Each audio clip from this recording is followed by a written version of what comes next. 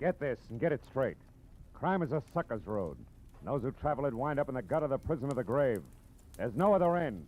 But they never learn. From the pen of Raymond Chandler, outstanding author of crime fiction, comes his most famous character in The Adventures of Philip Marlowe.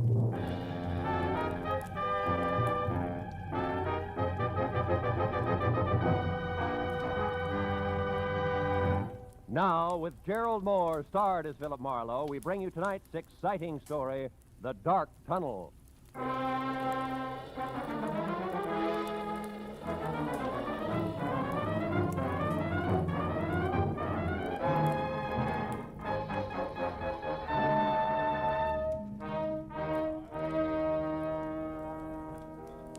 So, after being hitched 1 month, Marlowe, 30 days, where am I? I don't know. Where are you? Out in the cold, and with enough unpaid bills, Marlowe, to choke an elephant. Fur coat, hats, shoes, dresses, the works. Furthermore, she tells me it's only the beginning, sweetie pie. Yeah, well, that's tough, Louie. I'll see you, huh? Hey, hold Hey, how about another scotch, Marlowe? Oh, no, It's only 10 o'clock. One for the road on me, huh? Now, listen, Hey, Mike, Johnny Walker twice. Okay. Unless, of course, I'm bending your ear too much, Phil. Oh, how could you say a thing like that? Look, Louie, I've had a long day. I want to go home. Fair enough. I'm glad I bumped into you. Say, I'll see. You drive west, don't you? Yeah. Would you mind dropping me off, huh? No, Louie, it'll be a pleasure. Swell. Skip the drinks, Mike. Make up your mind, will you? Well, like I was saying, Phil, first it's her mother moving in on us, then it's both of them drinking my special stuff like it was water, then these clothes I already mentioned. So I asked myself, what'll it be next, Louie? What do I get for an answer? All right, Louie, what do you get? Divorce, my only out. And you get my point, huh, Marlowe? Yeah, I get you. My car's around here in the alley, Louie. Check. Well, now, divorce is something a guy wants to think about. Thinking guy, that is. And you know, Marlowe... Hey, wait a minute. That's a cute little exhibition, huh? Huh? Hey, quite a scrap. Scrap nothing. It's a few inches short of murder and closing fast. You better break it up, Louie. Hey, Heavy. Yeah? Kind of a hot night for this, isn't it? What do you want, Sonny? I'd like to hold your coat. Seems to be cramping your style. He's in one piece. Why, you lousy long nose. Don't worry, I am. How do we go on, Muscles? All right, mister. Right now, he's all yours, if you can bring him to. So long, hero. Hey, Marlowe, this kid's pleated all right. Yeah, come on, give me a hand, Louie. We'll get him out of here. No. Okay, fella. Come on. Up we go. Up on your feet. Oh, thanks, mister. All right. Do you live near here? A couple of blocks away. The DeWitt Arms Hotel on Western near Sunset. Oh. All right, take it easy. Put your arm over my shoulder. We'll get you there. Thanks. Come on, Louie. Over to my car, huh? Yeah, sure, Marlowe. But maybe I better skip the lift, huh? I mean, my problem, the discussion we were having, we better postpone it for a while, huh? That is I know what you mean, Louie. Yeah, it'll keep. All right, kid, come on. Let's go.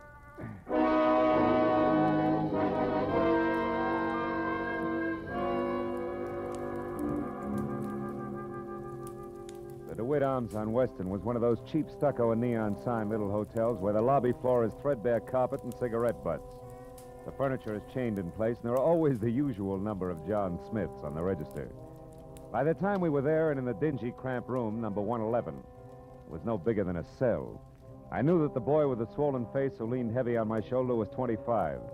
Answered to Ira Clausen, and he knew that I was a private detective without a job on my hands. Then I began to learn a little more. That slick guy in the alley, Mr. Marlowe, his name's Link. Austin Link. He runs the New Blossom Dance Land on North Hoover. Well, what has he to do with this Julia Thayer? Well, I'm not sure. It was the last place she worked just before she dropped out of sight a month ago. I don't think I'll need this towel anymore. I feel... Ooh, take it easy. You better stay on your back, kid. Yeah. Anyhow, Mr. Marley, I went to the New Blossom Dance Land tonight to see if I could pick up any kind of a lead on Julia. Where she went, or why, anything at all. And you found out what? In Austin Link's office, in a desk drawer, this newspaper clipping. It's a month old, like Julia's disappearance. But otherwise, it doesn't make any sense to me. It was stapled to this picture of Julia. Here. Guess it was used in an ad for the dance hall or something. Hey, she's a pretty girl, isn't she? That clipping, what's it all about? Well, I'll read it to you. You mind closing the window first, Mr. Marlowe? I think I'd rather have it hot in here. Yeah, I know I would. Every jerk thinks he's Valley. All right, go ahead, kid. The headline is Faye Patillo killed in car wreck, and then mystery surrounds death of famed gangland woman. Faye Patillo. Hollywood's glamorous first lady of crime in the rackets. Yeah. Says she was killed late last night when her car plunged from Lookout Mountain Road at a hairpin turn. However, the police are puzzled by the fact that although the 40-year-old redhead was in her own car, she was not found at the wheel but in the back seat where, according to the condition of the wreck, she could not have been thrown. Furthermore, no sign of any driver dead, injured, or otherwise was or has been found. I know all about that one. Now, look, is that all you have to go on? Well, not quite, Mr. Marlowe. There's one thing more. What? Just before Link caught me in his office and I ran and hid, as far as the alley where you found me, Yeah. I overheard him talking to someone on the phone about Julia. I have no idea who it was, but Link was very respectful, and he was given a private telephone number. A number he was to remember, not write down. You know what it was? Yeah. Washington 7017. Wait, 7017. That's it, Mr. Marlowe. That's not quite, Ira. That's only half of it. What do you mean? You and Julia, why you want to find her, what she means to you, why you haven't gone to the police. Well?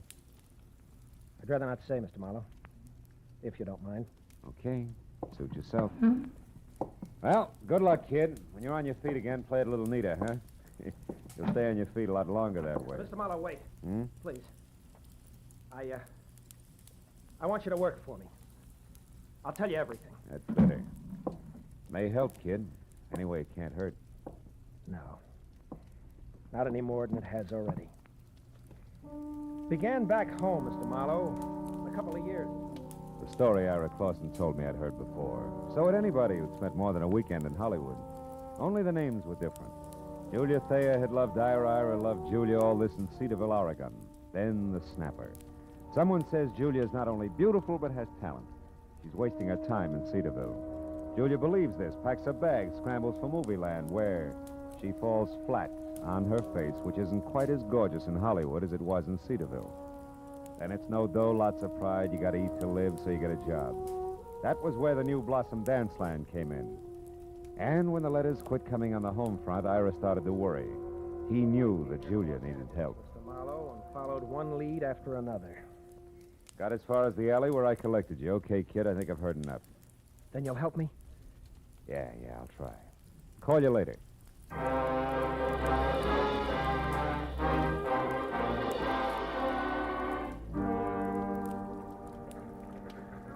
So, your problem's a phone number, huh, Marlowe? Washington, what was it? 7017. Hey, Callahan, that's a handy book. Newspapers need handy books, Marlowe. People clam up too much these days. I blame the movies myself. Hey, no such animal. It could be a new number, or didn't I mention that? You didn't? All right. We'll try the supplements. Get one from the phone company every month, like a bill. Let's see. Wallace, Washington, 5,000, 6, 7, 7,000. Yep, here it is. 7017. Good. Address 1622 Ramona Boulevard, which would be East L.A. and Industrial. Listings Southern City's warehouse. Ring a bell? A cannon. Southern City's warehouse is just one of the interest of L.A.'s answer to whatever became of the big bootleggers.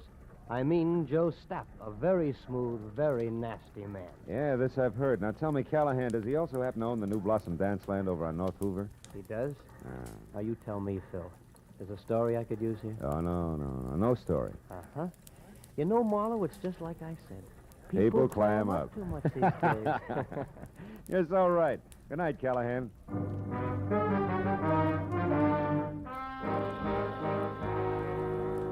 If the good gray reporter hadn't mentioned Stapp's prohibition background, I would have chalked the warehouse off as the kind of 9-to-5 place that couldn't possibly help. But on the hunch that Stapp might live in a lush penthouse atop a stockpile a la Chicago 1929 style, I pointed my car for East L.A. and the Southern City's warehouse.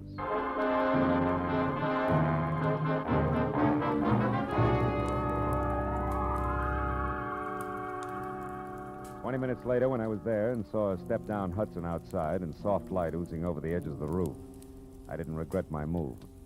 Not at least until I'd found a flat metal door and had pushed the button attached there, too. Then I began to wonder because Aladdin himself couldn't have gotten a quicker response. Nor could his genie have been any more of a mountain than the item I drew. Out of a nearby shadow, not the door. Okay, Charlie. Lay it out nice and neat. Who are you and what do you want? Joe Stapp. Name's Marlowe, occupation private detective, now you. The handle's Pork. I work for Stapp. Hey, now wait a minute. What's it to you who I am? Shamus is close enough to cop the stink. And I'll beat it before I start thumping on your boy wonder and turn you into something vest pocket size. Steady, Pork. Seems to be the trouble. Who are you, mister? His name's Marlowe, Mr. Stapp. He's a private... He'll answer for himself, Pork. Go ahead, Marlowe. What do you want with me? What's it about? Fay Patillo. Fay Patillo? Shut up, Pork. Fay Patillo is dead, Marlowe. So is conversation about her. Anything else? Yeah, something else. Girl who used to work over at the New Blossom Dance Land, Julia Thayer. Know where she is? Why she disappeared? No. And I don't care. Why should I? Because you used to go places with her. I've gone with 100 girls, Marlowe. Ah. Julia was no different, except for one thing. She gave me the brush. Well, good night, Marlowe. Sorry I couldn't have been more help. I won't be long, One Pork. more thing, Joe. Do you mind telling me who Julia dropped you for? Not at all. A pretty boy, Dean Coty. Julia thought he was better looking than a mink coat. Where can I find him? Can you throw that in? Surely. Forest Grove Cemetery, Marlowe. Oh? He was burned to death in an accident at some cottage, poor boy. Well, good night, Marlowe. Pork here will walk with you as far as your car. That's real friendly. Let's go, Charlie, and no funny business. Oh, I wouldn't think of it, Pork. You got height, weight, reach, and artillery on me. Yeah, and I'll gladly use them all. That your buggy there? Yeah, that's it. Well, it's been a nice stroll, Porky. Charming. Just so it stays that way, Charlie, remember to keep away from here, huh? Here, the dance land, and the Silver Lake spot. The Silver Lake, huh? Yeah, Porky, I'll remember. Every word of it.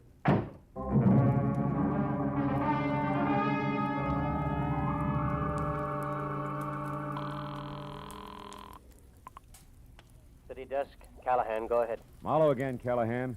Now listen, on Joe Stapp, does the Silver Lake spot mean anything to you? It does. Yeah? It's on the north end of Silver Lake Road, Marlowe, overlooks the reservoir. Stapp built it as a nightclub, mountain lodge style, about, 10 years ago. Uh-huh. When it didn't go, he converted it into a private home. Or I should say, a cozy place to take the cuties for that one drink. I know what you mean. Good night, Callahan.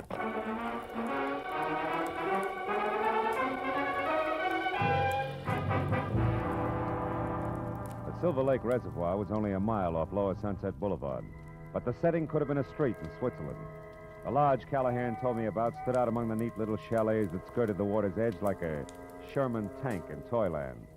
Also, it was showing light from a screened-in porch. So when I was out of my car across a shaky rustic bridge that spanned the promise of a creek and moving up close, I didn't have any trouble spotting the girl I saw inside talking earnestly into a telephone as Julia Thayer, by build, size, and color of hair. About the face, I couldn't say. It wore a hat that sported enough veil and mosquito-proof twin beds. Oh, well, that's different. The tunnel. All right, I'll wait there. Yes, as soon as possible. Goodbye.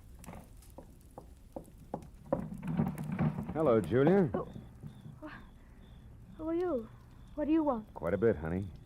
But for a starter, let's say that I'm a private detective named Marlowe, working for a guy who's worried sick about you. Ira Clausen. Ira Clausen? Well, who's that? Yeah, well, I'm not sure, but maybe he's the world's greatest sucker. Now, let's level, baby. It's getting late for guessing games, huh? I'll say it is. Oh, what's the use? What do you want to know, Mr. Marlowe? Too much to chat about here. The owner's no friend of mine. Come on, we'll take my car.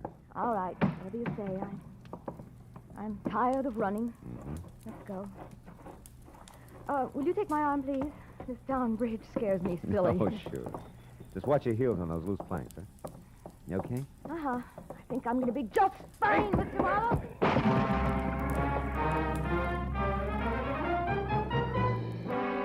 It was all the lead she needed because by the time I'd crawled out of the inch-deep, inch-wide river and was back up on the road, Julia Thayer was in her car away fast as far as Sunset Boulevard. So I went to the phone back in the lodge and got through to my client at the DeWitt Arms Hotel and brought him up to date in a hurry, including the latest question mark. The tunnel? Well, of course I've heard of it, Mr. Marlowe. Matter of fact, I've been there. Why? Well, it's where Julia's heading right now. Now, what's the location of it, Ira? Ira! I'm still here, Mr. Marlowe. Yeah. You sound real different. I don't get it. What's up? Very personal business, Mr. Marlowe. You see, I'm Ira Coty, not Clausen. Dean Cody's... Brother, Mr. Marlowe. Brother who's out to get the girl responsible for his burning to death. Julia Thayer, the cheap scum. So Marlowe played Patsy. Oregon, the boy-girl pitch. You made it all up. Every bit of it. Mr. Marlowe, before I needed your help. Now I don't anymore. Get lost.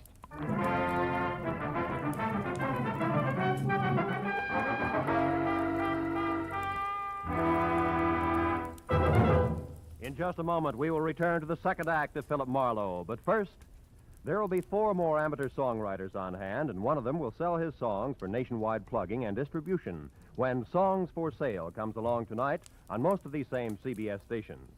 Songs for Sale gives these new songwriters a great chance. Their songs are judged by a panel of experts. Their music is sung by Rosemary Clooney and Richard Hayes. They're made to feel at home under the guidance of the experienced showman, Jan Murray. For an hour of fascinating fun behind the scenes of Tin Pan Alley, here's Songs for Sale tonight and every Friday on CBS. Now with our star, Gerald Moore, the second act of Philip Marlowe, and tonight's story, The Dark Tunnel.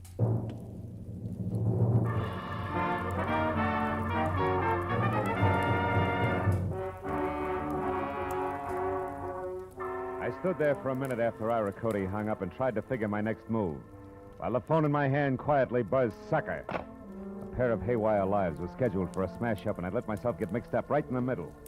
Now my only chance to do something about it was to find out fast what was meant by the tunnel. I started out of the place, but only got as far as the front door. You going somewheres, cutie? That rod makes you 6 feet taller, doesn't it, Porky, huh? I don't like you, Charlie. You played a dirty trick on me. Trick? What are you talking about? When I slipped and mentioned Silver Lake, it made Mr. Stapp mad at me, and I don't want Mr. Stapp mad at me. That I can understand. Now, look, you feel like talking this out? No. Oh, listen, you dumb ape. It's for your own good. Something's going to happen tonight that'll make your boss a lot madder than he is now. I'm the only one who... You're just trying to trick me again, but it won't work. Not this time. First, we lift your gun. Now, get going. We'll take your car. Porky, you're going to hate yourself for this in the morning when Stapp finds out. I doubt it. You see, Charlie, it's his idea. Now get going.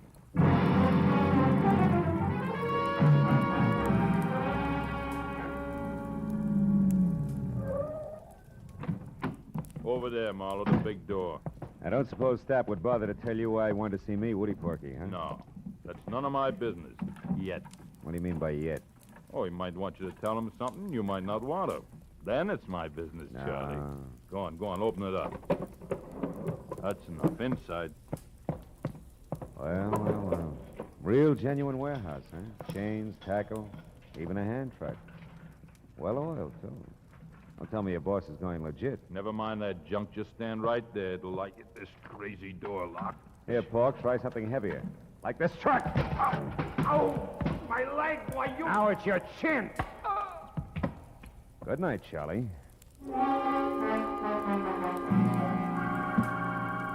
I fished my own gun out of Pork's pocket, tossed his .45 off in a dark corner, and rolled the Hulk himself out of sight behind a stack of crates. Then I went over to an elevator in the corner. On the way into the warehouse, the light I'd seen earlier from the roof was still there, so I decided to try the penthouse. I walked quietly down a thick carpeted hall to the only door. When I knocked, it was with a barrel of my .38. Come in. Well, hello, Marlowe. I've been waiting for you. A gun? Hey, how come... Pork? Save it, Joe. Oh, that dumb cluck. Yeah, big wheel like Joe Stapp ought to afford better help. Now, I'm holding the gun, so I'll ask the questions. What and where is the tunnel? A tunnel is a hole, Marlowe, usually in the ground. Delivered, Joe. It's got a lot to do with your girlfriend, Julia. Julia? Oh, that's a hot one. I went to all this trouble to haul you in here for the same reason. Then I'll put down the gun and let's talk. It makes me nervous. I'm not interested in your nerves. I'm interested in your talk. All right. Now, you've got a long nose, Marlowe, and poking it around, you might find out enough to get real curious and call in the cops. That I can't afford. Uh-huh. So I'm going to level with you, tell you what you want to know, just so you'll lay off. That a deal? I'll let you know. All right. You wanted to know about Julia. Yeah. Nothing like Julia Thayer ever happened in my life before. Most beautiful thing I ever saw.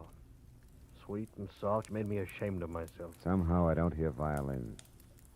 Marlowe, I'd have done anything Julia asked me to. And all she ever asked of me was to give her up. For Dean Cody? Yeah, Dean Cody.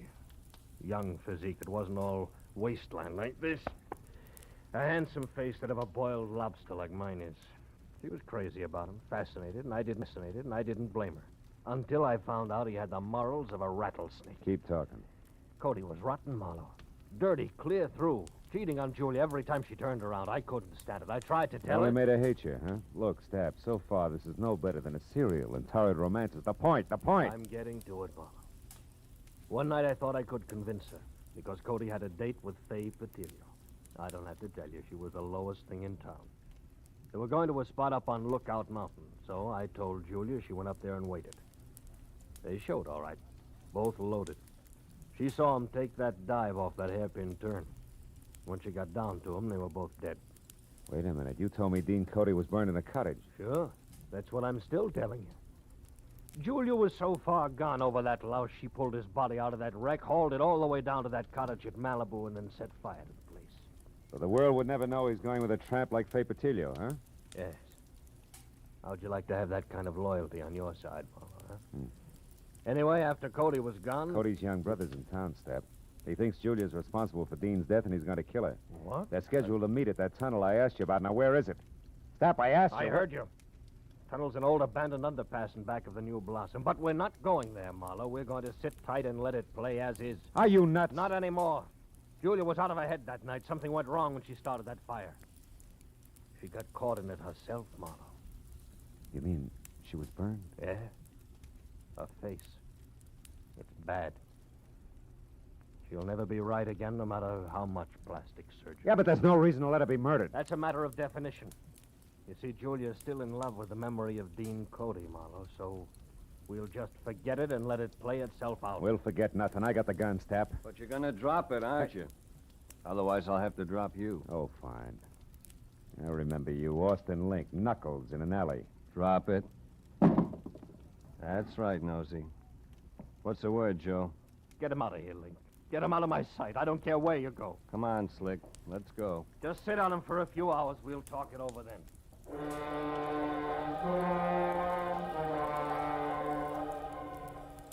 Link was a professional. He stayed exactly far enough behind me to be always out of reach, but always close enough to keep me under control. All the way down in the elevator, I watched for a chance that never turned up. And as I rounded a corner and headed for the big door again, I glanced at the stack of crates. Pork had come, too. He was on his feet behind them, a heavy steel pulley block in one hand, his face a stupid mask of blind hate. He slammed the block at me with everything he had. I'll kill you! I dropped to the floor and heard the thing connect behind me. It had caught Link dead center. He fell like a bag of sand. Before Pork realized what had happened, I charged the stack of crates, threw my shoulder against it, made it to the door and out in one dash. My car was sitting where I'd left it. I heaved a sigh of relief and piled in.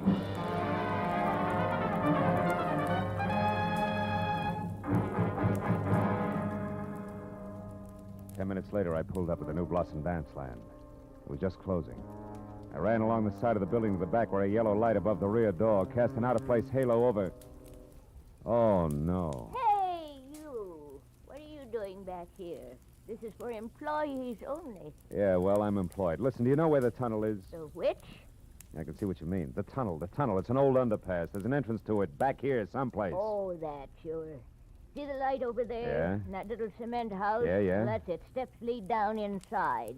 But why? Nobody ever uses that anymore. Well, I tell you, I got a date in there with a couple of screwballs. Oh, well, you'll be right at home. Good night, dearie. A baker's dozen steps led down into the thick darkness littered with newspapers, weeds, and wine bottles, all long dead. As I eased down inside, I heard voices, low and tense, amplified by the rolling, hollow echo in the tunnel. At least I'd made it in time. When I got to the bottom, I could see the two of them silhouetted against the dim glow at the far end. I pressed my back against the wall, thought about my empty shoulder holster, and moved toward them. And you killed him, didn't you? You're making a mistake, Ira. A terrible mistake. No, you killed him, all right. You and that beautiful face of yours that he couldn't resist. Why are you hiding it behind a veil? You used to be so proud of it. You killed Dean just the same as if you'd shot him. But you're not getting away with it, Julia. I'm going to square it up for him right now. Ira! What? Marlowe, how did you find this place? I found plenty beside that, Ira. Give me that gun. No, you're not going to stop me. Even if you shoot, I'll kill her first. I don't have a gun, Ira, but I got facts. Before you shoot anybody, you better listen. Julia wasn't responsible for Dean's death. He was. Everything she's done since then has been to protect what little good there was left of his crummy reputation. You're a liar. I can prove it. Dean went bad, Ira, all bad. He was a low, double-crossing cheat. You're lying. The night he died, he was two-timing Julia. But in spite of that, she risked everything to move his body from a smashed-up car. So nobody would ever find out what really happened to him. It's true, Stop it! Stop it! You liars, both of you! I won't let you say things like that about my brother. You don't care if he's dead, Julia. You'll do all right. You've got the kind of beauty all the men go for. And you, Marlowe... Shut up, you crazy punk. Stay back. Admit you're a liar, Marlowe. Admit it or I'll kill you. I swear I'll kill you along with Julia. You'll be doing me a favor. You haven't seen my face lately, have you, Ira? I never want to see it. I think you better, kid. Got a match, Marlowe? Sure. Here. Look, Ira. You can't be Julia. I was burned, Ira. It happened to me when I tried to hide the kind of rotten trash that Dean had been mixed up with. The only reason she did it was because she loved him, maybe more than you did. Now, come on, kid, let's have that gun. You don't want to kill anybody. No. I don't want to kill anybody. Julia, I'm sorry. Ira! Let him go, Julia. The hard part's over now. He'll be all right. I'll look in on him after a while just to be sure. But, what about you, huh? What about me? I'll be okay, Marlowe. After I've done some thinking. This shock, I think it's what I needed. Goodbye. It's a dark tunnel, honey. Think you can find your way out alone? Yeah? Yeah, I'll find a way out alone. One of these days.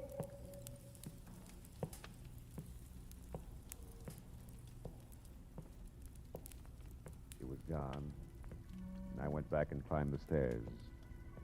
Out of the tunnel and into the night again. As I drove slowly home, I thought of Julia, alone in a dark, blind tunnel with no end to it. And then I thought of all the dark, blind tunnels that men stumble into. Tunnels of blind love and blind hate. Of blind submission that lets empty suits of armor conquer cities and men's minds. Tunnels of blind worry and blind greed, of blind ambition, of blind... But then I stopped because I was getting no place. Except into a blind alley.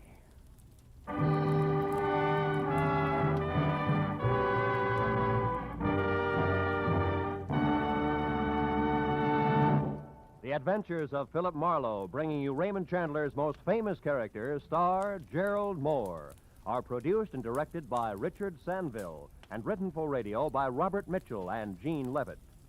Featured in the cast were Lorene Tuttle, Bob Sweeney, Paul Dubov, David Ellis, Barney Phillips, and Larry Dobkin. The special music is composed and conducted by Richard Arant. Be sure and be with us again next week when Philip Marlowe says... This time, greed in a green suede dress, a diehard from Dixie and a cuckoo coin collector, added up to violent death for two, and all over $50 in Confederate money.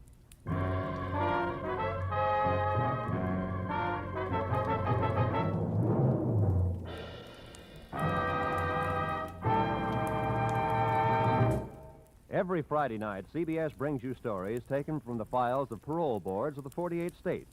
With only the names changed, these stories give in complete detail the events of a criminal's life up to the time he is up for parole. Then, before you hear the board's decision, you can make up your mind. Is this man ready to be set free? It's been hailed by press and public alike as an outstanding anti-crime show. And you can hear it now by staying tuned, because Up for Parole follows immediately on most of these same CBS stations. Roy Rowan speaking. This is CBS, where you play Sing It Again every Saturday night, the Columbia Broadcasting System.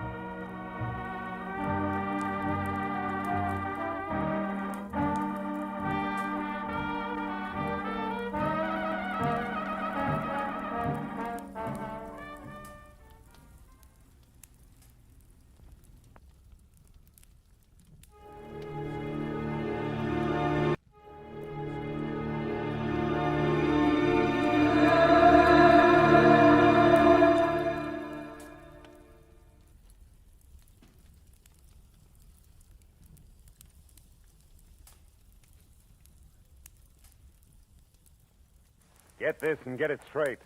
Crime is a sucker's road, and those who travel it wind up in the gut of the prison of the grave. The lady tourist was a school teacher out after glamour, and she got it. But only after she learned that in Hollywood the 3 R's could be reading, done in a dark room, writing found in a dead man's pocket, and arithmetic that added up to murder times 2. From the pen of Raymond Chandler, outstanding author of crime fiction, comes his most famous character in The Adventures of Philip Marlowe.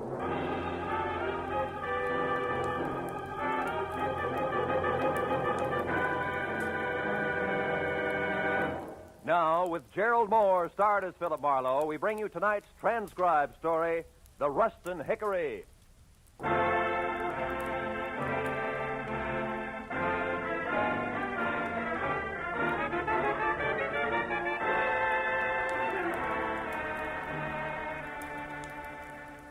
It was hot in my apartment, even at 10 o'clock at night. The sultry wind blowing through curtains at the far side of the room didn't help a bit. It was the kind of night that made me wish I was something else, a butcher, baker, candlestick maker, anything. After a long, hot day spent in the downtown courts of law, listening to the petty arguments of a petty larceny case, I was tired of petty people. The paper I had picked up on my way home wasn't helping any. 10 killed in an air crash. Mental cruelty, says local songbird. I made myself another highball, lots of ice, easy with water, and picked up the paper again. It was still more of the same. Cy Nestor killed in office on Sunset Strip. Cy Nestor. He'd hit the papers before. Bookie, B-minus picture producer, general racketeer. Somehow I wasn't too surprised he was on the receiving end for a change. My drink was good for 10 more pages of equally dull reading, and I was set for the next in line when the phone rang. Mr. Philip Marlowe? It was the first attractive voice I'd heard all day. Mr. Marlowe? And you know, I thought she might be fun. My name is Joan Ruston, and I'm only here in Hollywood from Ferndale, Nebraska on a vacation, and I wanted to have some fun. You know, see the nightclubs and the stars hey. and that sort of thing. Hey, wait a minute. I Joan. don't want trouble, Mr. Marlowe, hold and it. least of all... Teacher. Hey. Yes? Let's back up a little, huh? Now, your name is Joan Ruston. You're from Ferndale, Nebraska, which you're right, I've never heard of. Also, you're a school teacher. That much I got. But the rest about the sights, the last part, the trouble Oh, but with... don't you see? They're the one and the same. Oh? I wanted to step out. Nightclubs, movie stars, glamour. But it didn't end up like that because he was shot, and then I didn't know what to do. And his name's Aubrey Nickel. He's the man who took me out to show me the club. Anyhow, after it happened, I ran. Why? Why? The publicity, of course. Mr. Marlowe, I'd lose my job. You see, I'm a school teacher. Yeah, you said that, honey. Now, look, where are you, Joan? The Julep Room. It's a bar on Sunset and La Cienega Boulevard. You'll come right over, huh? Huh? Yeah, I'll come right over, huh? Goodbye, Joan.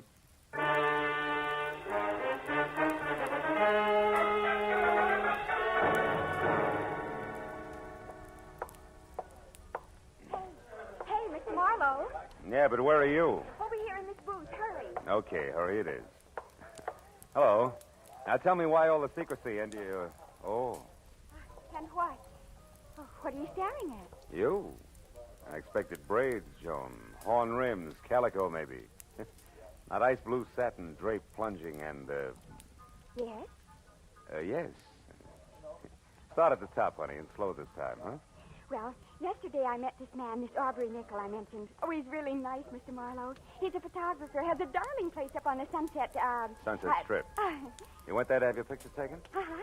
I wanted something, well, something glamorous. That's easy. And look here what I got. Oh, by the way, I ordered a drink for you, a Scotch drink. Here. You like Scotch drinks, don't you? Yeah, Scotch drinks are my favorite drinks, Joan, thanks. You're welcome.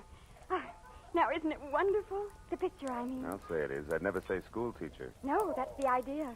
Just like a model in a fashion magazine, isn't it? Aubrey took it from inside his photo shop while I was outside on the street looking in his window. You know, like a smart career girl just strolling along the avenue. Mm-hmm. And see how he faded out the background? That way I'm the focal center. Focal center. Isn't it nice? Oh, yes, it is, yeah. But look, Joan, the rest of the story. Now, the man was shot. You don't want publicity, remember? Oh, yes, of course. Well, we made a date, Mr. Marlowe, for tonight. I was to be at his place, his shop on the Strip at 8, which I was. But when I got there... He was gone.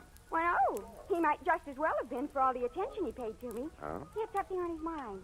Acted as though he didn't even expect me. Why, I had to mention his picture here twice before he got it out of a drawer for me. But then, just like that, he changed. Said if I wanted glamour in nightclubs, why not? Oh, by all means. Why not? And off we went to Cyrano's, no less, and sat at a table with two men and a woman who was actually Irmgard Fury. Actually, who? Irmgard Fury, the starlet. Oh. Don't you read the papers? Oh, golly, her picture's been in every theater section and magazine for the last 6 months. Of course, she hasn't made a movie yet, but she probably will. Wait a minute. Irmgard Fury. She has red hair, a figure, lots of each, huh? Oh, that's right. Oh, and so sweet to talk to. Well, believe it or not, when we were in the powder room and she couldn't find her lipstick, she used mine. Now, that's really democratic. Look, Joan, there was a shooting. You remember that. Now, you were sitting at a table with 3 men, and this Irmgard Fury? That's right. Well, go on. What happened next? Well, when Miss Fury and I got back to the table, Mr. Lacey and his friend were gone. And then a minute later, Aubrey excused himself to make a phone call. And then? And then a waiter brought me a note from Aubrey which said I should go back to my hotel and wait there till I heard from him. Then it happened.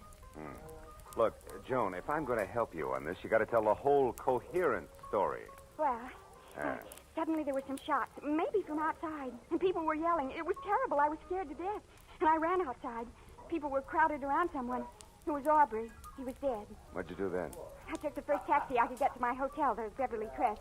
I started for my bungalow, but didn't go inside because there was a man hanging around. I'd seen him before someplace, and I didn't like his looks and turned away, and he called to me. Oh, he was awful, Mr. Marlowe. Awful looking like a frog, maybe? Sloping shoulders, bulging eyes? Yes, and when... Mr. Marlowe, how do you know what he looked like? Promise not to tell. Promise not to... Oh, Mr. Marlowe, he's here, isn't he? Mm-hmm. Been watching us for quite a while. Oh, holy smokes, and I didn't get away from him. Oh, Mr. Marlowe, I had nothing to do with this shooting. What can I do? I simply can't be mixed up in this terrible business.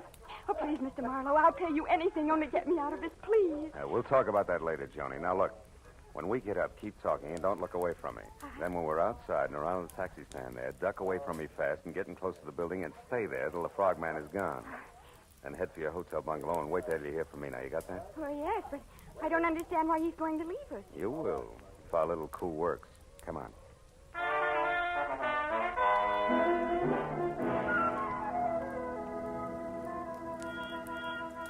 It played easier than I'd expected because, like a good shadow, the frogman gave us a small head start, which was all I needed.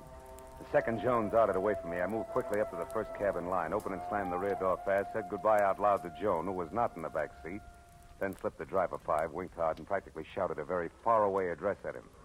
When he lurched from the curb, I stood there and waved a minute. It was still supposed to be Joan. Then, even as I saw the frogman dart across the street, pile into his own car and take off after the cab, I walked slowly back into the bar where I had another Scotch drink and did some fast checking on the current location of Aubrey Nichols, which was the Dawson Memorial Hospital. Then I started outside for my car after stopping en route at the booth where Joan and I had been sitting to pick up a pair of gloves and glamour portrait my new little client had left on the seat. The school mom had been upset indeed.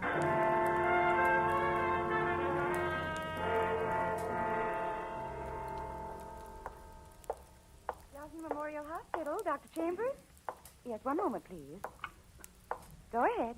Yes, sir. Oh, I want to know the condition of a patient who was brought in here a little while ago, Mr. Aubrey Nichols. Oh, I'm sorry, sir. We're not allowed to give out such information. You'll have to inquire at the superintendent's office. Sir, Joe, I wouldn't bother, Phil. Well, Detective Lieutenant Matthews, good evening. Good evening. Nickel is dead, Marlowe. We did not get a statement from him. That's too bad. Any idea who did it? No. Have you? I didn't even know him. A client of mine. Yeah, Mr. Smith? That's right. That's remarkable. Mr. Smith, he asked me to inquire about his condition. Uh-huh. Well, it happened about an hour ago in an alley behind Cyrano's. Aubrey Nichols was a photographer up on the strip, but pretty much of a phony. A big front boy, strictly. That's all there was to it, huh? Walk down here with me a little. Oh, sure. We figure there may be some connection between this shooting and Cy Nestor's death this afternoon.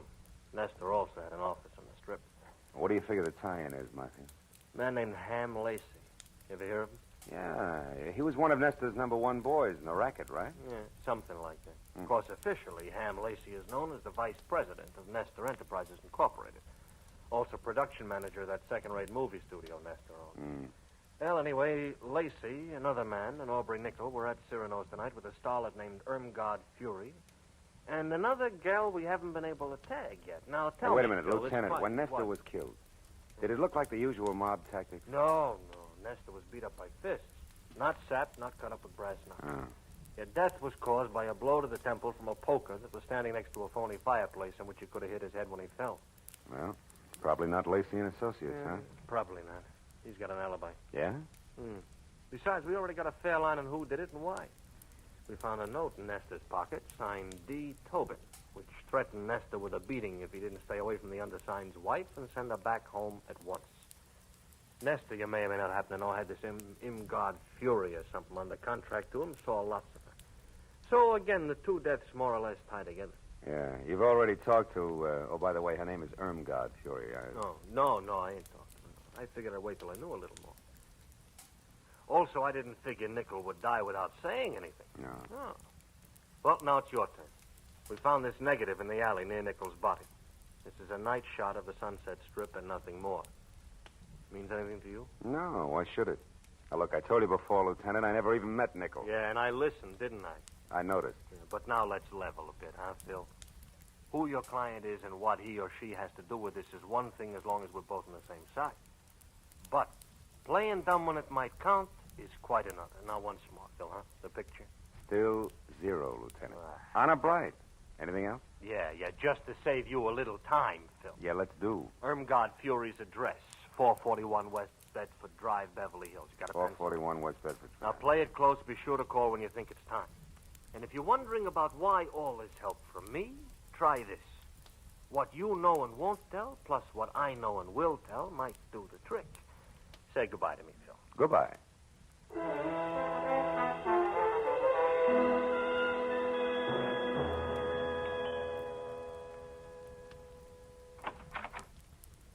Yes?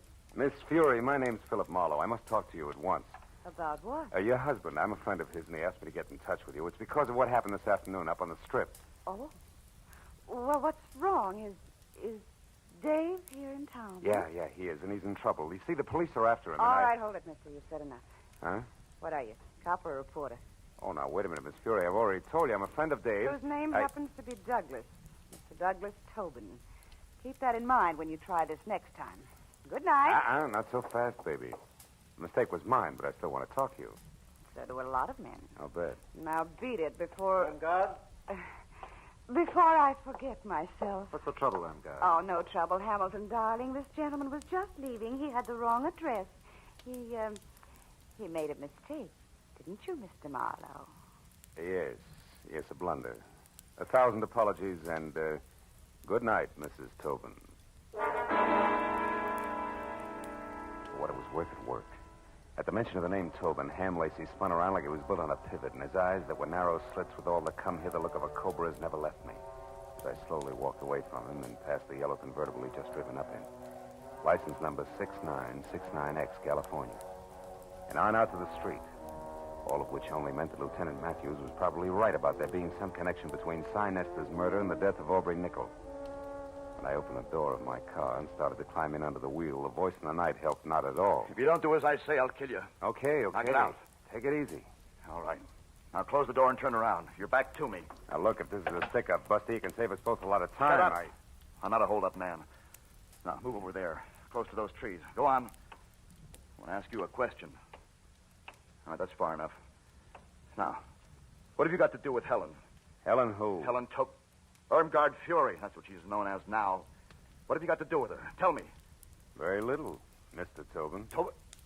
You know who I am? And so do the police. Why don't you call it quits while you're still in one piece? No, not quits.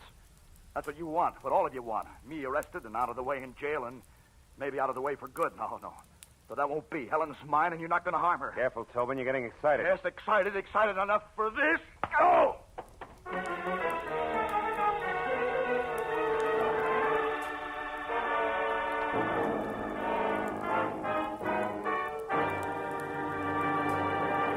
In just a moment, the second act of Philip Marlowe. But first, a thrill-a-minute, high-tension suspense from the word go. Dramatic excitement that builds and builds until it explodes in a smashing climax. That's Inner Sanctum, the great mystery show that's another of CBS's top-notch Monday night programs. You'll find Inner Sanctum one of the most entertaining spots in your Monday night listening schedule. And remember, Lux Radio Theater is back for its 15th year of great dramatic presentations. Inner Sanctum and Lux Radio Theater every Monday night over most of the same CBS stations. Now, with our star, Gerald Moore, we return to the second act of Philip Marlowe and tonight's story, The Rust and Hickory.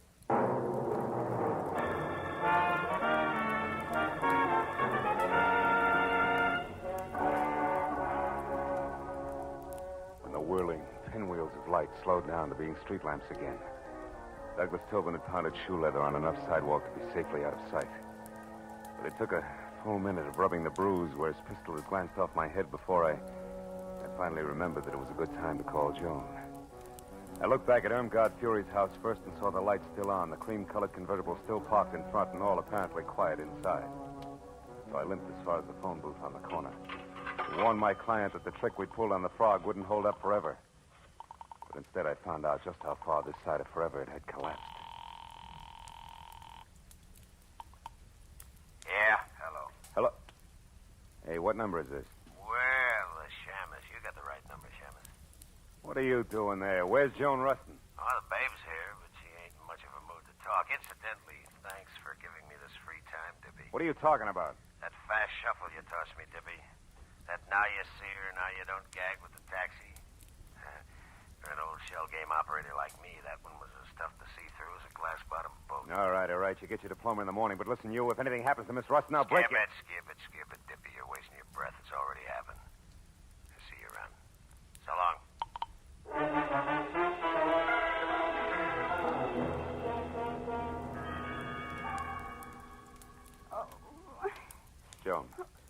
Joan, come on, baby. Come on, snap out of it. Oh, stay away from me. Hey. Get out of here, Hey, you hold ain't it. It's leave me, alone. Joni, Marlowe. Marlowe. Yeah.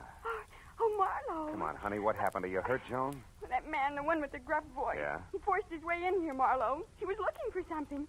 I tried to stop him. I was going to scream, but I guess that's when he put the bite on me. That slug, baby. Well, anyway, he hit me hard. And I've never been treated that way before in my whole life. You've never been buddies with murder before, either. Come on, honey. Get up off the floor, huh? Easy now. There. Hey, he turned your place inside out, too, didn't he? What was he after, Joni? Oh, I don't know. He just told me to quit stalling and hand it over. I didn't know what he meant, so he shoved me. Then he pulled out all the books there, tore up the rugs. He was looking for something small and flat like a... Wait a minute. Sure. The cops found a negative near Aubrey Nickel tonight, but it was worthless. There must have been another one, an important one. And Lacey and Froggy, who no doubt's his helm babe, must think you've got it. Me? Well, that's impossible. All I had was my picture, and, well, I don't even have that now. No, but I do, out in my car, and it gives me a great idea. Come on. Well, where, Marlowe? I don't get it. What's my photograph got to do with this? Maybe plenty. You see, when Aubrey printed that picture of you, he faded out the background almost completely. You remember? Uh-huh. That's a stunt in fashion photography to make a subject stand out. But in this case, Joan, I figure it was played strictly in reverse. How do you mean? That Aubrey took you to Cyrano's tonight on business, big business. And you were holding the merchandise for him all the way. Oh. Here. Let's take a look. Oh, Marlowe, my pretty picture frame. Better this than your pretty head later, sweetheart, believe me. Yeah, here it is. Look, see? A negative the size of a postage stamp. But I'll bet old flash bulbs to $10 bills this baby's really loaded. Marlowe, I'll bet that baby's loaded, too. What are you talking about? The gun in that man's hand there behind you. Oh, fine. Wait. Easy, Marlowe. I'm not looking for any more trouble. I just want to be sure that you'll help me first. You're a private detective. I searched you before, so I know. I'm in a jam. It's worse than I figured. The cops are after me for murder. No kidding. I can't understand it, Tobin. All you got is a motive deep enough to swim in, and you've been dropping clues like Hansel and Gretel drop pebbles. All right, but I didn't do it. Well, I beat up Cy Nestor, sure, but he was going with Helen, my Helen. I hated everything and everybody in this phony town because they took her away from me. Even changed her name for her, Irmgard Fury. But I didn't kill Nestor. I swear I didn't. You've got to help me, Marlowe. With that 38 in your fist, are you asking or telling? Oh, I'm asking, brother. Here, take it. Take the gun. I'm in a fix, and I know it. Okay, hothead. I'm already in Dutch for hiding Matthew's key witness here. Think how I'll look keeping his chief suspect under wraps, too. Yet... Oh, maybe I'm a sucker, but I believe you. All right, where do you hang your hat? The Country Cottages, number 7. It's a kind of a motel court down on Melrose. Number 7. Now go there and stay out of sight. And I mean stay out of sight. Yeah. Oh, okay. Thanks, Marlowe. Say, I'm sorry I batted you down. Down tonight. That makes a lot of difference to the lump on my head. Go on, Tobin, beat it. Okay. I'll keep in touch with you. And where are we going, Marlowe? Call a friend of mine. We need a big enlargement of a small negative. Chronicle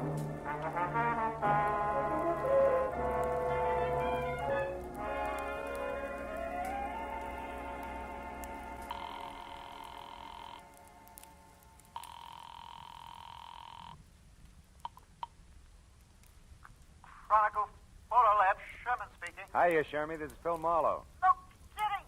Gee, how's business, Phil? Long time no see. Yeah, I know. Now, look, are you busy? I got a job that's right down your alley, Sherman. It's important. What is it, Marlowe? Well, it's a 35mm negative. I want it blown up to about half as big as a house. Okay, bring it in. I can't. I've got to check a couple of other things at the same time. Now, look, Shermy, can you meet me at the Aubrey Nickel studio on the Strip in about 10 minutes? Back door? Wait a minute, back door? Yeah. How come the back door, Phil? So we can kick it in without attracting too much attention. Shermy, I'll see you in 10 minutes. I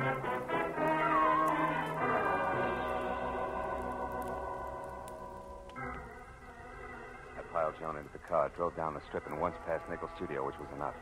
Joan had posed for a picture in front of the place, and directly across the street, behind her, just as I knew it had to be, was a neat plastic sign reading Sign Nestor Enterprises on the diminutive but glossy imitation Swiss chalet where Nestor's body had been found. We turned double back through the alley and found Sherman bobbing up and down like a nervous gopher. 5 minutes of not-so-subtle persuasion got us past the lock and inside Aubrey's studio where something else checked.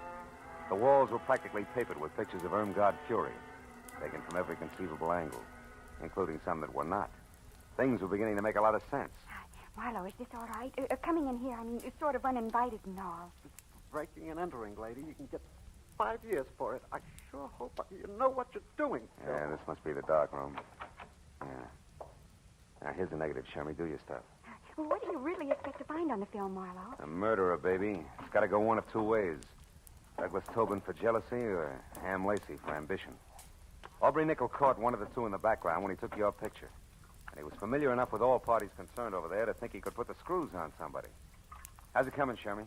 You can be out in a minute. 15 by 20, okay? Yeah, it's good. If there isn't a man in the background, I'll eat it. Better get the salt and pepper, pal, because it's nothing but a car. It can't be. Oh, brother, that's more than a car, Shermy. It's a yellow convertible that belongs to Ham Lacey. Look, you can even see the license, 6969X. 696. Oh, now how do you suppose... What's the matter, Marlowe? I just thought of something. Without this picture, both Tobin and Lacey are suspects. But with it, we have proof Lacey is implicated. That means Lacey thinks he has Tobin sitting in the perfect frame, right where he wants him. Oh, Marlowe, listen. Now, look, you two get out of here. Go back to the paper. I've got to get to Tobin fast and let him know. Oh, Phil, listen, Look, baby, you're no doubt terrific in the 3rd grade. But some things they don't even teach in college are going to pop any minute, so I'll take it from here, huh? Stick with Shermy, honey. I'll call you. Oh, but Marlowe, wait, listen.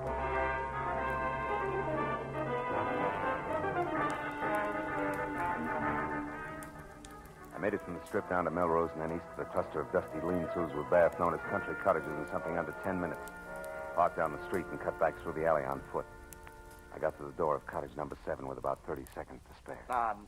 Wait a minute, mister. You got me wrong. Oh, no, I haven't, pal.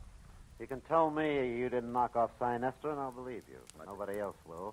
I've got you right where I want you. Now, wait a minute. Because of your note found in Nestor's pocket. You're the jilted boyfriend, the hick from back home, who came to Hollywood with murder in your heart and knocked off the guy who stole your wife. Now, look, yeah, and then you went after the cheap photographer who gave her her stuff. Oh, yeah? And after that, you knew you couldn't escape, so you blew your brains out. And fine. by the time I leave here, that's the way it's going to look. Not tonight, Ham. Marlowe. Stand still, Lacey. Toss the gun over on the bed. Go on. That's better. So you figured Aubrey was lying about having a picture that pegged you as Sign Nestor's killer, didn't you? You figured Aubrey saw something but had no proof, so you shot him. But you were wrong, Ham. He had all the proof we need. What's Joan, who's out there? Oh, Phil. Joan. Phil. Joan, are you all right? I hit her. She's the one who killed Sign Nestor. I tried to tell you that. I followed you here to tell you, but instead I saw her with a gun pointed at you. I grabbed the first thing I saw, this broken rake handle, and I hit her with it. I hit her awfully hard, Phil. But she isn't moving. You don't think she's... Dead? No. She's probably thinking over the big lesson you just taught her with that stick there. What? Oh, what's the matter? Hey, Teach, you know what that rake handle's made of? What? It's hickory, isn't it? Yeah. What else could it possibly be but a hickory stick?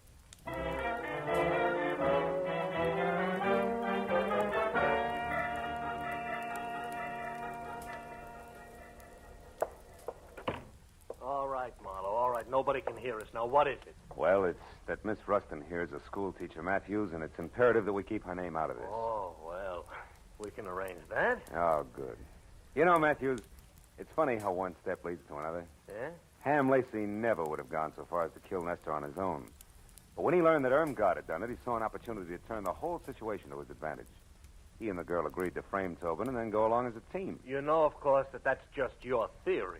Just a minute. Now, What do sit you down mean? over there and be quiet for a change while Miss Rustin and I wind this up. Matthews, listen. Now, quiet, please. Pulling rank, huh? Phil. Now, Miss Rustin, in solving this case... Just a minute. She didn't solve the case. Miss Rustin, if you hadn't solved it, and right when you did, you'd be talking to this guy exclusively via Ouija board from now on, let's face it. Oh, what a corny pitch. Now, tell me, Miss Rustin, how did you peg Irmgard Fury? Well, when we got the picture of the yellow convertible, I remembered that I'd gone to the powder room at Cyrano's with Miss Fury to freshen our makeup. But she couldn't find her lipstick. She emptied her purse looking for it, and she finally had to borrow mine, you know. Oh, how democratic. I said that. So now you own it? Now tell me, Miss Rustin, how do you figure the lipstick figures? Oh, it wasn't a lipstick. I happened to notice among the things from her purse a keychain chain with car keys on it and an identification tag in the form of a little license plate. Oh, and the numbers were... 6969X. That's right. And since Ham Lacey had an alibi and those keys were in Miss Fury's bag, you figured it was her who'd been driving. It was she who'd been driving, yes. Isn't this revolting? Yeah, yes. She wanted to kill Nestor because he wouldn't turn loose of her so she could claw her way on up to the bitter top. And when she found him unconscious, it was easy. How literary. Well, that's that, I guess. Thank you very much, Miss Rustin. I hope your stay in our town has been... Oh, what's the matter? Tony, baby, don't cry. I just thought of the most dreadful thing. I've had a wonderful time. I went to Cyrano's. I hit a movie star on the head, and I helped solve a murder. But I'll never, ever be able to say one single word about it to anybody in Ferndale, Nebraska. Darn it all.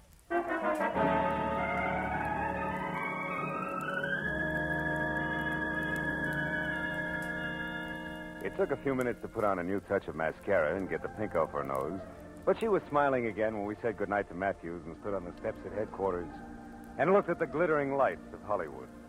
There was still plenty of time for supper and even a dance or two, and she wanted to go. But suddenly, from somewhere, there was a smell of autumn in the air, of dry leaves on the ground and ripe red apples for the teacher. She shook her head wistfully and spoke of an appointment she had bright and early next Monday morning. It's a very important appointment, Phil.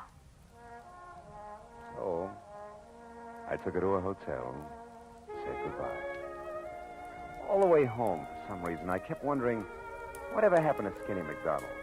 The only kid in school who could shoot a better spitball than Marlowe.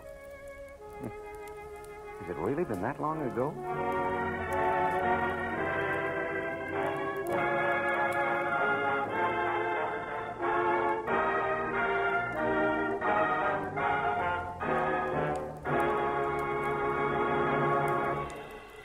The Adventures of Philip Marlowe star Gerald Moore and are transcribed and directed by Norman MacDonald.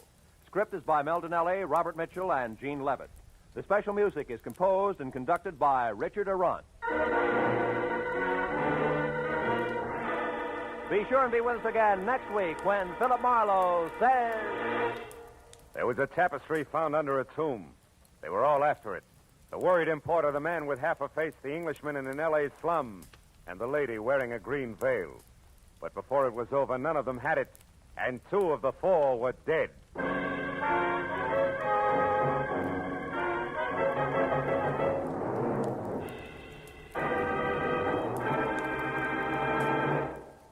Now, stay tuned for Gangbusters, which follows immediately over most of these same CBS stations.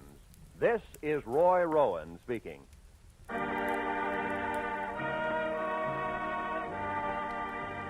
This is CBS, the Columbia Broadcasting System.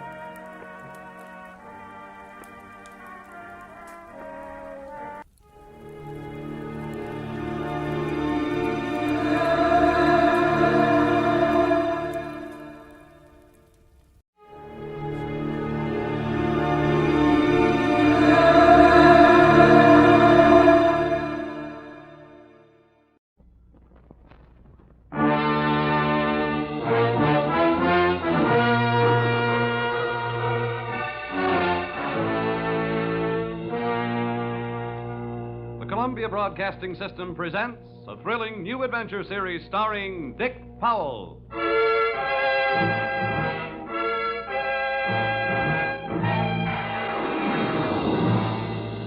I'm an insurance investigator. My name is Johnny Dollar. What? You heard me, Johnny Dollar, and I can pad an expense account with the best of them.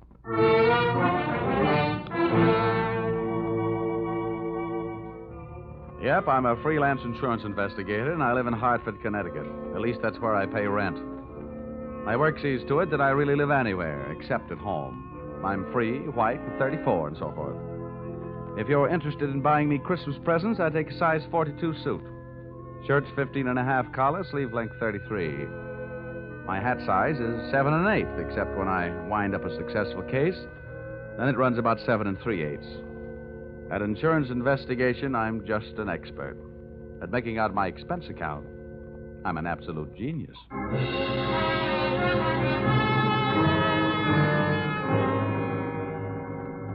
Expense account, submitted by investigator Johnny Dollar to Home Office, East Coast Underwriters, Terminal Building, Hartford, Connecticut. Attention, Austin Farnsworth, General Manager. The following is an accounting of my expenditures in the investigation of Milfred Brooks III for your company.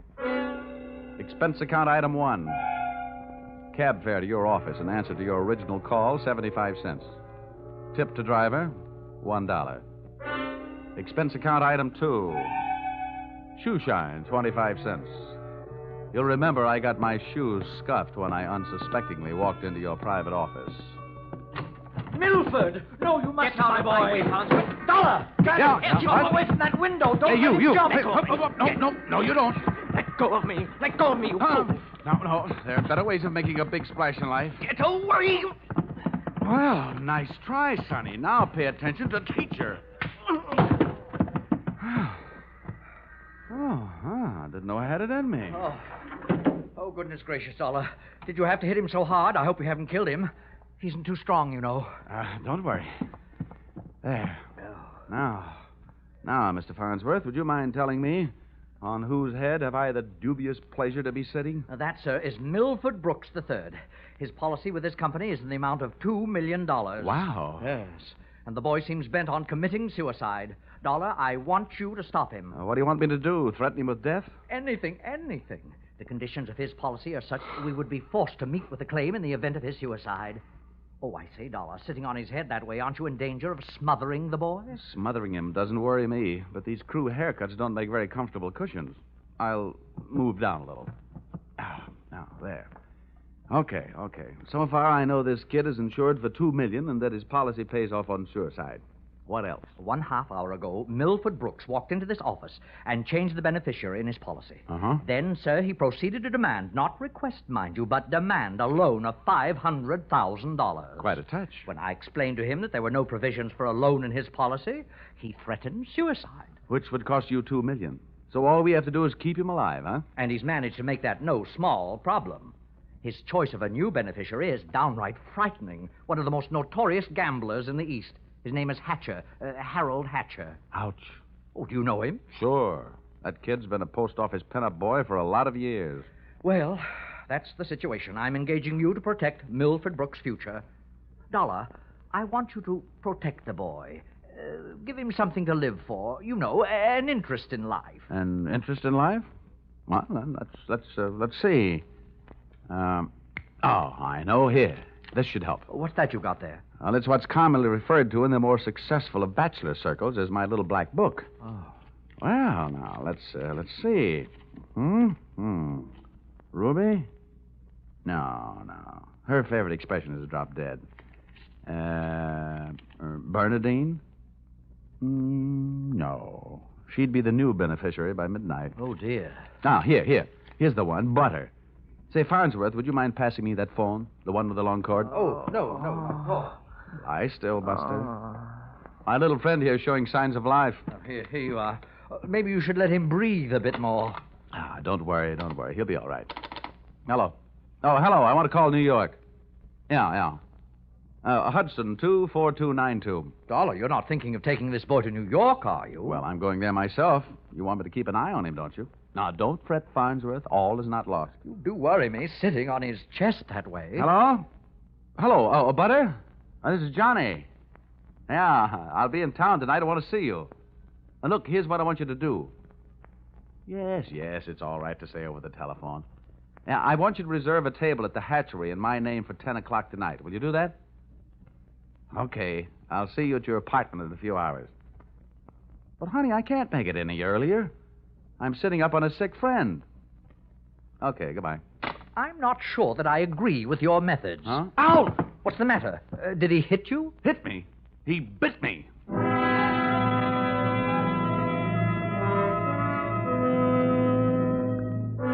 Expense account, item 3. Liquor, $18. Keeping Milfred Brooks III peaceful seemed to be the immediate problem, and a bottle of rare old brandy seemed to be the immediate answer. I poured most of it into him, and by the time he started to tick again, he'd gone through the unusual process of going to sleep sober and waking up enchanted. I loaded him into my car, and we headed for New York. As we passed through New Haven, he opened one eye, looked up, saw the Yale Bowl, and gave 3 cheers for old Eli. Ray, Ray, Ray. Oh, old Yale would sure be proud of you. Why anybody would want to insure you for $2 million is more than I can figure. My daddy loved me very much, and my mother loved me very much. Now, that's nice. And not only that, but I love somebody very much. And not only that, but I hate somebody very much. That's interesting. You know something? Next to one other guy, I hate you more than anybody else. Oh, here, lover boy, it's the cocktail hour again. Time for your bottle.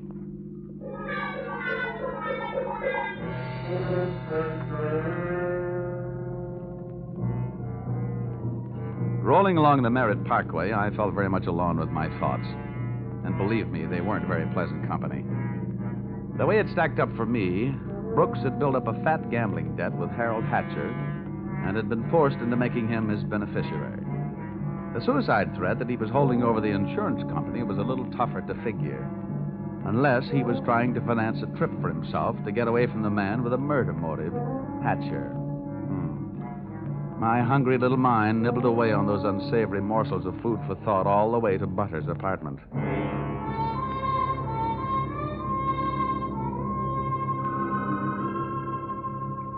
Hey, where are you taking me? I want to go to New York. If you don't behave, Buster, I'll punch your ticket. Johnny, darling, welcome to New York. Well, that's the fastest trip I ever had. Quiet. Well, where did you find this? In a box of Cracker Jack. Let us in, dear. I don't know about you. Some men bring me flowers, some bring me candy. What do you bring me? A boiled owl and a Brooks Brothers suit. Pleased to meet you. Yeah, let's trot him into the bedroom, honey. You'd look more at home in the bathtub. Let me pull down the cover. All right. Now, come on, Buster. Lie down. Charm. That kid's liquor sure can hold him. How long have you been playing nursemaid to this bottle baby? Get behind that bar, sweet, and I'll tell you all about it. Sure. Horrible examples don't seem to bother you, do they? If you knew how that guy has been bothering me. What did he do to you? Well, let's just say he put the bite on me. Oh, gosh, the river sure does look pretty tonight. Bourbon and soda? Now, please, anything but brandy. I've been sniffing that second hand all the way from Hartford. Butter, see that big boat out there? Mm-hmm. Oh, I sure would like to be on it. With you, sailing off to faraway romantic places. Get with it, darling. That's the 125th Street Ferry. Oh. Here's your drink. Come on now. Tell Butter all about it. So, friend Bourbon and I proceeded to tell her all about it. It wasn't easy. Everything about her kept flagging down my train of thought. The longer she looked at me, the less I wanted of Milford Brooks III, and the more I wanted of beautiful Butter the first, and only. She was a sympathetic listener to my story until I gave her the answer to her first and only question. And where do I fit into all this? Well, baby, I thought you understood. My job is to give this poor misguided boy something to live for. That's you. Well... Now, honey, hold everything. Don't go getting your corn all popped. You misunderstand. I really mean it. I thought if he'd just got to look at you and realize that things like you exist, Why, you'd make any man glad to be alive. Oh, come on now, Butter. Melt a little. I wouldn't let anything happen to you. You know that. Did I hurt you? Oh, no, I'm getting used to it. People have been taking pokes at me all day. I'm sorry. Ah, that's better. You want some more bourbon? I want some more you. Well, help yourself.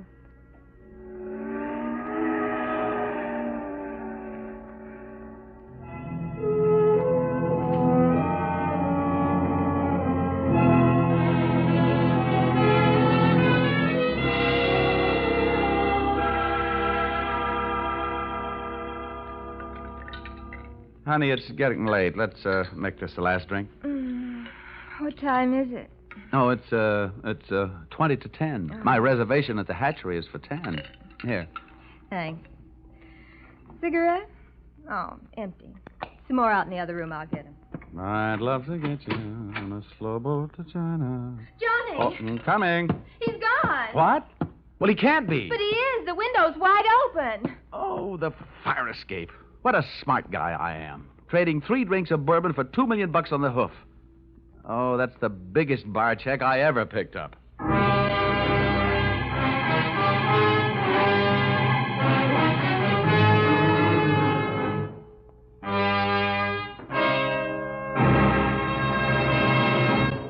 That's a big bar check for anyone to pick up. As a matter of fact, it's a bigger bar check than you've ever heard of anyone picking up before.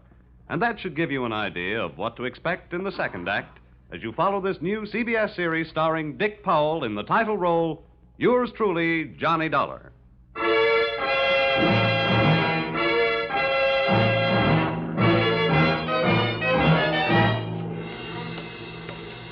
Well, nobody could say I wasn't working fast.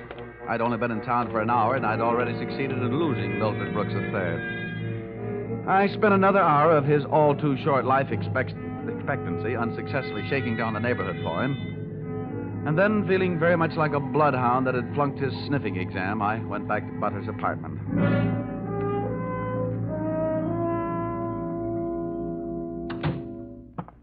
No luck, Johnny. Oh, sure, plenty of luck. All bad. Is there anything I can do to help? A kiss for luck. What are you going to do? Nothing. Just a little phone call.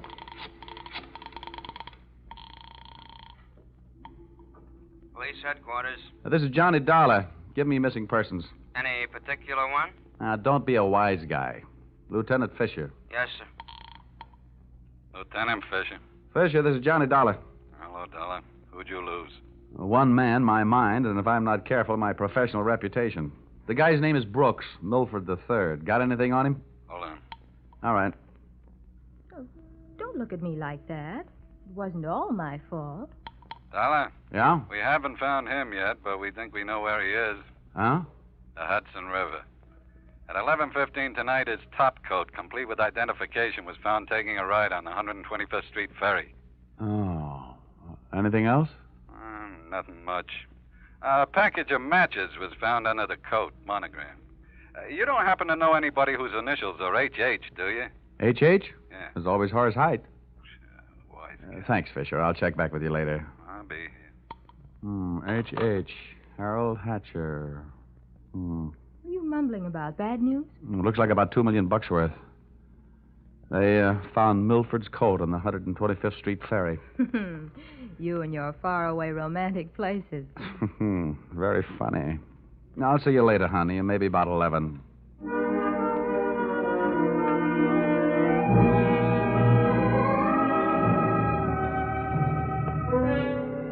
Expense account, item 4. Nightclubs. $28. Harold Hatcher's hatchery was in a cellar under a hotel, but the prices were high enough to rate a penthouse. The club was draped in too much satin, its lady customers in too little. The decor was French provincial, the music was Brazilian, and the food was from Dixie. The drinks looked weak and the waiters looked strong. All in all, the joint was a sight for sore eyes, for making them sore. The only pretty thing in the place was a blonde. She came strolling up to my table, her hips unconsciously sending subtle little messages back to the rumba band. She opened her mouth, slid her tongue over her lower lip, and let a few warm, soft words slide out. Looking for someone? Well, you'll do until the real thing comes along. Sit down. Thanks. I won't have a drink. Well, I didn't ask you. My name is Janelle. Janelle. Wow, that's a nice name. I understand you were asking about Mr. Hatcher. Well, I asked if he was in. The waiter said he wasn't. Do you know him? More than somewhat. What do you want to see him about? A mutual friend, Milford Brooks. Uh-huh. I know most of the quiet-closed boys around here, so you want a cop. You don't look like the type that would be a society friend of the Brooks family, so what are you? I'll ignore that. Is Hatcher around? He might be. Well, then come on. Where's his office? The top of those stairs. Can I expect any trouble getting in? You won't have any trouble. How do you know? Because Harold sent me down here to look you over. Oh. I think you're all right. So, I've won myself the good housekeeping seal of approval, huh? Keeping house with you would meet with my approval. I ran for my life at a slow walk up the stairs. When I located the door to Hatcher's office, I knocked once and went in.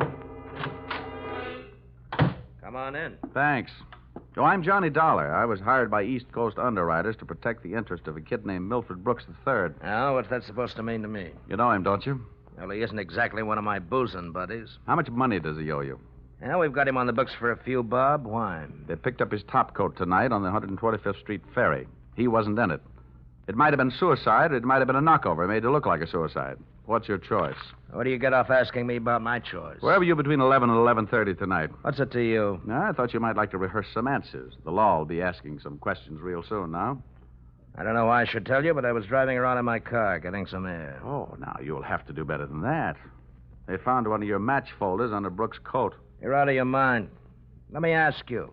The kid owed me a couple of $100,000. You think I'm going around knocking off my own assets? Hatcher, I don't know whether you're stupid or bright. Don't worry about it. I know. What about that insurance policy? What insurance policy? Now, look, Hatcher, we're big boys. We both know that changing a beneficiary in an insurance policy is a legal transaction. That means witnesses. That means it isn't secret. What are you talking about? But you and East Coast underwriters and I know all know that Brooks made you the beneficiary in his policy and that you stand to come into $2 million when they fish out his body. I don't know anything about it. Motives don't come much bigger. I'm telling you, this is all news to me, and you and nobody else is going to make me move off that story. I feel the same about mine. It doesn't take a genius to know that Brooks didn't love you $2 million worth. There's only one logical reason for his making you the beneficiary. You forced him into it. Who'd believe anything else? Who cares? They'd have to prove it. And, brother, that can't be done. Now, how would you... Yeah. Okay, Rocky, thanks for the news. Take the inspector into the bar and buy him a drink. I'll be right down. Dollar, did you turn me in? They're here, huh? Yeah. No, I didn't turn you in. I'm not a cop. Here, have a cigarette. Thanks. Here's a light. Well, come on. Maybe they just want to sell me some tickets to the policeman's ball. For a guy in a hot spot, Hatcher was certainly a cool customer. I followed him out of the office, down the stairs, and back into the club. Janelle was sitting there right where I'd left her. And I thought to myself, now there's a gal who should never sit down. She looks so pretty standing up. Janelle, buy Mr. Dollar a drink. I have to go play 20 questions with some fellas in the bar. Sure, baby. Anything you say. Anything. I'll see you, Dollar. Yeah. How'd you make out? Well, you can never tell about a guy like that. He's a smart boy, strong, silent type. Wouldn't talk, huh? A real close-mouth act. About what? Oh, just a little doodad. $2 million life insurance policy. Wait a minute. That young Brooks kid? That's right. I knew it. Tried to tell him he'd get into trouble, but he wouldn't listen to me. Oh, you knew about it, huh? I suppose you also know what was behind it. Sure, Milford owed him some money. A lot of money. It's in writing. What kind of writing? The personal note that Brooks was going to get back if he made Harold beneficiary. Well, where is this note?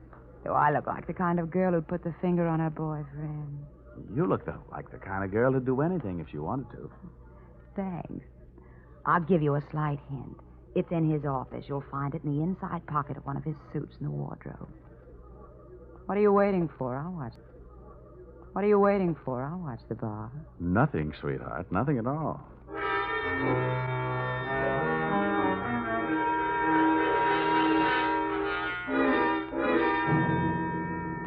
Whatever her reasons, Mr. Harold Hatcher's little female playmate was trying awful hard to send him up on a murder rap.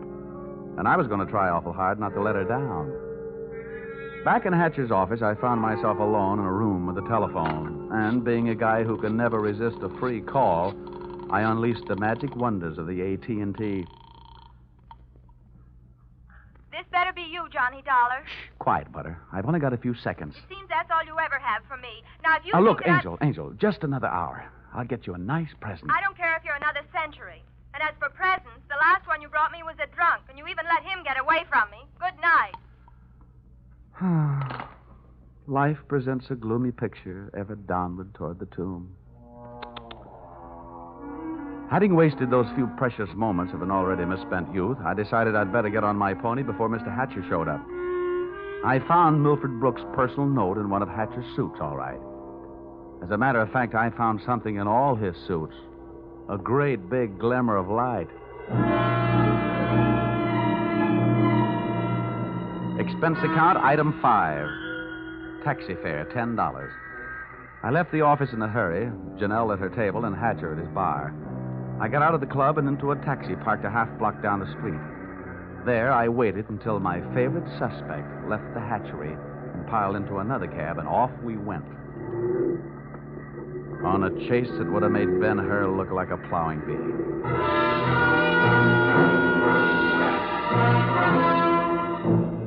We skittered over to Lexington and headed uptown. At 72nd, the cab turned right and pulled to a stop. My driver was on his toes, and his toes were on his brake.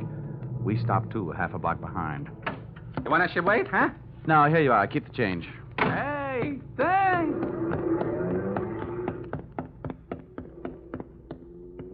It was a garage that belonged to a residence on the parallel street a block away. The living quarters upstairs were dark enough to look interesting. I indulged in a bit of genteel breaking and entering. Entering that old barn didn't take much breaking. I crept up the stairs. It sounded like they were left over from an old ghost story. And so did the first voice I heard when I stopped halfway up. We've got to be careful, especially about that Johnny Dollar. Are you sure he didn't follow you? That voice sounded awfully dry to be coming from a guy who supposedly had spent most of the night snoozing in the bottom of the Hudson River. It was Milford Brooks III. Get up on your feet, Brooks. Well, now, wait a minute. I started this thing slugging you, and I might as well finish it the same way. Leave him alone. Now, pull in the claws, Angel. And sit on his lap. You hard-footed. I'll kill you. Get off of me. Huh? I should have known better than to get mixed up with a low-class female like you. Why, you punk. Now, hold it. We've pushed the lady around enough, Brooks. Tell me to be careful, will you? Why didn't you think of that before you led him here? Wipe your nose, little boy. Now, don't you go getting fat-headed, gorgeous. Neither one of you are exactly what I'd call masterminds. When you planted that match folder on a little boy Blue Blood's topcoat on the ferry boat, you both should have been more careful. You think so? You bet I think so. If I were planning a piece of evidence to incriminate Mr. Harold Hatcher, I would have left a cigarette lighter. I found one in the pocket of every suit he owns, back there in his closet in the club. It wasn't hard to figure out that guy never carries a book of matches. What do you want? I'm only interested in one thing. Saving the insurance company $2 million. And, Buster, I think you've done it for me. Dollar, This is insurance fraud. It has been ever since you put on that fake suicide attempt. Trying to extort $500,000 out of the company. Dollar, wait a minute. Ah, come on. We're leaving. You heard him, Dollar. Harold. Hatcher. He said, wait a minute. He wants to talk. Yeah, everybody wants to get in on the act. How did you get here? When the police in this town think maybe a guy's jumped off a ferry boat and nobody's seen him do it, they check the counters on the turnstiles at each end. In the case of Brooks, as many people got off that boat as got on. Well, it makes sense. They'd hardly hold the guy because somebody lost a topcoat. How did you know we were here? You know me, baby. You never go any place I don't know about. Okay, Brooks, you felt like talking. Now I feel like listening. Get it up. Well, I don't know what you mean. I know what you mean, Hatcher. One, he gave you a big, fat $2 million motive for murder. And two, he did his best to make it look like you did murder him with that broken-down match cover plant on the ferry boat. It's just that simple. And you, baby? Harold, please. You put him up to it, didn't you, you cheap little muscler? Trying to get rid of me, will you? No, Harold. Now, calm down, Hatcher. You don't need any gun around here. They're tame. Well, maybe I'm not. Since so many people have gone to so much trouble to hand me a nice, easy way to make $2 million, Maybe I'll just go ahead and make it. I'll show these amateurs how these things are really done. Come on, Brooks. How'd you like to go for a nice, cool, half a ferry boat ride? No, Hatcher. No. Look, it's her fault. I'll give you anything you You're want. wrong, sonny boy. You're going to give me everything. No. No. You can't. Let me out of here! Brooks bolted for the door. Hatcher snapped a shot at him. And I hit Hatcher with a do-or-die tackle from behind. The gun flew out of his hand. No, you don't. I beat him to it and swung it straight into his skull.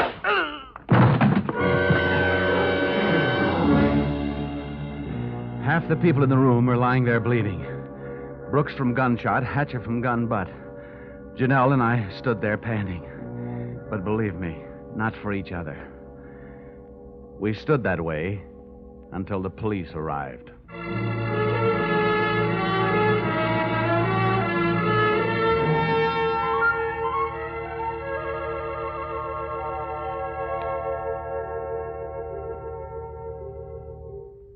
Dollar, it's beyond me. I sent you out to protect the life of a very important policyholder, and now where are we? Standing in a hospital corridor, worrying about whether he's going to live or die. As far as I'm concerned, Mr. Farnsworth, you're only half right. I'm just standing in a hospital corridor. Oh, Dollar, you're heartless. Well, if you'd been bitten where he bit me, you wouldn't care if he lived or died either. I'm getting out of here. Well, where are you going? It'll be explained in my expense account under miscellaneous expense. Oh, don't fall over when you come to an item for $318. $318? For what? Not for what, Farnsworth? For whom?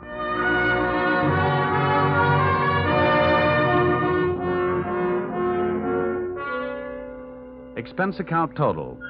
And it all adds up to a little matter of $1,182.23. Which you may say, Mr. Farnsworth, is a lot of money for one man to spend in 2 days. But you must bear in mind that the amount at stake was $2 million. And you know the price of steak these days. It might comfort you to know that I just returned from the hospital. Brooks was strong enough to make a full statement, which you will find enclosed. This in itself should prove sufficient to establish evidence of attempted fraud against your company, allowing you to immediately avoid his policy. It boils down to one sentence, to wit. Brooks and Janelle wanted to get rid of Hatcher so that they could live happily ever after. Knowing those two, they never had a chance. And oh, yes, that that miscellaneous item, the one for $318, it was a bracelet for a certain party who made this special investigation for me very special. Oh, if you want a receipt for this item, I'll send you a lock of her hair. Yours, truly, Johnny Dollar.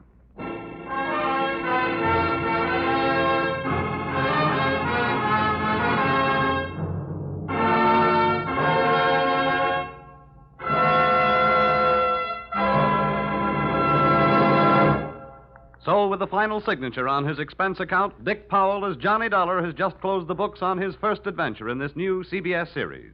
The script for tonight's broadcast was written by Paul Dudley and Gil Dowd, and the music was created and conducted by Dick Arant. The entire production was under the direction of Tony Leader.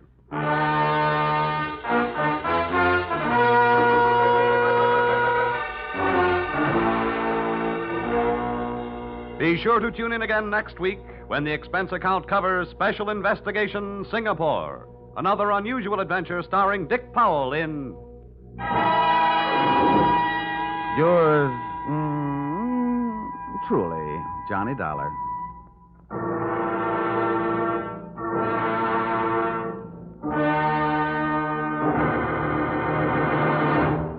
This is CBS, the Columbia Broadcasting System.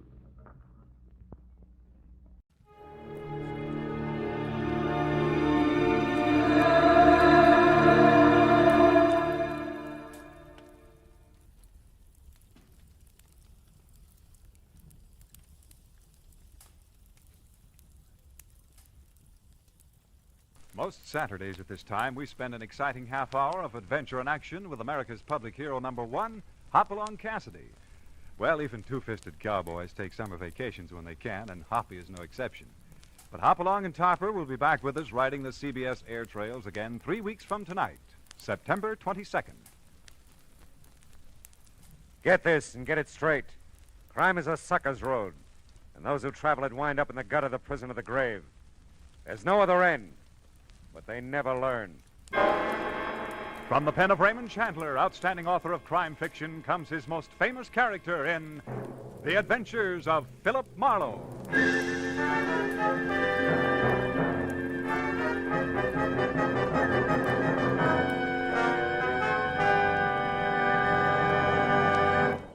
Now, with Gerald Moore starred as Philip Marlowe, we bring you tonight's transcribed story, Netherland.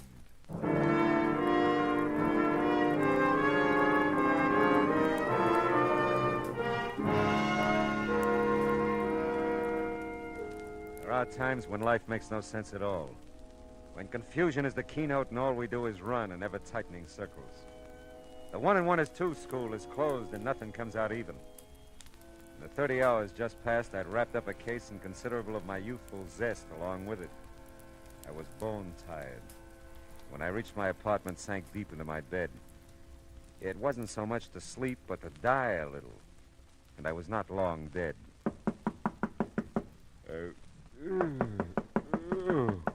Oh, okay. Where are those slippers? Okay. Who needs more than 15 minutes sleep? Yeah. Yeah. Mr. Marlowe, I've got to see you. It's very important. Yeah, it better be. It's awfully late, I know. You're nice to let me in. Did I let you in? Yes. Just now. You're not still asleep, are you? No. No, I don't think so. You see, I always sleep lying down. It's a habit. You must know I wouldn't bother you this way if it weren't that... Well, someone's following me, Mr. Marlowe. Oh? He's been following me for I don't know how long. I'm so frightened. Oh, come on. How about a cup of coffee, huh? Oh, really, Mr. Marlowe, I don't think you're listening to me. I can make it worth your while. I wish you'd wake up. Yeah, well, that's what coffee's for. Come on. You can talk to me while I make it, Now, you were saying someone's following you. A man. Naturally. Who is it? Why, I don't know. Uh-huh. Well, sit down over there at the kitchen table. This won't take long. Thank you. Now, why would anybody be following you? That's the silliest question I've asked in days. But it isn't silly. I've tried to figure it out myself. I haven't done anything. I don't have anything. Yes. Well, we'll let that go. Look, maybe I ought to know your name, huh? Oh, I'm sorry. I'm Carolyn Shepherd. Don't be sorry. I'm glad you're Carolyn Shepherd. Why? Well, because it beats the heck out of being George Shepherd. Dee Dee said she thought you'd help me. That's why I came. Dee Dee? My roommate, Dee Dee Reynolds. Oh. She doesn't know you or anything. She just said if she were troubled, like I am, she'd get in touch with you. Yeah, well, that's nice of Dee Dee. Does she know somebody's been following you? No, I haven't told anyone. Oh. I don't know her very well. We haven't lived together long. I don't know. I didn't want to frighten her, too. Mm-hmm. So I just told her something that sounded all right. And she said she'd heard about you. Oh, your water's boiling. Hmm? Oh, thanks. Does he ever call you? No, we don't have a phone. Oh. The landlady lives right next to us, the next apartment. We use hers. But he never tries to call me, as far as I know. Well, does he ever come to your door or approach you in any way? Sometimes he gets very close. That is, almost before I know it, there he is. But then I run, and he's never caught up with me yet. Well, he could just be watching you then, huh? Yes, I guess so. But why? I don't know. Maybe we can find out. Did you see him tonight? Yes. He was out in front of the apartment house for a while. I don't think he followed me over here, but he may have. Can you see the street from those windows? Mm-hmm. See anything? No, nothing. Oh, Mr. Marlowe, what will I do? Well, right now, honey, you'll have a cup of coffee. I'll take a quick shower and a shave, and then we'll... He might come. Oh, the doors are locked. If you hear anything, just bang on the bathroom door. You won't be long. No. Sure not. Be back before you know it. It was now 2:30 in the morning. Although I was still gray and half dead inside, my eyes found a new reason for being wide open. Carolyn Shepherd was not just an attractive girl. She was slightly sensational. Statuesque would be the term. She was almost shoulder height with ash blonde, long hair. Her smoky blue eyes were half wild with fear and searching. But there were promises in them. And her figure was the kind that you didn't mention in polite society. How's the coffee coming, Carolyn? Carolyn? Hey, where'd you go? Oh, come on, the coffee couldn't be that bad. Carolyn! The craziest thing I ever heard of. The door was locked, all right. It's funny, she's gone. Carolyn! Hello. Oh, hi, Simon. You lose something, Stratum? Something named Carolyn? Yeah, it looks like it. You didn't see her out in the hall by any chance? I don't believe I did, Miss Scott. I've noticed her. I'm not so sure. Oh, ran out on you, huh? Well, are you dog? Oh, yeah, sure. Yeah, where'd you go? Oh, there. What's out the window? Thought she might still be down on the street. Who? Carolyn. Oh, ran out on you. You said that.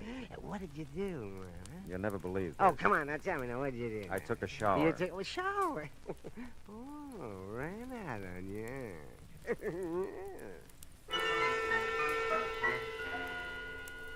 Simon was listening badly, but enjoying a good laugh when I left him. Back inside the apartment, I reached for a cigarette and a few conclusions.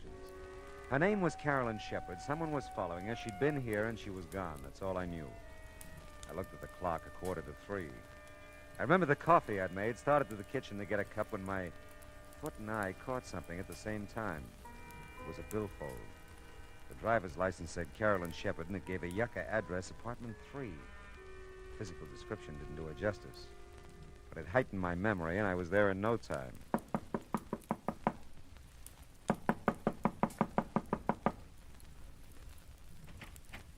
Yes, what is it? I'm looking for Carolyn Shepard. Oh, you were? Well, she isn't here. I don't know her, but I'd like to meet that young woman sometime. It's a pleasure, believe me. Now, look, I'm sorry. You're always sorry.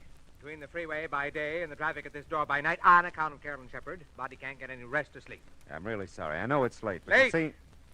I can't imagine what kind of a person she is, that men can knock on her door, or any door they think is hers at all hours. I'm not going to stand for it. I'm going to move. And someday I'll meet this young Shepard person, and I'll give her a good thrashing. You do that, but just tell me one thing. I'll tell you nothing. How long have you lived here? 6 weeks. 6 of the most miserable weeks of my life. Thanks. Very much. My goodness, what's going on out here? I guess I have the wrong address. I didn't mean to wake everybody up. Why, you didn't wake me up. Just Mr. Norton, I guess. Well, I guess it's insomnia. I just practically never sleep nights. You ought to get together with Mr. Norton. He tells me he has the same kind of trouble. He isn't a very pleasant old gentleman, is he? No. Oh, my. I guess I should introduce myself. I'm Hester Hutchison. I'm the manager of the building. Oh, well, maybe you can help me then. I'm trying to locate Carolyn Shepard. This is the only address I've got for her. Oh, I'm sorry. You're sorry? Carolyn did live here, but she moved about 6 weeks ago. And for some reason or other, I never understood really, she didn't want to leave any forwarding address. I see. Well, thanks, Miss Hutchison. Oh, not at all, not at all. I hope I didn't disturb you, Oh, really. my goodness, no. As I said, I'm sort of given to this insomnia or whatever it is. Well, as a matter of fact, I just baked a coffee cake. Sounds silly, I know. But I get some of my best ideas at night. And tonight it was coffee cake. Coffee cake, huh? If you'd care for some, I'd be, you'd just be more than welcome. Oh, that's nice, Miss Hutchison. But you see, I get some of my best ideas at night, too, and I got one right now. About going home to bed.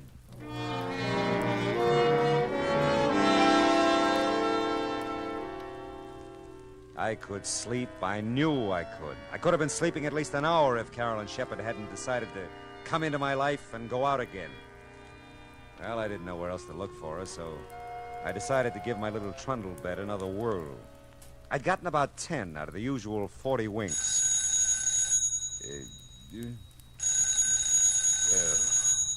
Oh, no. Yeah? Mr. Marlowe? I think so. I'm Dee Reynolds, Mr. Marlowe. Well, that's swell. That's I swell. guess she isn't, but is Carolyn Shepard still there? No, she is... Who'd you say this was? I'm her roommate, Dee Reynolds. She hasn't come home, Mr. Marlowe. I'm so worried. I came next door to phone. Has she been gone Yes, she has. Now, look, Dee Dee. Oh, I was afraid of that. Oh, Mr. Marlowe, something's happened. Wait a minute. What's happened? Well, I just know she's been killed. Easy. Listen to me, will you? Poor Carol. Dee Dee. Listen, Dee Dee, where do you live? Dee Dee. Oh, fine.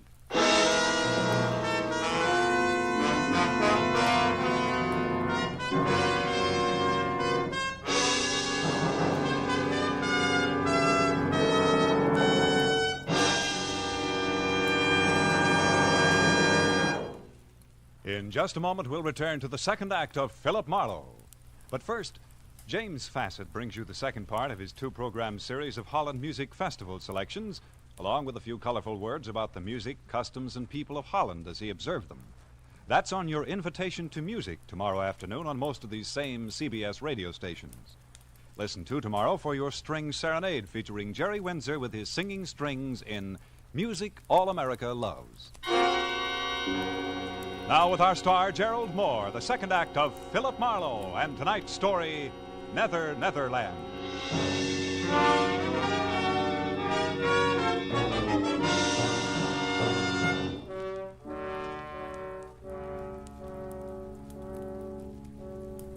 I was wide awake again and furious. Because somewhere in Los Angeles there was another telephone recently put on its cradle. I didn't know where it was or how to make it ring. Somewhere in Los Angeles, too, were a couple of near-hysterical females, neither of whom had any regard for my sleeping habits. Dee Dee had jumped to a conclusion about Carolyn that I wasn't buying, probably because I didn't want to. Well, it was beginning to turn gray outside, and the jarring thump of the paper grazing my door told me a new dawn was with us. Oh, yeah. You still looking for that girl, Mr. Marlowe? Morning, Simon. You still bouncing off walls? I am confronted with something of a problem, Marlowe. So am I. Someone in the night, mind you, has moved my apartment. No. Yes, I've looked all over the neighborhood, and it is gone. Yeah, well, you just hang on. It'll be back. No, it has to be. It just has to come home to me. Oh, say, did you ever find her, Marlowe? Her. No, never did. Oh, you were taking a shower then? Yes. Oh, Marlowe, you dog. Fine. You like coffee cake, Simon? Oh, my dear Marlowe, I not only like it, I respect it. And I'd be proud to join you in some of it. I'd just be proud. No, not me, Simon. About 3 blocks from here, over on Yucca. Ask for Hester. I thank you, Marlowe, from my heart of hearts. I thank you. Hail and farewell, Simon. Go. Well, let's see what's in the paper. International situation. Inflation. Holy smoke. Police late last night found an unidentified woman beaten and unconscious in the Beechwood area near the Hollywood Hills. The young woman, tall and blonde, was taken immediately to the police receiving hospital in Hollywood, where her condition is reported as serious.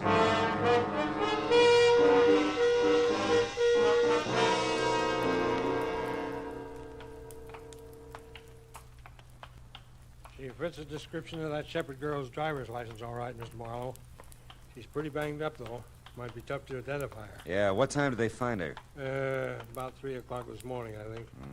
We were figuring robbery, since her wallet and most of the stuff in her purse is missing. Oh, here we are. Oh.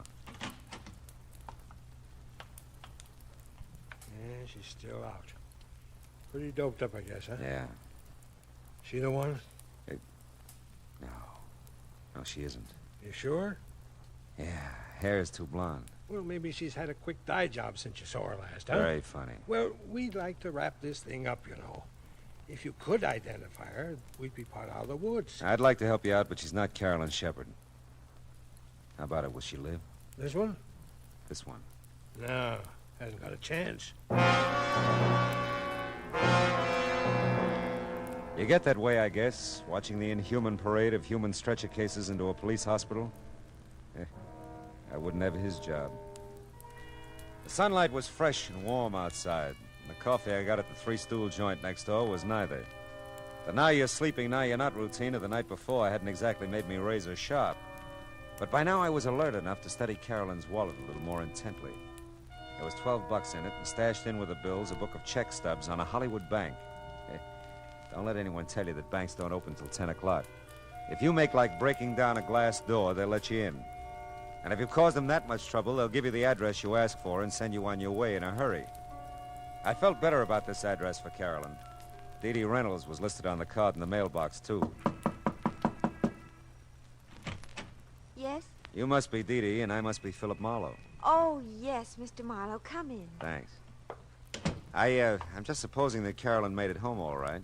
You seem to have a better grip on things than you did a few hours ago. Oh, I have.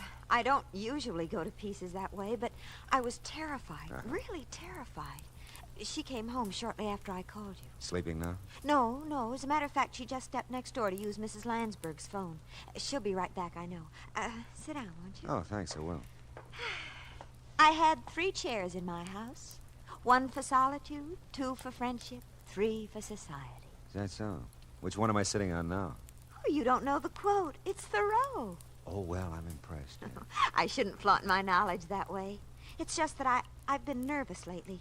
I always read Thoreau when I'm nervous. Well, aside from Thoreau, how much do you know about Carolyn? Not very much. She doesn't let anyone know very much. Oh? I know she's worried. She watches at the window, and she jumps when there's a knock at the door. She acts like someone's after her all the time. I told her to see you. That's nice.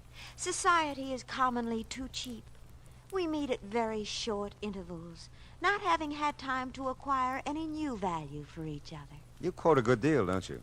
Thoreau reaches me. How about Frank Laszlo? Frank Laszlo? Yeah. No, I don't think so. Is he a well-known writer? I wouldn't know. I thought Carolyn might have mentioned him. No, not that I know of.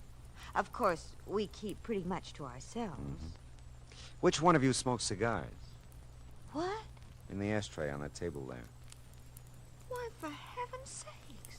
I never even noticed it. That's odd. Of course, I was gone early last evening.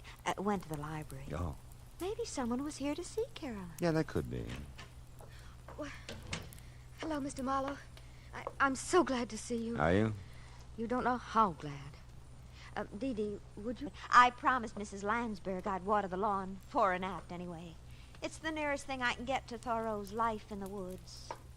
I love a broad margin to my life. The swiftest traveler is he that goes afoot. Mr. Marlowe, you do know Thoreau. See you later, Dee Dee. Oh, it's been a pleasure. A real pleasure. She's an amazing girl, isn't she? So are you. You did a great disappearing act last night. I know.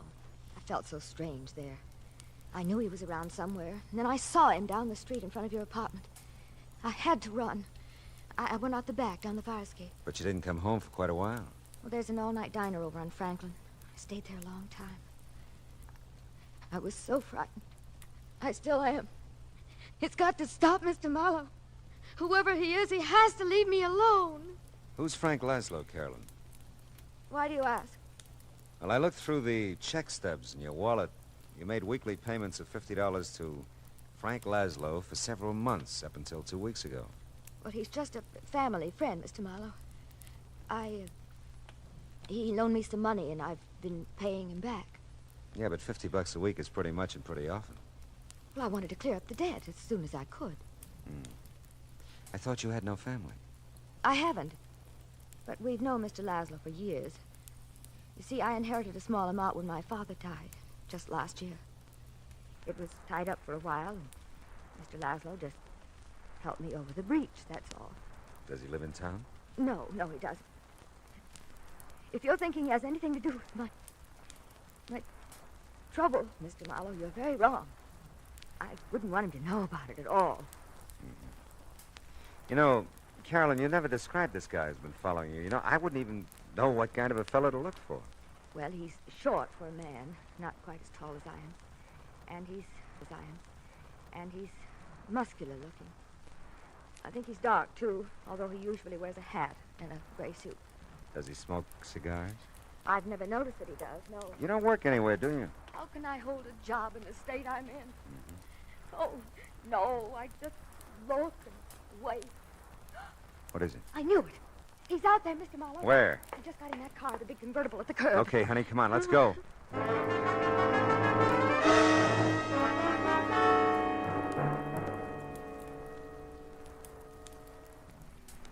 He He must know we're following him the way he's driving. Yeah, he can lose us with that job, too. Those babies can really take off. Look, he's moving over into the right lane. Probably going to turn. Well, we're going with him. Hang on, honey. We can't lose him. We can't. We won't. He's pulling into that parking lot.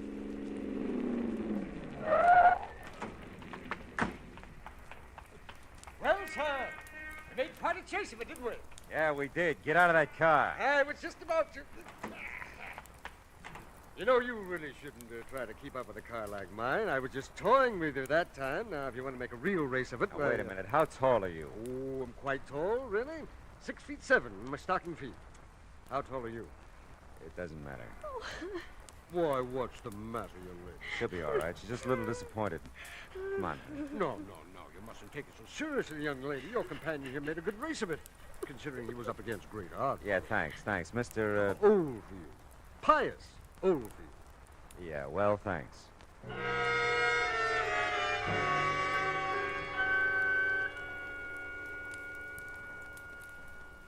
Oh, I don't know how I could have made such a mistake.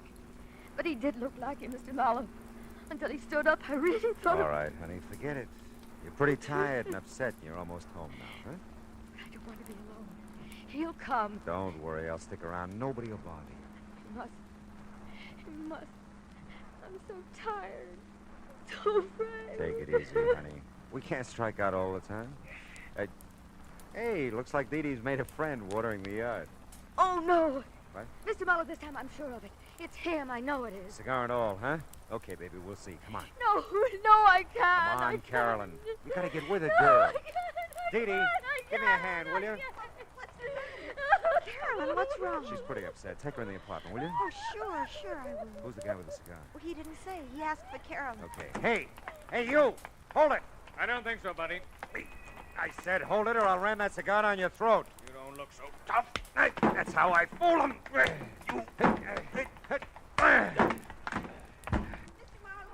Are you hurt? No, go back to Carolyn. Get her in the apartment. Well, she's in Mrs. Lansbury's.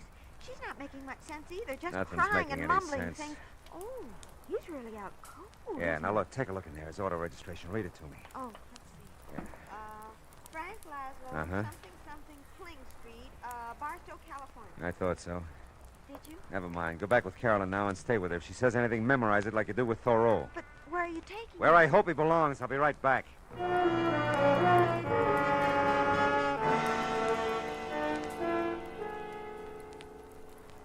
Hey, you keep dropping in like this, and we'll be old friends, Mr. Marlowe. Never mind that. What shape's he in? Looks like a minor concussion. He'll be around in a little while. Who hit him? A very dear friend of mine. Look, keep him here, will you, and keep an eye on him. I'll be back maybe with another customer for you. Hey, we'll make you a rate. And you can save us both some time if you get one of the boys at the station to call Barstow. Find out anything they can about Frank Laszlo and a girl named Carolyn Shepard. You can reach me at the Landsberg phone number I looked up on Cherokee.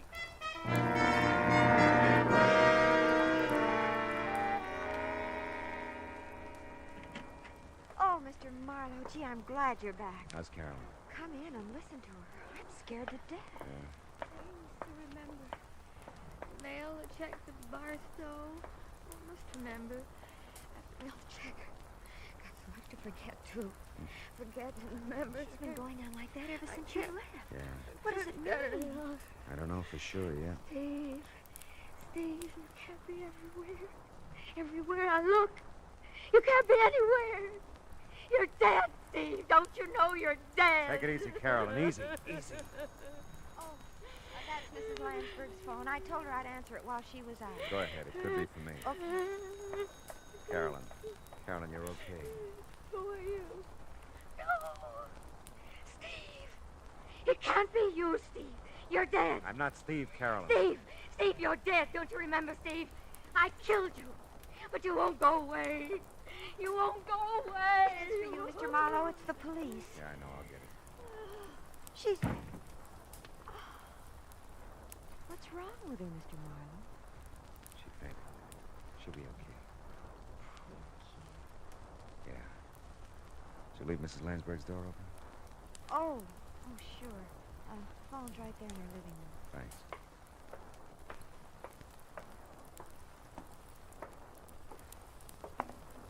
Yeah? Hey, Marlowe, that Barstow call was a rule. Really?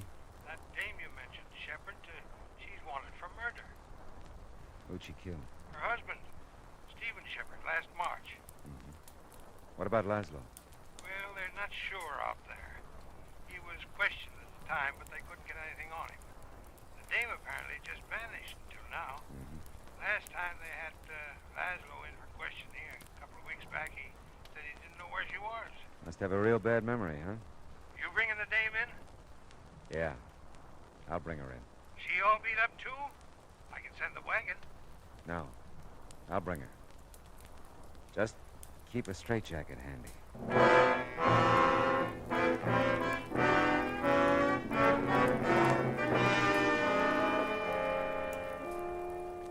Like I said, there are times when confusion is the keynote. Carolyn Shepard, poor sick kid, kept seeing the man she murdered. Saw him so often she believed it.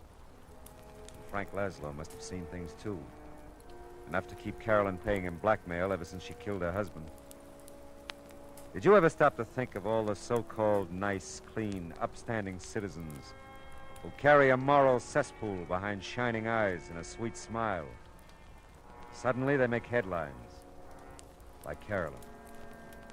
What's the line? For murder, though it hath no tongue, will speak with most miraculous order.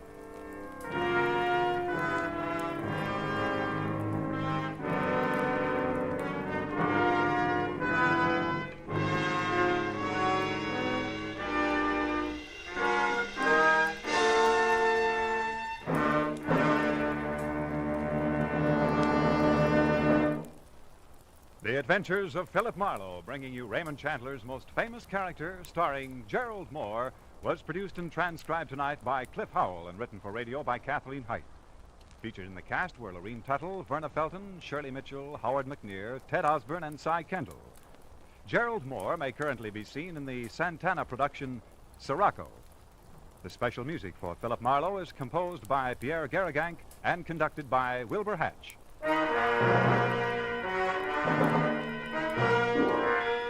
Be sure to listen next week at the same time when Philip Marlowe says...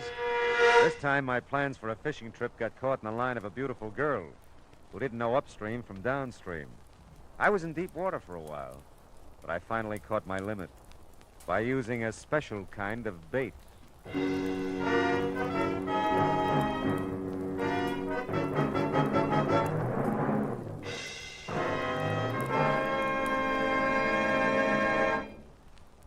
There's a song that goes with this story, friends. The story is, starting tomorrow evening, you'll be able to laugh again at the adorable antics of America's favorite teenager, Corliss Archer. Her boyfriend Dexter returns from vacation, too. So does her whole family. All of which means more Sunday night fun for your whole family when you meet Corliss Archer Sunday nights on most of these same CBS radio stations. We said a song went with this story, didn't we? Well, here it is. CBS. B. For the best. F. Yes, yes, yes. The stars that dress is CBS.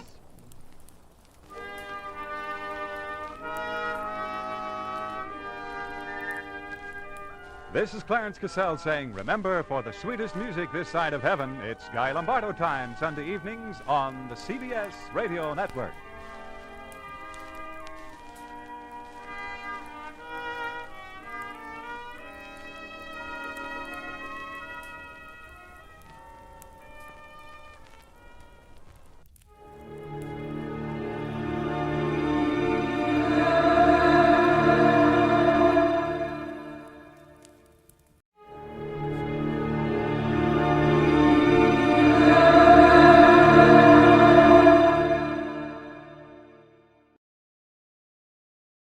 Time now for Edmund O'Brien as... Yours truly, Johnny Dollar.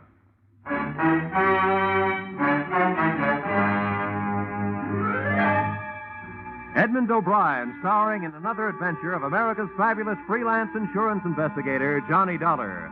At insurance investigation, Johnny Dollar is only an expert. At making out his expense account, he's an absolute genius.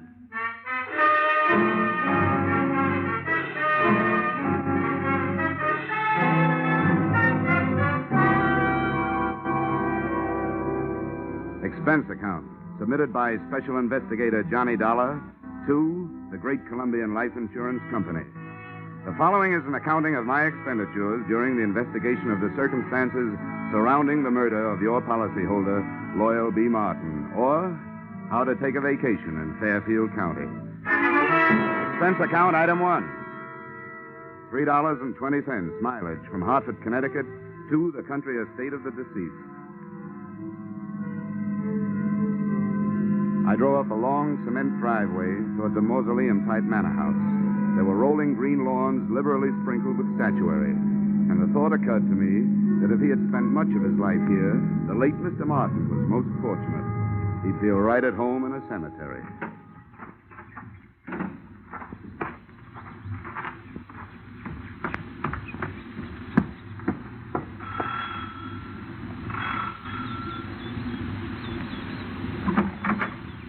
Yes? My name is Dollar. I'm here to see Mrs. Martin. Oh, yes. Mrs. Martin. Uh-huh. I'm afraid I'll have to disappoint you. The widow has gone shopping the day after the death of her husband. Something attractive in mourning clothes, I'm sure. Well, what time is she expected back? I have no idea. But it shouldn't be long. Do you mind if I come in and wait? You'll forgive my asking, young man, but just what is your business here at Loyal Haven? I was sent here by the insurance company. Oh, why, yes. Well, then do come in. Here, right in here. I'm Mrs. Tompkins, the housekeeper, Mr. Dollar. I was with Mr. Martin for over 30 years. He was a wonderful man. This furniture also looks like it might have been with Mr. Martin for over 30 years. Victorian, isn't it? Yes, pure. Loyal... Mr. Martin, that is, was an expert on the Victorian period. Please sit down. Thank you. Mr. Dollar, I suppose you'll think it's indelicate of me at this time, but about Loyal's insurance, his policies, did they... Yes, Mrs. Tompkins, they did. One of his policies leaves you a nice, sizable amount. But before you start counting it, maybe you and I had better have a little understanding. Yes? Well, I'm not here to represent the payoff department. I'm here to investigate the murder. Oh, I see. Yes, before the company pays off, they want to make sure that among the beneficiaries, they don't pay off the murderer, because they really don't have to do that. Oh, I didn't realize... No, neither do a lot of people. You know, that's the way quite a few good murders are wasted. Yes, I suppose you're right. Well, if that's what you're here for, I suppose you'll want to talk to the police. Lieutenant Markwood is in the library. That's where it happened. Oh, library, huh? Well, that might help. If I can't find any other answers, I can always try looking some up in a book. Which way do I go? The door, just across the hall. Thank you. And what a hall. The only thing missing was old Queen Victoria herself. Even the musty odor clinging to the green velvet seemed to have been passed down through the centuries. There was a brace of moth-eaten pheasants on the wall and a bouquet of moth-eaten flowers under glass on a marble-top side table. The library was the same, but there were three things that looked out of place. A, an old suit of armor. B, a glass case filled with new, well-polished sporting rifles and shotguns. And C, a very gruff-looking lieutenant of the police who eyed me as I came in. And who are you? Oh, here's my little breath saver. Oh, yeah, Johnny Dollar. They told me you'd be here. Well, I've told everybody else I better tell you, don't touch anything. They want to re-fingerprint the whole room. Okay. What'd you find, Lieutenant? Nothing but the cadaver with 2 bullet holes in his back. Haven't got a caliber report from ballistics yet. Have you an estimated time of departure? Yeah, the coroner says Martin died after dinner last night. Uh-huh. Anything to go on? Just the usual. Faith, hope, and suspicion. His wife, too young and too pretty for an ugly old buck like Martin, must have married him for his money. Then there's that housekeeper, Sarah Tompkins. Yeah, I met her on the way in. Well, she used to be the old man's intended, from what I can find out. Probably jealous of the young wife. Then there's the brother, Marty. He showed up a few weeks ago, broke and brooding. Probably in love with the young wife. And then there's Nick Bellotti, a private detective who hired himself out as Martin's bodyguard. Bodyguard, huh? No doubt also in love with the young wife. Could be. Who's your choice? Except for the fact that there are only 2 bullets, I think they all did it.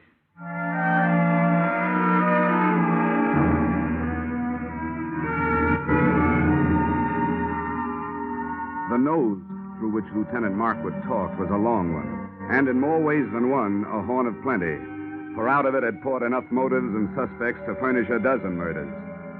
I started through this cast of characters and found that all of them had very little to say and didn't want to say it. The first I dug up was the bodyguard, my brother investigator, Nick Bellotti, as he returned from a horseback ride. Glad to have you on the case, Dollar. The police have tied my hands. They told me to stay out of it, but to stick around. Have you got any ideas? Everybody seems to think it was an inside job, that somebody in the household did it. I'm not so sure. The reason I was around was because old man Martin made too many dollars and too many enemies doing it. But that's only my opinion. Why don't you talk to the old boy's younger brother, Marty?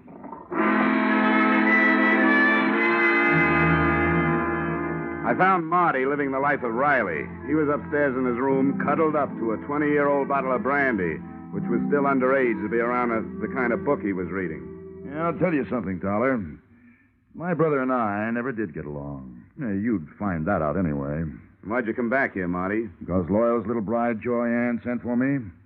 She was afraid of him, and she didn't know if he was on to her. Was he? About that, you'll have to talk to Joyanne.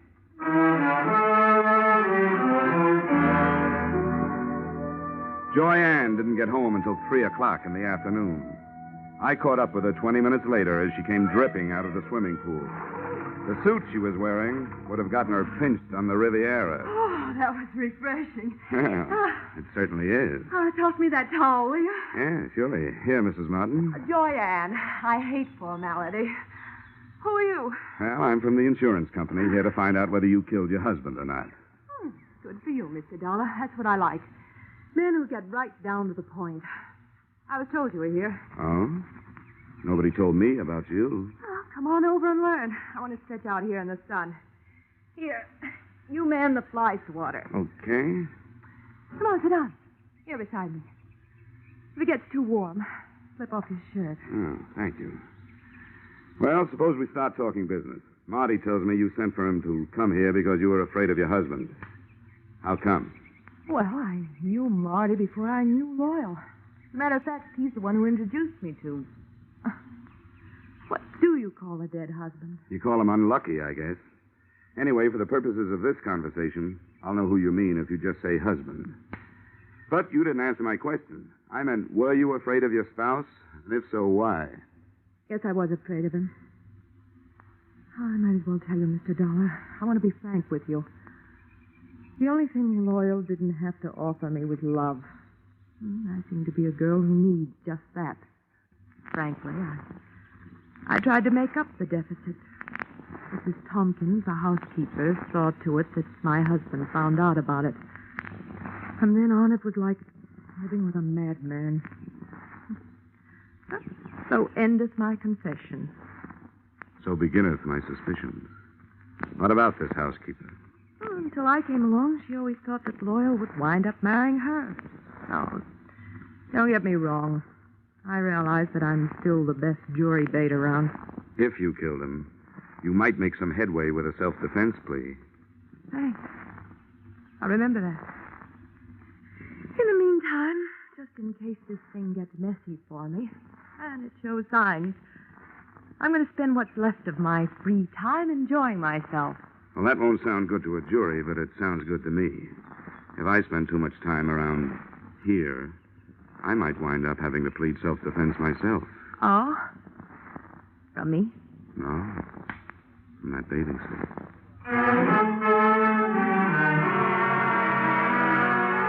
I spent the rest of the afternoon trying to keep 2 eyes on 4 people, reading from left to right. Brother Marty stayed in his room, finishing his book and his brandy. Nick Bellotti, the bodyguard with no body to guard, got back on his horse and cantered off into the sunset. The joyous widow, Joyanne, locked herself in her room, and all I could get through the keyhole was the sound of a light and lovely snore. I couldn't tell whether it was the genuine article or not. Having no way of checking, I picked up the trail of Sarah Tompkins, the housekeeper. She, at least, was apparently up to no good. I found her in the library doing just what Lieutenant Markwood had told her not to do, smearing the surfaces of Mr. Martin's desk with a dust rag. And as anybody knows, you can't fingerprint a dust rag. Hey, cut it out! How dare you? Mr. Martin's private study. Those are the police private fingerprints you're messing up. I was doing nothing of the sort. I was dusting his desk. I always do it at this time of day. Get out of here. You don't belong in here. Keep your wig on, Mrs. Tompkins. I'll not be told what to do by outsiders. Everything was all right until outsiders started coming in. If it wasn't for outsiders loyal, it'd still be alive. First that girl, then his brother and that detective. Now it's the police and you. Why did any of you have to come here? Why couldn't you leave us alone? Now, calm down, Mrs. Tompkins. Try to calm down. Yeah, now, what's going on in here? What? Oh, and what are you two lovebirds up to? It's all right, Lieutenant. I'll tell you about it later. All right, but get her out of here. I've got some looking to do privately. Take her down to her room and then come back. You mean you got something hot? It ain't cold. Okay, Mrs. Tompkins, come on. But I haven't finished in there. Come on, you can get it later. There's just time for you to take a little rest before dinner. But I never rest this time of day. He didn't like me to. Mrs. Tompkins, come on, tell me. Really, why were you wiping off that desk? Those police this morning scattered white powder all over his desk. He would have been furious with me. He hated any kind of... The shots had come from the library, and that's where I went, but not fast enough. By the time I got there, Lieutenant Markwood was dead, and whoever had done the shooting was gone, apparently through an open window. Markwood still clutched the shotgun he'd grabbed out of the gun case, but hadn't had a chance to use. Two things had just died in that room: the lieutenant and the hot piece of evidence he'd never had the chance to pass on to me.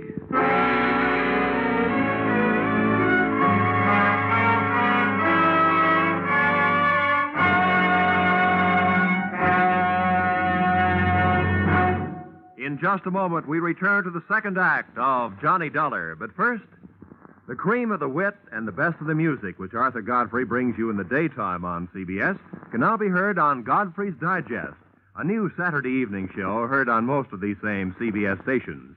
Listen tomorrow night and hear the week's fastest flashes of the Godfrey humor, the top songs sung by Jeanette Davis and Bill Lawrence, the finest singing of the Mariners. Arthur Godfrey's Digest and the Goldbergs are the latest addition to CBS's Great Saturday Nights. Now, with our star, Edmund O'Brien, we return to the second act of yours truly, Johnny Dollar.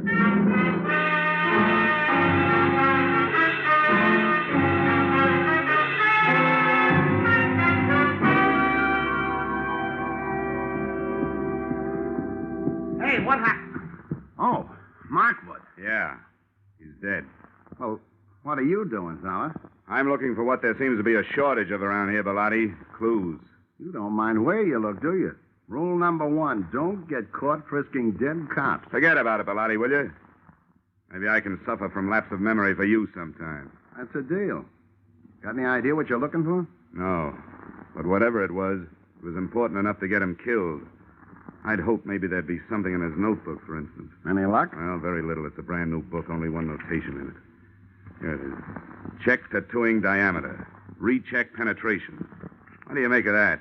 It's too scientific for me. I'm a skip case and divorce type detective myself. All I know is you'd better put that book back in his pocket and leave it there. Yeah, I guess you're right.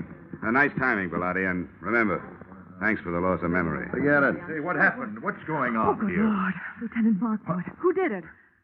Dealer's choice. So far, the dealer's the only one who knows. First my brother, now Lieutenant Markwood. There'll be real trouble about this. Johnny, shall I call the police? Drop the innocent act, sister-in-law. I'll call them. No, maybe I better do it, Marty. If everybody will stop pleading not guilty by wanting to call the police, I'd like to get a word in. The police have already been called. Now, if you'll get out of here, I'd like to try earning my salary.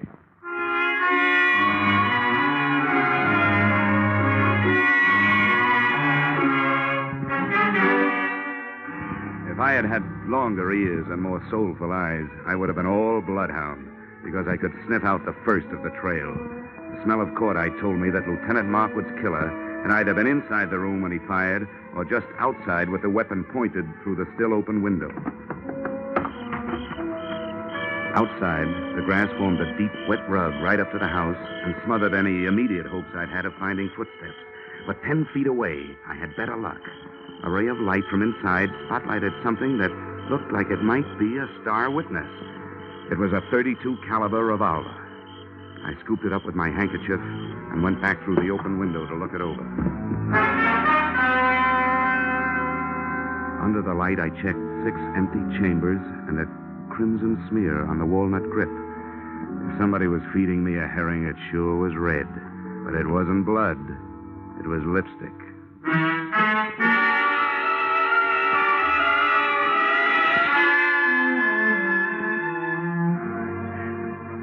I'd like to introduce myself, Dollar. I'm Sergeant Norrin McDougal. How are you, Sergeant? Poor Markwood. Thank the Lord he didn't have any wife and kids. I'm glad to hear that. Cops usually do. Well, there's one good thing about it. When a police officer goes, there's plenty of them that lives on to fight back. All the police in the world. You can throw in the private ones, too, Sergeant. Thanks, Dollar. And now maybe I'd better take your statement. Well, it won't take long. I heard the shots from the hallway, and I came back. He was killed either from inside the room or just outside the window. I didn't get a look at the killer, but I found what might be the murder gun. Here it is. Watch that handkerchief. 32 caliber. Yeah, how does that match up with the gun that killed old man Martin, do you know? Same caliber. Uh-huh. I wonder what he was doing with this shotgun. It ain't loaded, and Markwood knew better than to wave an unloaded gun in the face of a full one. Did you get anything else out of ballistics, Sergeant? Headache. Dollar, what we got from ballistics don't add up with what we got from autopsy. Well, how's that? Those 2 slugs entered Martin's body an inch and a half apart. But, according to the shallow penetration, they were fired from a distance of 300 yards.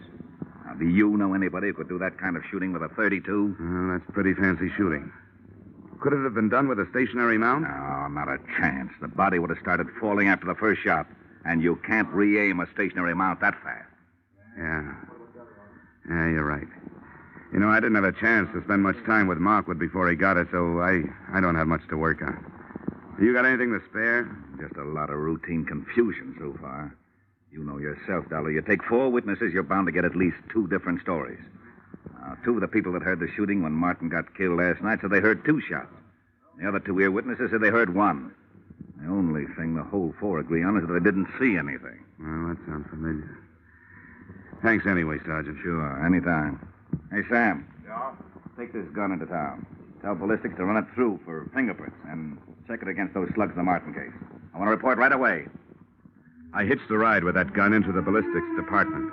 While waiting for the test to be made, I asked some questions, and I came up with a real brain buster. Despite the fact that the penetration report said that Martin had been shot from a distance of 300 yards, his skin and clothing had been tattooed with powder, indicating the shots had been fired at close range. The tree that little puzzler put me up would have made the giant redwood forest look like a hedge. Then they gave me the ballistic report. The lands and grooves scored into the slugs by the revolver barrel proved that both Loyal Martin and Lieutenant Markwood had been killed by the .32 caliber gun I'd picked up in the yard. No prints on it. Registered owner, the young lady who looked much better in a bathing suit than she'd ever look in the electric chair. The widow, Joyanne Martin.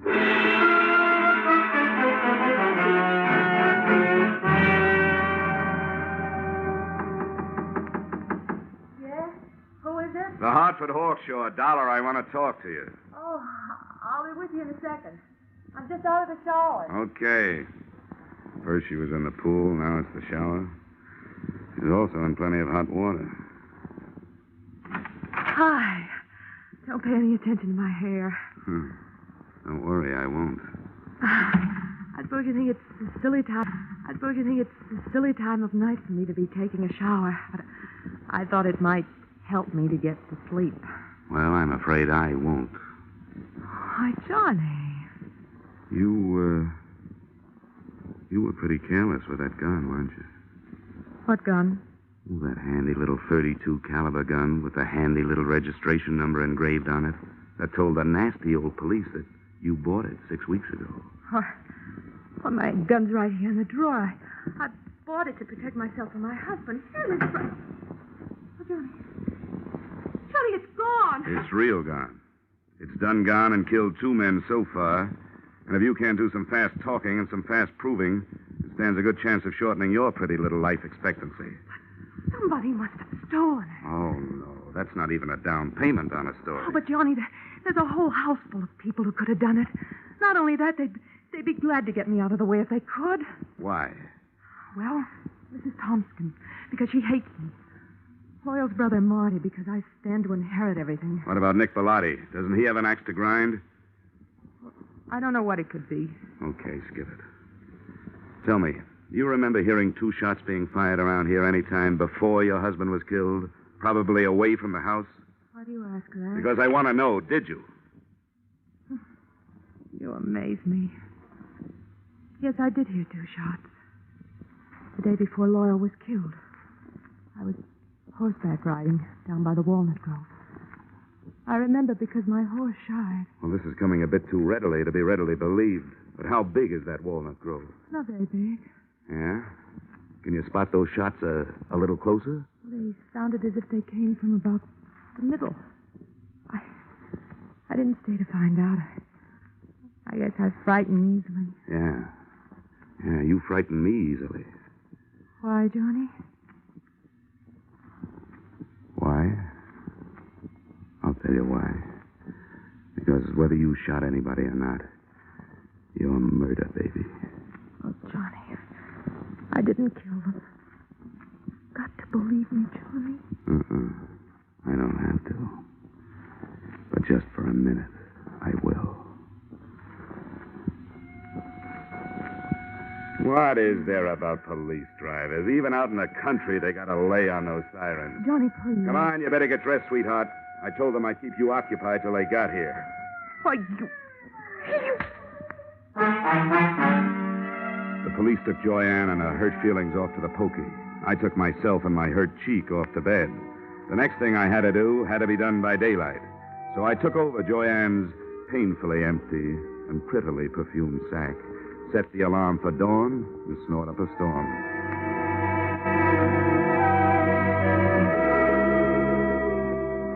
I never knew before how much went on in the country so early in the morning.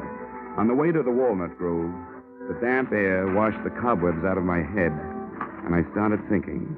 Now, first, Loyal Martin had been found dead with 2 bullet holes in him. Yet 2 of the witnesses, Joyanne and the housekeeper, Mrs. Tompkins, had heard only 1 shot. Second, that powder burn tattooing on the body, denoting a close-range killing, was in violent argument with a bullet penetration report which screamed long-range killing. Those facts, added to what was in Lieutenant Markwood's notebook, plus that shotgun clutched in his dead hand, came close to tallying up the total that had cost him his life. Inside the grove, I found 4 walnut trees with hollows in their trunks. The first one gave me a handful of nuts and a fancy sassing by an irate squirrel. The second one came up with a handful of spunk water and a wet cuff. And the third, I found what I was looking for. I found about 2 pecks of clean cotton waste. That is, clean, except for some powder burns. Everything was falling into place, including a blunt instrument which hit me on the head from behind. But before I hit the ground, I saw Brother Marty Martin legging it back towards the house.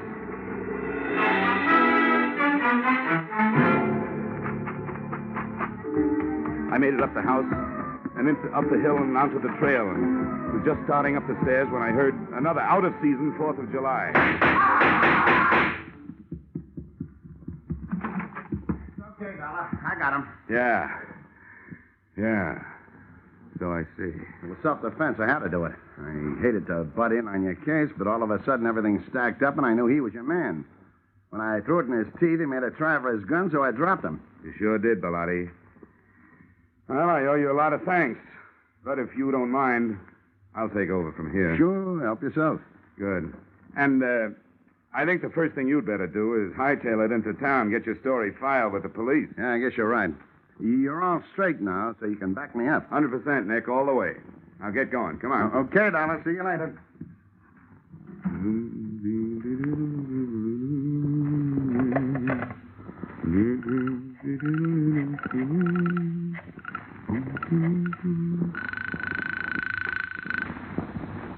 Sergeant Norrin McDougal.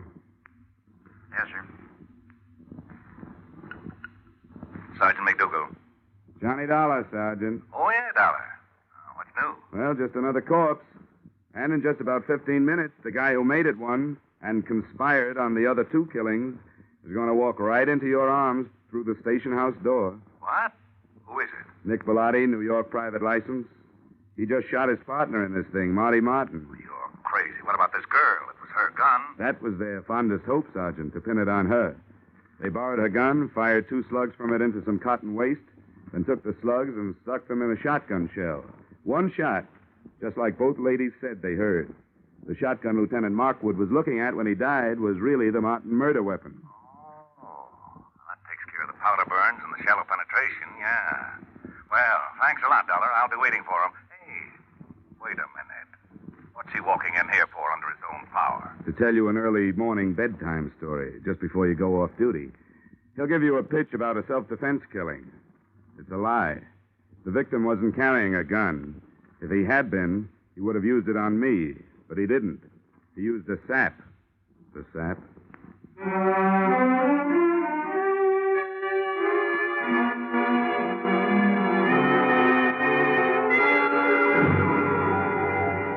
Expense account, items 2, 3, 4, 5, 6, 7, 8, and 9. $624 entertainment. Appeasing a rich widow with rich taste. Expense account, items 1 through 13 inclusive, $160 entertainment of poor insurance investigator with extravagant taste. Expense account, item 14, $7.80 mileage New York to Hartford. You may disagree with that item, claiming that I finished the case in Fairfield County. But I didn't finish the case until I left her. And New York City is where I left her. Expense account total, $823. Signed, yours, truly, Johnny Dollar.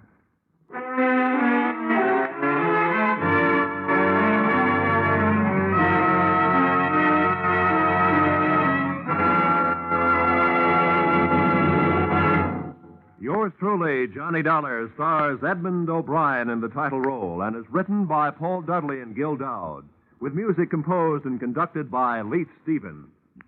Edmund O'Brien can currently be seen starring in the Harry M. Popkin United Artists production, DOA. Featured in our cast were Irene Tedrow, Walter Burke, Ted DeCorsia, John Daner, Gene Bates, and Ed Begley. Yours truly, Johnny Dollar, is produced and directed by Jaime Del Valle.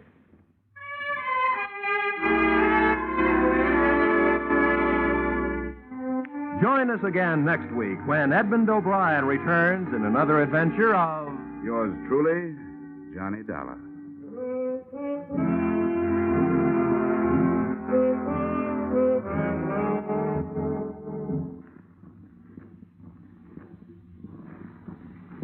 Ladies and gentlemen, CBS invites you to hear Senator Brian McMahon on the Capitol Cloakroom over most of these same Columbia stations tomorrow night. Senator McMahon is chairman of the Joint Congressional Committee on Atomic Energy. And when he's interviewed by CBS newsmen Eric Severide, Bill Shadell, and Griffin Bancroft, this will be the first detailed discussion of the hydrogen bomb and its implications. Remember, the first discussion by a high government official since President Truman's historic announcement earlier this week. Remember, that's CBS's Capitol Cloakroom, tomorrow night at 10:30 p.m. over most of these same CBS stations. Be sure and be listening. This is CBS, where, incidentally, Arthur Godfrey's Digest of Wit and Humor is also heard every Saturday night. The Columbia Broadcasting System.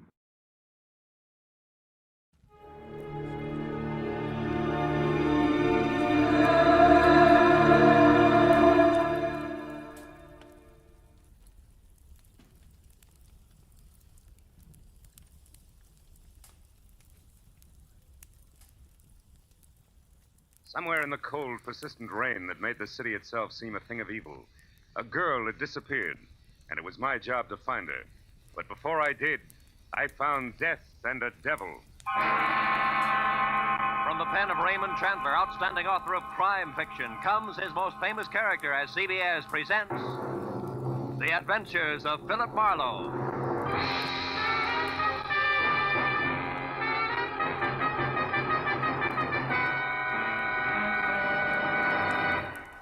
now, with Gerald Moore, starred as Philip Marlowe, we bring you tonight's exciting story, The Black Halo.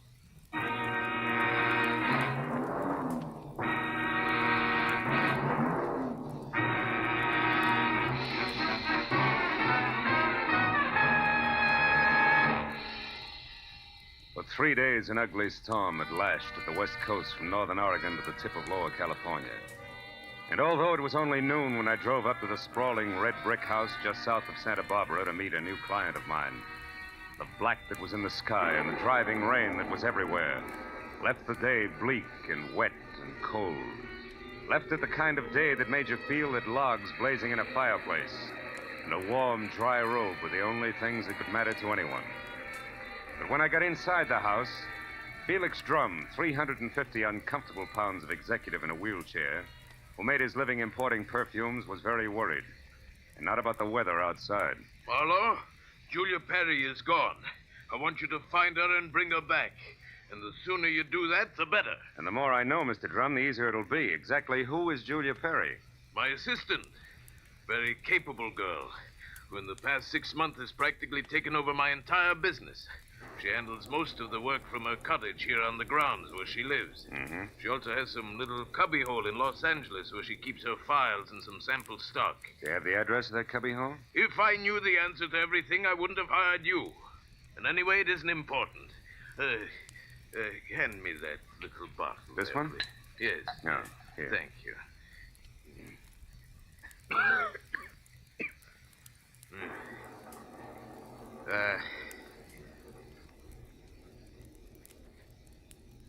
When did you last see Julia, Mr. Drum? 3 days ago. Oh, it was 3 days ago when she left on one of her regular weekly trips down to Los Angeles to bid on perfumes.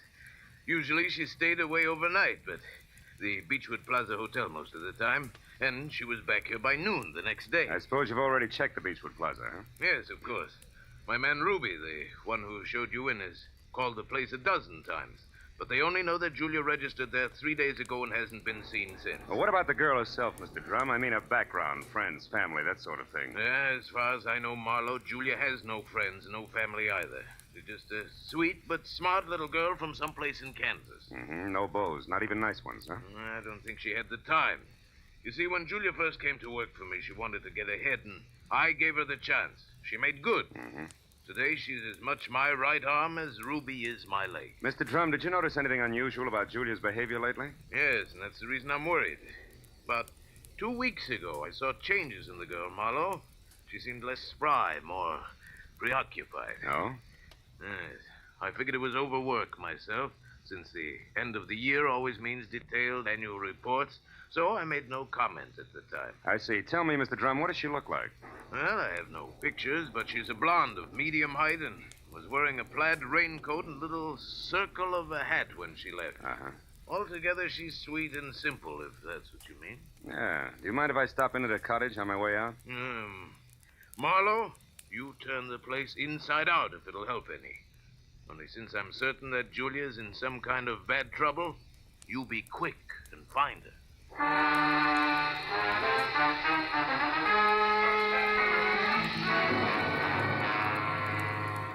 Julia Perry's cottage was strictly the 50-50 arrangement that Drum had mentioned, with one room office and the other living quarters. In the office, I found everything in its proper place, so I moved to the other room. The moment I stepped over the threshold, the white fluff that trimmed the quilted bedspread and the splash of color in the drapes said that Julia Perry had to be something soft and warm.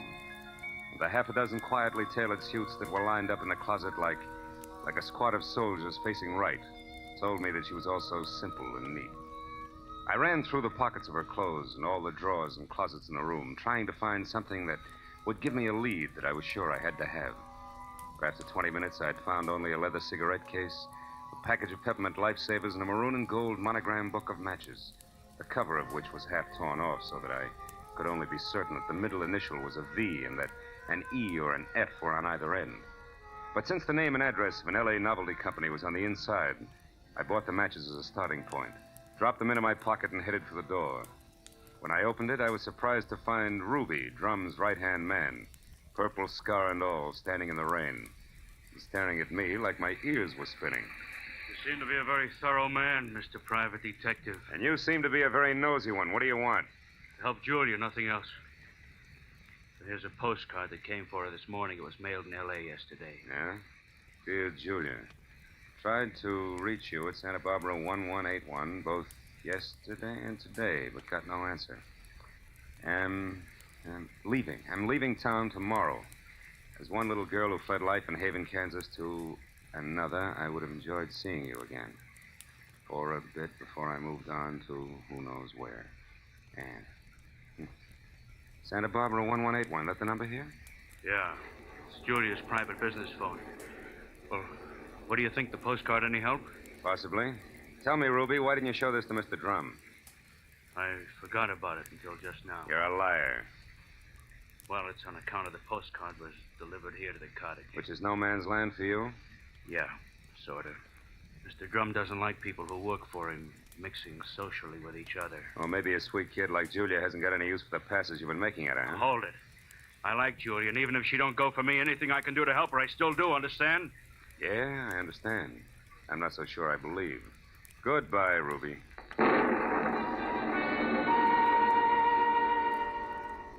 It was pushing 5 o'clock and still raining by the time I got back to L.A. and over to the Novelty Company. Once there, I presented the torn book of matches that I had found in Julia's cottage to a bald man with horizontal question marks for eyebrows, and who, at the crinkle of a $5 bill, tore himself away from his racing form long enough to check the files for a set of maroon and gold initials that had a V in the middle. And it was 6 o'clock before I had the answer, which was EVE. And they weren't initials, but the front name of Mrs. Eve Bentley, who lived in a villa at the swank Sunset Terrace Apartments. And according to the gentleman who said he knew his oats, was a very classy filly. An hour later, I was at Mrs. Bentley's front door, and while I made with the chimes and waited, I wondered just how much a guy who loves the ponies could know about women. But when the door opened, I had my answer. Yes? What is it? Mrs. Eve Bentley wasn't beautiful, but she was everything else, including a shimmering yard of gold hair piled high on her head and held in place by a knot of pearls that no Boy Scout ever tied. Her face was wide blue eyes and open red lips on a backdrop of soft, fair skin. She wore a black silk jersey dress that must have been sprayed on. She smiled when I said my name was Philip Marlowe and that I wanted to talk. Talk about what, Mr. Marlowe? Julia Perry, ever hear of her? No, I haven't. So I'll try again.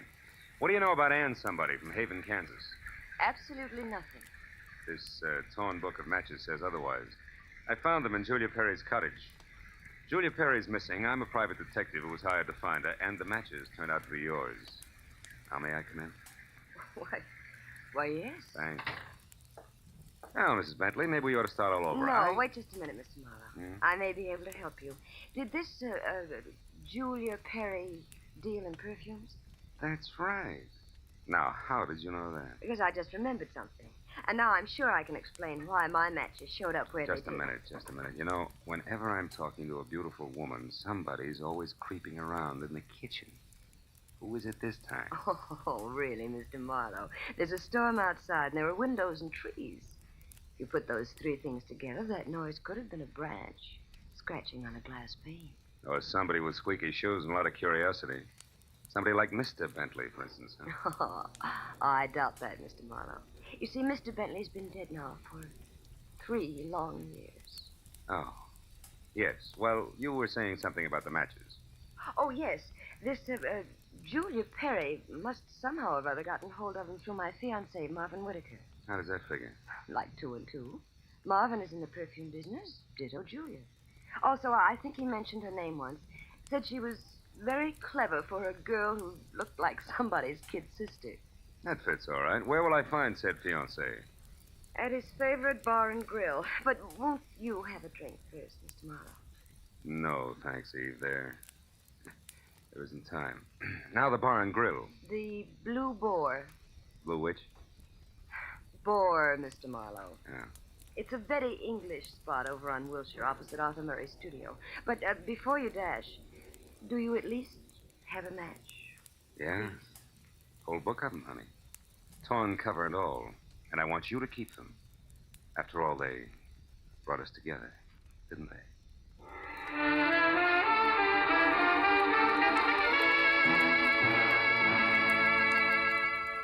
When I got outside, I postponed my run between the raindrops over to Wilshire Boulevard long enough to take a look behind the villa. And there, in a newly planted strip of clover lawn below Mrs. Bentley's kitchen window, I found something which was no surprise. 2 clear prints of a man's shoe. But from there on out, I got nothing more than a lot of rain down the back of my neck. So 10 minutes later, I dripped into my car and headed for the Blue Boar and Eve Bentley's gentleman friend.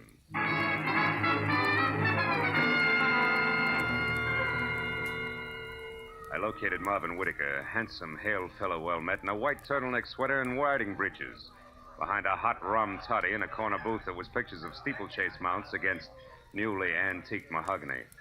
And when I told him that I was looking for Julia Perry, he flashed a lot of glistening teeth at me, insisted that I join him in a warming glass of spirits, and started to talk, gesturing all the time with a riding crop. Why, yes, old man, I know Julia Perry. In fact, almost did some business with her today. You mean you were supposed to meet Julia someplace? That's right. At 1881 Selma Avenue, to be precise. But she called me this morning and postponed the whole transaction indefinitely. Could you stop projecting long enough to tell me why? She didn't say. Of course, it's of no bother to me on a day like this. No sane man should be any farther away from a toddy than we are right now. So drink up, old boy. It'll do you a world of good. Yeah, I bet it will. Look, Mr. Whitaker, one more question. Did Julia ever speak of a girlfriend named Anne? Someone she knew years ago in Kansas? No, I don't believe she did, Marlowe. Matter of fact, Julia never talked of anything but perfumes. Now drink your drink, fellow, before it's chilled through. Thanks, but no thanks, old bean. I do have to run, really. It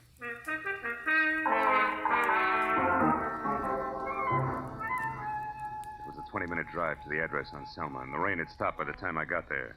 The place was one of those once-upon-a-time rooming houses that had been partitioned off into a couple of dozen 2x4 cubby holes, just big enough for the very small businessman to fill his fountain pen in. When I got to the door and asked the scrub woman, who was a lot of wild red hair around 2 pop eyes, for Julia Perry, I knew I was moving in the right direction, because the lady standing in front of me was anything but calm. And more important, she had just heard a pistol shot from the back of the house. Yes, that's right. A pistol shot not over 2 minutes ago.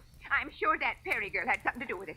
Because when I come from inside, I saw her rush out down these steps. Did she say anything? I don't know. She was gone out of sight before I could open my mouth.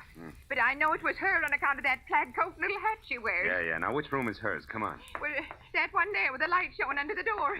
But it's locked. She won't be able to get in. I just tried. Well, we'll try again for luck. It's not the best lumber. Believe me. This is terrible. Nothing like this has ever happened to me before.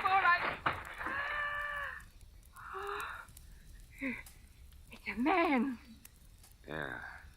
A dead one at that, Granny. Do you know who it is? From the mud and clover grass on the bottom of his shoes, I tag him as a guy who was looking in a lady's kitchen window about an hour ago.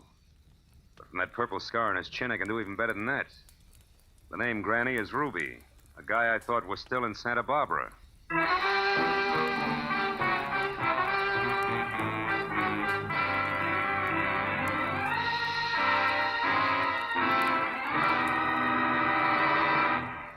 In just a moment, we will return to the second act of the adventures of Philip Marlowe. But first, given clues, even the newest of Philip Marlowe fans can deduce the characters in CBS's great new early Sunday evening comedy lineup. The washboard leads you to the one and only Spike Jones. The bumblebee? Well, of course, that's for America's most famous non-virtuoso violinist, Jack Benny, who follows Spike Jones on CBS. The 2 A's, Amos and Andy, who are heard on CBS immediately following Jack Benny. So it's really no mystery at all why millions of Americans now stay tuned to CBS on Sunday nights for these 3 superb comedy shows in succession. Spike Jones and Amos and Andy over most of these same CBS stations, and Jack Benny over them all. And now, with our star, Gerald Moore, we return to the second act of Philip Marlowe and tonight's story, The Black Halo.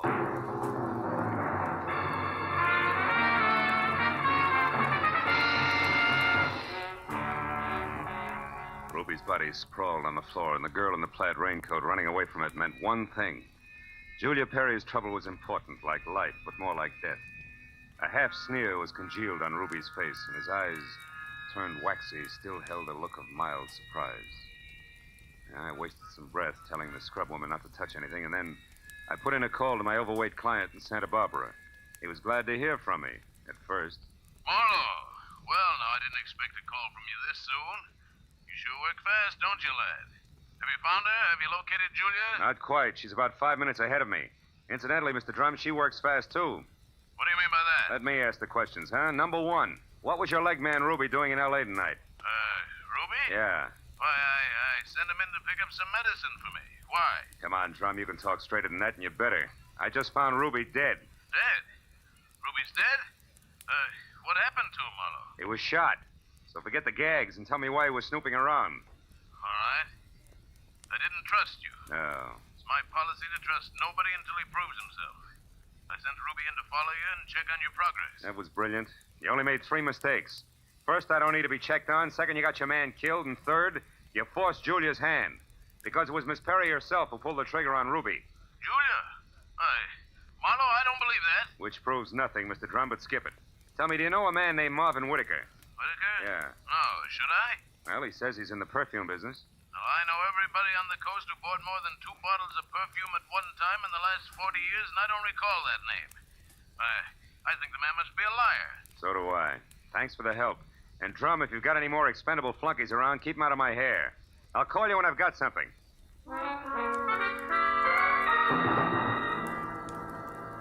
I called homicide next and told Detective Lieutenant Ibarra where to find the body and who was responsible for it being in that dead condition. When the question of why came up, I admitted I was still shooting blanks. Oh, I told him about the razzle-dazzle Whitaker had handed me and named the Blue Boar on Wilshire as my next stop. Ibarra said he'd call me there, and when I got to the entrance of the place, I saw Whitaker, draped in a trench coat that involved enough cloth to rig a 4-masted schooner, standing in the anteroom, impatiently smacking his leg with that riding crop. He looked positively dashing. Question was, which way? Hiya there, Marlowe. Hey, old boy, you look upset. Anything wrong? I may be upset, Whitaker, but you're the one that's going to spill. First, are you leaving or coming back? I'm just leaving. Been here all the time since I talked to you? That's right. You see, my coat is perfectly dry. Stopped raining half an hour ago. Well, you see, if I'd been outside, I would have known that. But why this 3rd degree, Marlowe? What's up? It's a long story. Maybe we better sit down and talk it all over from the beginning. Oh, I'm afraid I can't. Not just now. I've got a date. She'll keep. Not this one. It's something rather special. Special, huh? Like Eve Bentley? Now, look here, old boy. You're prying into my personal affairs. Whitaker, I'll rip the lid clear off your personal affairs if necessary to get a clean answer out of you. Now, what do you really know about Julia Perry? I told you once. Are you implying that I'm a liar? At least that. For instance, who puts out Amir? Come on, Whitaker. It's a well-known fragrance. Why, I don't recall offhand. That's strange, because any woman knows Amir's a Dana perfume. Just what are you trying to prove by all this? That as a perfume dealer, you stink. And try this for size. When I got to that address you gave me, I found a fresh corpse there with a bullet hole in it. A murder? Yeah, and your routine was pat, brother, so before homicide starts combing out the snags in your story, you better untangle it yourself right now. You lied to me. Now, why'd you do it, Whitaker? Why the double talk? All right, Marlowe, I'll tell you. I'll tell you this! Oh! He was as quick as a wounded cat. The riding crop slashed across my face even before I'd realized he'd moved. And by the time the red light stopped dancing in my eyes, Marvin Whitaker was gone. I turned as the head waiter walked up to me. He studied the hot red welt rising on my face for a moment and then murmured discreetly that if my name was Marlowe, I was wanted on the phone. It was Lieutenant Ibarra. Marlowe, you can stop beating the brush for Julia Perry. We found her. You did? Where is she, Ibarra? She's out in the alley here, behind the Beechwood Plaza Hotel, Marlowe. Exactly 8 floors down from the window. 8 floors down from the window of her room. She fell through the glass roof above the rear entrance. Oh. It's not pretty. She explained the whole thing, including that Ruby guy's murder in a note we found in her room. I'll be right over, Ibarra. Okay, don't hurry.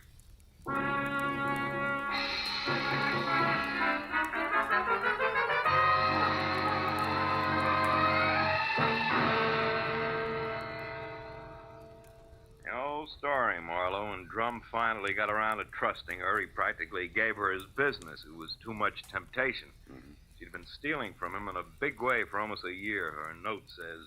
And she decided to run for it when she knew she couldn't hide the thefts any longer, huh? That's right. That Ruby caught on some way, and she killed him, but I guess murder was too rich for her blood, so she came back here, thought it over, and checked out. Yeah.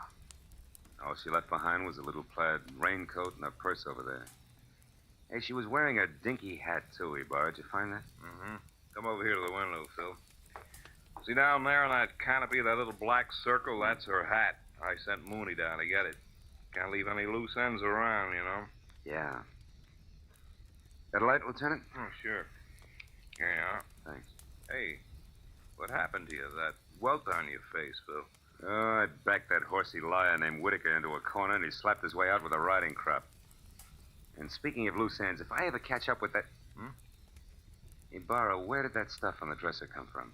Well, this out of the pockets of Julia's plaid coat. Why? But that's impossible unless... Holy smoke. That's why Whitaker lied to me. Hey, where are you going with that, Phil? Come back here. I gotta check on something, Ibarra, and keep your notebook handy. If I'm right, this deal is still wide open.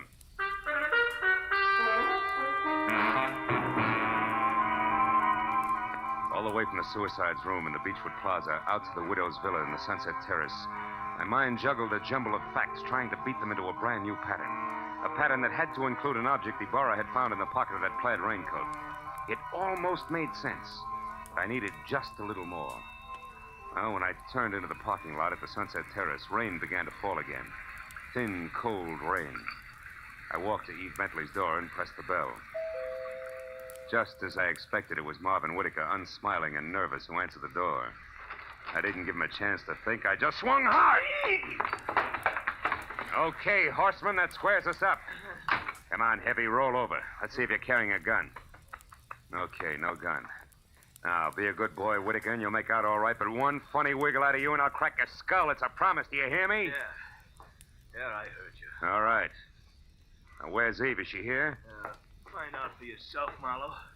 I'm through. Fair enough. Just so I'm not talking through my head, I'll take a look in her closet first. She won't be in there, I guarantee. No, but her future might be. Now, let's see. It's got to be in here someplace.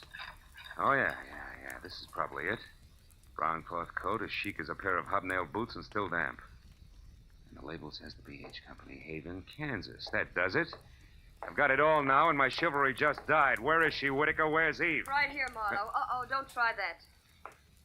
I guess you really do have it figured out, haven't you? Yes, Eve, I have. Sorry it turned out this way, because you had your points as Eve and as Julia. Don't put it in the past tense, Marlowe. As Eve Bentley, my life is just beginning, and now I've got everything I ever wanted as Julia Perry. Then you're Julia Perry. I was, Marvin. She still is, Whitaker. At least that's what the bailiff will call it in court. There won't be any court, Marlowe. Oh, I'm afraid there will, baby. You're twice a killer now, and both for the same reason, remember? First Ruby, because he saw you as Eve. And the girl you pushed out of the hotel window, who was no doubt Ann, your old chum from the hometown. She must have seen you posing as Eve, too. All right, Marlowe. Ann ran into me by accident and ruined everything. I had no choice. I promised her money and then told her to go to my room at the Beechwood Plaza and wait for me. Eve, I can't believe this. It can't be true. Yes, Marvin, it is true. Darling, I didn't want this mess. I'd have left town this morning as I intended if sweet, sly little Ann hadn't seen me. I tried to get rid of you the easy way, Marlowe. When I sent you to Marvin, the Selma Street address he gave you should have led you to the end of Julia Perry. Is that why you phoned me and told me to lie to Marlowe? Yes, Marvin. I was going there to write my suicide note and use the stockroom for my disappearing act. But Ruby caught me, and after that I had to work fast. But it's all right now. It all worked out perfectly. They were the only two who knew besides you, Marlowe. Aren't you forgetting little Marvin here? Forgetting him? Oh, no, Mr. Marlowe. Marvin's the one person I can count on. That's what you think. You don't get me mixed up in this. Marvin. I bargained for an heiress, not a murderess. Why, you dirty load. All right, then. I'll use this gun on you, too, because I'm getting out of here and no one's going to stop me. But you're right between us, Eve. You can't get us both. He's right, baby. You're not good enough to get us both, and killing just one of us isn't going to solve anything. What do you say? It's been a long night, baby.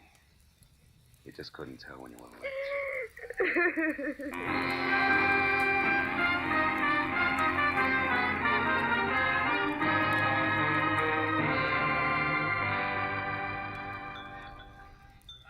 You want any more of this coffee, Marlowe? No, it's sludge, Lieutenant. I wonder what Julia Perry uses for a heart. You know, she planned the thing for 6 months when she first set herself up as Eve Bentley. And it probably would have... Want to check now? Oh, yes. Probably would have worked if everything hadn't closed in on her. Yeah, her friend Ann from Kansas, Ruby the leg man. And you with that torn book of matches. Incidentally, that was pretty fast figuring up in the hotel room there, Marlowe. Oh, not so fasty, Burr. I knew Eve had those matches because I left them with her. So when you found the same matches in the pocket of Julia's plaid coat, it figured. Julia almost had to be Eve. And that left Ann to furnish the body for the suicide. Yeah. You know, I wasn't so sure about that until I found the brown coat with the Haven, Kansas label in Eve's apartment. Yeah. Well, I'd better wait on back to the office, Phil. Look at that rain come down. Think it'll ever stop? I don't know. I doubt it. Oh, by the way, here, it's her hat. Mooney finally got it down off that hotel canopy. Maybe you'd like it for a souvenir. Yeah. The military people call it a halo hat. Good night, Marlowe.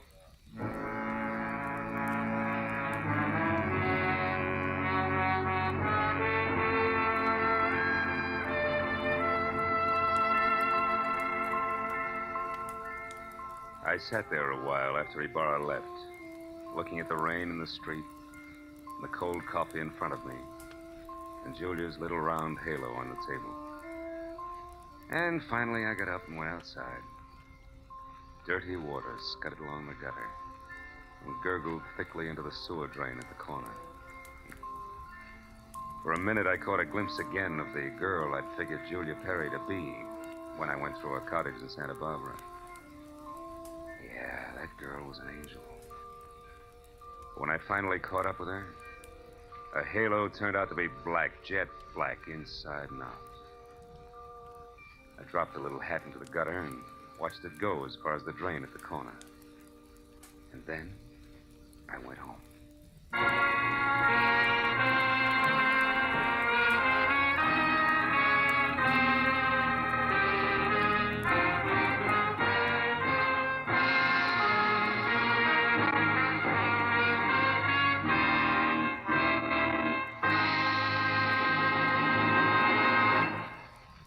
The Adventures of Philip Marlowe, created by Raymond Chandler, stars Gerald Moore, and is produced and directed by Norman MacDonald.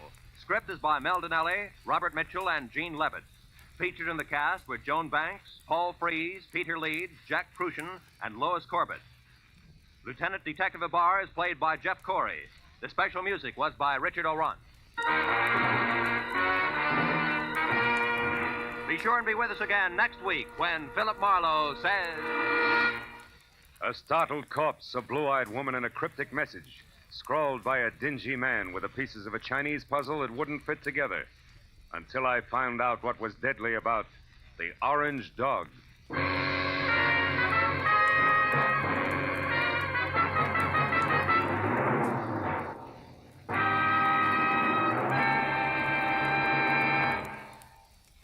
You'll find a whole hour of fun, variety, music, and thrills on Sing It Again tonight and every Saturday, for it's heard over most of these same CBS network stations.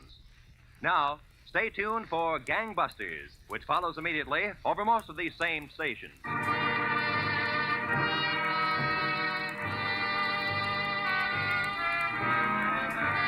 This is Roy Rowan speaking for CBS, the Columbia Broadcasting System.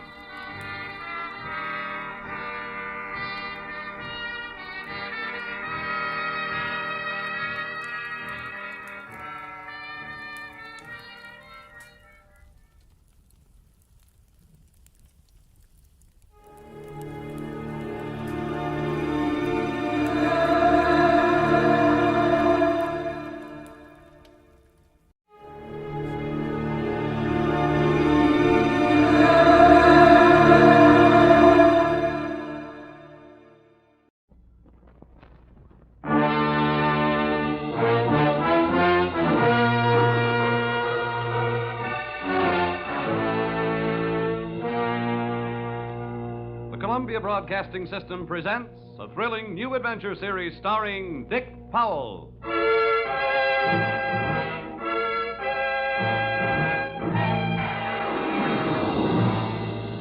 I'm an insurance investigator. My name is Johnny Dollar. What? You heard me, Johnny Dollar, and I can pad an expense account with the best of them.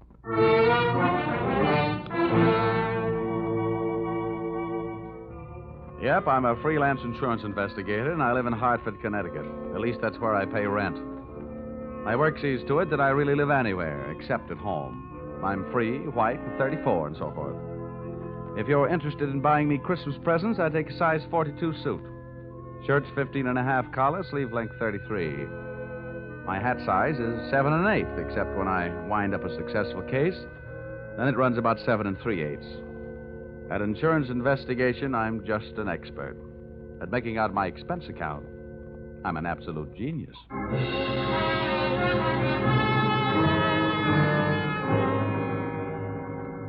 Expense account, submitted by investigator Johnny Dollar to Home Office, East Coast Underwriters, Terminal Building, Hartford, Connecticut.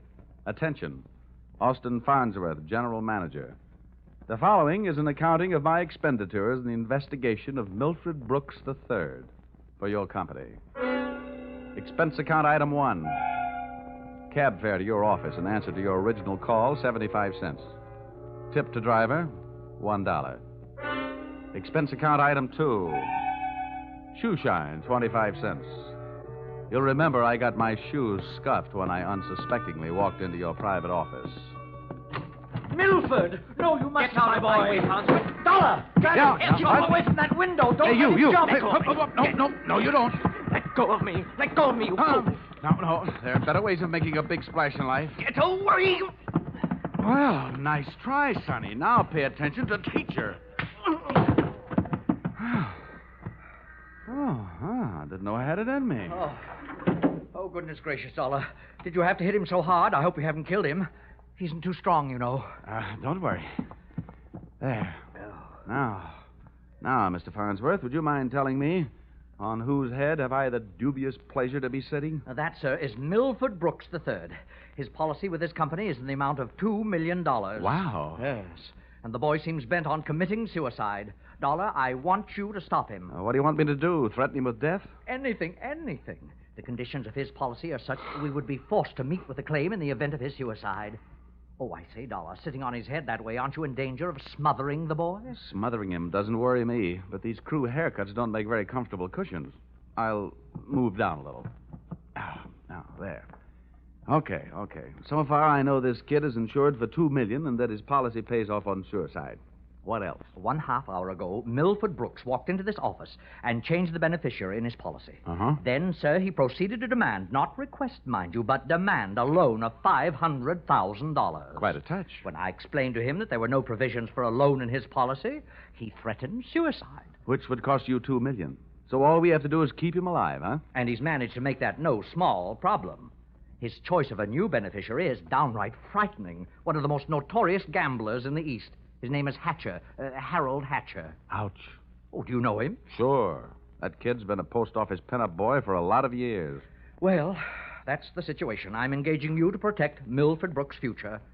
Dollar, I want you to protect the boy. Give him something to live for. You know, an interest in life. An interest in life? Well, then, let's see. I know. Here. This should help. What's that you got there? Well, it's what's commonly referred to in the more successful of bachelor circles as my little black book. Oh. Well, now, let's see. Ruby? No. Her favorite expression is drop dead. Bernadine? No. She'd be the new beneficiary by midnight. Oh, dear. Now, here.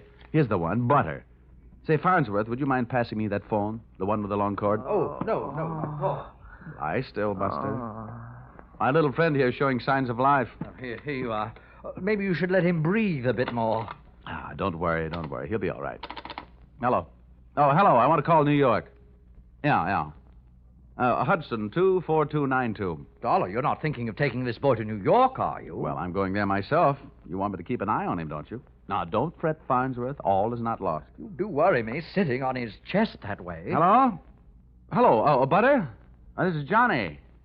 Yeah, I'll be in town tonight. I want to see you. And look, here's what I want you to do. Yes, it's all right to say over the telephone. Yeah, I want you to reserve a table at the hatchery in my name for 10 o'clock tonight. Will you do that? Okay. I'll see you at your apartment in a few hours. But, honey, I can't make it any earlier. I'm sitting up on a sick friend. Okay, goodbye. I'm not sure that I agree with your methods. Huh? Ow! What's the matter? Did he hit you? Hit me? He bit me.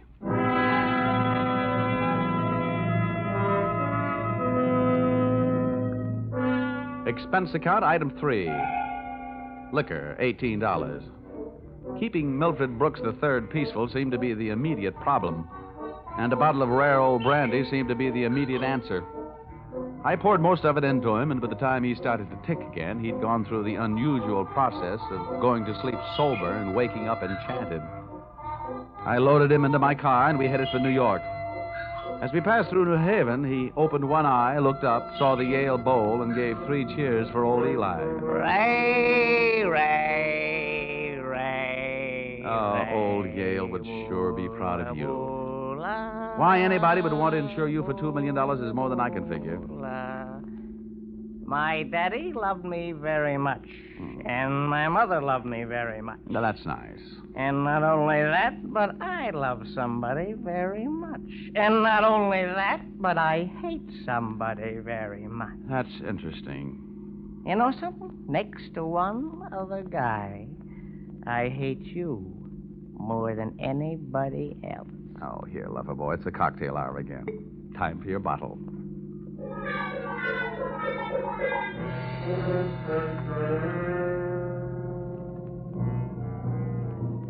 Rolling along the Merritt Parkway, I felt very much alone with my thoughts. And believe me, they weren't very pleasant company.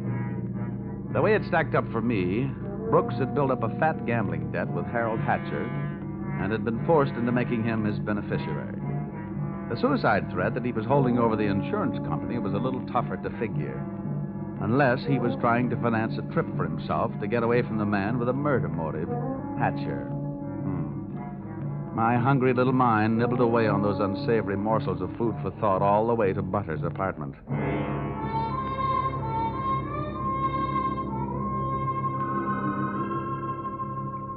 Hey, where are you taking me?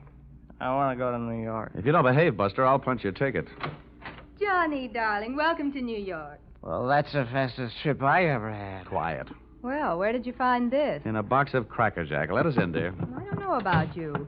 Some men bring me flowers, some bring me candy. What do you bring me? A boiled owl in a Brooks Brothers suit. Pleased to meet you. Yeah, let's trot him into the bedroom, honey. You'd look more at home in the bathtub.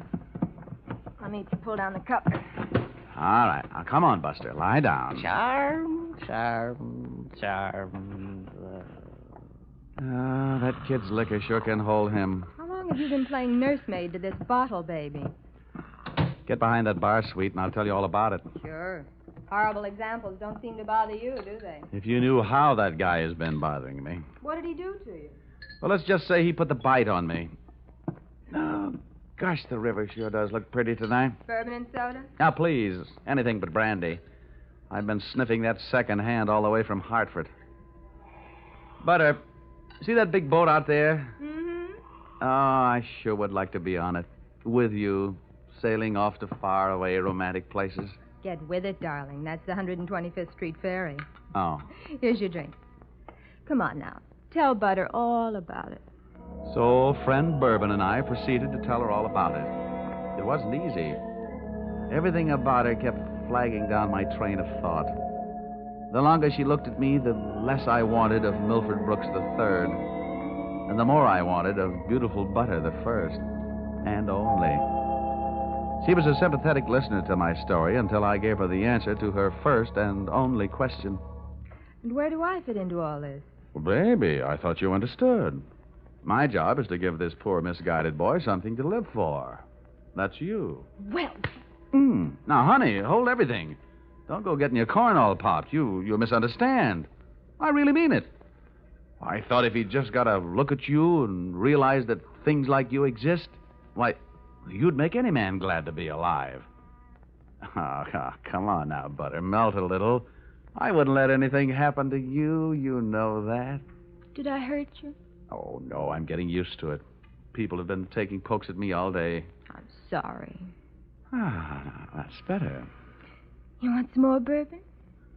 I want some more you. Well, help yourself.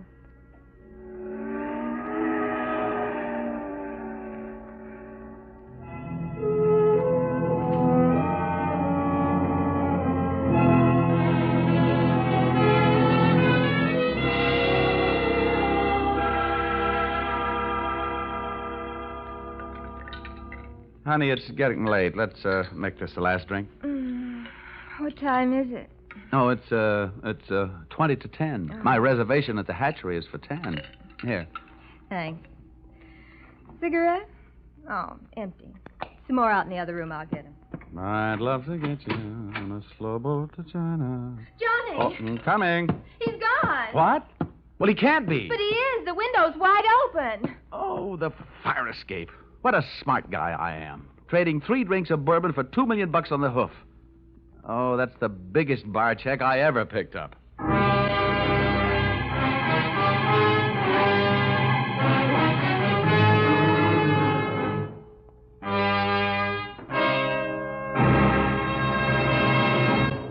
That's a big bar check for anyone to pick up. As a matter of fact, it's a bigger bar check than you've ever heard of anyone picking up before. And that should give you an idea of what to expect in the second act as you follow this new CBS series starring Dick Powell in the title role, yours truly, Johnny Dollar.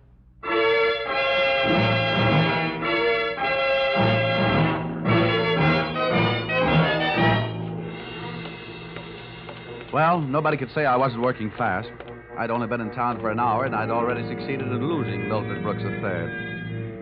I spent another hour of his all-too-short life expectancy unsuccessfully shaking down the neighborhood for him. And then, feeling very much like a bloodhound that had flunked his sniffing exam, I went back to Butter's apartment.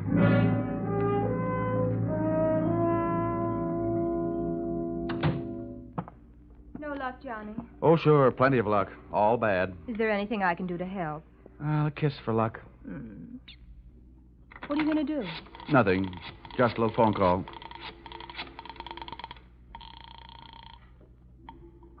Police headquarters. This is Johnny Dollar. Give me missing persons. Any particular one? Don't be a wise guy. Lieutenant Fisher. Yes, sir. Lieutenant Fisher. Fisher, this is Johnny Dollar. Hello, Dollar. Who'd you lose?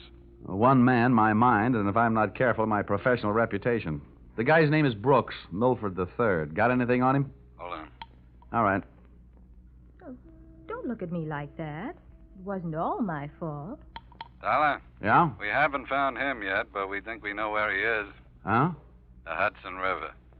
At 11:15 tonight, his top coat, complete with identification, was found taking a ride on the 125th Street ferry.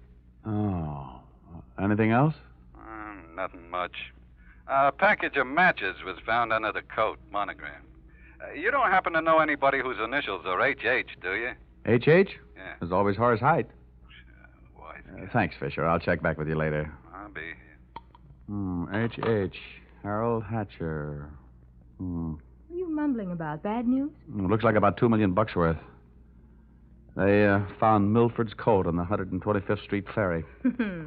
You and your faraway romantic places. Very funny. I'll see you later, honey, and maybe about 11.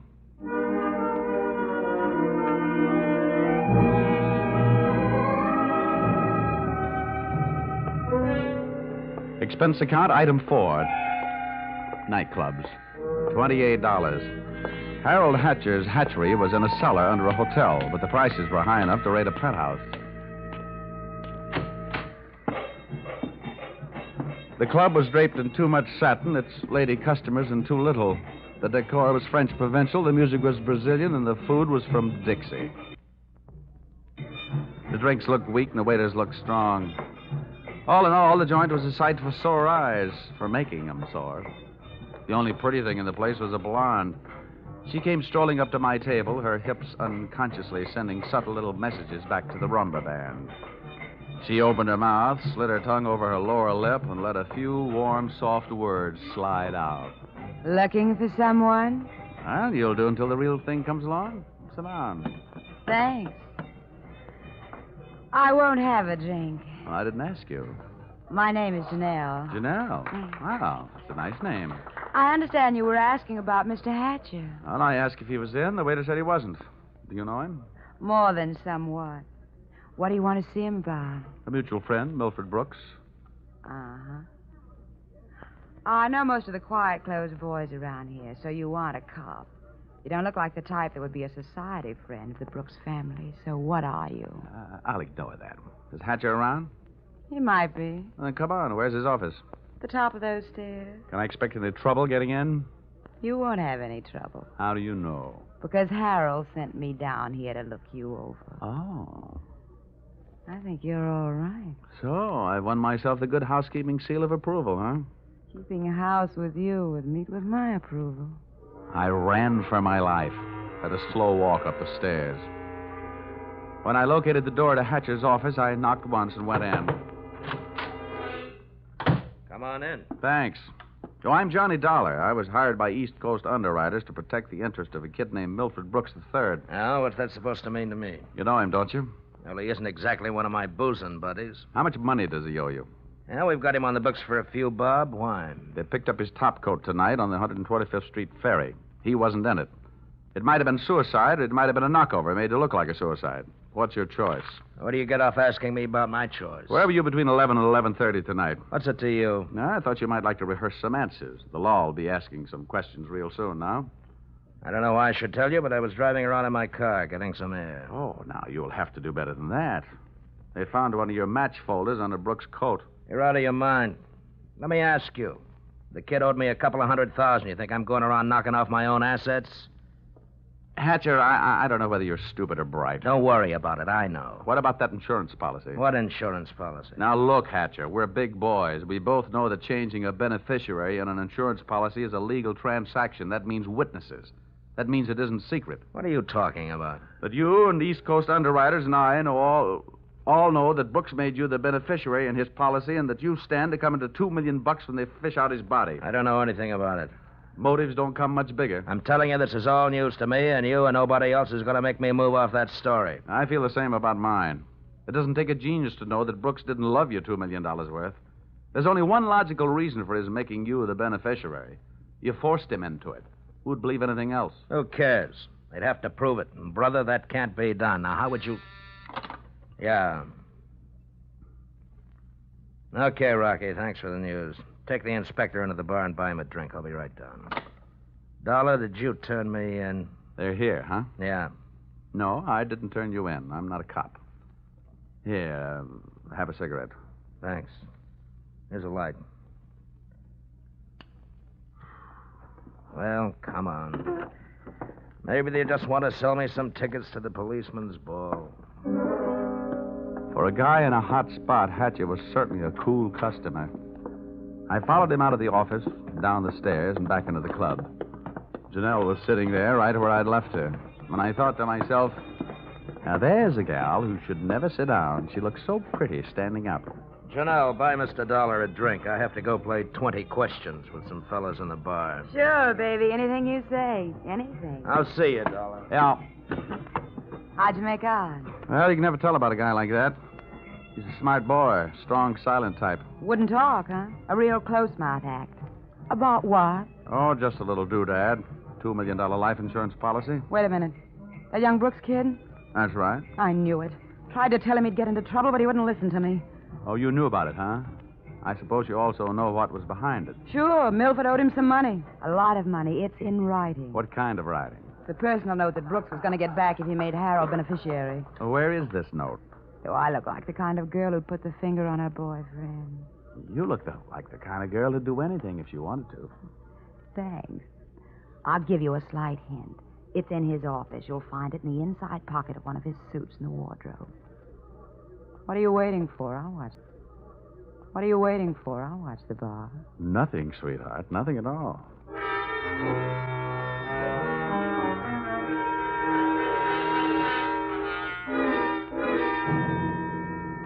Whatever her reasons, Mr. Harold Hatcher's little female playmate was trying awful hard to send him up on a murder rap. And I was going to try awful hard not to let her down. Back in Hatcher's office, I found myself alone in a room with a telephone. And being a guy who can never resist a free call, I unleashed the magic wonders of the AT&T. This better be you, Johnny Dollar. Quiet, Butter. I've only got a few seconds. It seems that's all you ever have for me. Now, if you Look, think that Angel, just another hour. I'll get you a nice present. I don't care if you're another century. And as for presents, the last one you brought me was a drunk, and you even let him get away from me. Good night. Life presents a gloomy picture, ever downward toward the tomb.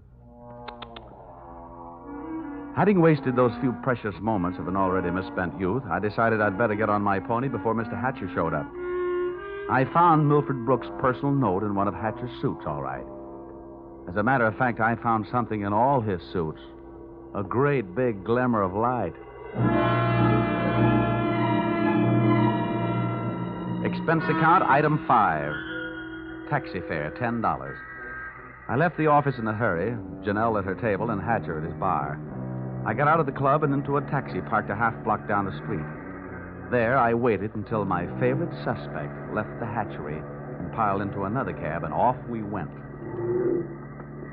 On a chase that would have made Ben-Hur look like a plowing bee.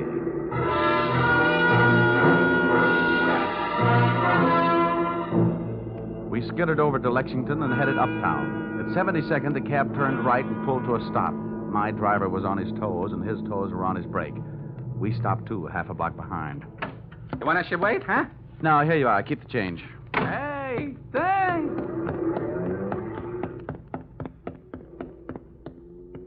It was a garage that belonged to a residence on the parallel street a block away.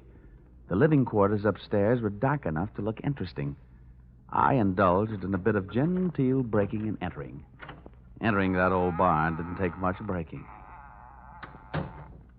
I crept up the stairs. It sounded like they were left over from an old ghost story.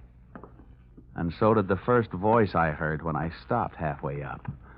We've got to be careful, especially about that Johnny Dollar. Are you sure he didn't follow you?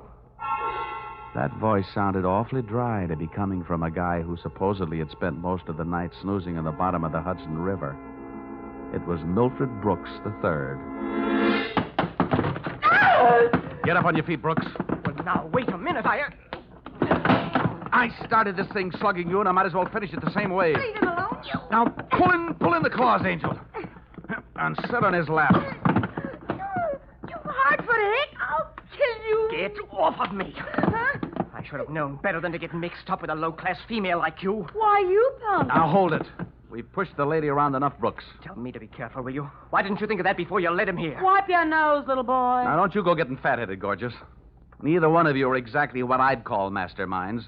When you planted that match folder on a little boy Blue Blood's topcoat on the ferry boat, you both should have been more careful. You think so? You bet I think so. If I were planning a piece of evidence to incriminate Mr. Harold Hatcher, I would have left a cigarette lighter.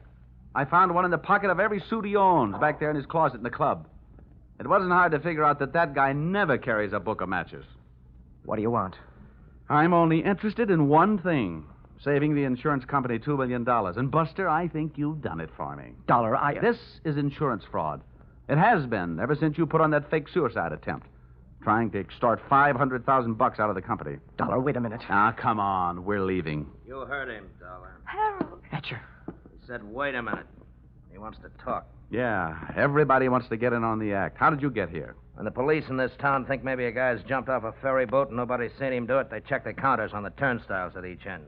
In the case of Brooks, as many people got off that boat as got on. Well, it makes sense. They'd hardly hold a guy because somebody lost a topcoat. How did you know we were here?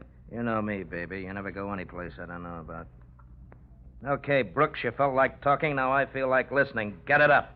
Well, I don't know what you mean. I know what you mean, Hatcher. One, he gave you a big, fat $2 million motive for murder. And two, he did his best to make it look like you did murder him with that broken-down match cover plant on the ferry boat. It's just that simple. And you, baby? Harold, please. You put him up to it, didn't you, you cheap little muscler? Trying to get rid of me, will you?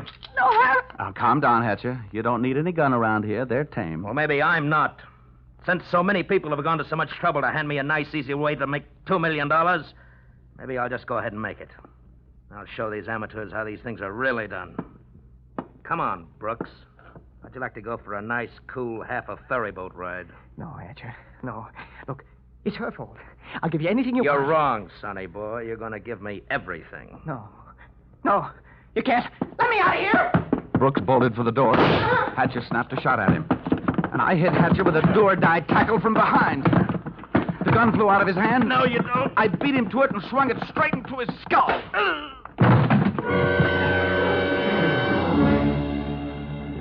Half the people in the room were lying there bleeding.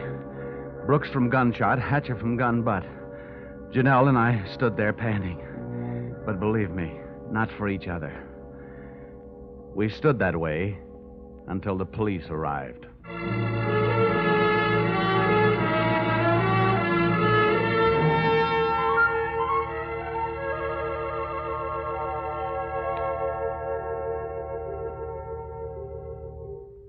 Dollar, it's beyond me. I sent you out to protect the life of a very important policyholder, and now where are we? Standing in a hospital corridor worrying about whether he's going to live or die. As far as I'm concerned, Mr. Farnsworth, you're only half right.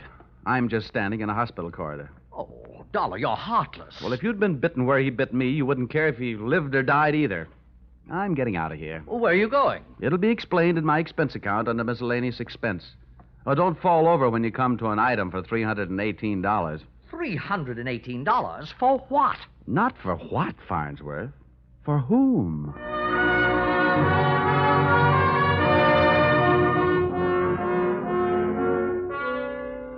Expense account total. And it all adds up to a little matter of $1,182.23. Which you may say, Mr. Farnsworth, is a lot of money for one man to spend in 2 days. But you must bear in mind that the amount at stake was $2 million. And you know the price of steak these days. It might comfort you to know that I just returned from the hospital. Brooks was strong enough to make a full statement, which you will find enclosed. This in itself should prove sufficient to establish evidence of attempted fraud against your company, allowing you to immediately avoid his policy. It boils down to one sentence, to wit. Brooks and Janelle wanted to get rid of Hatcher so that they could live happily ever after. Knowing those two, they never had a chance. And oh, yes, that that miscellaneous item, the one for $318, it was a bracelet for a certain party who made this special investigation for me very special. Oh, if you want a receipt for this item, I'll send you a lock of her hair. Yours, truly, Johnny Dollar.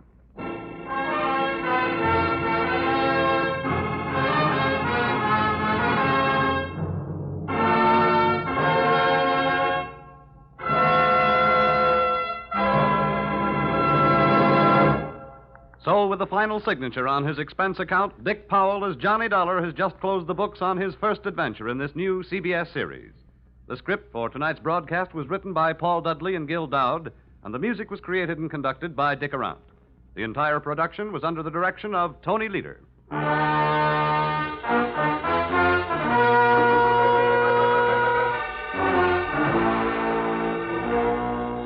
Be sure to tune in again next week when the expense account covers Special Investigation Singapore, another unusual adventure starring Dick Powell in... Yours, truly, Johnny Dollar.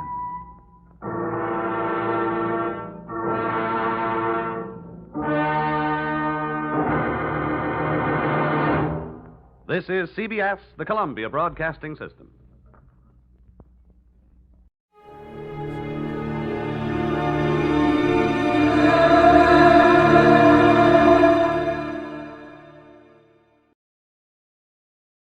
Dragnet. It was Saturday, November 23rd. It was warm in Los Angeles. We were working the night watch out of homicide detail. My partner's Ben Romero. Boss is Blaine Steed, captain of homicide. My name's Friday. It was 6:35 p.m. when we got to the corner of Western and Lexington, a Western fur shop. Hi, Brennan. Hi. What happened, Frank? The owner's been shot. His name's Albert Kreiber. Yeah? Who is that? Mrs. Kreiber. Haven't been able to get anything out of her. Where's the body? In the back. Munkers is back there. Did you call the lab? Yeah. Jones on his way. Photographer and fingerprint men with him. All right, let's take a look. Nothing seems to be messed up. Back room is.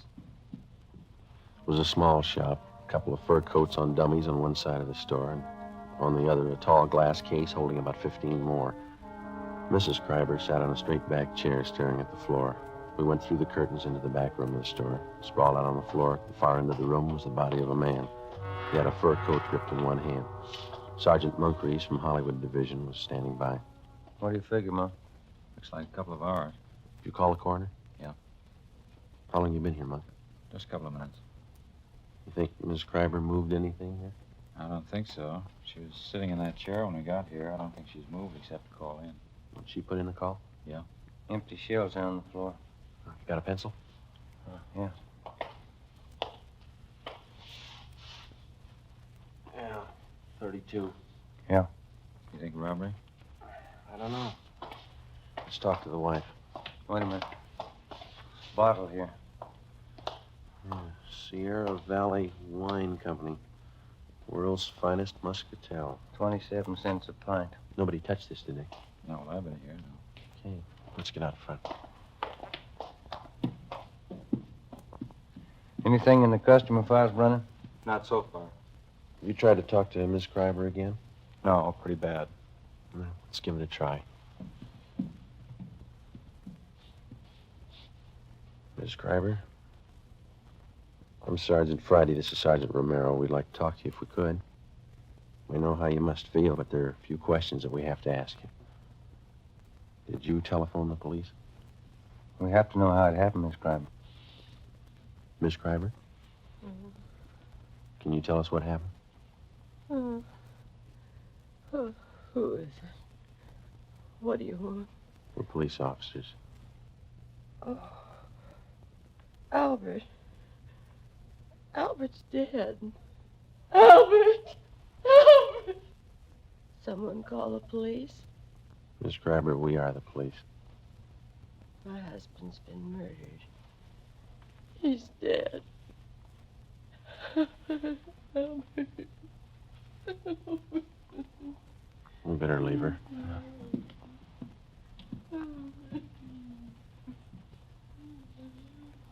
Friday. Here's something I found in the customer file. Mm-hmm. Miss Terry Shepard, 10113 Normandy, apartment 3. What about it? She took a coat out that was in storage. Took it out today. We'll check her out when we're finished here. Thanks. Looks like the only hot receipt in the file. Hi, Lee. Joe, again? In the back room. What is it? Killing. Moncrief will show you. Okay, that's all. Think we ought to try the wife again? We can try. Miss Kreiber, can we do anything for you? I'm a little better. I'll try to tell you what I can. All right. When did you get here? It must have been about 6 o'clock, a few minutes after. I came to take him home. Any customers around? No, the store was empty. I stood here for a few minutes waiting, and I went in the back and... Yes, silent. Is the front door open? No. Yes, the front door? Yes, ma'am, the front. Yes, open. Did you telephone the police? I think I did. Did you come here to pick him up? No. No, usually he drives home himself. I came down on the streetcar to ride home with him. What kind of a car do you have? An Oldsmobile. 1939 or 40, I guess it is. Where does he usually park? In the rear of the store. This little place back I'll take a look. All right. Where is your home? 3412 Northwestern. I thought there was something wrong when I got a telegram from him. He said not to come down tonight. He said he'd be home late. What time was that? About 4 o'clock. Oh, I'm all mixed up. I haven't told it to you as I remember it. First I telephoned here to the shop. That was this afternoon? Yes, 3:30. I'm sure of that because I made some other calls. I spoke to Albert. He didn't say he was going to be late. Then at 4 o'clock, I received the telegram. You have that with you? Yes, it's in my purse somewhere. Somewhere. Oh, here it is. Thank you. Don't come down. I won't be home until late after see a customer, Albert. Can I keep this? We'll return it to you. Yes. What'd you do after you got this wire, Miss Kreiber? Well, nothing. I thought it was strange, but I didn't think too much about it. Then I started wondering why he didn't say anything over the telephone about being late, so well, I came down here on the streetcar. Did you phone the store just before you left your house? Yes, but there was no answer. Parking lot's empty. Better get out an APB on the car, huh? Miss Crabber, you said your car was a 1939 or 40 Oldsmobile, didn't you? 1940. I remember now. What model is that? Oh, it's sedan, light blue. Do you remember the license number? Well, I have it on this chain with the extra keys. Here it is, on this little tag. The veterans make these. Thank you. Joe, can I see him now? Sure. Excuse me, Miss Kramer. Do you want me to wait? I'd like to go home. We'd like you to wait for a little while, yes. Do you have any relatives living here? A niece and a nephew in Beverly Hills. Jerome Reed. They live on Cannon Drive. All right, we'll call them for you. Thank you. Lee, is this phone out here all right to handle? Yeah, it's been dusted. Okay. Joe, you coming in? Yeah, right away. Pretty clear, easy to trace. Mm-hmm. I'd say he was standing over here by the curtains when he was shot. That's where the stains begin. Mm-hmm. And he must have stumbled along this glass case. You can see the smears here on the glass where he tried to grab hold of something. Yeah. And I guess he caught hold of that fur coat and pulled it down with him. Mm-hmm. Then he stumbled and bumped up against this coat bag, fell through that and up against the safe. How many times was he hit? 6 empty casings on the floor. Looks like 4 through-and-through wounds. 32, huh? That's right. The wife know if anything's missing? Yeah, she's in pretty bad shape. It looks to me like somebody took his wristwatch and a ring from his left hand. If he had a billfold, that's gone. No coat. All the trouser pockets are turned inside out. What about that wine bottle? It's smeared. Can't lift a thing. Okay, thanks. Ben? Still on the phone. Okay. No. License 15 Boston. 6707. No, 707. Yeah. Driver might be on. Hang on a minute, Wallace. What? Now, give that DMV, will you? Save another call. Miss Kreiber, did your husband have a wallet? Yes, brown alligator. Did he keep his identification in it? Yes. Did he carry much cash? No, just a few dollars. He was always afraid of holdups. Thank you. You want to give that to him, Ben? Yeah, okay. Hey, Wallace, suspect might have a brown alligator wallet with identification cards of Albert Kreiber. Yeah, that's C-R-I-B, Boston, B, Boston, ER. 3412 Northwestern Avenue. Yeah. Yeah, okay. Yeah, bye. Joe? Might be something here. Yeah, Monk? Invoice from a Far North Fur Company. 3 mink coats delivered here today. I looked all around. I only found 2, 1 missing. Did you find a sales slip for the other one? No. Miss Kreiber, would you come over here, please? Yes. Where are they, Monk? Over here. All right. Over this way. Well, these are mink coats here, aren't they? Yes. It's wild mink. Albert told me he ordered them. Yes, ma'am. We found the invoice. He ordered 3. There are only 2 here. Do you know anything about any of his customers? No, I don't. I never met any of them. Oh, I remember now. Just the night before last, he called someone from home. Told her he'd have some minks in today and she could come in and look them over. Do you know who that was? Why, I didn't hear any name. Miss Kreiber, do you have any idea who might have wanted to shoot your husband? No, none at all. He was friendly with everyone. Everybody liked Albert. He didn't run around. He was either working or at home. Did he drink? Not at all. No, I mean beer, a little wine, maybe? No, he never touched anything. All right, thank you. Brennan, will you see that Miss Kreiber gets to her nephews? Right away. Thank you. Might as well go, Ben. Yeah. We can talk to some of the neighbors. 6 shots fired. Wonder why nobody heard him. Pretty heavy traffic outside, huh? Somebody wanted a mink coat pretty bad. Coat like that costs quite a bit, doesn't it? This one's going to come a little high, yeah.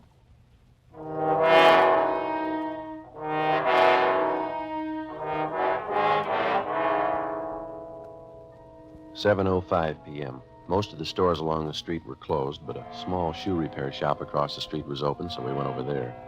On the window was one word, Pete's. and a picture of a shoe. Sitting in the window was a small, dark man wearing a leather apron. He was working on a pair of shoes. Hello. We're police officers. I see you drive up across the street. Are you Pete? Sure. What happens to Mr. Kreiber? He's robbed? No, he was killed. No. Shot?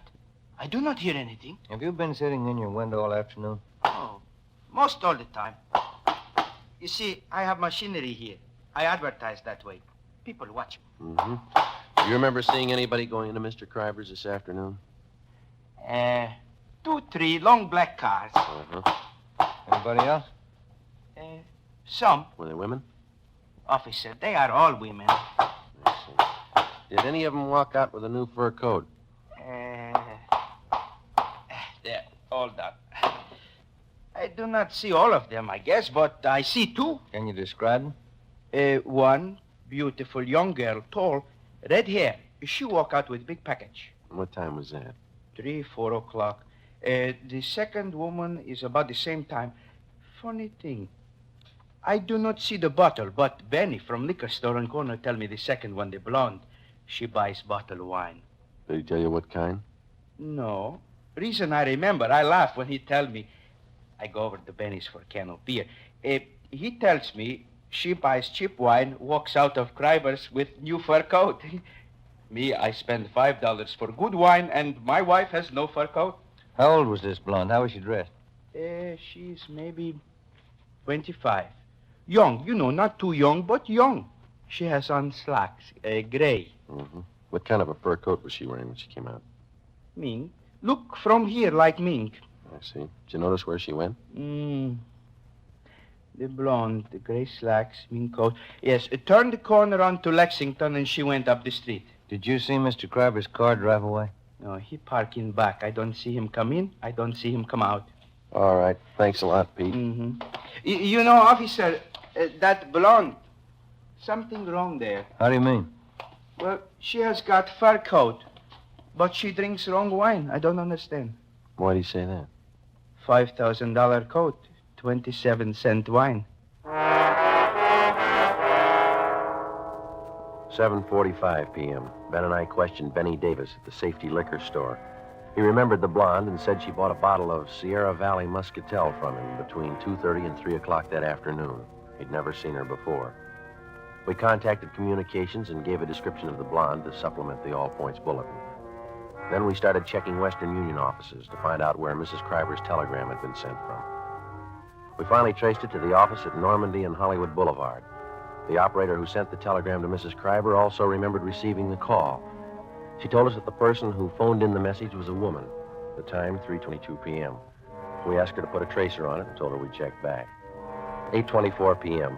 Ben and I went to 10113 Normandy to talk to Miss Terry Shepard, whose name had appeared in the customer files at the fur store. The receipt showed she'd taken a coat out of storage that afternoon. This is something like the place the wife and I used to live in. Yeah? Same people must have built it. Apartment 3. Miss Terry Shepard. All right, come in. The door's open.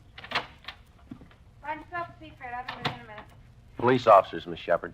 Oh? What's wrong? We'd like to talk to you. What about? Wonder if you could come out here, please. Well, I just got out of the shower. You'll have to wait a minute. Yeah? Yeah, this place has got the same floor plan as mine. Kind of small, isn't it? Not too bad. Wonder what rent she pays. You don't mind if I wear this tubing, do you? My hair's wet. It's all right. We're sorry to bother you. What can I do for you? You got a fur coat, Miss Shepard? Yeah, sure. Wonder if we could see it, please. Sure, but I don't think it'll thrill you. It's only muskrat. I bought it in Pittsburgh. Where is it, in the closet? Yeah. I'll get it. It's down the hallway, first door on the right. I think I know where it is. What's this all about, Lieutenant? What time were you at the Western Fur Shop today? Oh, I'd say 3 o'clock. Why? What'd you do while you were down there? I got my coat out of hock. I had it there during the warm weather. Paid the man, signed something, and he put the coat in a box, and I took it. Mm-hmm. Do you know Mr. Kreiber down there, the man that owns the store? You got me. The man was about 50. His hair was a little gray. I hardly even looked at him. This is the only fur coat, Joe. Could have passed for mink when I first bought it. It's pretty sad now, isn't it? Not me. I'll give that closet a last check. All right. What happened? Did somebody steal a coat? Was anybody else in the store while you were there? Yeah. Yeah, there was another girl there. What was she doing? Nothing, just sitting. Do you remember how she was dressed? Oh, she was wearing a gray suit. Slacks. Blonde. Her face wasn't much, but she had a neat little figure. Do you remember anything else about her? Well, I didn't pay that much attention. Anything else in there, Ben? Not a thing, Joe. Maybe I'd better take this towel off my head. It doesn't look so hot when it's wet, but it's natural. It's natural red. Yeah. Is there anything else that you might be able to tell us? I think that's about all. I gave the man my claim check and the money, and he got the coat and put it in a box and gave me a receipt. Mm-hmm. Nothing else? No. Well, when I got the receipt, I saw the blonde walk over and pick up the telephone. I was just leaving then. Did you hear any of the conversation? She asked for Western Union.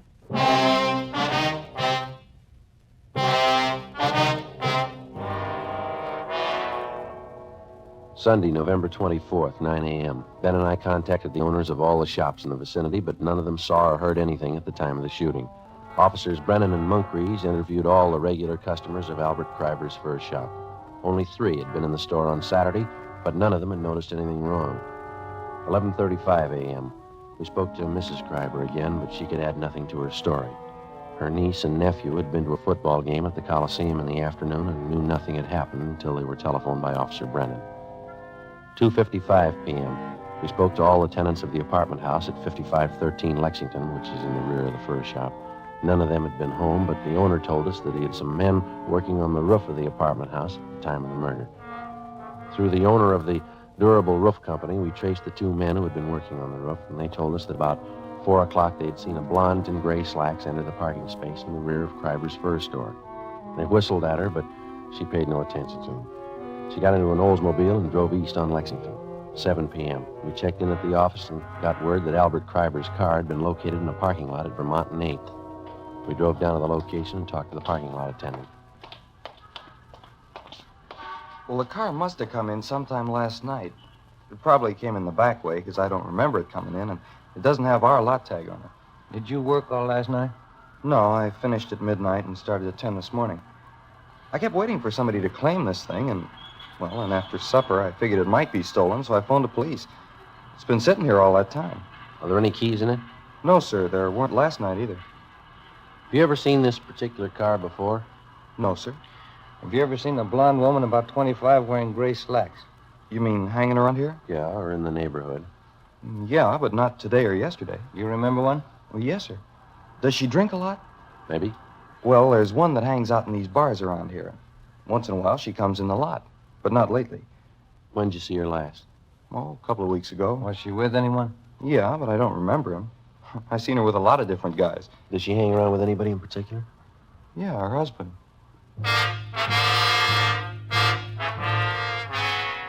Before leaving the parking lot, we pulled the rotor out of the distributor so that nobody could drive the car away.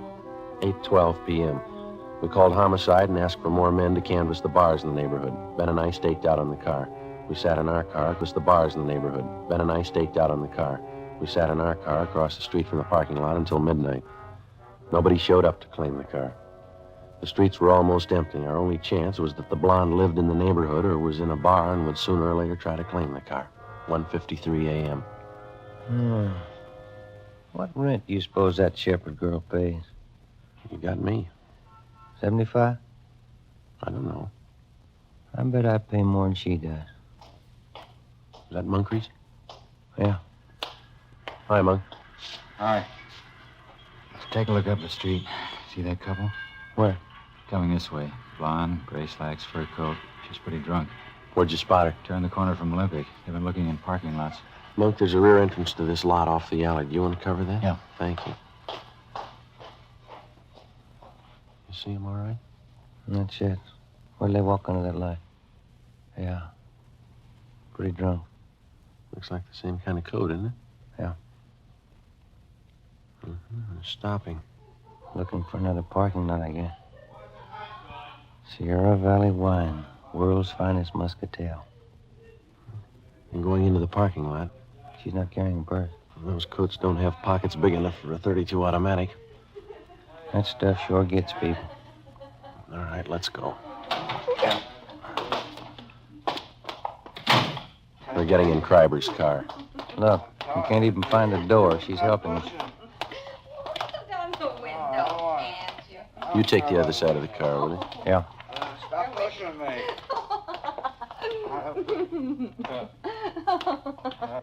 Who are you? Police officers. Can I see your driver's license, please? I ain't got a driver's license. What's going on? What's your name? Betty Moore, what's it to you? The registration slip on the steering column says Albert Kreiber. What's the matter with this car, anyway?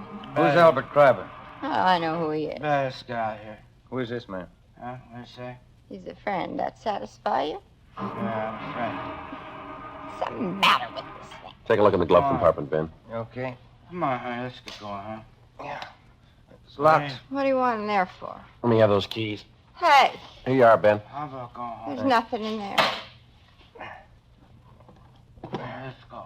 Here's a purse. Give me that. You keep your hands in the wheel. Some gun, 32. It's his. It's empty anyway. What do they There's want? nothing wrong in that. Do you have a permit to carry it? Yeah, I got a permit. Can I see it? I lost it. Give me those You keys. keep your hands on that wheel.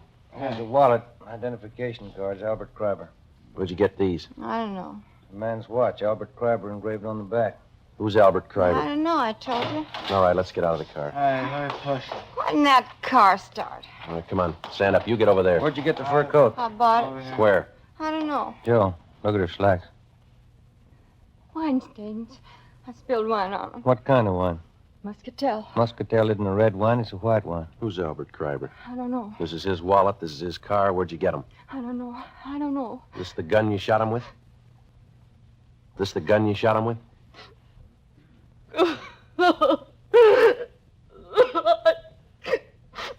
I was going out with him. He said he'd give me a fur coat. He promised me a watch, and he never gave me one. And then we sent a telegram to his wife and everything. Said he'd give me a fur coat and take me out. He backed out on me. So you shot him. Sure I did. He promised me the coat. He said I could have any coat in the shop. He promised me. What are you crying for? You got the coat. This is the United States Armed Forces Radio Service, the voice of information and education.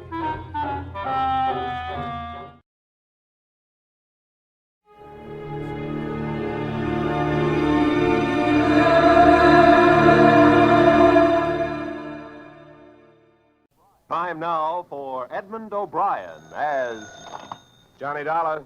Dollar, thank goodness I found you. Why, what's up? You've got to leave for New York, Dollar, immediately. A policyholder, he's afraid for his life.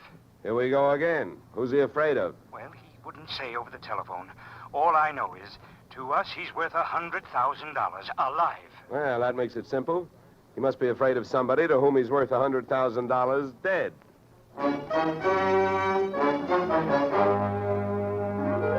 Edmund O'Brien in a transcribed adventure of the man with the action-packed expense account. America's fabulous freelance insurance investigator. Yours truly, Johnny Dollar.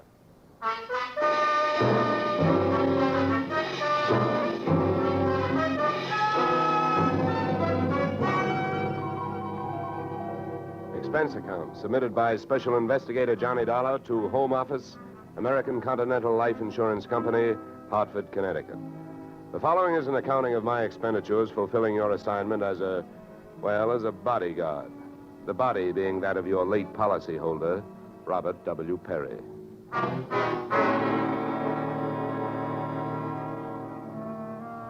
Expense account. Item 1, fare on night train, Hartford to New York, $3.65. Expense account item 2, $1.80 taxi to Lower Manhattan following morning to offices Perry and Van Bruten, importers, arriving as promised at exactly 9 a.m. Good morning. May I help you? Yes, you certainly can. My name is Johnny Dollar. I have an appointment with Mr. Perry for 9 o'clock. Oh, yes. From the insurance company. Well, you're right on time. Yes, they told me I'd better be, and I'm glad that I am. Mr. Perry just came in. He's alone and waiting for you. I'll buzz him that you're here. Thanks. Come on!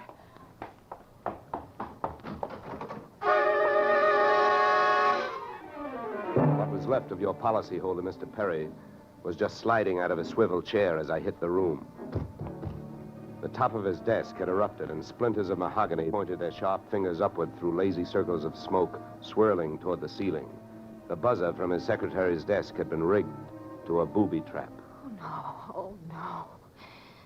Mr. Perry. Stay away from him. Come on, there's nothing you can do. He's dead. Oh. What happened? What happened? Whatever happened? Let's go. Let's get back out of here. Here you are. Sit down. I'll get you a drink of water.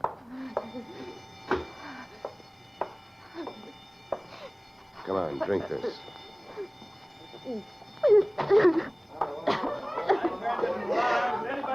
There's a doctor on the third floor. Shall I call him? Never mind the doctor. Go call the police.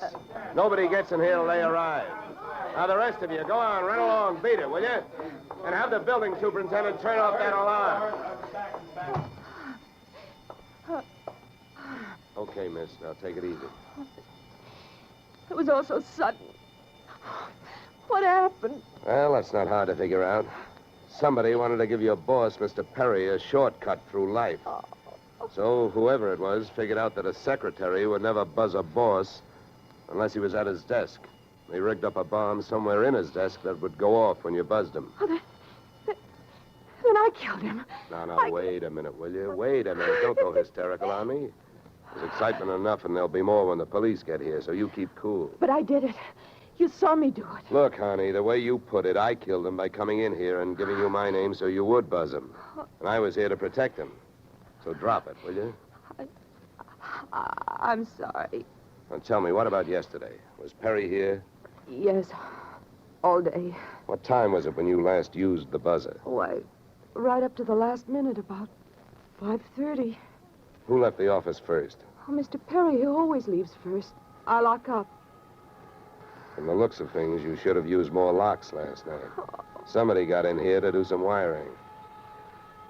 Oh, I forgot that fire alarm. Look, before the police arrived, do you know why I was sent here? Oh, yes. Mr. Perry felt that his life was in danger. He thought that, well, with a $100,000 policy, the insurance company would do everything they could to help keep him alive. Oh, we didn't have much of a chance, did we? What was he afraid of? I don't know. Okay. Tell me, what were his other appointments for today? Well, he only had two. His partner, Mr. Van Bruten, at 11, and later he No, had one at a time, please. Van Bruten. Anything special about their meeting? Oh, yes, Mr. Van Bruten arrived just yesterday from Holland. Oh, you mean there was a branch of this firm in Holland? Oh, huh? yes. Mr. Perry was buying out Van Bruten's interest. They had a final meeting at Van Bruten's hotel last night. I see. Van Bruten was coming by this morning to pick up his money. Cash? No, a cashier's check. The bank is to deliver it here at 10:30. Well, Perry's other appointment, who is that? Christine, his wife. Now she tells me. Christine, the beneficiary. Yes, she wouldn't have been the beneficiary in about another 2 weeks. They were getting a divorce. Thanks for the motive. You don't like her. Well, I didn't mean it that way. Well, how about Perry? Did you like him? Okay, here's an easy one. What's your name? Susan Gates. Now, isn't that about enough? Okay, Susan, you better save your voice. During the next few hours, you're going to have to do a lot of talking. I've been everywhere else. Is the fire in here? Well, you'll have to stick around. When the cops get here, somebody will get burned.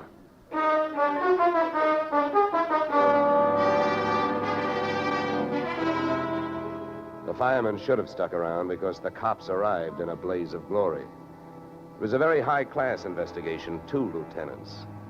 Finally, after about an hour, the police photographer ran out of flash bulbs, the office of the deceased ran out of fingerprints, and the lieutenants ran out of questions. So the on-the-scene phase of the investigation was closed. At about 5 minutes of 11, I left the police packing up their notebooks, their clues, and the body, and went into the outer office. Susan looked like she could use a big, broad shoulder to weep on. But unfortunately, I was wearing my light gray suit. About then, a dark blue suit and a deep green voice entered the room from the corridor. There. There's a fellow out here says he belongs here. His name is Van Bruten. What do you think? His name is on the door you just opened. Oh. Well, now, my name happens to be Murphy, and it's on bids all over the country. But that don't mean I'm stuffed with feathers, does it? Well, never cross tongues with an Irishman. All right, send him in, officer.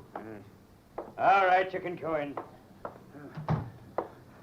The policeman out there. There's trouble here? I am Raymond Van Bruten. Where is Mr. Perry? What?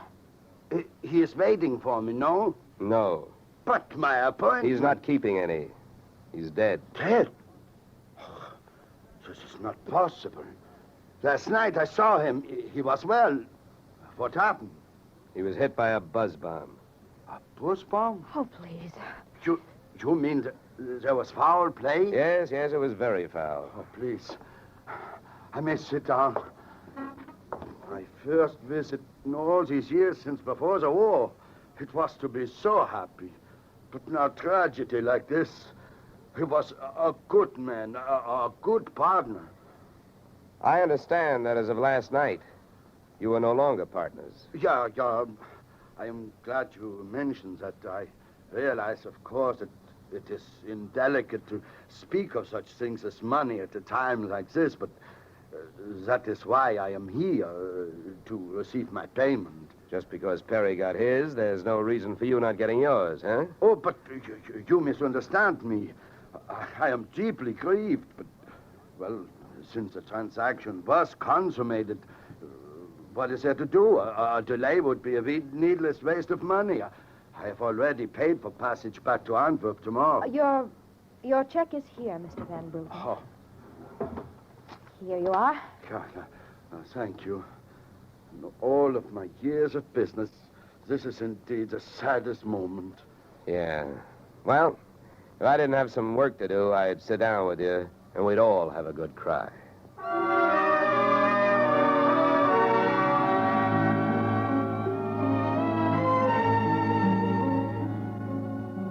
Expense account item 3, 90 cents. Phone call to the home office. Mr. Gordon's office. Look, honey, this is Johnny Dollar. I want to speak to Mr. Gordon. While I'm telling him what I've got to tell him, maybe you'd better sit there in his lap with some smelling salts. I'm not that type of a secretary. Besides, he doesn't have a lap. Hello, Dollar. How are you making out? Out? About $100,000. What's that? Yeah. You know, you should have sent me earlier. Somebody turned Mr. Perry into a firecracker just after I got here. He's dead. Oh, that's bad news. Big policy. Yeah, what I want to know is, shall I stay on the case? Well, certainly, Dollar, by all means. Is there a chance of proving suicide? There's a non-payment clause. Yeah, to make this one a suicide, there'd have to be a Santa Claus. Nobody could hate himself enough to do it this way. What are the fraud possibilities? Fair, there's an estranged wife. She's the beneficiary, but she wouldn't have been in a couple of weeks. Divorce coming up. I'll start with her. All right, Dollar. Good luck. But watch those expenses. Why, Gordon, I'm surprised. I'd think an insurance man would be the first to want to see a fellow live a little.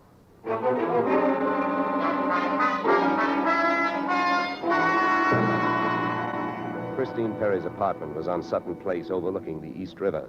I took the elevator up to the 24th floor, and there I discovered that our garden-fresh widow was living high in more ways than one. Everything about the place was French. The maid who led me into the living room through a long foyer, the decor, and the perfume which reminded you that breathing can be fun. I looked up from enjoying my nose to see Mrs. Perry looking down hers. Mr. Dollar, Mrs. Perry. I believe we can dispense with the social amenities. You're an insurance investigator, interested in the death of my husband. So naturally, you're here because you've jumped to the conclusion that I killed him.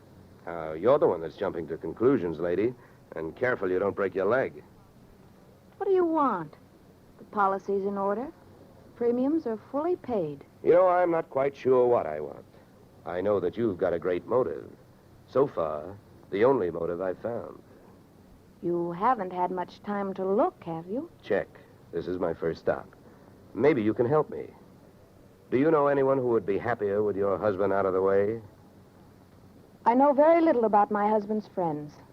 For that matter, his activities for the past 6 months. That's when I left him. Well, that's not much help for either of us. You know, without someone else to suspect, I may just have to concentrate on you. Mr. Dollar, I picked the men I want to concentrate on me. I hope you're as long on alibis as you are short on temper. Where were you last night?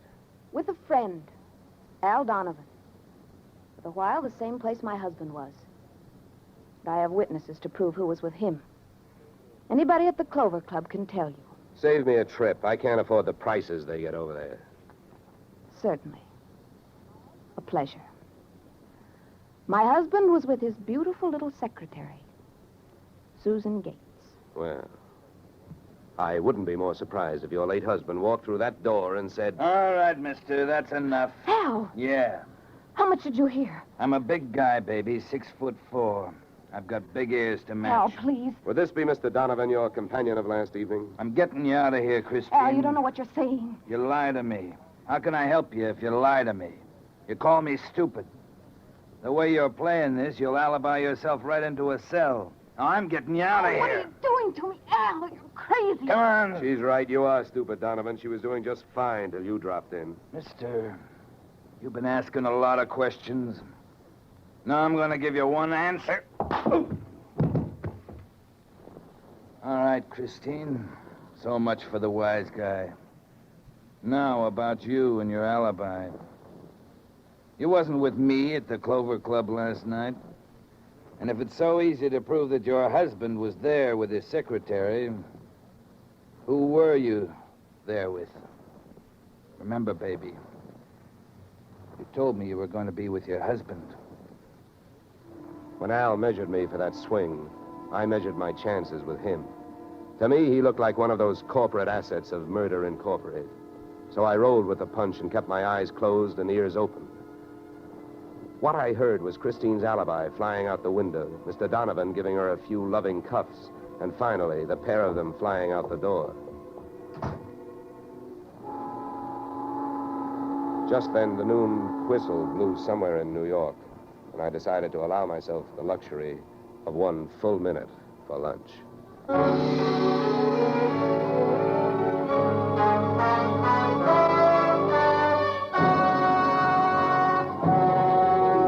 just a moment, we'll return to the second act of Johnny Dollar. But first... And now we return to the second act of yours truly, Johnny Dollar, starring Edmund O'Brien.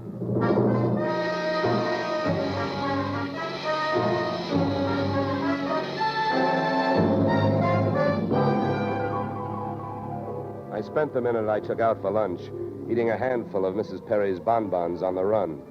I hit the street just in time to see Donovan pushing Christine Perry into a cream-colored convertible.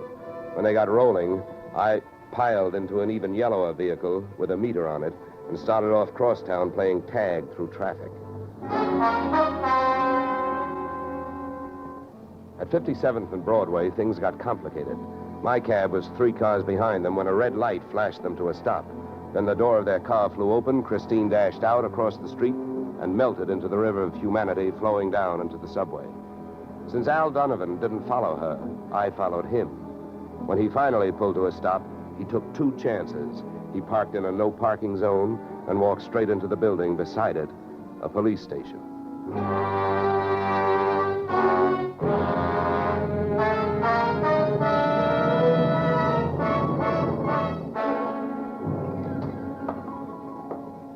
This is Mr. Dollar, Lieutenant. He's been waiting for you. Well? My name is Johnny Dollar, Lieutenant. Here are my credentials.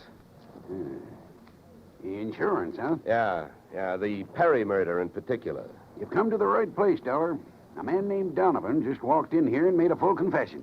He what? That's right. My clerk's just typing it up. In the meantime, the gentleman is down in the tank having a bite of lunch on the city. He confessed. Well, does his story add up? As far as I know, I haven't heard too much about the case myself. It's not in my precinct. Yeah, but what did he use for a motive? Jealousy. Says he's in love, wanted to marry Perry's wife. Did he say how he managed it? Yeah, he stole a key to the office from the wife's apartment. Entered the building last night and wired the bomb to the buzzer system. Well, I guess guys do a lot of strange things in the name of love. It looks like Donovan did. Yeah, he either killed the man or he's trying to cover up for someone who did. Say, Lieutenant, don't execute him for a couple of days, will you? I spent the rest of the afternoon downtown in the offices of Perry and Van Bruten, importers. The partners' correspondents told me two things. They had been extremely friendly, and Van Bruten was extremely bald. Perry had been sending him toupees from a famous Hollywood makeup firm. At 4:30, I got to the employment files, which rocked me with two minor explosions of their own. First, I learned that Al Donovan had been employed over a period of years as Perry's bodyguard, and that he had been canned the day before the murder. That confession of his, which had been a little hard to swallow, was suddenly more digestible. On top of this came blast number 2. The employment application of Perry's secretary, Miss Susan Gates, informed me that during the war, she had worked in a munitions plant, her specialty, wiring bomb fuses. When Miss Susan Gates reached home at 8:30, she found a visitor, me.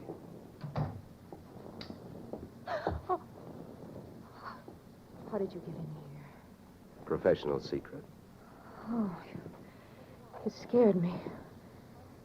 What do you want? Why did you come here this way? I wanted to bring you the good news. I heard on the radio that Al Donovan confessed to Perry's murder. Al? I can't believe it. Why not? Who do you like for the spot? Why, Christine. Al is covering up for her. Well, I'd like to agree with you.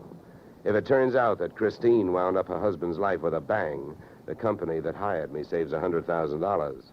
But I don't know. She claims she has all kinds of alibis. One of them is you. Me? Yeah. Did you see her at the Clover Club last night? Well, yes, Yeah. I know who you were with. Your boss. There's nothing wrong with that. No. I'm not preaching a sermon. I want to know who she was with. I don't know. A man I'd never seen before. Mr. Perry knew him, but he wouldn't tell me who he was. Why not? I don't know. He said I might get the wrong idea. About what? I don't know. We didn't sit there and talk about it all night, so why should we sit here and talk about it all night? All right. Good heavens, when a census taker shows up and asks a lot of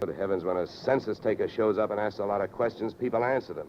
When an investigator tries to do his job, they make the proverbial clam look like a blabbermouth. Look, Mr. Dollar, believe me. This has been a greater shock to me than to anyone else. Yes, excepting, of course, your late employer, Mr. Perry. How long did you work for him? 4 years. Where'd you work before then? Well, I worked... Let me help you. Bombs, huh? Wiring fuses. Remember? All right. I remember. Good. Maybe you'll remember a little more. Let's go back to last night. The guy with Christine Perry, who was he? I tell you, I don't know. Was it Van Bruten? I don't know. You don't know? No. I'll get that. No, I'll go. Just make sure you don't keep going. Susan! When Susan snapped the spring lock to open the door, the gun outside opened up. The first slug caught her in the left shoulder, spinning her out of the way of the rest of them. It was getting monotonous. Every time a buzzer went off, things started booming. Susan was sprawled out on the floor in front of the door, and to open it, I had to move her. By the time I did, the hallway outside was empty. Okay, now, take it easy. Come on. Won't start hurting for a couple of minutes. We'll have a doctor here by then. He'll give you something. Please, try to keep calm. Yeah, what? I'll throw my coat over here. Now, try not to move. You're going to ruin this rug. Never mind the rug. What we want to worry about is who tried to ruin you. What'll they do to me? What'll who do to you? They'll arrest me. They don't arrest people for getting shot. You have any idea who it was? That man in the office this morning. The one who picked up the check. Van Bruten? No, he wasn't Van Bruten. He was a phony? Yeah. And you still gave him that check? Yes. Well, I won't ask you why. You gave him that check and then tried to blackmail him. Is that right? They'll arrest me. I wouldn't be surprised. Who is this guy? Where can I find him? Come on, don't pass out on me now. His name, quick, come on. Ben Sand. Where's he live? Marsden Hotel. Under his own name? No, I don't. I don't blame you. I could use a few moments of unconsciousness myself. The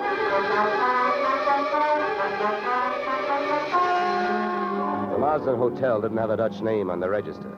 So I got a hold of the housekeeper and found out how many rooms her staff hadn't been able to make up all day because of no disturb signs on their doors. And then I went a-calling at those particular rooms. On the 9th floor, I wakened one old maid. On the 7th, I startled a bunch of poker players who thought they were being raided. And on the 4th, I struck the door of 427 and the jackpot. Who's there? Don't you see the sign? I do not wish to be disturbed. Sorry, I must have the wrong room. I started up the hall after the fire axe. When I got to it, I changed my mind. Out of the few things I learned about this guy, Van Sant, was that he loved to shoot people through doors. So I decided against trying to chop his down. Then I remembered the way those people came pouring out of those offices earlier in the day when they heard that fire alarm. So I picked up the little red hammer next to the big red fire axe, broke the little glass window, pulled the little brass hook, and set off a big brassy noise. And then I rushed back to 427. Fire! Fire! Hey, fire! Fire! There's the fire. Right here in my eyes, sweetheart. Why you come here, you wish you don't? Never mind the dresser. You're through shooting guns. What do you think, Van Sant? You want to try some more? You cannot make me stay here. It's a fire. We will all die. You'll look good barbecued, but I'll make a deal with you. You talk, and if I like what I hear, I'll show you how to get out of here alive. How I know this? You don't think I'm going to stay here and fry, do you? And if you don't start flapping that tongue in a hurry, I'll probably just tie you to a chair and run. So first, where is the real Van Bruten? You will find him in the bedroom. Yeah? He'd better be alive. He's out cold. What's the matter with him? He will be all right. He's under sedatives. Where did this identity switch start? Come on, hurry up, talk. I smell smoke. I knew Van Bruten from Antwerp. I know about the sale of his interests. I know the girl in the office here had never seen Van Bruten. Look, we go now. Don't get up. Come on, keep talking. I can feel it getting warm in here. Ah, the firefighters. We will be saved. Don't be too sure. They always start at the top floor and work their way down. Come on, I can hear those flames crackling. You know the rest. Last night, when the transaction was all finished with Perry, I gave to Van Bruten some sedative in his cocoa. So you set up that bomb so Perry would get it before you showed up to pick up the check, huh? Yeah, I told you that. How the girl knows I am an imposter, I don't know. Well, let me tell you. She's been sending old Van Bruten toupees for the last 4 years. Gray ones, my red-headed friend. Oh, yeah. I can stand up now. We go out from here, no? We go out from here, no? Yes, out cold.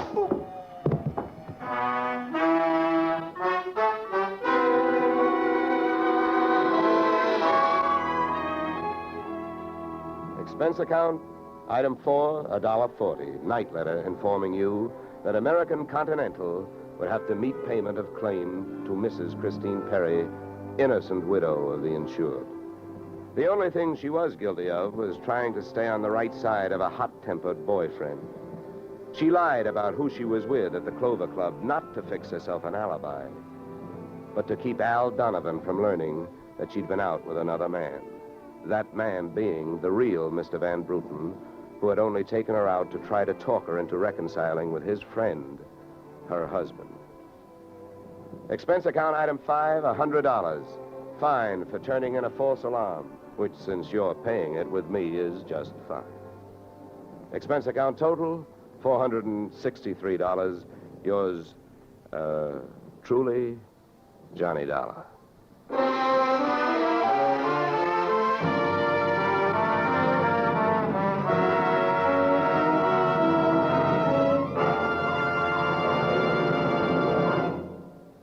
Yours truly, Johnny Dollar, stars Edmund O'Brien in the title role and is written by Paul Dudley and Gil Dowd, with music composed and conducted by Leith Stevens. Featured in our cast were Walter Burke, Gene Bates, Joe Duvall, Ted DeCorsia, Joyce McCluskey, and Raymond Burr. Yours truly, Johnny Dollar, is produced and directed by Jaime Del Valle. Beginning next week, we are moving to a new time and day, and we hope you'll join us on Tuesday evenings when Edmund O'Brien returns in another transcribed adventure of Yours truly, Johnny Dollar.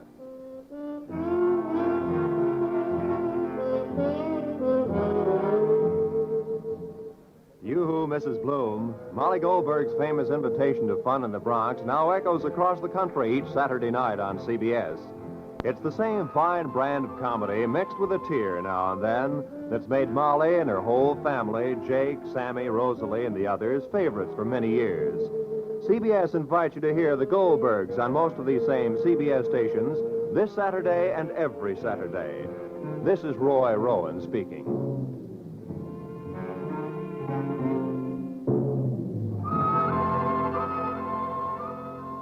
Disaster is no respecter of persons, and it can strike any time. But your Red Cross never sleeps. It has to be ready constantly in case of an emergency. This is your protection. Keep it strong. Now is the time to support Red Cross for your sake. Remember, for every dollar you gave before, this year add a quarter more. If you gave Red Cross $10 last year, this year give it $12.50. Give gladly. Join Red Cross.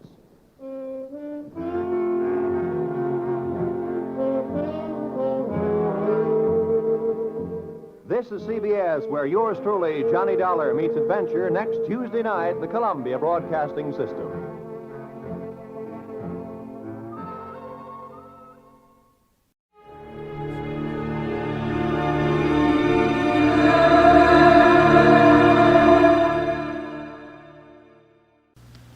Here is another in NBC's great parade of new shows.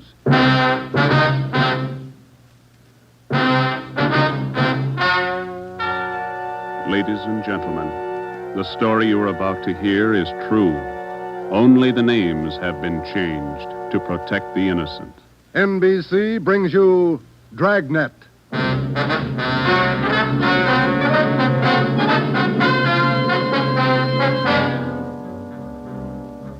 You're a detective sergeant. You're assigned to auto theft detail. In 3 months, more than 250 cars have been broken into. Property amounting well into thousands of dollars has been stolen. 2 youthful members of the gang have been apprehended. The all-important brains of the criminal ring, the leaders, are still at large. Your job, get them. Dragnet, the documented drama of an actual crime, investigated and solved by the men who unrelentingly stand watch on the security of your home, your family, and your life. For the next 30 minutes, in cooperation with the Los Angeles Police Department, you will travel step by step on the side of the law through an actual case from official police files. From beginning to end, from crime to punishment, Dragnet is the story of your police force in action.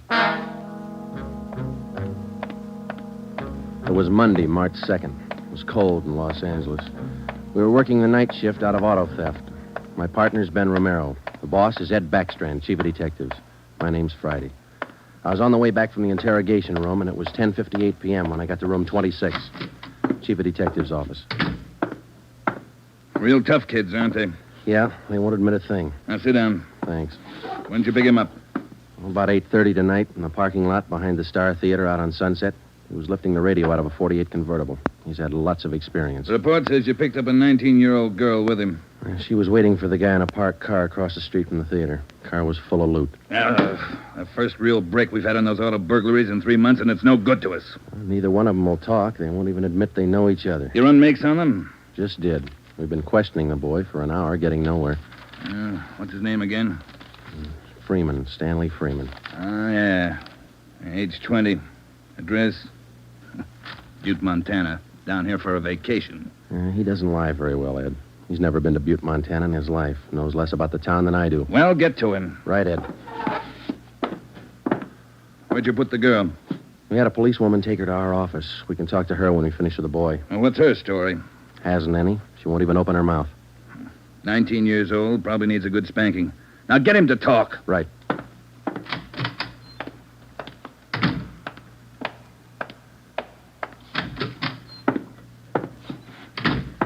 Did you run a make, Joe? Yeah, he's clean.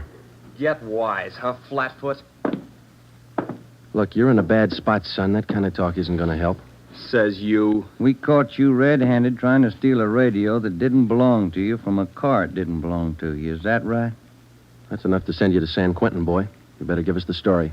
Shut up. We got all the evidence we need for him. Maybe you don't realize how serious this is. We've had more than 250 car burglaries in this city in the past 3 months. Over $200,000 worth of property's been stolen. That's a lot of money. So what? So you're the number one suspect, young fella. Your method of operation in breaking into that car tonight is the same used in most of the other burglaries. That means you're not going to be tried just for this job tonight. What are you getting at, Flatfoot? Listen, son. In the state of California, breaking into a locked car is a felony. You can go to state penitentiary for that. And we're going to file a complaint of burglary with the district attorney in the morning. You say you're from Butte, Montana. All right, I don't believe you, but we'll make sure. Ben, go down to our office and call the news photographers. Stanley here is going to have his picture on the front page of every newspaper in Los Angeles tomorrow. Right, Joe? No. You can't. I won't let you. I got my rights. What's the matter, youngster? Everybody wants his picture in the paper. Yeah, well, I don't. I won't let him. We got your picture already for him, remember? They took it when they fingerprinted you. You can't use it. You can't. I'll get a lawyer. Reporters will be over in a couple of minutes. We have to give them your story and your picture, too. This one. You won't. You won't. Give it to me. All right. Give it to me. All right, Freeman, get your hands off him. Now, sit down. All right. Now let's have it straight. Don't let him use the picture. Don't let him. You can't. You can't. We got to have the truth, son. Now, look, you're 20 years old. You know right from wrong. You'll have to take your medicine. If you cooperate, we'll do all we can to help. I live out in the Wilshire district. All I wanted was a little extra money.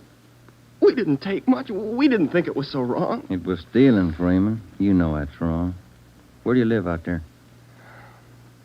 Piper Avenue. 821 Piper. You won't give him my picture. You live there with your family? Yeah, my mother. Father's dead. Promise me you won't give him the picture. My mother, she'd see it.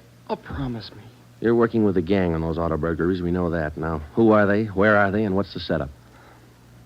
I can't. They get me for it. Who'd get you? I can't tell you. I can't. Who's your girlfriend, Stanley? The one you were with tonight? Joanne. Joanne Miller. Where does she live? Piper Avenue, same as me.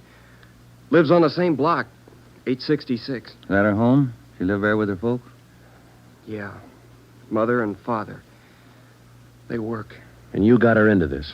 Isn't that the story she gave us, Ben? I did not.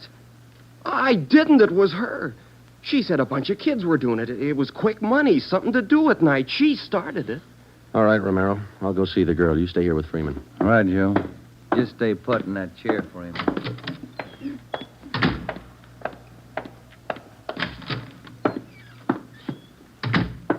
Hi, Marge. Hello, Joe. You and Romero handling this case? Yeah. I'd like to talk to the girl a few minutes, Marge. Will you stand by? Right, I'll sit over here. Thanks. All right, miss. What's your name, age, and address? I told this lady cop 15 minutes ago I'm not saying anything. All right, then we'll tell you. Your name's Joanne Miller. You live at 866 Piper Avenue. You live with your father and mother. Both of them work. You're a liar. That's not me. You're 19 years old. You live on the same block as your boyfriend, Stanley Freeman, and you're the one who got him mixed up in this gang. Isn't that right? No, it's not right. It's not. I didn't do anything. Well, that's only half the story. Freeman told us everything. You want to hear the rest? No. Stan wouldn't tell you. He wouldn't. He told us how you got him mixed up in it. Quick money. That's what you told him, didn't you? No, it was him. I can prove it. The rest of the kids will tell you. He got me in this. Ask them, they'll tell you. It was Stanley and Fred Milford and George Jansen. They started it, all three of them. All right. Will you tell the story to a police stenographer? I'll tell him everything. He's not blaming this on me. Marge, will you go get the stenographer? Right, Joe. Now, how many persons in this gang of yours? Oh, about 10 or 12. And it's not my gang, either. He got me into this, and now he's trying to lie his way out, blaming me. How long you been doing this, burglarizing cars? Me? Oh, only about 2 weeks. It was supposed to be fun, something to do at night. The rest of them been at it a couple of months. Who's the head of the gang? I told you, it's him, Stanley, and Fred Milford and Jansen, all three. I only started going out with them 2 weeks ago, maybe less. All right, Joanne. Tell it to the stenographer the same way. Stenographer will be in a minute, Joe. Okay, Marge, thanks. Stay with her. Right, Joe.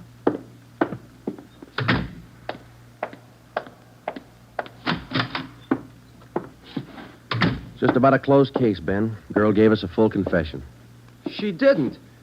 Oh, you're not tricking me again. She didn't. She told us you're one of the leaders of the gang, Stanley. Said you got her into all this. The other two are George Jansen and Fred Milford. About a dozen kids in the gang, all of them about your age. Isn't that right? She's lying, can't you tell? She's lying. She got me into the gang. Well, she did. She's Milford's girlfriend. Ask her. Oh, she can't lie out of that one. She got me into it. I can prove it. Who's the real leader of the gang? Milford. He started it. He organized the whole thing. He collects the stuff we get, and he delivers it. Jansen helps him do it. What do you mean he delivers the stuff? Where does he deliver it? Somewhere in Dogtown, I think. Down around South Main, near the railroad yards. Who's it delivered to? I don't know exactly. I heard Jansen mention the name once. Myra, he said. It's supposed to be a big secret. Myra, that's all I remember. Where does Jansen and Milford live? Jansen rooms down on East Flower. 1042, I think. It's a rooming house. And Milford lives 2 blocks over from me on Quincy. 234 Quincy. He lives with his grandmother. Got that, Ben? Right. All right, let's pick up Milford and Jansen. It was 10 minutes past 1 when Ben and I returned to headquarters with George Jansen and Fred Milford in our custody.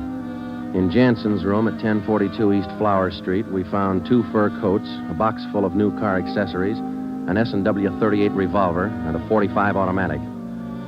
When we picked up Fred Milford at his home, we discovered 5 deluxe car radios hidden in the garage, plus a valuable assortment of cameras, cigarette lighters, and clothing. Both Jansen and Milford refused to talk, but when we got them to headquarters and showed them the signed statements of Stanley Freeman and the girl, Joanne Miller, they broke. Milford, where else did you and your gang operate besides the Wilshire district? No place, only out there, that's all. Same type of car burglaries have been committed all over the city.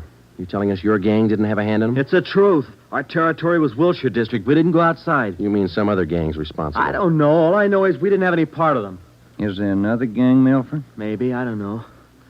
You find out. It's none of my business. It is your business, Milford. You admit you and your gang committed 55 jobs in the past 3.5 months. That leaves about 200 jobs to be accounted for. That's right. You figure it out. We have figured it out. I think you and your gang of young thieves pulled every one of those 250 jobs. There isn't any other gang. That's the story the district attorney's going to get. You're crazy. There is. I know there is. Then give us the information and save yourself a lot of trouble. Well, we're not the only ones. That's all I know. Milford, do you know how many years you get for auto burglary? I told you, we're not the only ones. There must be a couple of others besides us. Vince Mahoney, he's got a gang. Where does Mahoney operate? West Hollywood and Beverly. Where's he live? I don't know. Honest, I only met him a couple of times. Where'd you meet him? I don't remember. Where'd you meet him, Milford? Delivery. I met him down at the delivery place a couple of nights. When you delivered the property you stole from cars, is that right? Yeah. Where was that? Down by the railroad yards. Where? Chavez Street. It's a little alley off East Main. Who'd you deliver the stuff to? I told you her name's Myra. That's all I know. We meet her and some guy on Tuesday nights. We give them the stuff and they pay us off. Mahoney delivers the same night I do. Do you meet her every Tuesday night? Yeah. You're going to meet her this Tuesday, tomorrow night? I don't know. I guess so. Same place? Yeah. Are you the only one she deals with? Sometimes Joanne. Me or Joanne. I know what you're thinking. You want to use me to trap Myra. Well, what's it worth? You know better than that. How about it, Milford? Oh, what else can I do? Give me another cigarette. By 3:30 that morning, the signed statements and confessions were piling up fast. Milford gave us a list of the names and addresses of each member in his gang, and within an hour, they were all under questioning at headquarters. Most of the suspects, about 1/3 of them girls, ranged in age from 18 to 21. As they told their individual stories, the scope of the case grew until it covered most of the city. By late afternoon of the next day, Tuesday, March 3rd, 3 more gangs operating in Venice, Bel Air, and North Hollywood had been apprehended. They confessed to more than 175 burglaries from locked cars during the past 3.5 months. At 5 o'clock that afternoon, Ben and I met with Chief Backstrand in his office. How many admissions you have now? Over 50, Ed. Here are the gang leaders' statements. What's their story? Yeah, it's pretty much the same. They all say this woman, Myra, set up the operation. You mean she got the kids and put them to work burglarizing cars? Well, not exactly. She picked the leaders, contacted them in bars or on the street, asked them if they wanted to pick up some spare money getting auto parts for. Then she didn't tell them to go out and burglarize cars. Well, not in so many words, Ed, no. After they brought in auto parts for a couple of weeks, she told them to bring her everything they could find, outside the car or inside. Those are the words she used. 5 of the kids dictated those words into their signed confession. That should hold in court.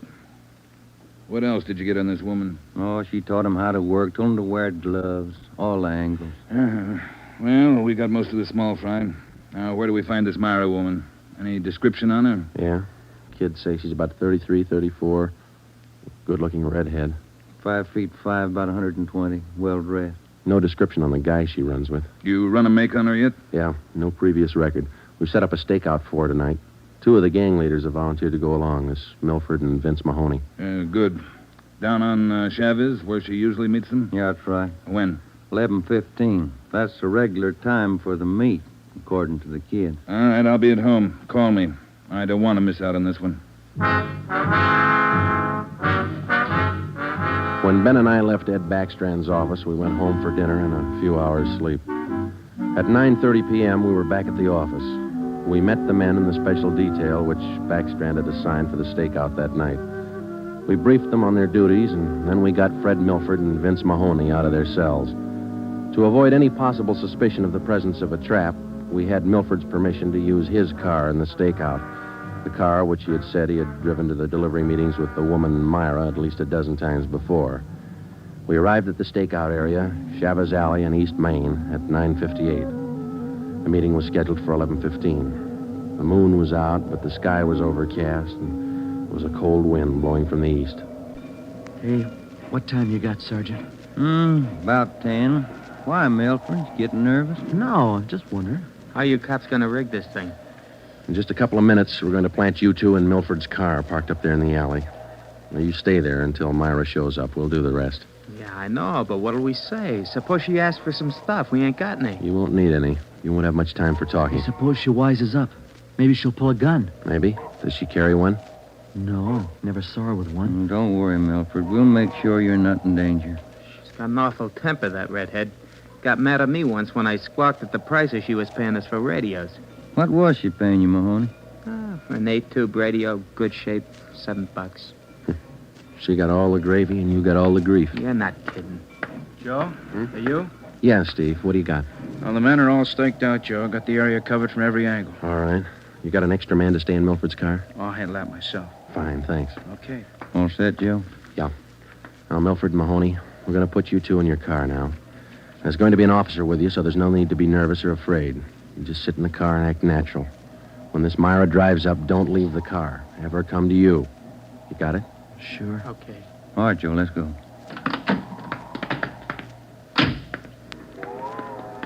Sure is cold out. I don't even have a heater in my car. You stole enough of them. Okay, Steve, here they are. All right, boys. Milford, get in first behind the wheel. Okay. Mahoney in the middle. I'll sit in the back. We'll be parked in that garage across the street, Steve. Got a perfect view of the alley. Okay, Ben. Check with you later. Right. Mean night, Joe. Yeah, come on.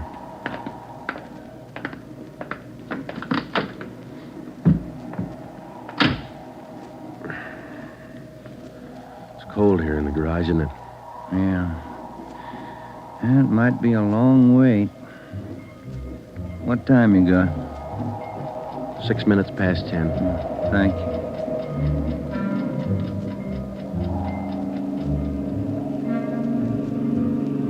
Hey, Joe. What is it? It's nothing. Thought that passing car was turning in the alley. Relax. It's early. Lonely place. dark. Gets on your nerves.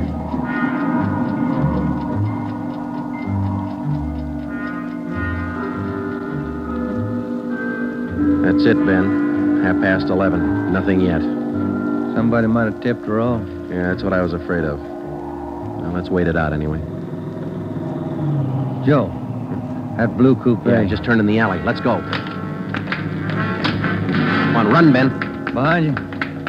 All right, you fella. Quit your fighting. What'd you get, Steve? Here he is. Just drove up in the coupe. Got out and called Milford Mahoney by their first names. He's in on it. What about the girl? No sign. Kid was the only one in the car. All right. Tell them in the stakeout's off for tonight. Have him report back in. We'll take the kid with us. Okay. All right, young fella, this way. What do you cops think you're doing? I ain't done nothing. Look, sport, we heard that from 54 different kids yesterday. We're tired of that line. Come on. When we got back to the office, we took the boy to the interrogation room and questioned him. He gave his name as Matthew Leiter, age 21. He wouldn't break until Vince Mahoney definitely identified him as a member of his car burglary gang and the special favorite of the red-headed woman they called Myra. Then Leiter copped out and told Ben and I that he had talked with Myra as late as 10 o'clock tonight. He told us that she had heard that the police had picked up some of the gang members, and she asked Leiter to drive down to the Chavez Alley meeting place. He was supposed to tell Milford and Mahoney that the weekly delivery date was off until further notice. We questioned Matthew Leiter for an hour and a half. You told us a little while ago that you talked with this woman, Myra, late tonight. Yeah. Where'd you talk to her? At her home? Her home? Don't be stupid. Nobody knows where she lives. I met her at a bar. Which bar? Julius, out in Santa Monica. How did she contact you? Called me at home. She's not such a bad dame. She treats you right. Sure, that's why you're in jail. Did you ever call her on the phone? I don't know her number. None of the kids do. She's smart. She taught me all I know about the racket. You'll have a rough time getting her. She taught me all I know about the racket. You'll have a rough time getting her. Maybe, but we'll get her. Ben and I left the office at 2 a.m. and went home to bed. We reported in at 8 that morning to head back Strand. The three of us went down the street to Koken's restaurant for a cup of coffee. Nobody was in a good mood. We had most or all the small fry in the citywide burglary ring, but it seemed we were still a long way from cracking the inner circle.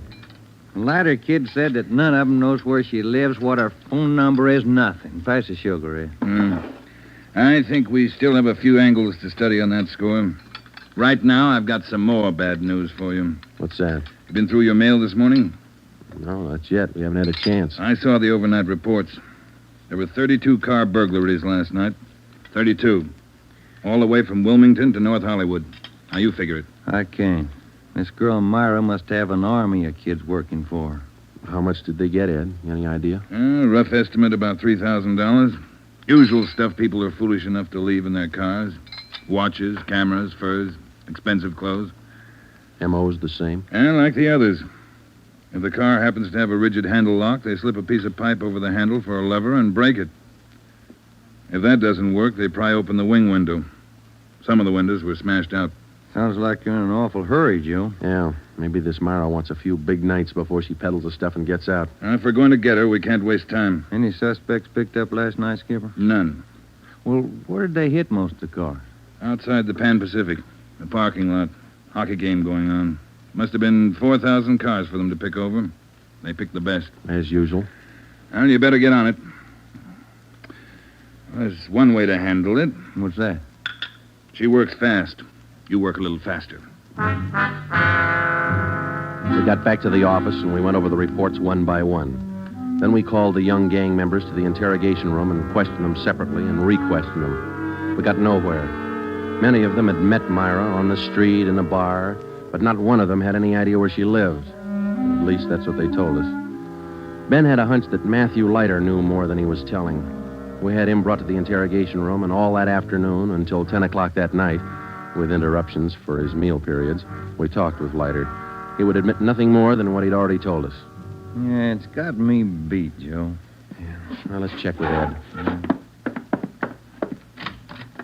Good morning, Joe. Ben? Hi, Mike. Skipper in? Just went down the hall for a minute. Be right back. Hold it a minute, will you? Yeah. Chief of Detectives Office, Hannon. Yeah. For you, Joe. Oh, thanks. Well, yeah. He does? We'll be right over. I was Sergeant Hopkins over at the jail. Yeah? Matthew Leiter's got something to tell us. Says it's important.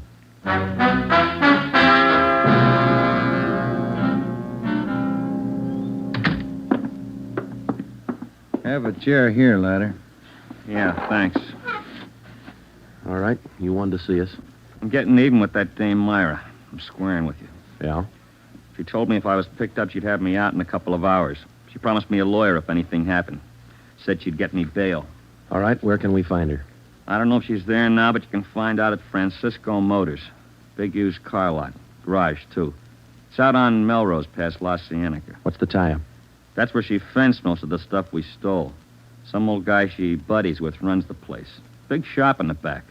Store a lot of hot stuff there. Barney, Yes, Sergeant? we're through with them. Take them back. We checked with Chief Backstrand, and then we drove out to the Francisco Motor Company. We located it on the corner of Melrose and Geneva Avenue. It was a big layout. Consisted of a large used car lot sign bannering the slogan, Deluxe Auto Accessories, lowest prices in town. Along the back end of the lot, there was a large L-shaped garage. We found the man in charge, and he gave his name as Paul Hackett, the owner of the car lot. In the garage, we found the entrance to a large back storeroom. It was loaded with thousands of dollars worth of auto radios, spotlights, cratefuls of assorted car accessories. Special closets built into the walls of the garage contain racks of fur coats, suits, dresses. Below that, smaller boxes containing watches and cameras, all wrapped in tissue paper. You can save all of us a lot of time and trouble by talking to us now, Mr. Hackett. Where is Myra? I don't know who you're talking about. I don't know what you're talking about. Can you explain what we just found in your garage? I didn't know it was there. I didn't know it was stolen. Well, which is it, Mr. Hackett? Make up your mind. I bought it, but I didn't know it was stolen. You can't prove I did know. I think we can prove it, Mr. Hackett. Some of those stolen car radios stored back there, the serial numbers are filed off, and this workbench here is full of filings. I didn't know. You'll have to do better than that. How does Myra figure in? I don't know. I don't know what you're talking about. It's all right with us, Hackett. We found the stuff and we got you. If we don't find Myra, you'll be doing time for 2 people. Stand still. You can't. You can't do this to me. I don't know anything about it. Come on, Hackett. We're taking you in.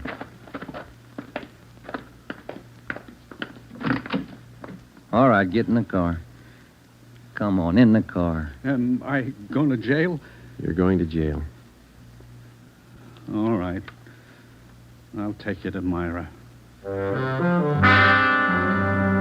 Hackett told us that Myra lived at 1345 Munich Drive in Beverly Hills. He said that he was Myra's husband. He told us that he'd been in a legitimate garage business for 10 years before he married Myra. She talked him into the racket. He identified 1345 Munich Drive as their home. When we got there, we found stores of stolen property similar to those found in the garage. Myra was not there. Hackett had no idea where she might be. We sat down in the living room and waited.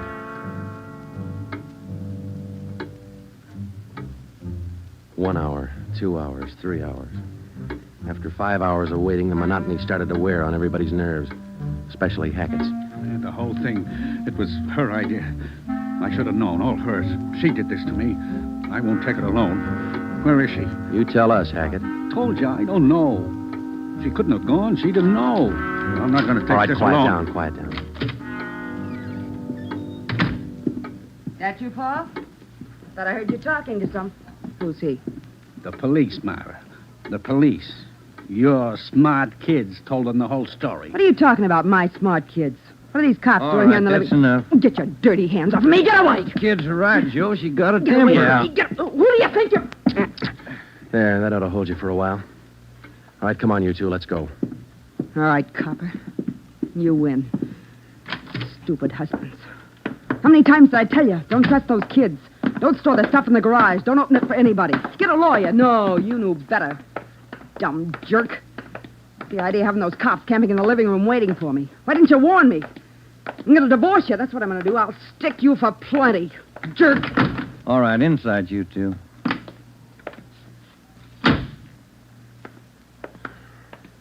You got a smoke, Ben? Yeah. Here. Thanks.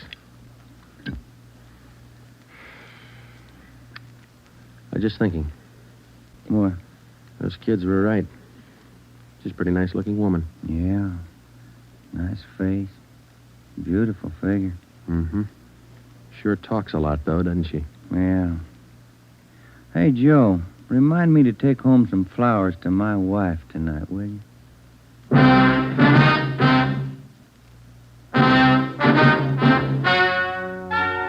The story you have just heard is true. Only the names were changed to protect the innocent. Paul and Myra Hackett were tried and convicted on 7 separate counts of receiving stolen property. They are now serving out their sentences in the state penitentiary.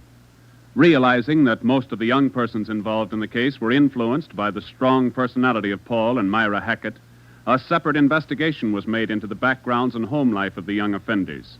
In most cases, they were found to be basically good, and they were placed on probation and returned to their homes.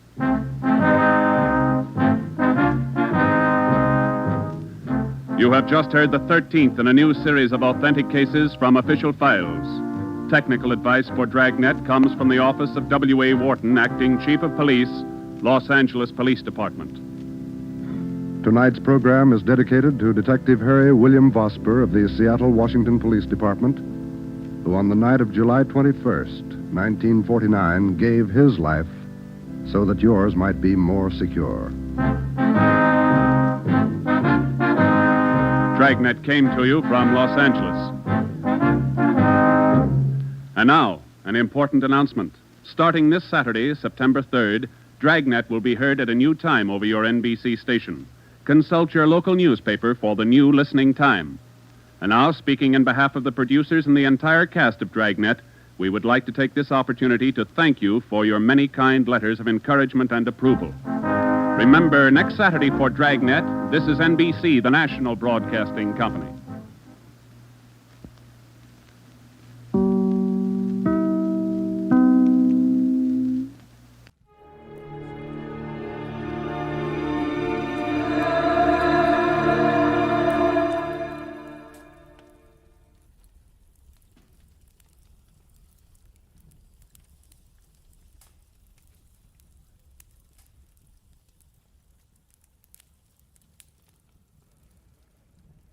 Get this and get it straight.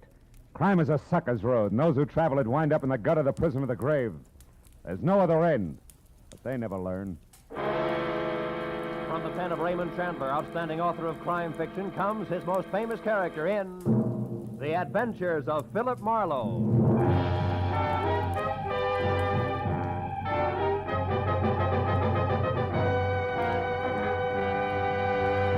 Now, with Gerald Moore starred as Philip Marlowe, we bring you tonight's exciting story, The Collector's Item. Hey,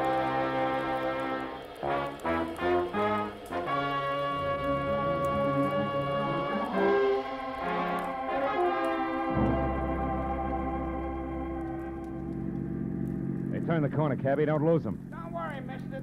There they are up ahead of that new Nash. Uh-huh. And a white Panama hat shows up through the back window of that cab like a signboard. Besides, I've been doing okay so far, ain't I? We stayed in this tail for 20 minutes now. Yeah, but I've been tagging the guy under that hat for 6 hours. 6 hours? For a movie, a Turkish bath, 3 bars, a restaurant, and 2 museums. Close the gap a little, huh? Whatever you say, mister. They're liable to spot us. How much longer you gonna keep this up? What difference does it make as long as your flag's down? Big difference. My old lady'd be awful sore if I don't get home tonight. And this follow-the-leader routine looks like an endurance contest. Take it easy, cabby. At 10 o'clock tonight, a certain big deal will be closed, and then we can both forget about that guy up there and go home. Big deal? What kind of big deal? I ain't nosy. I just don't want no trouble. You'll get no trouble. It's approximately legal, ain't it? Legal as Confederate money. Nah, just a minute. I got a living to earn. I'm serious. So am I. Sirius is a rare coin dealer. Oh, a numismatist. Yeah, that's right. Well, what do you know? I collect Indian pennies myself. Small world. And the guy up there in the hat's trying to louse up for sale, huh? That it? Roughly, yeah. Keeping an eye on him till the deal goes through at 10. He's a screwball from the deep south. Hey, the light's changing. He's gonna be caught. You want I should slow down? No. Pull up behind him. It's okay. Right. Hey, mister, look. You see that? Yeah. Panama hat, it's gone. Yeah, when I drive it, his brakes disappear. Pull up beside him, quick. Can you see? Yeah, the seat's empty. Ooh, what a pair of chumps. They've been chasing nothing but a hat propped up in the back of that seat. No kidding. Gee, it sure looked natural, didn't it, Mr. Ah, nuts. Let me out. Now, look, you get to the other driver. Find out where he dropped his passenger off and anything else you can. Here. Here's $30 for your trouble. Wow, for that kind of dough, my wife can go ahead and get some. Call me at the office, mister. Just ask for Joe Joplin. Keep your shirts on, you can do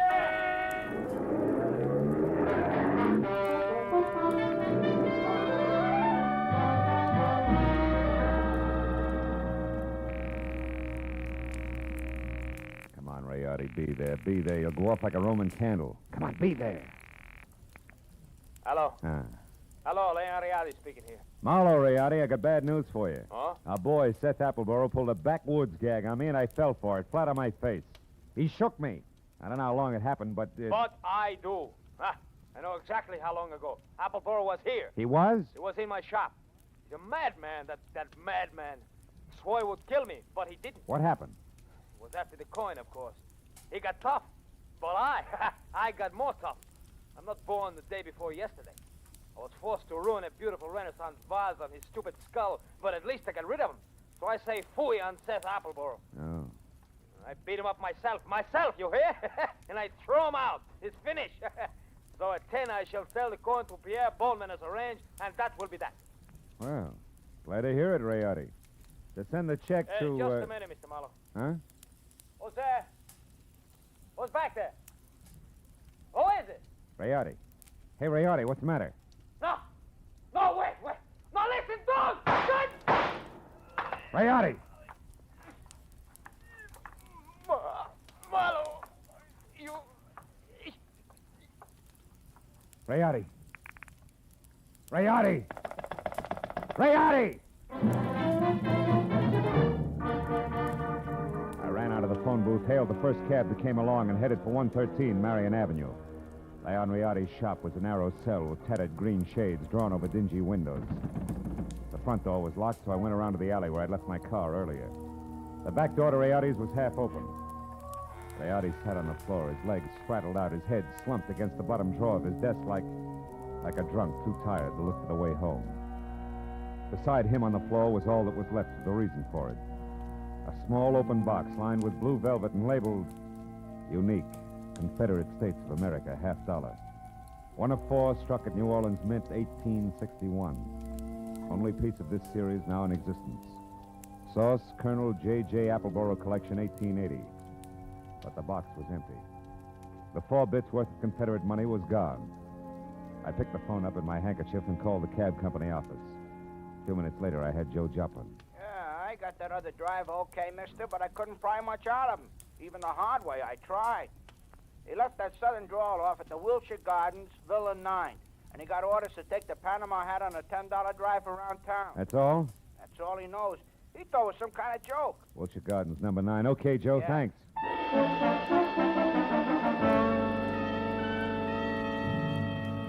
I called Homicide, told Lieutenant Matthews where he could pick up the body, and before he could order me to stick around, promised to fill in the details later and hung up. After that, I got in my own car and drove to the Wilshire Gardens Hotel, Villa 9. What finally came to the door and eased it open a cautious 2 inches. Had a mop of renegade hair the color and shape of tumbleweed, a body as gaunt as a piece of barbed wire, and 2 sick gray eyes that tried hard to hide under a pair of scrub brush eyebrows. Seth Appleboro wasn't glad to see me. State your business, sir. What's more, I'm a busy man. I'm not well, so be brief. Okay, we'll start off with murder. Murder? Now, see here, We'll sir. follow that with a missing Confederate $50. Now, do I come in peaceful like, or do I knock the door down? Don't go riling me up, Yankee. Well, you won't get in at all. What's your name? Philip Marlowe. My business at the moment is trying to square things with a client I let down very badly. Client? Then you must be referring to that low-down, unscrupulous carpetbagger, Leon Rayardi. You're a little confused, aren't you? Rayardi's from Italy. From northern Italy, sir. And a crooked, unprincipled carpetbagger. You said that. The kind who strips the South of her treasures, who pillages and loots and... What? A gun? Well, what's the meaning of that firearm in your hand, sir? I haven't got time for another civil war. Now get away from that door. I'm coming in. You carpetbagger. Now, let's knock off the nonsense, Appleboro. Where's the half a buck? Where, indeed? My poor old fool of a grandpappy, the colonel, sold it. Sold it for practically face value, sir. Just to keep body and soul together on the plantation back in 1880. And what he was give for it wasn't worth dirt compared to what that fine old piece of Confederate money's really worth. All right, all right. Where is it? Come on, hand it over. Well, I don't have it, sir. Oh. Not yet. But by ginger, I'm going to get it. And when I do, it's going home where it belongs, you hear? To the south. Oh. You better go to the couch and take another pull on your mint julep, Busty. You look bad. My head. And then I want that coin. I'm not kidding. That Rialdi crowned me with an iron pot. Oh. But that won't stop me, sir. I'm not going to stand by and let that rare old $50 be desecrated any farther. I'll prevent it being sold to any rich, dawdling oaf of a collector who has the audacity to live in Sherman Oaks. If it's the last thing I do. And you, sir, you won't stop me either. Sit down, I told you. Oh. That crackpot. Oh, my head. I should have known. Win, lose, or draw, I'm turning you over to the police right now, Appleboro. Charge is murder and larceny, and it's too bad, but you're a cinch to beat both raps on a goofball plea. You, big boy, put down the phone, drop your gun. Oh, rebel reinforcements. Drop it, I said. Oh, friend indeed. Providence is still smiling, sir. Yeah, sure. She's hilarious, Mr. Appleboro. Right, big boy? Well, don't you see the humor of the situation? Oh!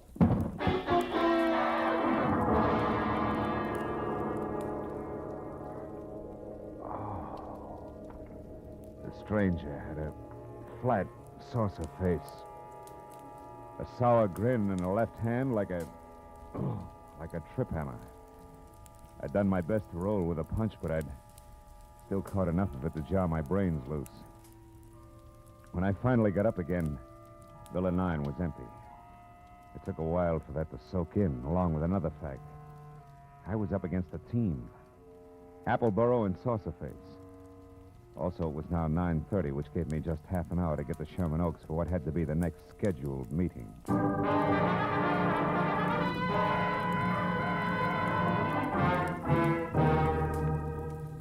The Boneman Mansion on Clooney Drive, from giant iron gate out front through overgrown grounds and up to the entrance, looked a lot more like the prop room at the Metropolitan Opera than anybody's residence. When I lifted the brass ring in the brass lion's mouth and let it fall, I got another surprise. She had deep hazel eyes with long lashes, close-cropped copper-colored hair, and packed full green suede dress that put no strain on the imagination. Her bare shoulders made you think of toasted marshmallows. Hello. Hello. You wouldn't be Pierpont Bowman, huh? And you must have had some reason for knocking, other than window shopping. Yeah. My name's Marlowe. I used to work for Leon Rayardi before he was murdered tonight. Murder? Mm-hmm. Is this supposed to concern my Uncle Pierpont? Yeah, I think it does. From the fuss that's being kicked up about 4 bits worth of Confederate money, you'd think that it was a chest of Easterling sterling silver. Only 4 bits, huh? Uh-huh. Yes. Yes, I'm afraid he is vitally interested. Come in, Marlowe. Wait here. All right. Uncle Pierpont, come here. Huh? What's the matter, Christine? There's a man here to see you, a Mr. Marlowe. You'd better talk to him. Oh, what do you want? Huh? Oh, you. What is it, Marlowe? Now, it's about the $50, the one you intend to buy from Leon Rayardi, Mr. Bowman. Oh, yeah. Well, what about it, man? Rayardi was murdered tonight. Now, that murdered, you say? Mm-hmm. If that's true, he hasn't had time to hit the ground yet. What's your game, Sonny? You must have some kind of a game. What is it? No games. I'm telling you, Rayardi was shot and the coin stolen. Are you sure about that? Are you positive? No mistake? Are you certain, Marlowe? I couldn't be more certain if it was tattooed on my forehead. I heard it happen and saw his body over an hour ago. What do you think of that, Uncle Pierpont?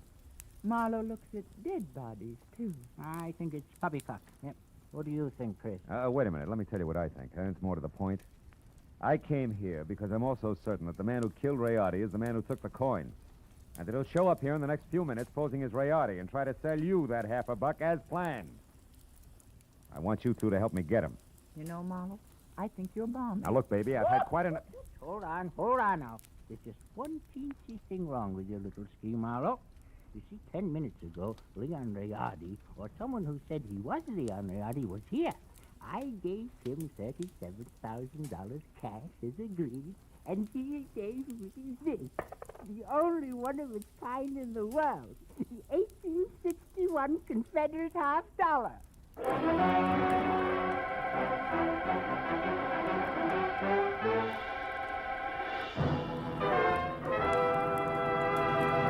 In just a moment, we will return to the second act of Philip Marlowe. But first, there are songs for sale, and one of them may turn into the nation's newest hit as you listen in to CBS on Friday night.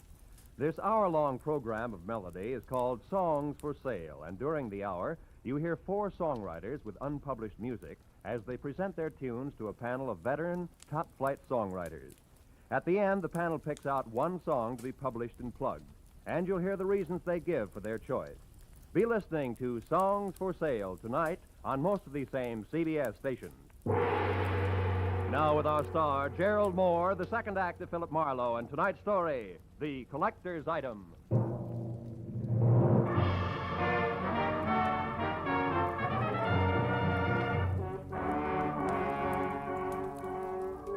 When the wobbly screwball collector clinked the $37,000 50-cent piece on the tabletop in front of me, his eyes flashed on like a pair of unfrosted light bulbs. And something close to frost started to collect in the upturned corners of his mouth, a smile like the cat that had just eaten the canary, cage, birdseed, and all. There was little doubt about it. Septuagenarian Pierpont Bowman was what an eccentric would call eccentric. And he was very unconcerned with the murder of Leon Rayardi, and very fuzzy about what Rayardi's impersonator had looked and sounded like. I'm afraid I can help little on that score, Mr. Marlowe. Only had eyes for the coin. And what a coin she is. Why, son, Mr. Bowman, you've got to remember something. Height, build, color of eyes, hair, voice. Yeah, voice. Was it a southern accent? Think, Mr. Bowman. Southern accent? Yeah. No, no, Mr. Marlowe can't say if it was or not. My hearing isn't all it used to be, you know. But Christine here, now maybe she could... No. Christine wasn't in the room. Answered the door myself. But I did see him come up the walk, Mr. Marlowe, from my room upstairs. He was tall, about your height. Oh, no, perhaps a mite shorter. And he wore a gray suit. No, darker than gray. Sort of light blue shade. Oh, that's I think, great. like Yeah, thanks a lot. Before I start reaching for a butterfly net myself, I think I better get back to Seth Appleborough's place on Wilshire. Why there? Surely if he's the guilty one, Mr. Marlowe, he won't wait to be apprehended. Not on purpose, no. But when I last ran into him and his buddy saucer face, he was fighting an acute case of vertigo.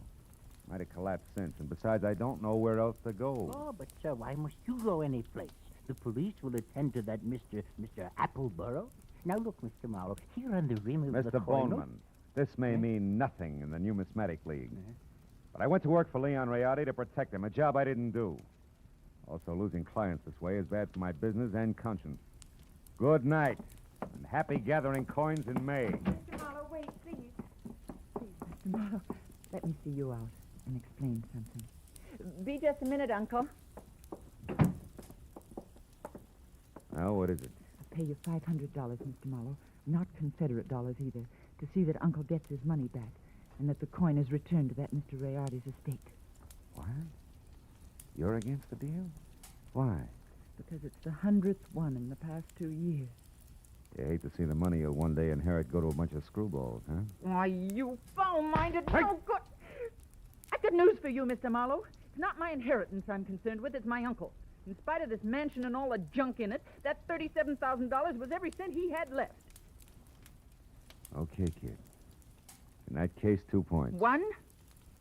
I had the slap coming. 2, I'll do my best to back up everything to where I came in. Good night. Good night. And Mr. Marlowe? Yeah. I didn't enjoy slapping you.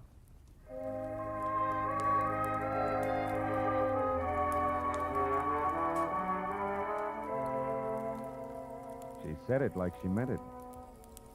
20 minutes later, I was back at the Wilshire Gardens where I found Villa 9 as dark and quiet as the bottom of a well. I had just about decided to quit playing long shots labeled I Hope He Passed Out on his front doorstep when, from a nearby clump of pepper trees, I caught a glimpse of a shadowed figure moving toward me, one slow step at a time.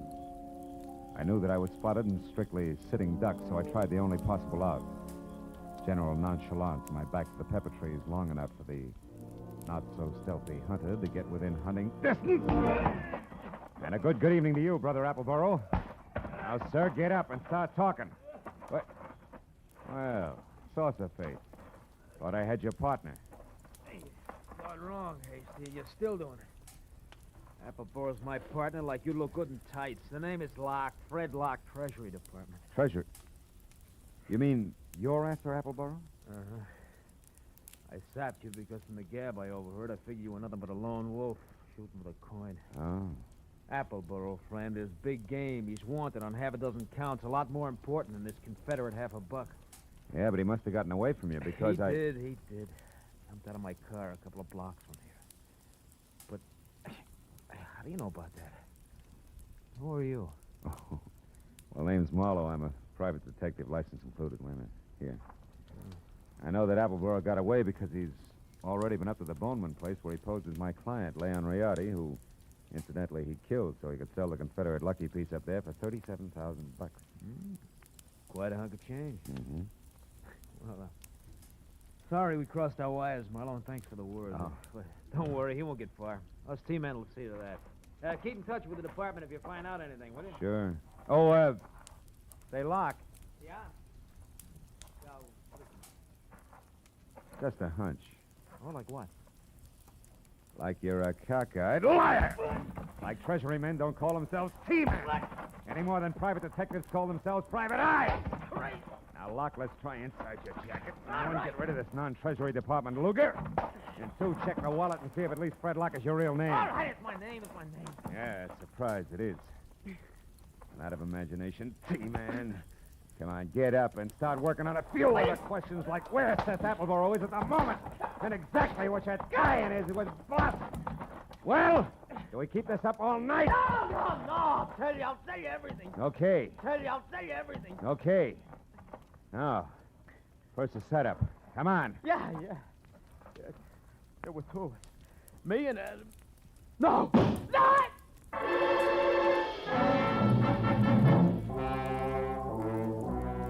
Come from the street that was just beyond the pepper trees and slammed into Locke front and center, folded him up like it was built on hinges.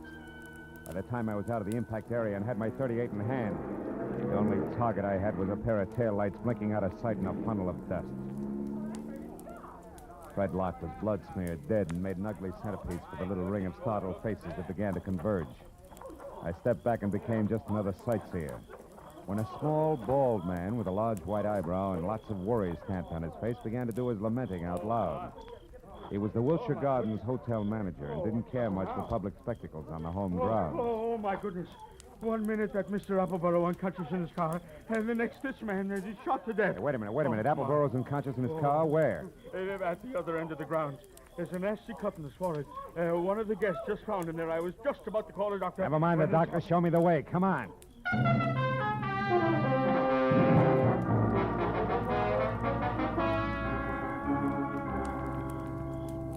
Come on, Dixie boy. Breathe deep. Who?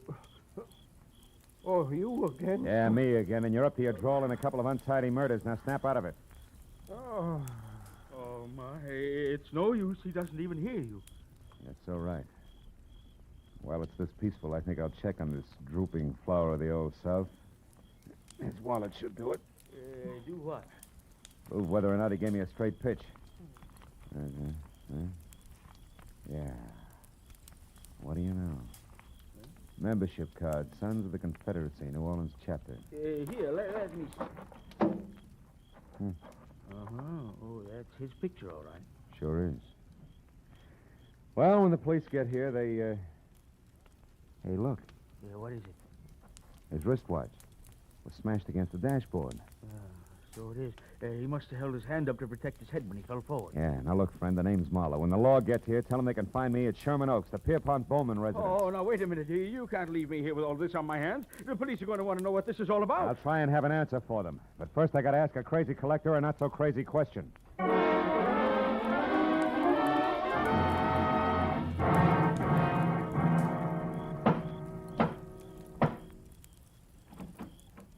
Why, hello, Mr. Marlowe. I was hoping you'd come back. No flowers and candy, honey. This isn't a social call. Then what brings you here? Your uncle, is he still up? Yes, but he asked not to be disturbed. Why? I got a picture I want him to look at. What kind of a picture? A man. Possibly the man who sold him the coin tonight. Now, where is he? In the gun room. Oh, but he'll scream bloody murder if we bother him. That's the subject on hand. You mean you found out who killed Leon Riardi? No. I found out someone else has been killed. Come on, huh? Over that coin? Who was it, Marlowe? Guy named Locke. We'll get to the fine print later. Is this the room? Yes, but It's Uncle... just the man I want to see. Oh, Mr. Bowman, you. Well, it's quite a blunderbuss. Look, point that somewhere else.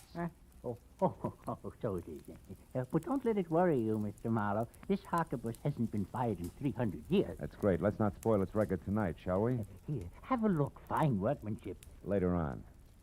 Right now, Mr. Bowman, I want you to have a look. This picture, it's Seth Appleborough. Huh? Is this the man who sold you the coin, the one you couldn't remember? No, not the party. Now, on this gun, Mr. Marlowe... Uncle, we've had another murder. Huh? Oh, my, that's too bad. But what's all that got to do with me? I'm not sure. But, Mr. Bowman, if Appleborough wasn't the one who sold you that hot half a buck, it must have been an item named Locke. Huh? The saucer-faced buddy I told you about before. Oh. The one who sapped me at Wilshire Gardens. Oh, very interesting. Uh-huh. And perhaps tomorrow, Uncle, please. Go on, Mr. Marlowe. Well, there isn't much more. When I left here and I went back for Appleborough, I ran into Locke. We mixed it up, and I was just about to get him to talk when he was shot out from under me. What? Appleborough did it? He shot Locke? No, he couldn't have. Oh, why not? Because Appleborough was out cold in his car at the time. Then all you really know is that Appleborough didn't kill his Locke. Oh, I know a little more. I also know now that there's a third interested party mixed in. Who? You, maybe. Uncle? What? Me? Sure. You could have killed Riardi via hired flunky like Locke. Sold yourself the coin. After all, you're broke. It's been done before. You're mad. It's insane, Marlowe. The idea. To think that Uncle would hire the likes of Fred Locke. Why, it... Slips, Christine? You shouldn't have known Locke's front name was Fred, should you? I never mentioned it. What? Christine, you mean that... I mean that nobody moves. Christine. Oh, fine. This is one gun in here that's no relic. It's been fired something less than 300 years ago. Yeah, to be exact, less than an hour ago at the Wilshire Gardens when you used it to keep Locke quiet, huh? You, Christine, you're the third party Marlowe was talking about. You hired Fred Locke and Appleborough. Had nothing to do with it, Mr. Bowman. It was your niece's partner, Fred Locke, who killed Riardi in his shop and stole the half a buck. After that, he followed me to Appleborow's place in Wilshire Gardens. There he KO'd me and Appleborough both. Then came out here and sold you the coin. Posing as Riardi. Correct. You can both go to the head of the class. Not yet. One question, teacher. Why did Locke go back to Appleborow's? Couldn't have been just luck that I found him there. It wasn't. He was afraid Appleborough had seen him kill Riardi at the shop. He had to know for sure. Your turn, Uncle. Why did you do it, Christine? I was sentimental, Uncle. I wanted at least the last of your money as a keepsake. And now that I've got it, I want one thing more before I leave. That $50 in your pocket. Hand it over. Come on. The $50, but... It's worthless to you, Christine. You can never sell it again. Every collector in the world will be on the lookout for it. Don't you think I know that? Then what do you want with it? The pleasure of getting rid of it. I hate it. Like I hate every piece of junk you've squandered your fortune on. The fortune I'd have inherited someday. I'm going to throw it in the first deep river I come to. Hand it over. No, you don't, Christine. Drop it. Drop it. Now, sit in that chair while you can. You may end up in another one.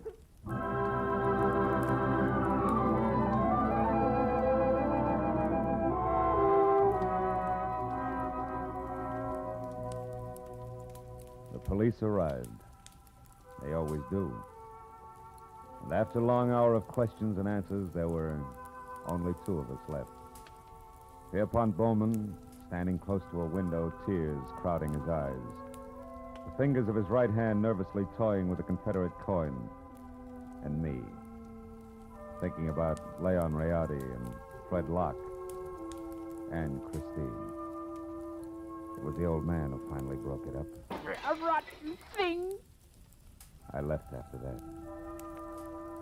So I don't know if Appleborough got the coin or not.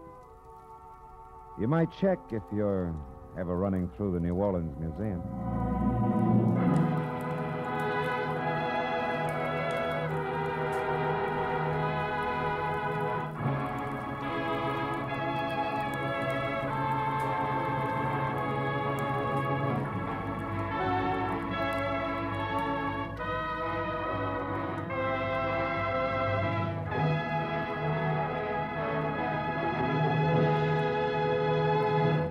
The Adventures of Philip Marlowe, bringing you Raymond Chandler's most famous character, star Gerald Moore, are produced and directed by Richard Sanville and written for radio by Robert Mitchell and Gene Levitt.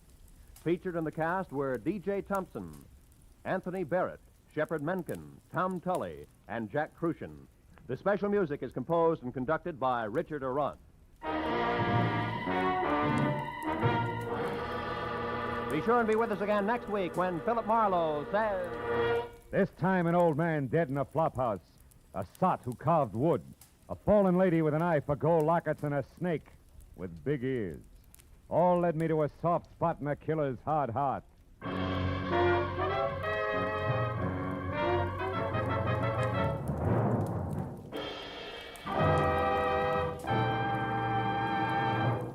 Every Friday night, CBS brings you stories taken from the files of parole boards of the 48 states. With only the names changed, these stories give and detail the events of a criminal's life up to the time he is up for parole. Then, before you hear the board's decision, you can make up your mind. Is this man ready to be set free? It's been hailed by press and public alike as an outstanding anti-crime show. And you can hear it now by staying tuned, because Up for Parole follows immediately on most of these same CBS stations. Roy Rowan speaking. This is CBS, where you play Sing It Again every Saturday night, the Columbia Broadcasting System.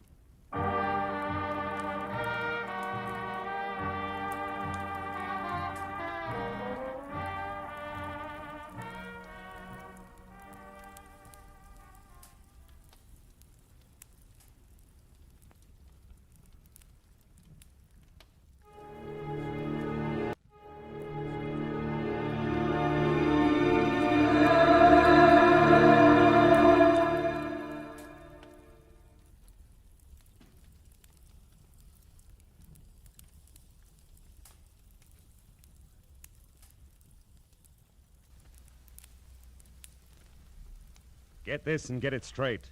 Crime is a sucker's road, and those who travel it wind up in the gutter, the prison, or the grave. They dressed in red, white, and blue and jumped from an ancient biplane at 3,500 feet. Twice a day, every day, and nobody worried. Until $5 million went along just for the laughs, and death went along for the ride. From the pen of Raymond Chandler, outstanding author of crime fiction, comes his most famous character in The Adventures of Philip Marlowe.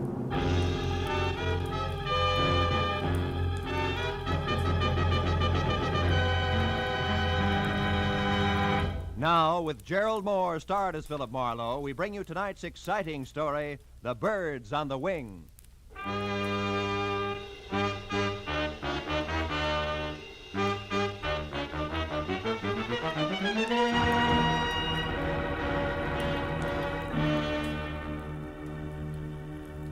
It had been the kind of quiet, workless week that speaks well for human beings and their relations with one another, but doesn't do much for a private detective's bank balance. So when at exactly noon, a telephone call had jerked me out of Chandler's new novel, The Little Sister, and a voice edged with anxiety had dangled $100 worth of negotiable bait my way, I had snapped at it. But then I wondered if I'd done the right thing, because it had been Miss Hattie Pembroke, guardian of the millionaire thrill-seeking screwball Page Pembroke. And now, an hour later, I left the sunlight and felt my way into the gloom of the carefully tucked-away Hollywood bar, where she had suggested we meet. When I could see again, I spotted her at a corner table. That the old girl would be the other side of 50 and doing a little too much to disguise it, I had expected. But that she would be drinking her whiskey neat, I hadn't. When I approached her and introduced myself, Mr. Marlowe, she started to come you right to the probably point, know as much- but didn't quite make it. Oh, how rude of me. I'm sorry. You're probably dying for a drink. Oh, waiter. Well, frankly, no, Miss Pembroke. I'm not exactly dying. Oh, no. I know you men in your early afternoon appetite for a friendly drink. There's no harm in it. Matter of fact, I've already had... Well, I've had a small drink myself. No fooling. Oh, waiter, this gentleman's order, please. Yes, ma'am. What'll it be, sir? Scotch and soda, if the lady will join me. Oh, no, I couldn't. Really? Well, all right. Scotch for me too, waiter. Johnny Walker. Yes, ma'am. Now, Mr. Marlowe, let's get down to business. Have you ever been to Oxnard, California? Uh-huh. Good, because that's where my nephew is. Also, it's where the Calumet Valley County Fair is being held. Really? Whatever that may be. Most important, it's where you can probably find out what kind of trouble Page is in. You see, the poor boy is Down to just... his last $5 million. No, I'm sorry, Miss Pembroke. I don't think I want the job after all. Now, one moment. Why not? Well, frankly, I hope you'll excuse the reference to actual living persons, but your polo-playing, motorboat racing daredevil nephew is a jerk. I know. Page Pembroke III is an unmitigated ass, a virile egomaniac, an idiot who's never done an honest day's work in his life. Wait, where is that drink? Right here, ma'am. Oh, thank you. Now, Mr. Marlowe, sit down and drink your drink. When I referred to my nephew as a poor boy in trouble, I was only trying to avoid saying all this. Oh. Your health, sir? Yes. Well, my health. Now, your next question. Since I obviously share your sentiments about my nephew, why all this concern over him, correct? Close. Right. I want to help Page Pembroke, Mr. Marlowe, because it's my job. My, shall I say, bread and butter? All right, say it. You see, I'm executor of his estate, which my brother, Page's father, left for him. Well, as such, I get $20,000 a year until Page is 35, another 6 years. But if Page should die, disappear, or be committed to any kind of a public institution... Oh. Before then, the entire estate goes to charity, and I go find another job. And specialized jobs like handling $5 million estates are hard to come by these days, huh? Now, Mr. Marlowe, this letter here's all you have to go on. It was postmarked last night from Oxnard. Read it, read it. Oh. If you want your precious nephew to keep on being healthy, you better come and get him at once. The three of us had a nice little act going here at the Calumet Valley County Fair before he joined us just for laughs. We intend to have a nice little act going after he's gone. And one way or another, he's going to go. A friend, huh? Yeah? Well, what do you think? Oh, it's 5 to 1. It's nothing more than a woman spurned. Very young woman, Miss Pembroke. So you might be wasting $100 sending me up there. Then you'll go. Good. Yeah, but only because of my bank account. Mr. Marlowe, there'll be another $100 for you if and when you get all this straightened out. Now, call me at my home, Beverly Hills. Crestview 5412. 4124? Yes, as soon as you find out what's wrong. And, Mr. Marlowe. Yes, Miss Pembroke.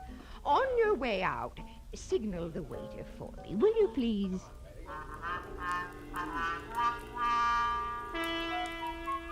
The ride to Oxnard was a pleasant but frustrating hour-and-a-half drive along the kind of beckoning, sun-scrubbed Pacific shoreline that always demands to know why you have to work for a living. The ride through Oxnard to the sprawling county fairgrounds located at a semi-retired airport was a fast 10 minutes. So all in all, it was a little better than 3 o'clock, and there was still a measure of boyish bounce in my stride when I started past the prize cows and plain and fancy leghorns and headed for the Midway, looking for the act Page Pembroke had joined just for laughs. But it was 4 o'clock, and I had checked a half a dozen death-defying numbers before I was standing in front of a banner Columbus could have used for a sail. It said I was getting warm. In iridescent orange cloth on black, it read, "The Plunging Comets. Taffy Starr and Midge Maynard on wings of death with fearless Eddie Knapp at the controls. The greatest parachute act in the world, admission free. 5 and 9 p.m., north end of the Midway. Come one, come all." Yeah, this had to be it. At the north end of the Midway, just outside of a sagging, weather-peeled hangar, I found the World War I biplane that went with the Plunging Comets being mothered by a mechanic who didn't have grease on his face. And beyond that, on an inside wall of the hangar, were the parachutes used in the act, each on a separate hook, its owner's name carefully block-lettered on a card tacked above. Taffy, Midge, and Eddie. And then, scrawled in black crayon, the name I wanted most of all to see, Page. Lost something, mister? The voice went with the woman and the woman with the act. At the top, there was what used to be called the boyish bob, sticking out of a white aviator's helmet circa 1918. Then a bright red leather jacket open wide at the throat, black riding breeches, black boots, a color of hair that stuck out and said this one was Taffy. I asked if you lost something. Have you? Well, come to think of it, yes. 6'2", eyes are blue, and carries a big, big checkbook. Seen one around? Maybe. Why? Who are you? Name's Philip Marlowe, the millionaire's friend. I'm a yacht salesman. Here's my card. Never mind your card or the very funny jokes. Now, what do you really want? Page Pembroke before he breaks his neck in your act, or isn't he in it yet? I don't remember. Now, your point. What is it? A letter you could have written, Letter that says Page is in trouble. Where is he? Goodbye, Mr. Marlowe. Take it easy, Wings. You wouldn't want to hold out on somebody who's only trying to help Brother Page, would you? I mean, what reason could you possibly have? Other than $5 million you might want for your very own. Why, you... I said goodbye. What's the matter, Taffy? You having problems? Yeah. This Mr. Yacht Salesman is Emmett Kingston, head of the fair's Midway. And you'll be surprised how popular he is with the concessionaires. Now where you going? What else? Good day, Miss Taffy, Mr. Kingston. You know, sometimes it works. Lead with your chin, ride with a punch, and watch for your opening. And I figured I'd try it just that way. So 10 minutes later, when Emmett Kingston, who was carnival people from checkered vest past ornate watch fob to high-button shoes, and shaped like a bowling pin, left Taffy and started trundling down the Midway, I went after him. When he stopped in front of a lunch wagon, I stopped too. And when he went in and approached a man playing pinball machine who was maybe 5'4", and from where I stood conscious of it, I was still behind him. At the pinball machine, a stranger with a thin face that wore a nervous toothpick was also watching the little man's game. Oh, boy, Doc, it's peachy. So when I moved closer to the trio, my face turned away from Kingston. Nobody seemed to mind. Hershey, jack of many trades, I see. What? Oh, Mr. Kingston, how are you, sir? Fine, Hershey, just fine. 800 more is jackpot, Doc. Come on. You wanted to speak to me, Mr. Kingston? No, Hershey, nothing important except about last night. Last night, sir? You were working late for a parachute rigger, weren't you, boy?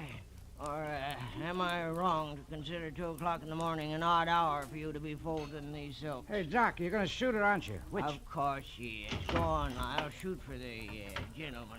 Yes, sir. Hey, 2,000, 3,000, 4,000. Hey, that's great. Now do that again with your last ball, Doctor. Was there something else, Mr. Kingston? Yes, Hershey. Why were you near the chutes at that hour? And don't bother denying that you were, because Eddie Knapp saw you there. Well, son? Well, I was there to double-check the riggings, Mr. Kingston. Hey, look, I'm sick and tired of Midge Maynard complaining about the way I pack her chute. It's a stupid excuse, just trying to cover the fact that she's losing her nerve. Hey, boys, don't ignore me. Do we try for the jackpot? Shut up, you, and get going. Rosie, get this stumble bum out of here, will you? Sure, Mr. Kingston, whatever you say. Oh, and it's social, huh? All right, Doc, I'm going. Of my own free will, too. But I could stay if I wanted to. Hershey, you were saying? Well, just this, Mr. Kingston. Midge Maynard and Taffy Starr fighting because of that Pembroke fellow, or because Eddie Knapp is crazy about Taffy is one thing. But bringing me and my work into it is different. Meaning? The parachutes Midge and Taffy use are identical. In the act, both girls jump from the plane wing at the same time. But Midge always gets scared and opens her chute sooner than Taffy. So Taffy is on the ground long before Midge.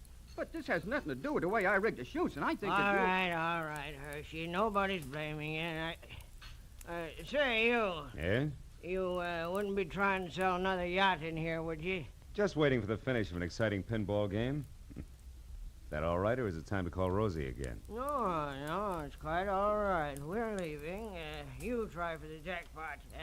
Come on, Hershey. It's about time for the 5 o'clock show. Oh, yes, Mr. Kingston. Only 40,000 to go.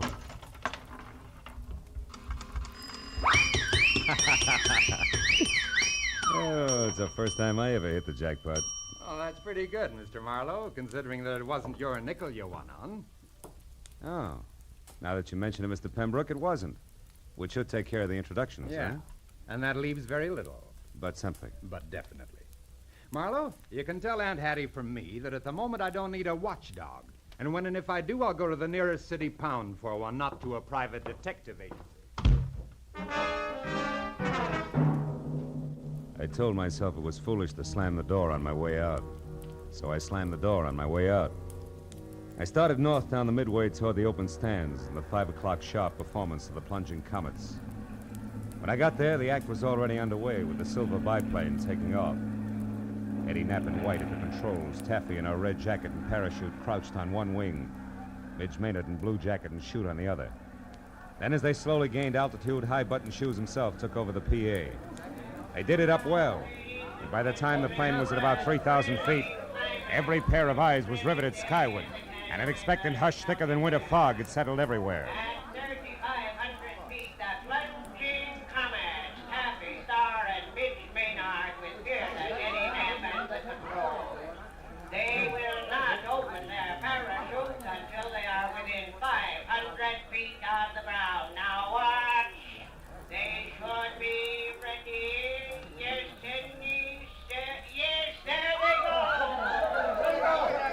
Knees drawn up tight, arms close into their sides, they jumped. Specks in the sky growing bigger as they fell.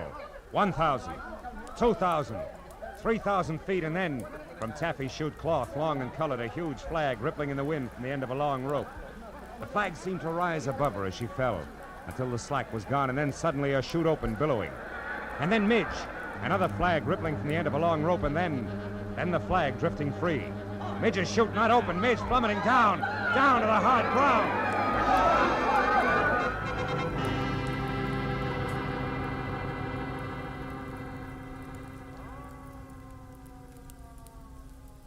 The thud slammed home all the way around, kicking hard at every stomach. A minute ago, a girl, very much alive. Now a smashed, still body. Someplace near me, a woman cried. There was a bitter, sick, sweet taste in my mouth as I headed for the hangar where I'd first met Taffy. At the moment, I figured the guy who packed the parachutes was a good man to see. When I got there, the only one present was Emmett Kingston. Stop right there, boy, and tell me straight and fast just who you are. Philip Marlowe, Los Angeles private detective, Mr. Kingston. You can prove that? Sure. Here's my business card, state license, county permit. I'm working for Paige Pembroke's aunt. She wants his nibs kept out of trouble. Which has what to do with your being here now, Marlowe? Here at this hangar, I mean. Close to where the parachutes are kept. I'm not sure, Kingston. I've only got a hunch. A hunch that Midge Maynard's death was no accident. Yeah, I got more than that already, Mr. Detective. I've got proof. Oh? You see this flag? It's the one that came off Midge's chute. There's a long rope attached to it. Yeah, I know. I saw the act. Pulls the chute open after the flag's flown a while, right? Sometimes, but not tonight, Mr. Marlowe. Tonight it couldn't. Why not? Wasn't it attached to the chute? It was. One end to the chute release cord, the other to the base of the flag. What went wrong? Nothing. Nothing, Mr. Marlowe, except that the long rope on Midge's chute was cut in two by a very sharp knife.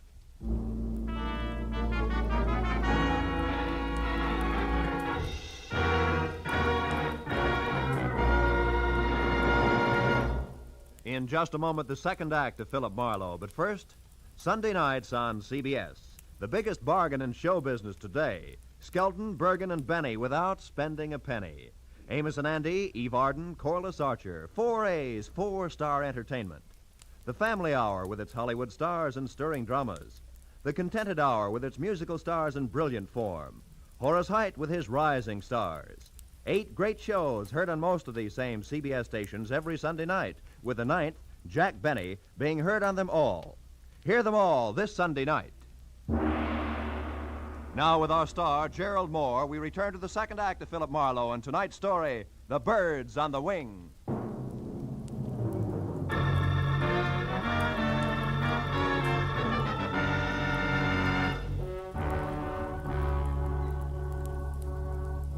When Midge Maynard's grim accident turned out to be grimmer murder, I left Kingston and headed for a phone to call my client. Everywhere the chill of the viciously spectacular death lay like a soggy blanket. At the exposition office, I found a phone and finally got through to Hattie Pembroke. She listened up to the word murder and then, between gasps, insisted on coming out to help me. When I hung up, I turned to see that the pilot, Eddie Knapp, had been standing in the door listening. He looked sick. What's it to you, mister? What's what to me? Midge. The long drop she took out there. And Pembroke. I heard you say Pembroke. What do you got to do with him? Just a minute, fella. I'm not sure it's any of your business. It's my business, all right. The kid gave me a big grin up there just before she jumped. And I watched her fall every inch of the way. So did everybody else. Look, I know how you feel, Eddie. You don't have any idea how I feel. Don't try to kid me. That mob out there loved it. That's the only reason they come to watch, the hypocritical buzzards. You got a finger in this pie, an angle all your own. I'm going to find out what it is. Take it easy, Knapp. You're talking yourself into something real silly. Yeah? Listen, ever since that louse Pembroke showed up here, there's been trouble brewing. Now Midge is dead. She was a friend of mine. Best friend I had. Aren't you pulling a switch, Buster? What happened to your red-hot passion for Taffy Star? Oh, you nosy... Come here, you jerk! Look at my arm, Buzz boy, and unless you want to take off with a busted wing, stand still. Now get this, Eddie. I've got no beef with you yet. In fact, we might even be on the same team because I want Pembroke out of here just as much as you do. So cool off! Who are you? Private detective named Marlowe. I got news for you. Midge fell because her chute was fixed. She was murdered. Murdered? You heard me. Where's Hershey? He packed the chutes. Have you talked to him? No, I can't find him. You mean he's run away? With that filthy half-pint Now, psycho. listen, for your own sake, Eddie, leave Hershey to me and the police. You know where he's staying? No, I don't. In town someplace. Well, didn't he ever tell you where? Come on, think, Eddie. Well, yeah, he told me he had a buddy in town. Some guy who runs a pool hall. I didn't pay much attention. That's enough for a starter. I'll find him. And keep a lid on your temper, Eddie. I'll see you. As I crossed the grounds to my car, I looked back once at Eddie Knapp standing in the office door, rubbing the shoulder I twisted for him. I hoped he'd stay out of circulation until I got back because the barnstorming flyer was charged up like a high-tension wire. The way he felt there'd be sparks no matter who he touched, Taffy, Pembroke, or Lyle Hershey. But my immediate worry was the location of the lambing parachute packer, so I drove into Oxnard, found a phone booth, and went through the book calling pool parlors. I finally hit pay dirt at a joint called Pindy's. It's 212 B Street, upstairs in the back. 212 B Street was an apartment, second floor rear over a boarded-up fish market. I went up the stairs to the half-open door with my hand around my .38. But the shooting part was all over. Because Lyle Hershey was crumpled in the bedroom door with the slovenly abandon that violent death always has. From the look of the puddle of blood under him, he'd been that way over an hour. I started backing out, just as someone else started up the stairs. So I flattened myself against the wall beside the kitchen door and waited. Lyle, it's Taffy. Come on in. Take a good look, Taffy. What are you doing in here? Where's Lyle? It's a great act, baby. Holds water like a duck's back.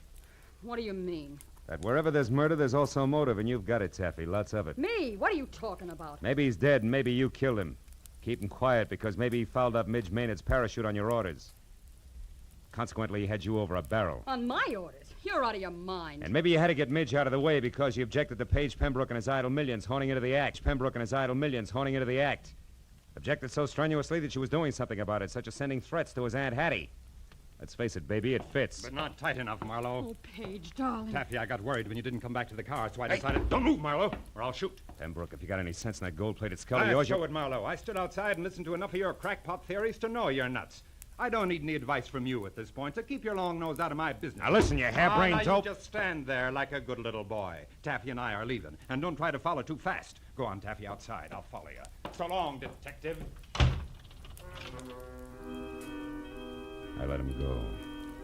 Spent 20 useless minutes searching the almost bare apartment for any kind of an answer, but came up with nothing.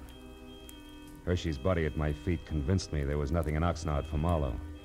And the sooner I dumped the whole mess into the laps of local law and order, the better. So I kicked out the 10-cent lock on the flimsy door and went down the stairs. I cut through an alley to the street and started across to where my car was parked. And I was bracketed by a pair of headlights on a sleek Nash convertible. Hey there, Marlowe. Marlowe, what you doing here, boy? Nothing. Even that's an exaggeration, Kingston. What about you? I thought you had a show tonight. I certainly do, but the police don't give a hoot about that, boy. No. They insisted that I bring the rest of Midge Maynard's parachute harness in for investigation. Get in and come along, will you, son? Maybe you can help me out. Okay. I want to see the police myself. Oh, is this Midge's stuff here? That's it. Don't mind holding it, do you? No. You know, this is a waste of time, boy. All they have to do is pick up Lyle Hershey, and they'll get all the answers. They'll have to pick him up, all right, but he'll give him problems, not answers, Mr. Kingston. Lyle Hershey's dead. He was murdered. You say Lyle... Yeah, I just came from his place. Somebody shot him. Great suffering sardines. Well, that means there's another killer, and still on the loose. I knew I shouldn't let him do it. Let who do what? Why, Taffy's going to give an air performance tonight. They pulled me into the grounds just as I was leaving and told me that Pembroke fella's going up to Midge's place. You mean those two showed up out there? It doesn't make sense. Well, Pembroke's got plenty of nerve in his own chute, so I guess... Shoot? Yeah, he's... Wait a minute, Kingston. Stop under that streetlight, will you? Why, what is it, Marlowe? What are you looking at? Sure. Red smudges on the inside of these straps. There's something wrong here, Kingston, but I can't quite peg it. Say, Kingston, what time was that performance going to start? Why, 9 o'clock. 5 minutes and 5 miles to go. Come on, boy, turn the heap around and romp on it. We got a killer to catch.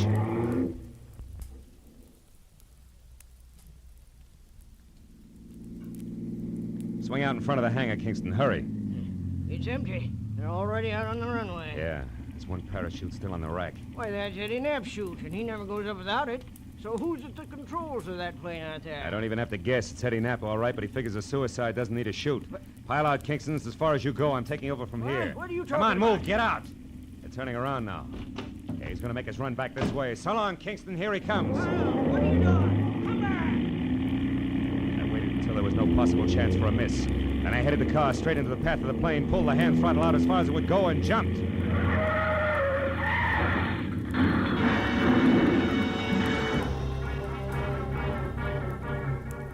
From there on, it was easy. The plane sort of stumbled over the car, rolled up on its nose, and stayed there. Quick work by the volunteer crash crew took care of that. A box of bandages took care of the collection of minor cuts and bruises all around, and the Oxnard police took care of Eddie Knapp. Everything had come out more or less even, except my client, Hattie Pembroke. She showed up at the finish line slightly on the bias, which no doubt was her normal late-evening state.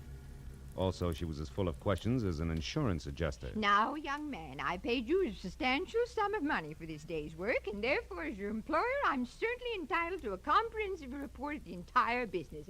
And I insist All right, Hattie, whoa. I'll run through it once more, and that's all. Now, look. First, the threatening letter you got was written by Midge Maynard because she was afraid Paige was going to break up the act. You get it? But the real screwball was Eddie Knapp. He was crazy about Taffy Star and insanely jealous when your nephew and his money showed up. Knapp decided if he couldn't have Taffy, nobody else would, because he'd kill her. And yet, Midge Maynard was the one who got killed. You catch on quick. Knapp killed Hershey because he was afraid Hershey had seen him tampering with the chutes. You get that? No. No. On second thought, Marlowe, maybe you better submit a written report tomorrow. Yeah, with adding machine enclosed. Now, look, Hattie, it's not Hey, that...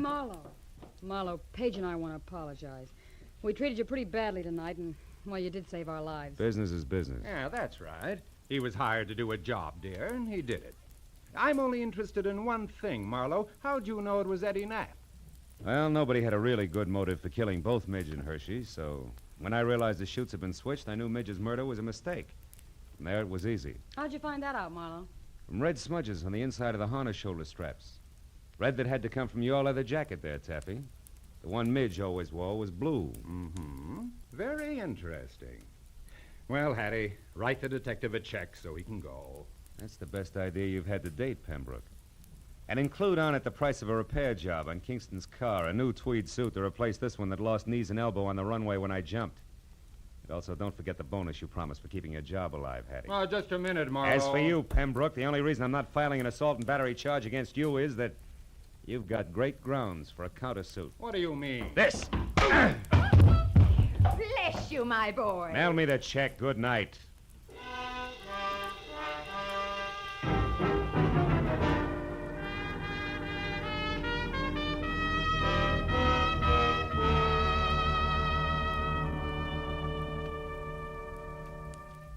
Well, a few informal cups of coffee at the Oxnard Police Headquarters cut through most of the paperwork.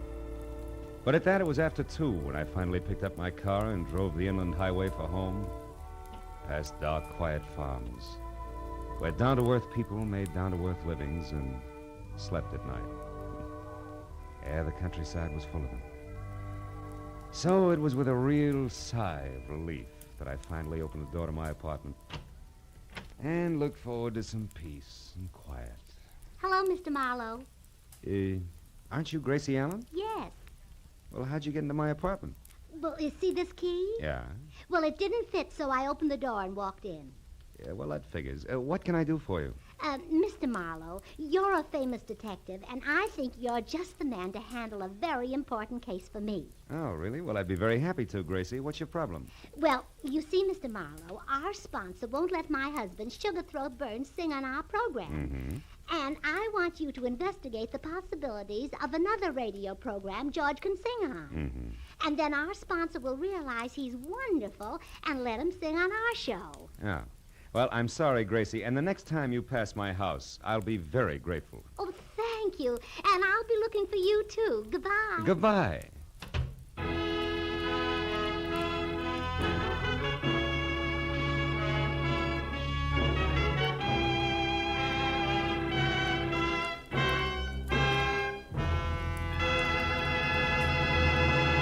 The Adventures of Philip Marlowe, bringing you Raymond Chandler's most famous character, star Gerald Moore, and are produced and directed by Norman MacDonald.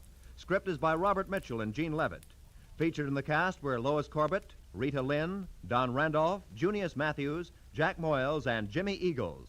The special music is composed and conducted by Richard Aurunt.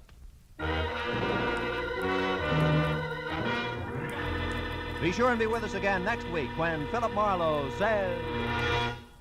It started with a kid hawking papers on Hollywood Boulevard and moved from there to a house full of hate on a quiet street, a blonde liar on ice skates, and a corpse in a burned-out shack. And it all wound up right where it began, in the heart of the kid, on the corner.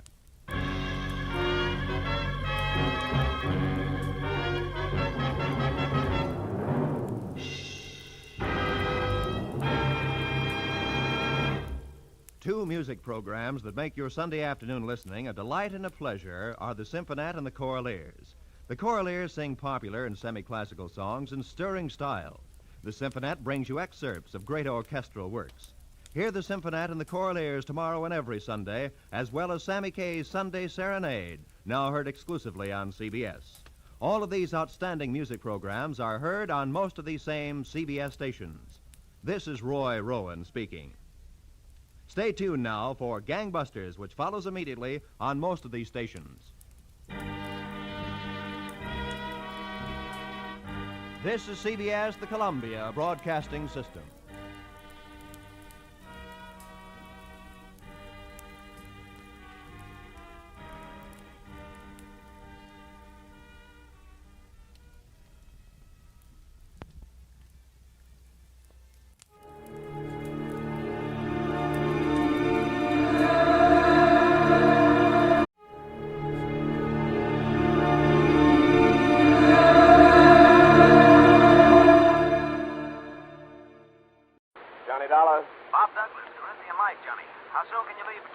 Right away. My right big toe needs defrosting. What's the matter? A policyholder, young fellow named Jefferson, went west on an oil deal and he's disappeared. It might be murder. Well, I guess I'd better pack two shirts. Looking for one man in a big state like California can be murder.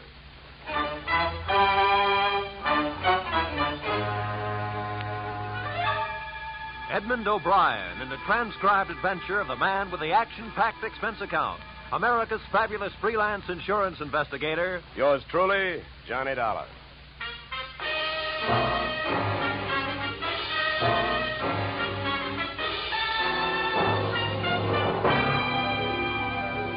Expense account submitted by Special Investigator Johnny Dollar to Great Corinthian Life Insurance Company, Hartford, Connecticut.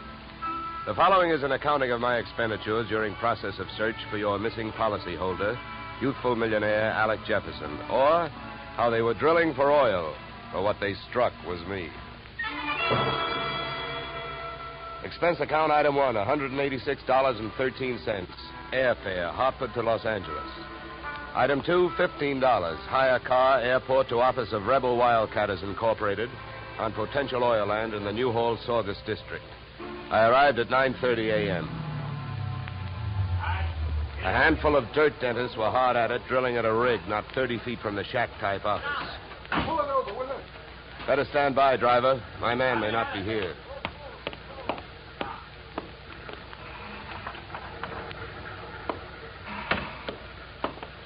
Morning.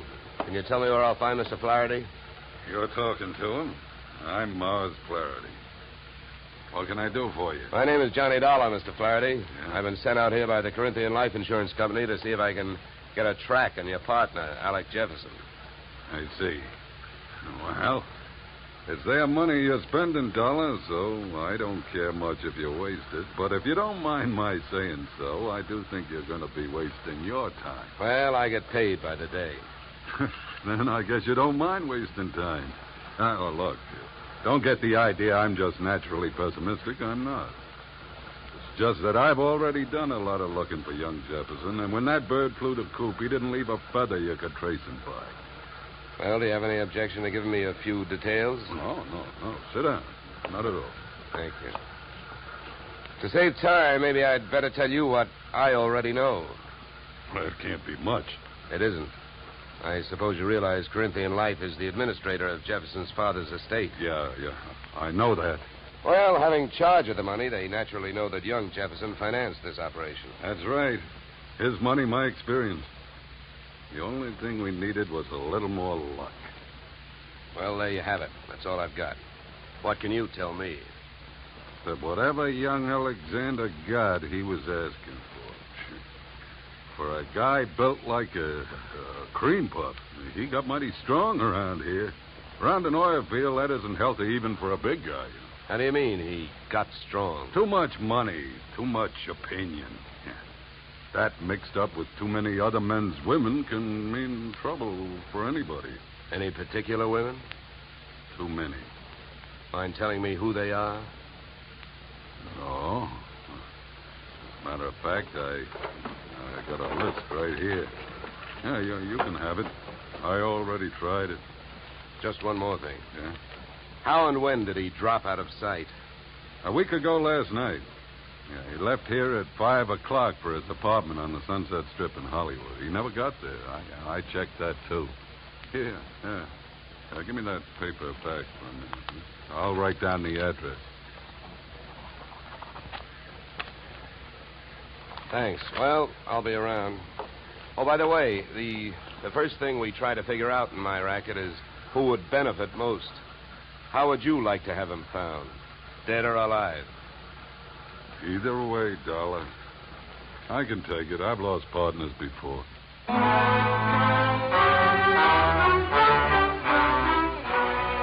I spent the next 20 minutes on a long shot, thinking I could pick up some information from the drillers. But it was a long shot that missed. Those guys wouldn't have told me it was a nice day. The outdoor life having got me nowhere, I decided to give the indoor type a try. First stop, Jefferson's apartment on the Sunset Strip. The lock was foolproof, but I wasn't fooling.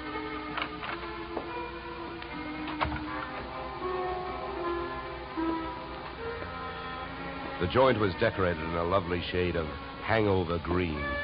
A series of alcohol rings from the bottoms of glasses carrying out the motif on all flat surfaces. In the living room, I found several pieces of loosely strewn feminine attire. In the bedroom, I found one piece of loosely strewn female. Hey, who are you? What do you want? Oh, sorry. I understood this was Alec Jefferson's apartment. It is? Oh, You can drop your eyebrows, mister. I'm his wife. I beg your pardon? You heard me. I'm Mrs. Alec Jefferson. Pass me that robe, will you? Now to make coffee? Yeah, why? Well, how about making me some while I go put on a face? I guess so.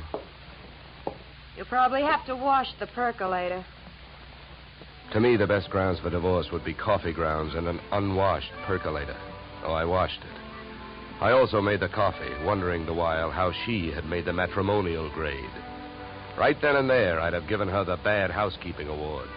She looked like the kind of a girl who could get into a beauty contest, but like she'd never win it. Any way you looked at her, she was a new complication. Your coffee's ready. Yeah, thanks. Good. Find any clean cups? No, but I washed two. Here. Thanks. Now, would you mind telling me who you are? I'm an insurance investigator. I'm looking for your husband. I wish you'd find him. I could use some money. How long have you two been married?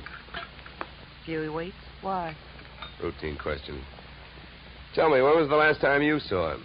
I was waiting here for him the night he disappeared. Any witnesses? If I need him. Okay. Tell me this. Do you have any idea why he disappeared or where he is? At the slightest. Do you know a man named Morris Flaherty? Yeah. Yeah, I sure do. How well? I was his girl. So? By the way, have the police come to you yet? No, I went to them. You see, I'm the one who reported Alec missing. Do you know whether they've come up with anything? Nothing much. Up until now, he's just a missing person. They put Alec's picture on a television every night. I don't know that they're doing much else. They keep calling him a Caucasian. Look, please don't get so hysterical about this. It makes you so hard to question. Huh? Oh, nothing. Oh, I get it. Excuse me if I seem dense this morning. Morning. It's 3 in the p.m. All right, so everything about me's wrong. That's right. Look, You can think that I married him for his money if you want to. Suppose you're used to suspecting everybody of everything. But have you heard? There are two sides to every marriage. Do I look strong enough to have carried him to the altar? I never weighed him. But answer me this. If he swept you off your feet, why did he pull a fade out in the middle of the honeymoon? What should I know? Maybe he'd never seen a dame without makeup on before and had to go someplace to think it out. I wonder if there's anything to eat. I'm hungry. Look, I think I'd better be going. I'm not much of a cook.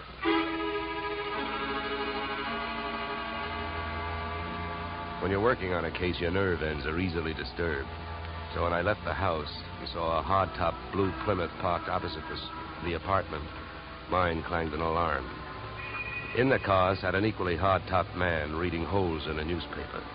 I gave him the slow walk-away and quick turn treatment, and I caught him with his newspaper down. Then I had to go into my act. Why, George, you old son of a gun. Huh? Oh, my gosh, it's good to see you. What are you talking about? My name ain't George. What? What? Well, I'll be. What you know is I came out of the house, I got half a look at you, and as I started to walk away, the face registered. Why, mister, you're a dead ringer for an old school pal of mine, George Pfeiffer. Now, how do you like that? Look, come here. Let me take a closer look. Come here. All right, look out. Sleep tight. Okay, Sleeping Beauty, over you go. I'll drive. I turned the car up into the Hollywood Hills, found an empty house with a for sale sign out front and a garage out back, and drove in. His wallet was bulging with everything but money and information. An ID card gave his name as Philip Wilkins, his occupation as private detective. The next fact I came up with was that Mr. Wilkins was a light sleeper. He came to find me still fishing through his wallet. Hey, give me that. Okay, hold it, mister. Take it easy. Here, you can have your wallet back.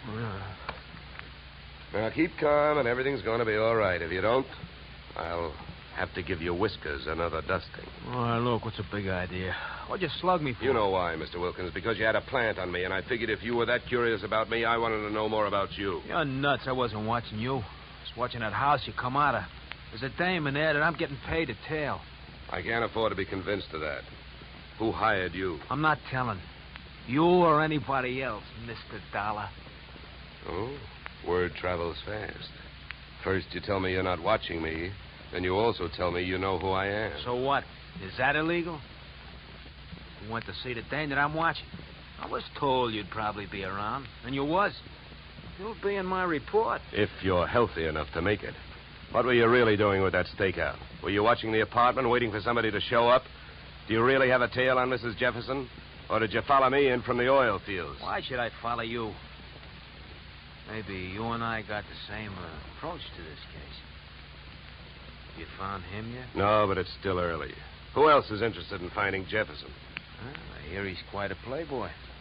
Maybe one of his playmates wants him served with breach of promise papers. Oh, come on, Donald, let's face it. I can't tell you who I'm working for. You know that. It ain't ethical. It's not ethical to let yourself get picked up as easily as I picked you up either. But let it go. I don't suppose by any chance you know a man named Mars Flaherty. Know him? I'd like to see one of his derricks fall on him. Why so? What did he do to you? A couple of days ago, I went out there to try and sell him some information. He had 3 of his men beat me up and throw me off the oil field. Yeah? What's with that look? Don't you believe me? Who knows? You might be telling me you hate Mars Flaherty to keep me from thinking you're working for him. I think you better get out of this car and let me drive away, Dollar. You're in a lot of trouble. I don't think so. Oh, you don't think so? I can have you pulled in for kidnapping. If that's what you have in mind, then first you'd better get a few witnesses for yourself. Now, come on. Suppose you calm down for a minute. If you really hate that guy, well, maybe we can make a deal. If it's against him, I'll deal with it. How much do you know about Flaherty? My bookie's marked lousy from way back. He's promoted about 50 wells, and none of them ever happened. He's wild to hit oil. It's my guess that he's got a hunch that this is the big one. That's why I think his partner disappeared. Yeah, what difference would that make? Even if his partner turned up dead, Flaherty would still have to split any profits with young Jefferson's estate. Maybe not. I know they had a queer deal. Well, who'd know about that deal besides Flaherty and Jefferson? I don't know. But I do know one way of finding out what it is. How's that? Flaherty keeps all his papers in the safe in his office. I've even got the combination. I'll give it to you. You keep it. Wilkins, I still don't know who you're trying to get even with, Flaherty or me. So what I'm going to do is give you half a break. Then I'll only be taking half a chance. Yeah, then why don't you want the combination to the safe? I don't need it. You're going to open that safe. Because you're going out there with me. Tonight.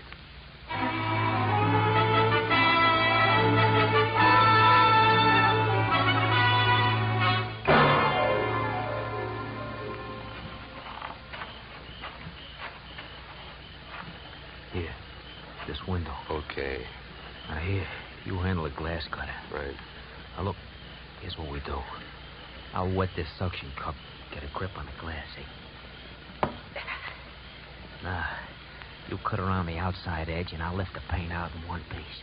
Lesson number 1, straight from the burglar's handbook.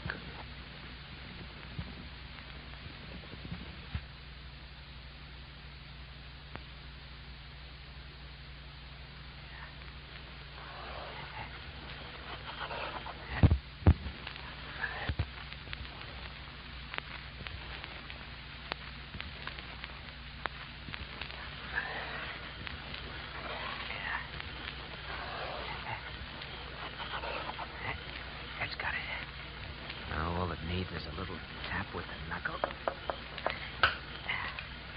That's it. Okay.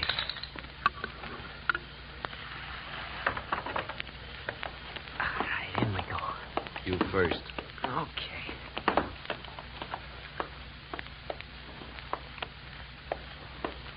Now, the safe is over here. Get your fingers over that flashlight. For all I know, you might still turn out to be the local Paul Revere. Yeah, that's right. I might. Here. You hold the light. Thanks, I will. Go on, get to work. All right. I'm as anxious to get this over with as you are. All right. Give me a little more light, will you? Okay.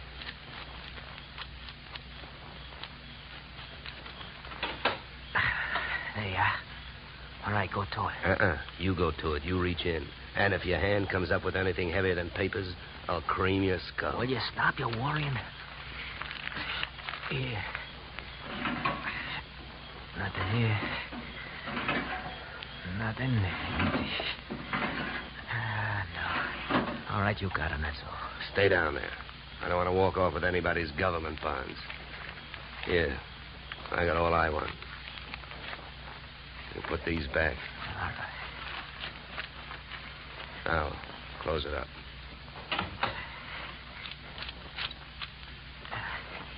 All right, now, come on. Let's get out of here. Just a minute, Wilkins. I can have a good look at these papers. You can look at them later. Come on, let's go. Look, this I'll give you for free. And it's the difference between being a $4 a day private detective and a $10 one. What you've got printed in your memory, nobody can take away from you. So hold your horses while I take a look at this partnership agreement. All right. But hurry up, will you? Got a couple of watchmen around here. Yeah, here it is. Okay, let's go. You first.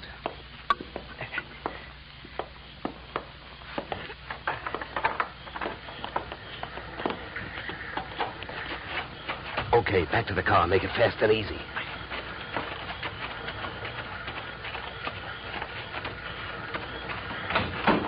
Get in. Over here. You drive. You know, Wilkins, I had a clammy feeling for a while back there that we weren't going to make it. Don't go starting any celebrations. You didn't make it.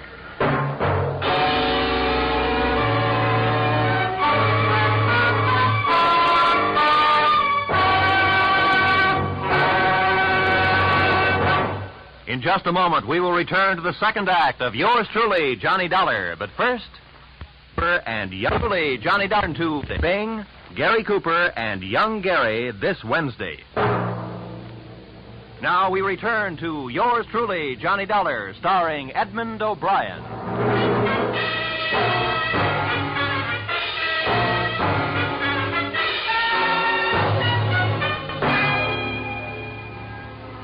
There I was, wearing a gun muzzle for a back collar button. My left leg picked up the nervous vibrations of my front seatmate, Philip Wilkins. Mars Flaherty in the back seat was so close I could almost identify the brand of the bourbon he'd been drinking.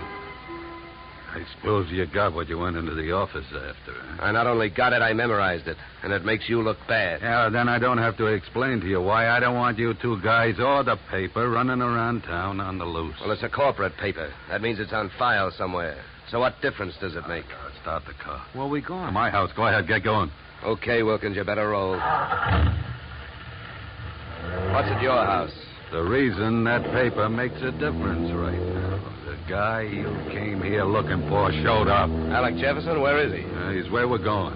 My place. Well, then I guess maybe my employers have got nothing to worry about. Nothing but paying off on his life insurance. Alec Jefferson's dead.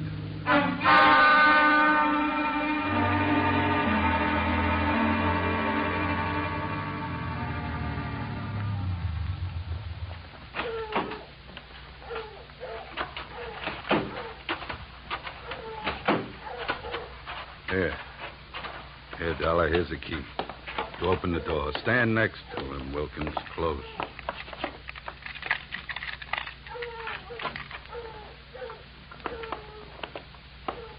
The light switch is on your right. There's your boy, Dollar. Died young, didn't he? Yeah, the thing is, it looks like he died in my house. Now, what do I do now? If you're putting on an innocent act, you're doing pretty good, Flaherty. How's the rest of it go? I've been around killings before, so I know how the rest of it goes. The cops take one look at this, they grab me, and before that happens, I got some work to do. So have I been around killings before. Work to do. So have I been around killings before. And I know how the rest of your story goes. You came into your house and you found him. Somebody hit Jefferson over the head with that piece of firewood to get rid of him and make you look guilty. You're being framed. Huh? The next chapter reads you've got 8 witnesses to prove you were at a church social at the probable time of death. That's the way I wish it read, but I haven't got any witnesses.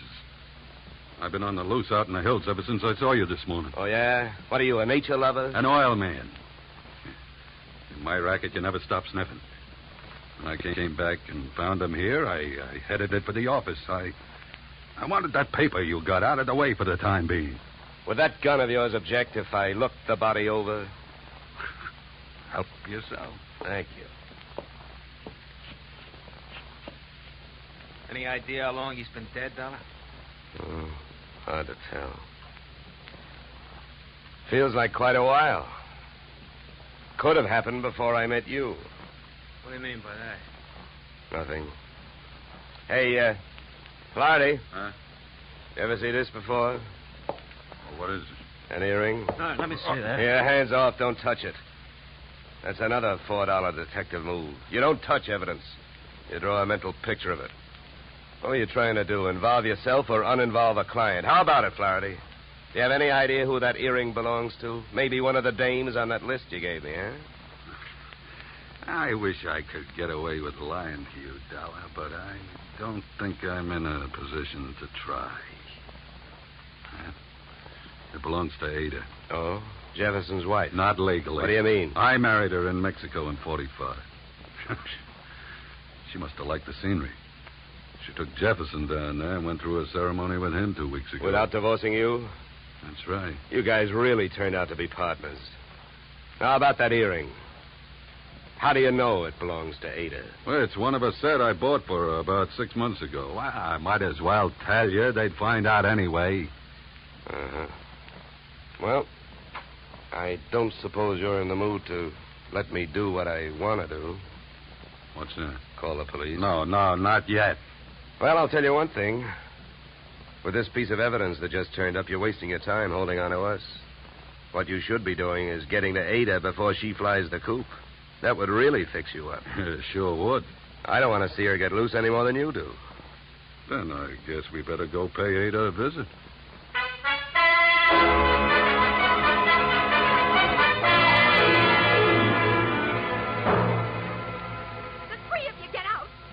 All you got is one lousy earring, and if you think I'm going to stand here and listen to you try to pin a murder on me, you're nuts. Mars never bought me anything. He never gave me any earrings. How about it, Flaherty?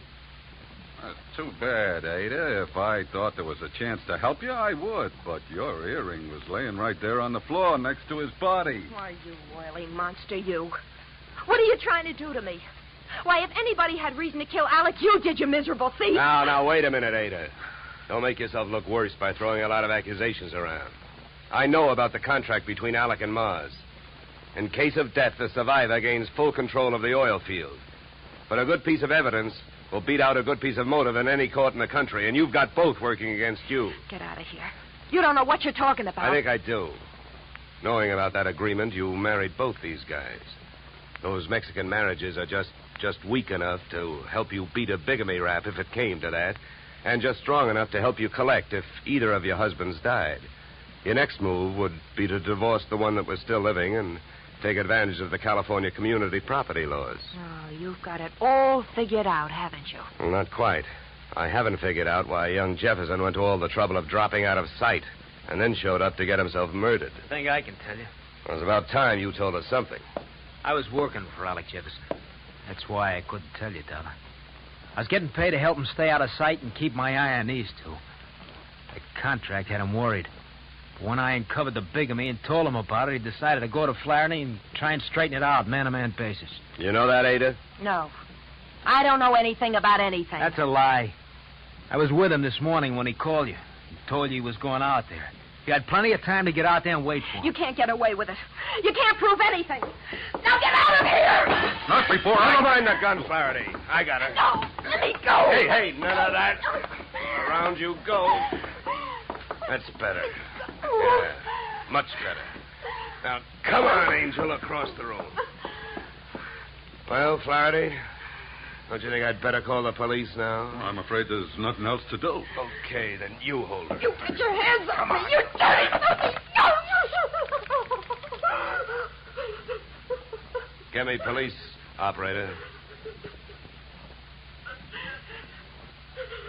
My name is Dollar. I'm calling from apartment 3C, Horizon View Apartment, Sunset Strip. I've got a murderer here for you. It's out in Newhall, but that can wait. Well, dead bodies usually do, but you never can tell about a killer. Well, that's it. You got a good tight hold on her, Flaherty? Yeah, I can handle it. Good. Then handle this. Are you nuts? What'd you do that for? I wanted to keep him on ice till the police get here. Mars Flaherty is our boy. What? Come here, Ada. What is it? Wilkins, take a look at her ears. What? I don't see nothing wrong with them. Well, that's just it. That earring we found near the body, it was made for a pierced ear. Ada's aren't. She never could have worn it.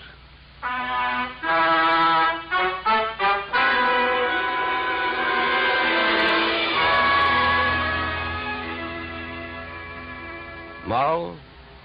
If Flaherty had been a nice enough guy to buy jewelry for his wife when he had her, he wouldn't have bought the wrong kind of earring when he wanted to set her up as a patsy. The police traced his purchase of same to a Main Street pawn shop. But what really nailed him was the biggest switch of all. Since the murder weapon was a shaft of rough bark firewood, there were no fingerprints on it. But by the same token, there were weapon prints on Flaherty's fingers. A batch of tiny splinters under the skin.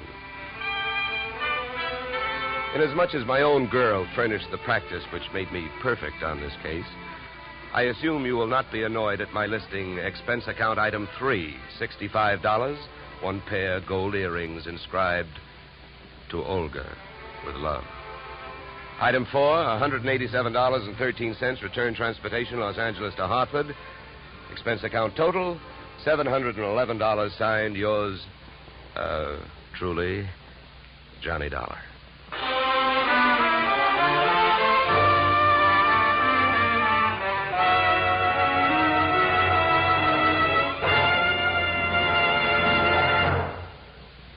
Yours truly, Johnny Dollar, stars Edmund O'Brien in the title role and is written by Paul Dudley and Gil Dowd, with music composed and conducted by Leith Stevens.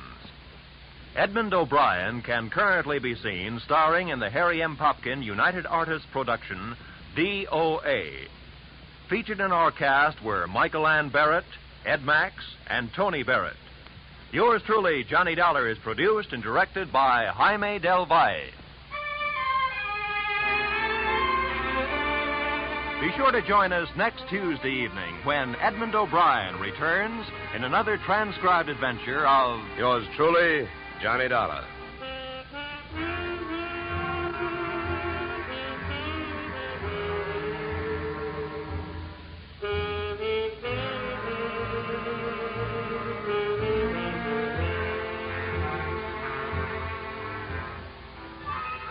Blizzards in the western states, floods in Texas, hurricanes in Florida, tornadoes in Louisiana.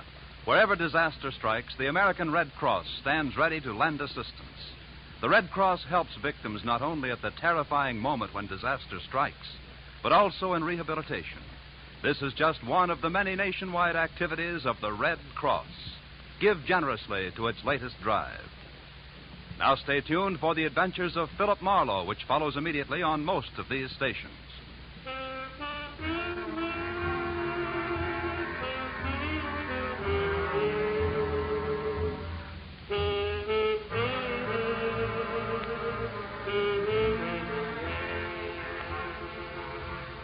This is CBS, where yours truly, Johnny Dollar, meets adventure next Tuesday night, the Columbia Broadcasting System.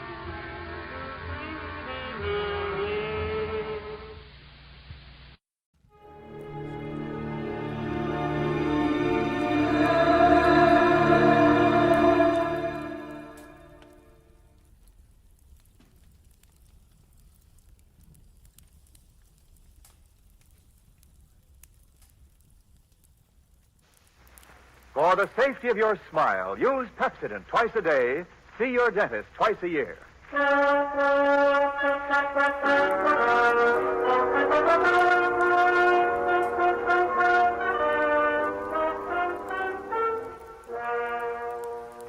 Lever Brothers Company presents the Pepsodent program, The Adventures of Philip Marlowe, starring Van Heflin.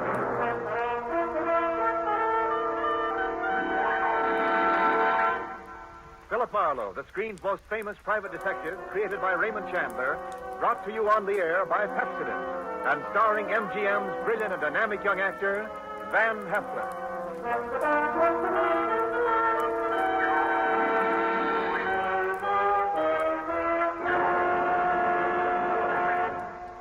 Now, families all over America have named their favorite toothpaste. New Pepsodent with Irium. New, fresh-tasting Pepsodent with a new, cool, minty flavor.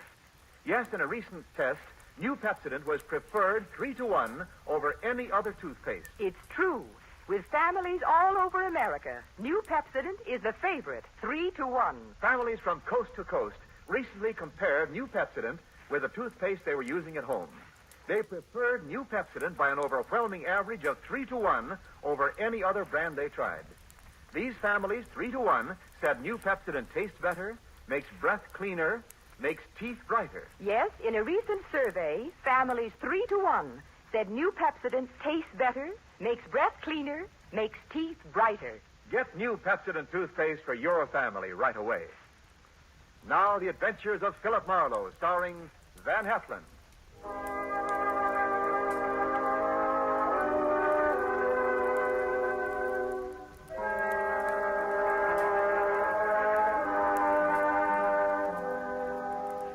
The moment old man Jeter came into my office, I made up my mind not to vote for him if he ever ran for president. He was tall and thin with straight, compressed white lips. He wore a neat pinstripe flannel suit with a small rosebud in the lapel. He carried an ebony cane, and he wore spats. He looked a smart 60, and unless his ulcers got nasty, I gave him another 15 years, which was pretty big of me. He sat down, speared me with those barbed gray eyes, and came right down to business. Mr. Philip Marlowe, I believe? That's right. My name is Wadsworth Jeter. How do you do, Mr. Jeter? You're a private detective? Well, why not? Frankly, sir, I'd expected a Hollywood detective's office to be somewhat more glamorous, or rather more elegant, shall we say? Well, Philo Vance has a branch office here on the 4th floor if you're shopping around. No. You'll do, I'm sure. Well, my rate is $25 a day, plus expenses. Money is no object. except when you don't have much of it. That seems to be the motivating philosophy where Miss Harriet Huntress is concerned. Who or whom is Miss Harriet Huntress? A rather standard, rather obvious gold digger who wishes to marry Grover.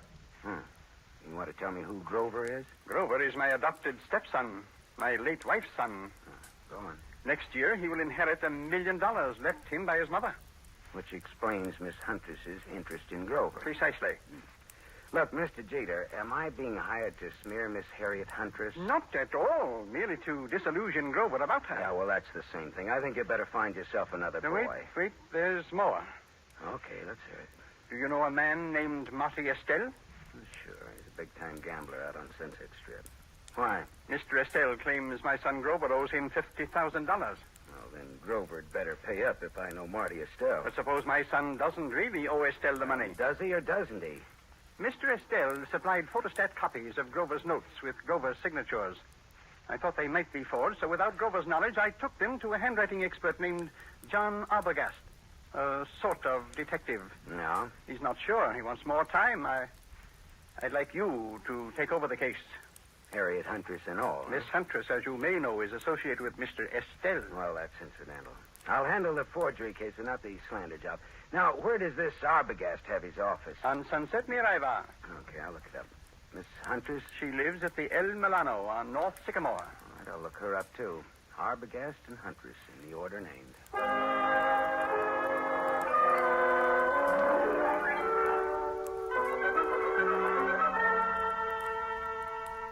There was no snooty secretary to prevent me from walking right into John D. Arbogast's extremely fat presence on Sunset near Ivar.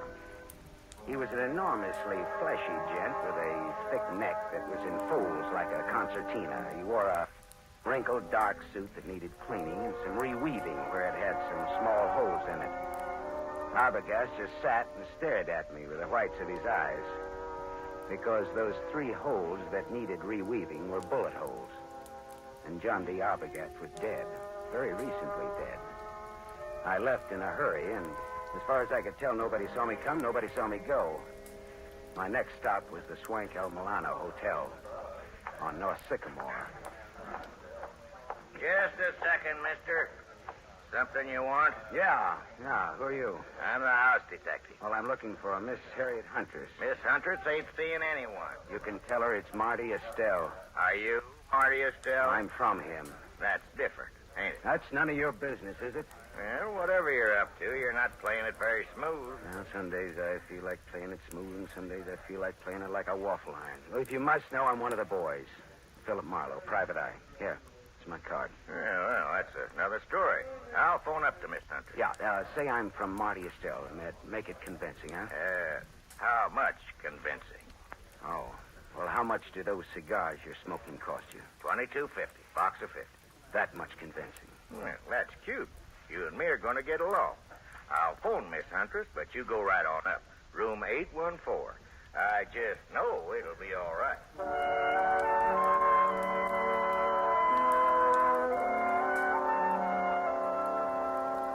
Harriet Huntress was too tall to be cute, too beautiful to be really cheap. Her green eyes were wide set, and there was plenty of thinking room between them. Her hair was a dusky red, like fire seen through a haze. The green eyes were that much green ice as she sized me up in the doorway. Well, what's the big message, Sonny? I'd have to come in. I never could speak very well in public. Come in. Never could speak very well on a dry throat either. There's the scotch. Help yourself. Thank you. So, you're from Marty Estelle? No, not strictly, not even loosely. Not at all, in fact. What's your racket? No racket. Marty will love to know you used his name. I'm shaking in my shoes. You're some kind of detective, aren't you? Yeah, pardon. Philip Marlowe. It's good scotch here. I'm glad you like it. Now, what's your business? All right. How much will you take to give up Grover? You look smart, but you talk stupid. Old man Jeter's pretty tough. His idea is that you get nothing. You get smeared. I don't see it that way. How much? How about $50,000? How about $500? How about talking about the effect of the rain on the rhubarb? Now, look, sister. Suppose we skip the footwork, considering the sobering fact that a man named John D. Arbogast has already been murdered in this little case. Does that have anything to do with me? I don't know. He was hired to analyze some notes Grover gave Marty Estelle. He was killed just after I took over the case. Do you think Marty Estelle works that way? You know him better than I do, does he? Have you told the police yet? No, I thought I'd see if I could make a deal with you first. I'm going to tell you something. My people were nice people who never got involved in murders. Old Jeter ruined my father. My dad shot himself and my mother died of the shock. I'm going to fix Jeter for that someday, even if I have to marry his son to do it. Adopted stepson, really. There's no relation at all. It'll hurt Jeter just as hard. And the kid will have $1 million next year. I could do worse, even if he does drink too much. You wouldn't want Grover to hear that now, would you? No? Turn around and have a look, Gumshoe. I turned fast. He stood about 4 feet from me. Big, blonde, powerful. Whiskey in his brain and blood in his eyes. I can say anything I want around Grover. It's all right with him. Isn't it, Grover? That's right, Harry. He's trying to break us up, Grover. What do you think of that? I think maybe I better break him up. That's what I think of that. She laughed, and that made me mad. I turned to glower at her. It was a dirty look. It was the look of the month. That was a mistake. The big guy hit me. I went over sideways. It wasn't a hard punch, but my head hit a desk going down, and the desk got the decision. It gets dark fast in Southern California, but seldom that fast.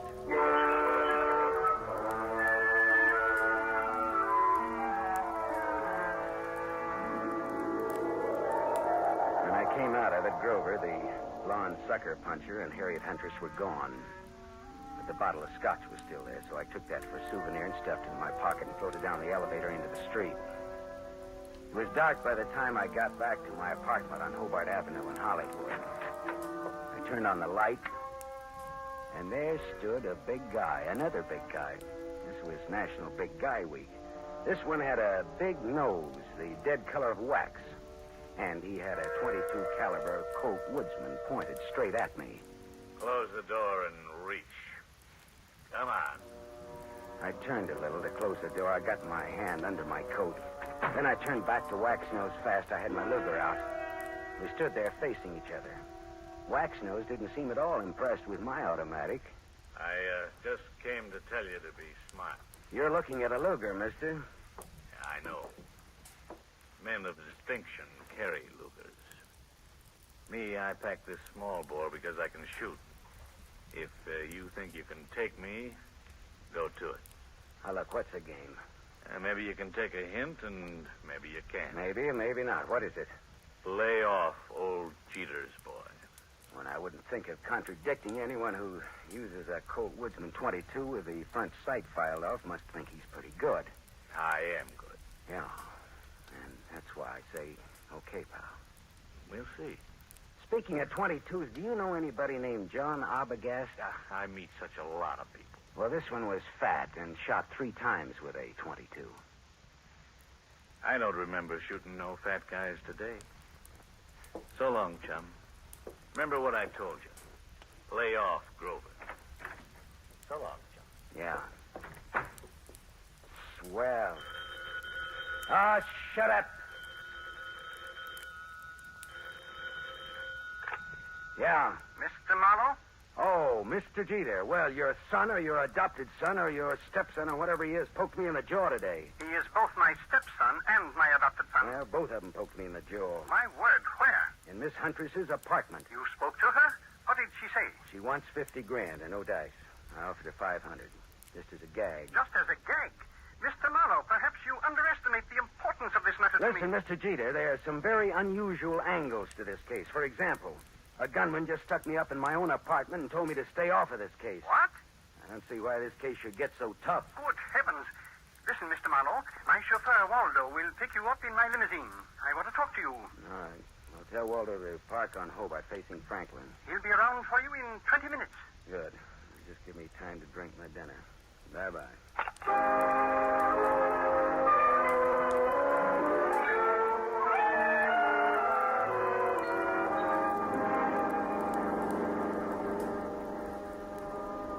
sat next to Waldo, the chauffeur, as he tooled a big Jeter limousine through Hollywood, along the glitter of the Sunset Strip, out past Beverly Hills toward Bel Air. At Cavello Drive, we swung left for a couple of 100 yards, then left again, aiming for a driveway flanked by 12-foot wrought iron gates. Then something happened. Someone was standing in the glare of our headlights. Waldo swore and slammed on the brake shelf. You stupid! Go and get out of the driveway! The man stepped toward us. And the next minute, there was that same Colt 22 staring into my face again. All right, this is a heist. Get out of the car, both of you. Look, Waxnose, haven't you had enough fun for one night? Fuzz off, bum. Shut up and get out. I'd have to think some more on that, Buster. I'm warning you. I'll let you have it. Don't be a goon. You're going. All right, you asked for it. Hey! Holy. You shot the guy. Yeah. I shot him. With this. All in fun. Yeah, some fun. It did the work. Jeter's house is right ahead. You sound as if you just shot a nickel in a pinball machine instead of a man. Now listen, turn off those lights and let's get out of here, but fast.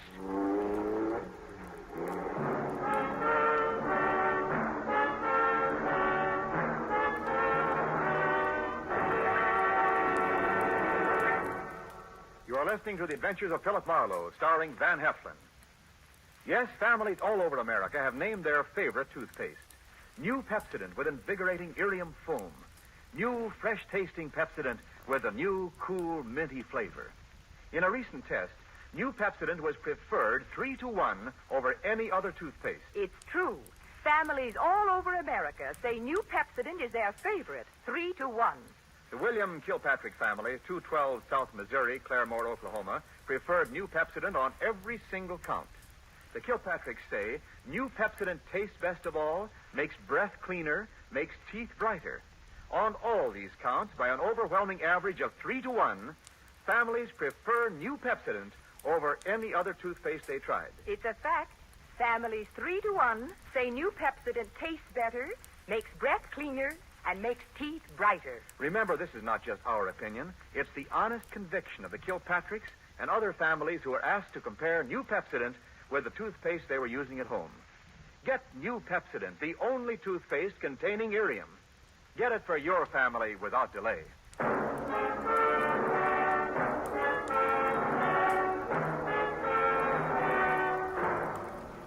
We continue with The Adventures of Philip Marlowe, starring Van Heflin, who appears by arrangement with Metro-Goldwyn-Mayer. Producers of The Romance of Rosie Ridge, starring Van Johnson.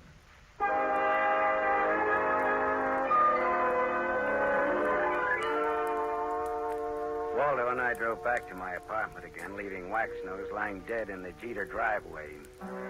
We went back to my place to start all over again, over what was left of my purloined scotch. Yeah, this is good scotch you've got here, Marlowe. Inch bottle. Not this. Sure. Pinched it from the apartment of Harriet Huntress. Well, bottoms up. Waldo, do you think that gunman was there to scare young Grover into realizing Marty Estelle means business? Could be. I always drove Grover home around that time. It just doesn't sound like Marty Estelle to pick that sort of a helper. Well, sure. Maybe that's why he picked him. Because it didn't seem like Marty Estelle. Yeah, that's good thinking, Waldo. Dartmouth, 37. Rah, rah, rah. That would be either the cops or Mr. Jeter. Hello. Mr. Marlowe? Yes, Mr. Jeter. And the reason we're not in your study now is lying outside of your front gate. What's that you're saying? Somebody jumped us outside of your gate and Waldo shot him dead. Good Lord. Yeah. Listen, Marlowe, come here at once. Do you hear? At once. I'll send Waldo, Mr. Jeter. I want to see you. Waldo will tell you all about it, Mr. Jeter. Marlowe. Good night, Mr. Jeter.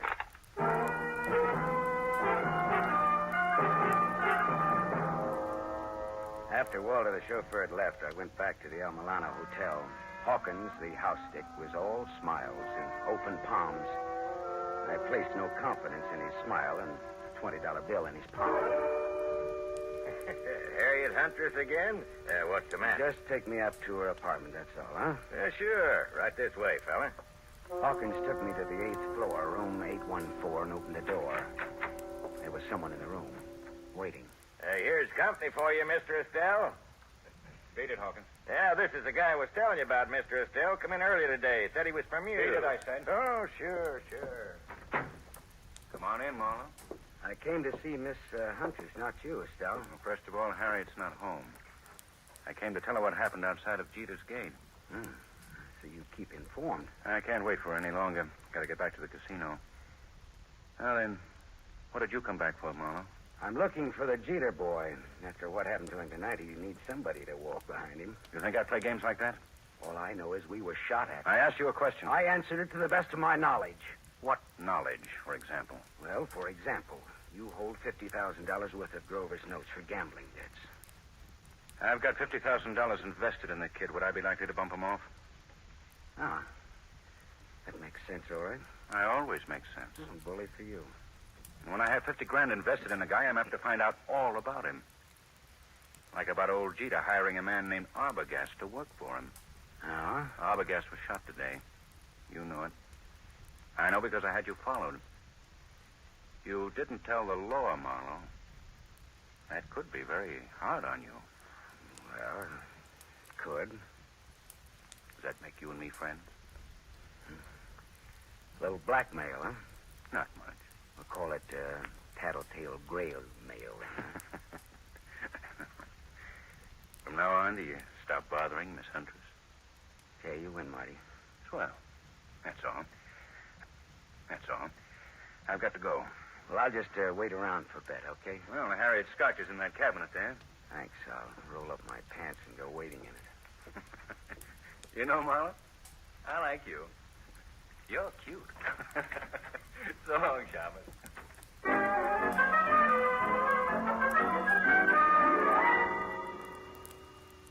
Marty Estelle was right. He wouldn't kill anybody who owed him money and was soon to come into a lot of it.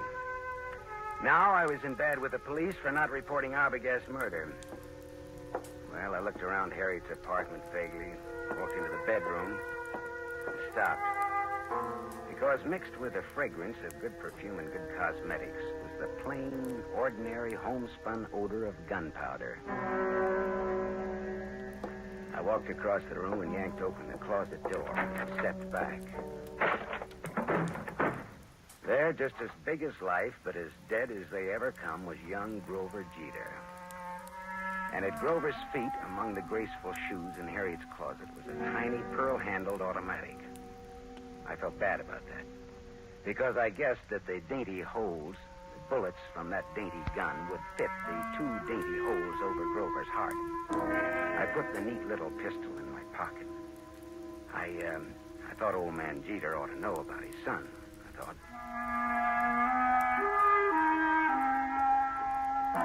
I didn't expect to find Waldo, the chauffeur, and Harriet Huntress with old Jeter in Jeter's big study, but there they were. Why, Mr. Marlowe, I'd about given up hoping to see you tonight. Well, I changed my mind about coming out again, Mr. Jeter. Oh, Waldo? Why, Marlowe? Didn't expect to see you here, Miss Huntress. Didn't you? Did you expect to see me here? Never mind that, Marlowe. I want to know where my son is. What do you mean, Mr. Jeter? He's missing. That's what I mean. Oh. He's missing, and no one knows where he is. I know. Eh? What's that? Where, Marlowe? Miss Huntress, where did you and Grover go after Grover took that sucker punch at me in your apartment? We went out together in a taxi. During the ride, I had a change of heart. I didn't want Grover or Grover's money. I told Grover to find another playmate, and I got out in Beverly Hills. Grover went on in the taxi. And where did you go? Back to my apartment. Later, I got out my car to come down here and tell Mr. Jeter I decided to forget the whole thing. And for him to call off his dime novel, Sleuth. A dime will no longer buy a novel of any description, but that is beside the point. You said you knew where Grover is. That's not beside the point, is it, Mr. Marlowe? He's back in Harriet's apartment. Well, I didn't let him in. How on earth could he Hawkins, your house detective, let him in. The last I saw of Grover, he's dead. Oh, what? What's that? Dead. Dead, shot with a small caliber gun. I can't believe it. I can't. Grover dead?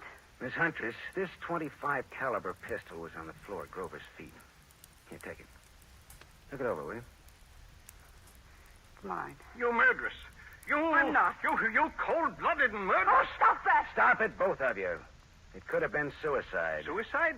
Well, yes, that's a possibility, of course. I see you like that idea, Jeter. But it wasn't suicide. Then she did it. The murderess, the scheming, contemptible... It was murder, and it's fairly obvious who did it, Jeter. Eh? Marty Estelle is my guess. Well, guess again, Waldo. Estelle had $50,000 invested in Grover. He wouldn't kill a golden goose like that. And Waxnose didn't do it because he was dead, thanks to Waldo here. That leaves her. She did it. There had to be a motive and an opportunity. Well, it was her apartment after all. Correct, Waldo. But Grover was Jeter's adopted stepson. Oh, like a real son he was to me. A real son. Yeah. But did you lovely people know that in the state of California, a man can inherit from an adopted son who has money and who gets dead? Did you know that, Mr. Jeter? Why, what do you mean? Your inheriting Grover's $1 million would be a motive for killing him, wouldn't it? Mr. Marlowe. That was the motive, Jeter, and it was Waldo's job to find the opportunity to murder Grover for you. All right, Marlowe. That'll be all for you. Well, Waldo, the Dartmouth gun fanner, huh? Drop that gun, Waldo. Shut up. I said drop it. Drop it. Hey, that's nice shooting, Harriet. My hand. Well, Papu put a little Band-Aid on for you, Waldo. Waldo, you could have gotten into my apartment wearing that chauffeur's uniform. You could have gone in through the garage entrance and up the back way. Sure. When Grover let him in, he backed Grover into the room with his gun, but he shot him with yours. How much was Jeter going to pay you for this job, Waldo? Don't talk, Waldo. He's bluffing. You're telling me he's bluffing. Nice kids, these college boys. Tell me, was it Dartmouth or Dannemora, Waldo? Shut up, copper. You killed John Arbogast to throw suspicion on Marty Estelle. Then you hired Waxnose to fake a holdup on Grover. Why? Again, to throw suspicion on Marty Estelle. To make it look as though Estelle was trying to scare Grover into paying his gambling debts. If I hired Waxnose, why would I have shot him tonight? Because you like to kill people, Waldo. When I was brought out here tonight, Waxnose thought I was Grover in the car. He began to fake his holdup. But you just couldn't resist taking one of your snappy snapshots at Waxnose, could you, Waldo? Shut up. Could you? Next, Mr. Wadsworth Jeter. Look here, Marlowe. You can't accuse me of... Doctor. He's sick. Call a doctor. It's his heart. If Jeter dies, it's your fault, Marlowe. Okay, Waldo. Tell you what I'll do, Waldo. If Jeter dies, he doesn't have to pay me my fee. We're even. Okay, Waldo? Harriet Angel, listen, go call a doctor. And while you're there, call the law, huh?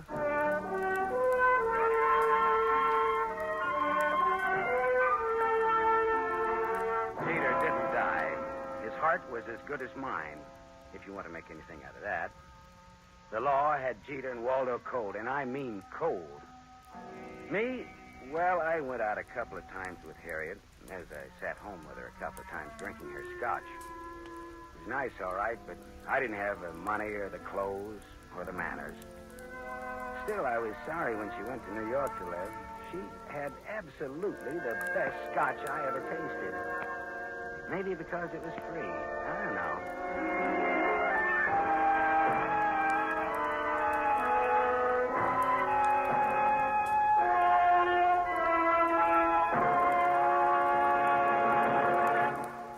You have just heard Van Heflin, starring in the mystery series Raymond Chandler's The Adventures of Philip Marlowe, brought to you by the Lever Brothers Company, makers of Pepsodent. Van Heflin will return in just a moment. Have you tasted the new Pepsodent toothpaste? Its lingering, minty flavor is so fresh and inviting, families prefer it by an overwhelming average of 3-to-1 over any other toothpaste they tried. In a recent nationwide test, these families said new Pepsodent tastes better, makes breath cleaner, and makes teeth brighter. Remember, new Pepsodent gives you more invigorating Irium foam. It sweeps dulling film away. No wonder it's the 3-to-1 favorite with families all over America. Get new Pepsodent with Irium for your family right away.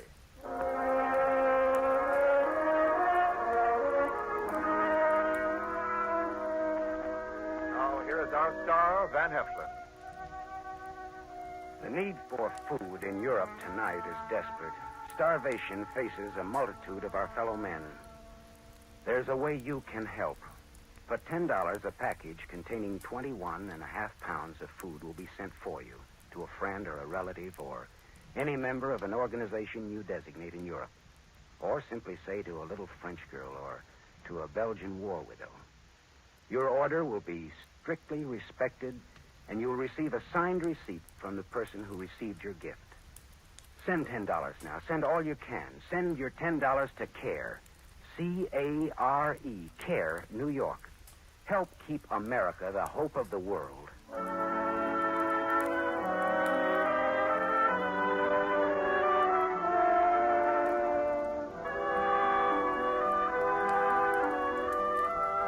Tonight's story was adapted by Milton Geiger from the story Trouble Is My Business by Raymond Chandler, creator of Philip Marlowe, the screen's most famous private detective. The original music was composed and conducted by Lynn Murray. This is Wendell Niles inviting you to listen again next week at this same time to another exciting mystery on the adventures of Philip Marlowe, starring Van Heflin with a distinguished cast.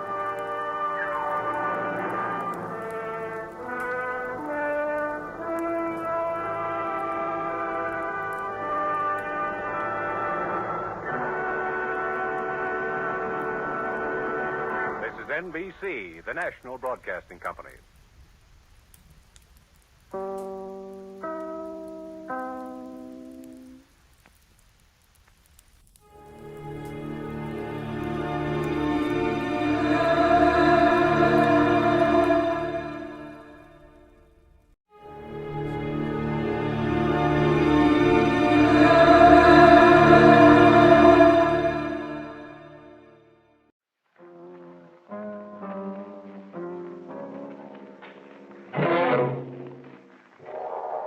The Columbia Broadcasting System presents yours truly, Johnny Dollar.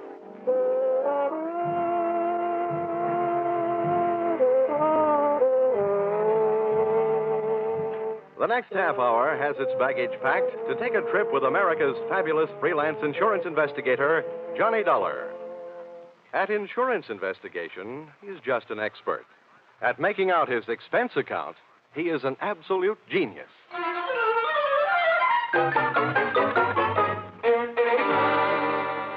Expense account submitted by Special Investigator Johnny Dollar to Home Office, Honesty Life Insurance Underwriters, Terminal Building, Hartford, Connecticut. Attention, Austin Farnsworth, General Manager. The following is an accounting of my expenditures in the investigation of policyholder Milfred Brooks III for your company. Expense account item 1, 75 cents. Cab fare to your office in answer to your original hurry call. Tip to driver, $1. Expense account item 2, 25 cents. Shoe shine. You remember I got my shoes scuffed when I unsuspectingly walked through the private door to your office. Dollar, grab him. He's trying to jump out that window. Let go. Get off. I'll show you. Oh, no, you don't. Hey, let go, you fool. Get away. Had a nice try, sonny boy. Now pay attention to teacher. No. Class dismissed. Well, Mr. Farnsworth, why didn't you tell me what you had waiting for me? I'd have worn my boxing gloves. Dollar, this was all a complete surprise to me. Well, just in case your little chum on the floor there wakes up in a hurry, I think I'll close the window. Now. My goodness, Dollar, what are you doing? I'm sitting on his head. I don't care if this guy tries killing himself again. I just don't want him to try and kill me. After all, we haven't even been introduced. Dollar, that happens to be one of our largest policyholders. His life is insured with this company in the amount of $2 million. Oh, now I can see why you're so anxious to keep him from putting a dent in the sidewalk. Precisely. He'd also put quite a dent in your company's bank account. By the way, Dollar, aren't you in danger of smothering the boy sitting on his head that way? Maybe. Now, tell me, what's this guy's name and what's his story? That, sir, is Milfred Brooks III. As I said, we have him insured for $2 million. His mother and father left him with a paid-up policy for the sole purpose of enabling his heirs to pay the inheritance taxes on his estate when he dies. Unfortunately, due to the kind of life he's been leading, Brooks not only hasn't any heirs, he hasn't any money. He blew all his cash? That's right. Now he's trying to get some out of us by threatening to kill himself. And that policy pays off on suicide. In a mortuary, he'd be a millionaire, huh? Please, Dollar. Sorry, go on. Well, 1/2 hour ago, Milfred walked into this office and changed the beneficiary in his policy. When that was done, he proceeded to demand, not request, mind you, $500,000 in cash. Oh, well, say, that's quite a touch. When I explained to him that there was no loan provision in his insurance policy, he threatened suicide. He said I could either give him the $500,000 cash or pay off the $2 million on his policy. So all you have to do is to keep him alive. And he's managed to make that no small problem. The man he named as his new beneficiary, just before he made his demand for the cash, is, well, it's downright frightening. Why? Who is it? One of the most notorious gamblers in the East. His name is Hatcher. Harold Hatcher. Oh. You know him? Yeah. Say, that kid's been a post office pinup boy for a lot of years. Well, there's the situation, Dollar. I'm engaging you to protect Milford Brooks' future. Yeah, what there is of it. The way this lad operates, you think he had but 2 lives to give for his country. He's not only set himself up to get knocked off by somebody else, he's just dying to do the job himself. Well, it just means that you'll have to work twice as hard. Oh, it also means something else. What's that? That you'll have to pay me twice as much money. You'll get your money. The situation demands sacrifice, I'm afraid. But protect the boy, Dollar. Give him something to live for, an interest in life. An interest in life, huh? Let's see. I know. Here, this should help. What's that you've got there? It's what's commonly referred to in the more successful bachelor circles as my little black book. Now, let's see. Ruby? No, her favorite expression is drop dead. Bernadine? No, she'd be the new beneficiary by midnight. Oh, here's one. Here. Butter. Butter? Hey, Farnsworth, would you mind passing me that phone, the one with the long cord? No, not at all. My little friend here is showing signs of life. Here you are. Maybe you should let him breathe a bit more. Don't worry. He'll be all right. Hello? Hello, I want to call New York. Person to person. Miss Theodora Butts. Yeah, that's right. And you'll get her at Hudson 24292. Dollar, you're not thinking of taking this boy to New York, are you? Well, I'm going there myself, and you want me to keep an eye on him, don't you? Don't fret, Farnsworth. All is not lost. You do worry me sitting on his head that way. Hello? Hello, Butter? Butter, this is Johnny Dollar. I'll be in town tonight. I want to see you. Look, here's what I want you to do. Yes, this is all right to say over the telephone. I want you to reserve a table at the hatchery in my name for 10 o'clock tonight. Will you do that? Okay, I'll see you in a few hours. Huh? But I can't make it any earlier. I'm sitting up on a sick friend. Okay, goodbye. I'm not sure that I agree with your methods. Oh! What's the matter, Dollar? Did he hit you? Hit me? No, he bit me.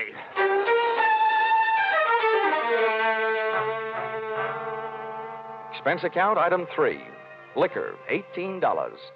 Keeping Milford Brooks III peaceful seemed to be the immediate problem, and a bottle of rare old brandy seemed to be the immediate answer. I poured most of it into him, loaded him into my car, and we headed for New York. As we passed through New Haven, he opened one eye, looked up, saw the ale bowl, and gave 3 cheers for old Eli.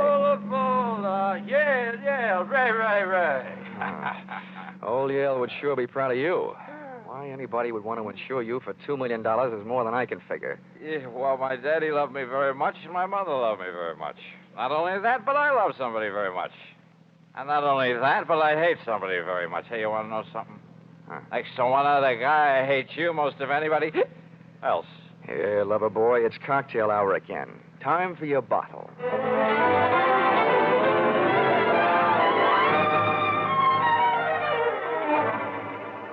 Rolling along the Merritt Parkway, I felt very much alone with my own thoughts. And believe me, they weren't very pleasant company. The way it stacked up for me, Brooks had built up a fat gambling debt to Harold Hatcher and had been forced to make him his beneficiary. The suicide threat that he was holding over Honesty Insurance Company was a little tougher to figure, unless he was trying to finance a trip for himself to get away from the man with a custom-tailored murder motive, Hatcher. My hungry little mind nibbled away on those unsavory morsels of food for thought all the way to Butter's apartment.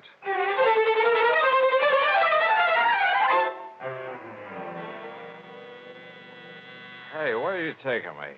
I want to go to New York. If you don't behave, Buster, I'll punch your ticket. Johnny, darling, welcome to New York. Fastest trip I ever made. Quiet. Well, where did you find this? In a box of Cracker Jacks. Come on, let me in. Oh, I don't know about you, Johnny. Some men bring me flowers and some bring me candy. What do you bring me? A boiled owl in a Brooks Brothers suit. Oh, I'm pleased to meet you. My name is Brooks, but I haven't got any brothers. Lucky them. Fix the pillows on the couch, will you? They look more at home in the bathtub. Oh, come on, Buster. Lie down. Oh, I'm charmed. Thank you very much. Hey, this kid's liquor sure can hold him. He's passed out. How long have you been playing nursemaid to this bottle baby? Lead me into the bar, sweet. Let's get away from this buzzsaw, and I'll tell you all about it. Sure, come along. Horrible examples don't seem to bother you, do they? If you knew how that guy's been bothering me. What'd you do to him? Oh, let's just say he put the bite on me. Ah, The river sure does look pretty tonight. Like a brandy? Well, anything but. I've been sniffing that secondhand, all the way from Hartford. Oh, make it a Bravo root beer. Hey, Butter. See that big boat out there? Mm-hmm. Oh, I sure would like to be on it with you. Sailing off to faraway romantic places. Get with it, darling. That's the 125th Street Ferry. Here's your root beer. Come on now. Tell Butter all about it. First things first. Now that I've got a Dad's old-fashioned root beer, how about giving me one of Mom's new-fashioned kisses? And then I'll tell you all about it.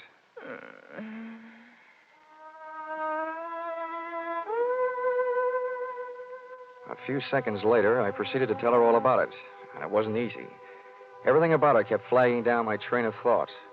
She was a sympathetic listener to my story until I gave her the answer to her first and only question. Where do I fit into all this? Well, baby, I thought you understood. My job is to give the poor, misguided boy something to live for. That's you. Well, he should live so long. Now, Butter, wait a minute. Well, don't butter me. Now, don't get excited now. You misunderstand. I really mean it. I thought if he just got a look at you, realized that things like you exist, you'd make any man glad to be alive. If you can't stand it, I'll take him away. But I sure need you, Butter. Come on, baby. Melt a little.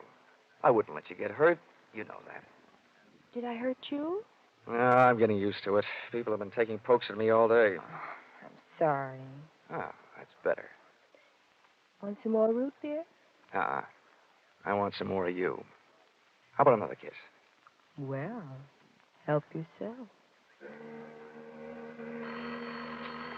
Darn. I'll get it, Johnny. Okay, and if a man answers, hang up, will you? Oh, don't worry. Hello. Yes, this is Hudson 24292. Well, that depends. Who's calling? Oh, just a moment. It's for you, Johnny. Mr. Farnsworth. Huh? Oh, okay, I'll take it. Thanks. Say, while I'm talking, be a good girl, will you? And take a look at Milford in the other room. And while you're at it, get me in the root beer, huh? Oh, sure. The service is good around here. Hello, Farnsworth. Yes, Dollar, I'm glad I got you. How'd you get this number? It's the one you called from my office. I remembered it. I have a photographic mind. I hope you haven't got a picture of what I'm thinking. What do you want? I want to know how Milford is. I mean, is he still alive? Of course he's alive. Good, good. Do you suppose I could talk to him? I mean, do you think he'll talk to me? Well, the last time I saw him, he was sound asleep. I'll take a look. Hold the phone. Oh, Butter. Oh, Butter. Hey, Butter.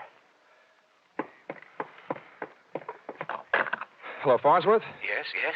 Do you have any aspirin there at your house? Why, of course, Dollar. Why? Well, you better take a handful. Milford Brooks III just took a powder. I'll call you back. You let anything happen to him, and you'll need the aspirin. I've already got a headache. When Milford left, he took my girl with him.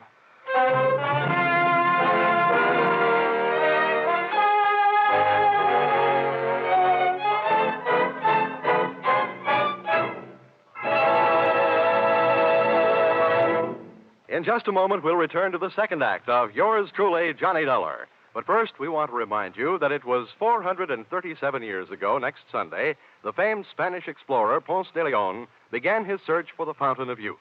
By sheer coincidence, the man who's still looking for it, Jack Benny, will be heard on CBS next Sunday at 7 o'clock Eastern Time. And now, back to Yours Truly, Johnny Dollar.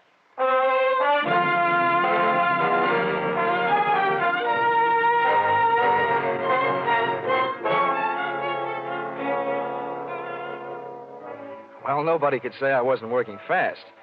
I had only been in town for an hour, and I had already succeeded in not only losing your $2 million baby, Milford Brooks III, Mr. Farnsworth, but in losing my $1 million baby, Theodora Butts.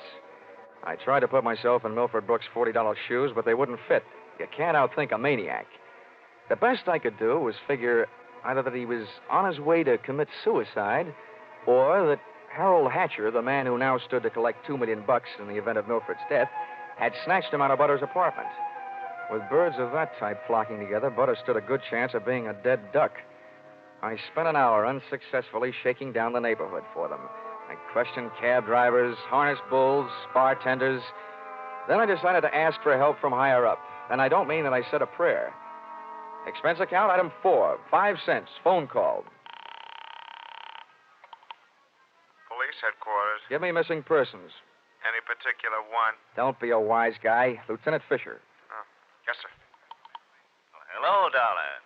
What did you lose? Practically everybody. Let's start with a girl. Theodora Butts. You mean you lost your girl? Why didn't you call Dorothy Dix? Don't waste time being clever. Just check your reports, will you? Hold on. Buddington, Bumpus, Byers. Nope, nothing on her, Dollar. Okay, well, try this one. Brooks, Milford III. Bullseye. Brooks, Milford III. He hasn't been reported missing, and we haven't found him yet. But, we think we know where he is. Oh, this kind of a question I always hate to ask. Where? The Hudson River. At 11:15 tonight, his top coat, complete with identification, was found taking a ride on the 125th Street ferry. Anything else? Nothing much. Package of matches was found under the coat, monogram. You don't happen to know anybody whose initials are H.H., do you? H.H.? Well, there's always Horace Height. Thanks, Fisher. I'll check back with you later. I'll be here.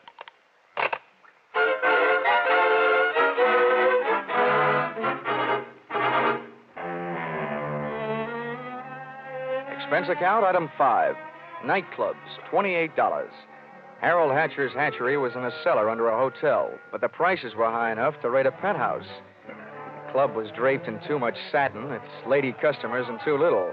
The decor was French provincial, music Brazilian, and the food was nowhere. The drinks looked weak and the waiters looked strong. All in all, the joint was a sight for sore eyes, for making them sore. The only pretty thing in the place was a blonde. She came strolling up to my table, her hips unconsciously sending subtle little messages back to the rumba band. She opened her mouth, slid her tongue over her lower lip, and let a few warm, soft words slide out. Looking for someone?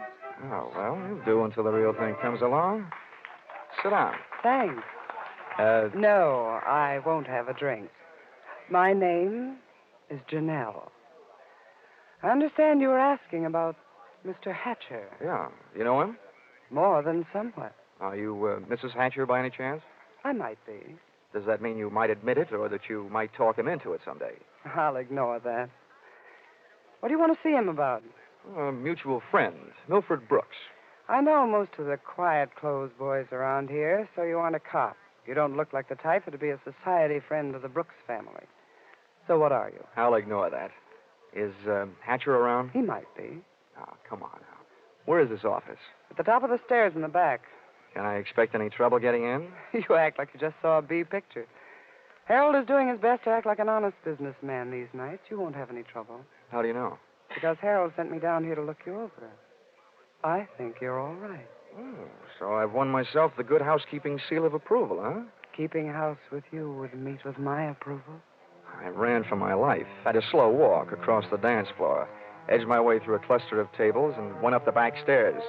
When I located the door to Hatcher's office, I knocked once and went in. Come on in. Thanks. I'm Johnny Dollar.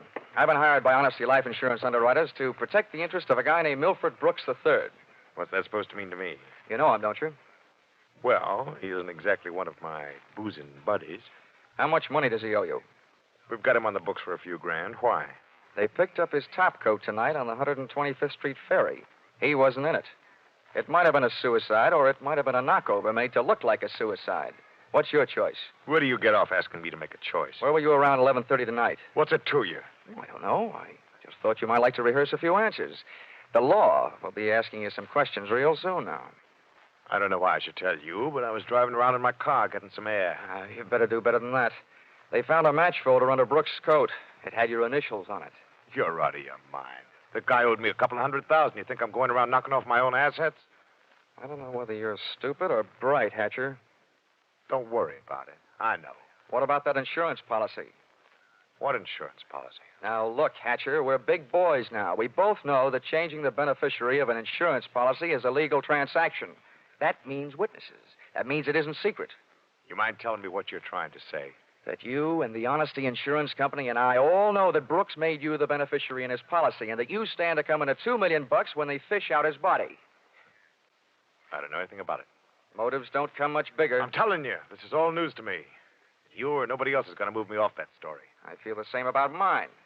It doesn't take a genius to know that Brooks didn't love you $2 million worth. There's only one logical reason for his making you the beneficiary that I can see. You forced him into it. Who'd believe anything else? Who cares? They'd have to prove it. And, brother, that can't be done. Now, how would you like...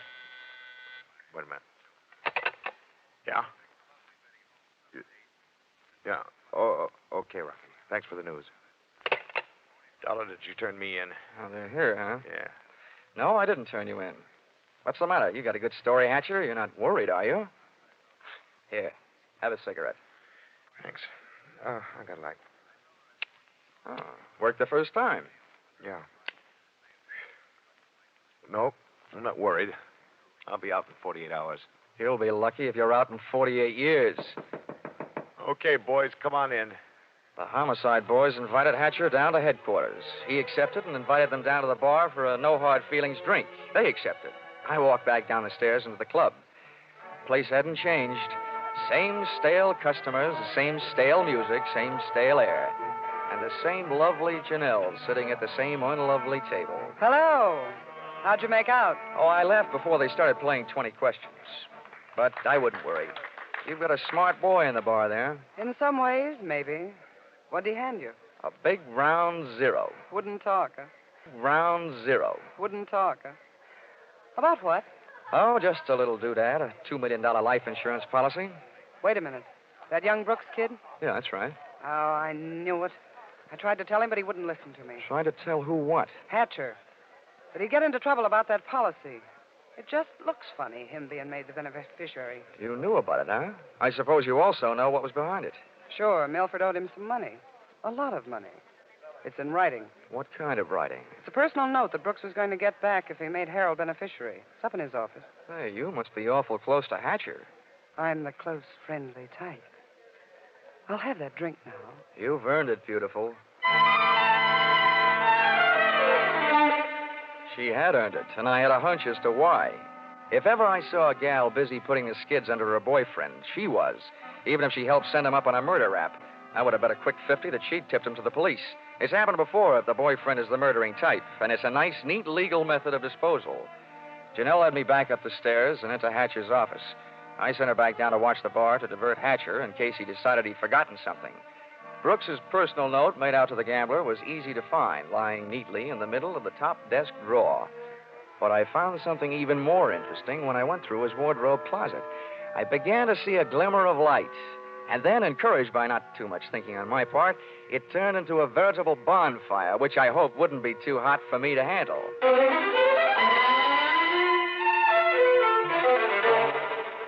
Did you find everything? Honey, if I were a judge, I'd be ready to sentence the guilty party. Good. Oh, waiter, the check. Where are you going? To the police? Bright girl. I'll see you later.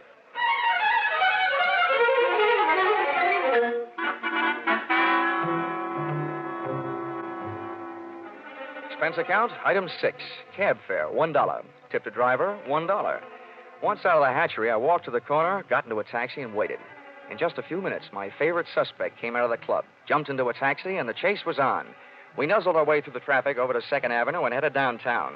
Then he took a right turn on 45th Street over to Lexington and headed uptown. But they didn't lose us. At 72nd, the cab ahead turned right and pulled to a stop. My driver was on his toes, and his toes were on his brake. We stopped, too, half a block behind. You want I should wait? No, here you are. Keep the change.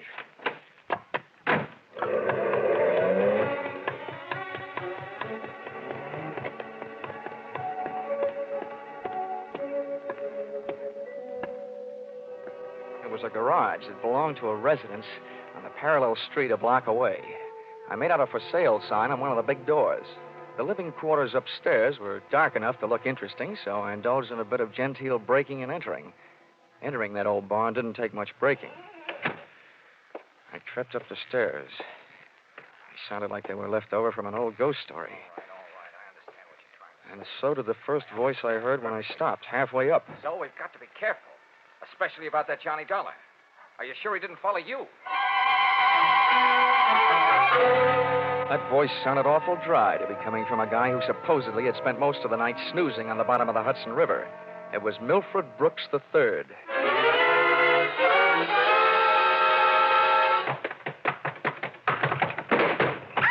Get up on your feet, Brooks. Now, wait a minute. No!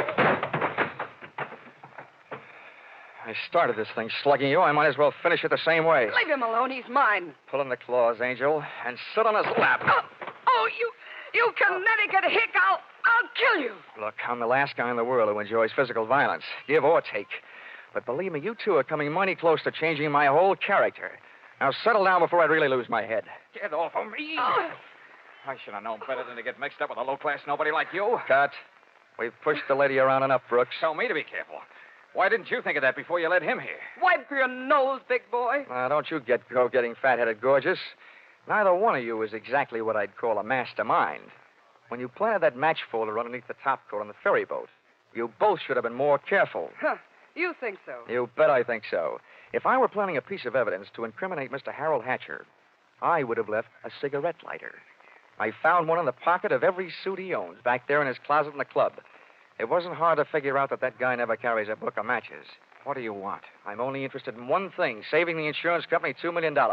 And, Buster, I think you've done it for me. Wait, look, Dollar. This is insurance fraud. It has been ever since you put on that fake suicide attempt, trying to extort $500,000 out of the company for you and Janelle. Wait a minute, Dollar. So much for the company. Now, something a little more personal and a little more serious. Where is my girl? Well, she's all right, Dollar. I couldn't help it. I had to get out of that apartment. She caught me leaving. I had to take her with me. Where is she? Well, I didn't mean to hurt her. I was afraid she'd yell. Oh, you miserable... I'll tell you where she is, Dollar. I put her in a cab and sent her to the emergency hospital. Get up. Oh, no, Dollar, please. I'm let me going to give you the beating Wait a yell. minute, Harold. Hatcher. You had your fun, Dollar. Now I want mine. How did you get here? New York City, world's most efficient police force, remember? When they think maybe a guy's jumped off a ferry boat and nobody's seen him do it, they check the turnstile counters at each end. In the case of Brooks here, as many people got off that boat as got on. Yeah, that makes sense. They'd hardly hold a guy for murder just because somebody else lost a topcoat. How'd you know we were here? You know me, Janelle. You never go any place that I don't know about. Okay, Brooks, you felt like explaining. Now I feel like listening. Get it up. I don't know what you mean. I know what you mean, Hatcher. One, he gave you a big, fat $2 million motive for murder. And two, he did his best to make it look like you did murder him with that broken-down match cover plan on the ferry boat. Why? Well, they wanted to get rid of you and live happily ever after. The big mistake they made was in trying to shake the insurance company down for some ready cash. And you, baby. Harold, you please. put him up to it, didn't you, you cheap little muscler? No, Harold! Calm down, Hatcher. You don't need a gun around here. They're tame. You don't know me very well, Dollar. I'm going to teach all of you amateurs a lesson. How these things are really done. Come on, Brooks. No, Hatcher. You can have everything I've got. For a second, it looked like Hatcher was going to take everything. But I hadn't gone that far to see Brooks knocked off with me as a witness. Hey, maybe I wasn't going to be a witness. Maybe I was going to be a victim, too. When that thought hit me, that's when I flew across the room and hit Hatcher in a do-or-die flying tackle from behind. Oh. Hatcher went down shooting. I went down kicking, and a lucky boot knocked the gun out of his hand. I beat him to it and swung it straight into his skull. Oh! Half the people in the room were lying there bleeding. Brooks from a gunshot, Hatcher from the gun butt. Janelle and I both stood there panting. But believe me, not for each other. We stood that way until the police arrived.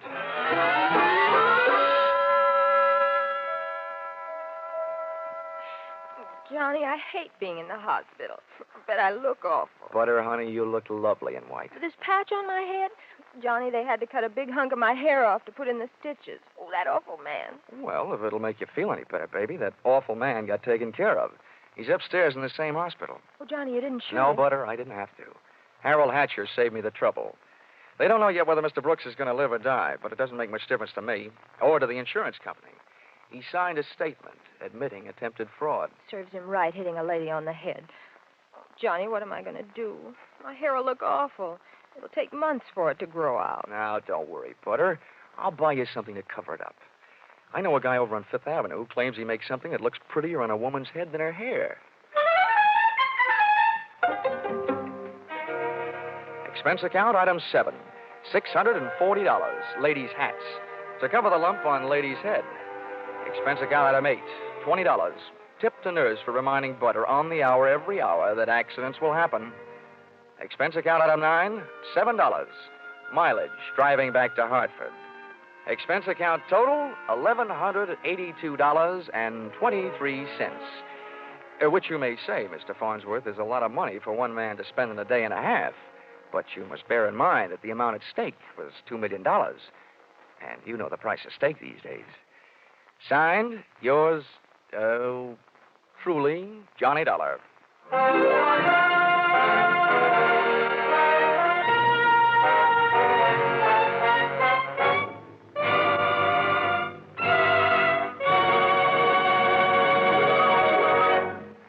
Listen in again next week when CBS brings you Yours Truly, Johnny Dollar, with Charles Russell as Johnny. Yours Truly, Johnny Dollar, is written by Paul Dudley and Gil Dowd, with music by Mark Warno, and is produced and directed by Richard Sandville for CBS, the Columbia Broadcasting System.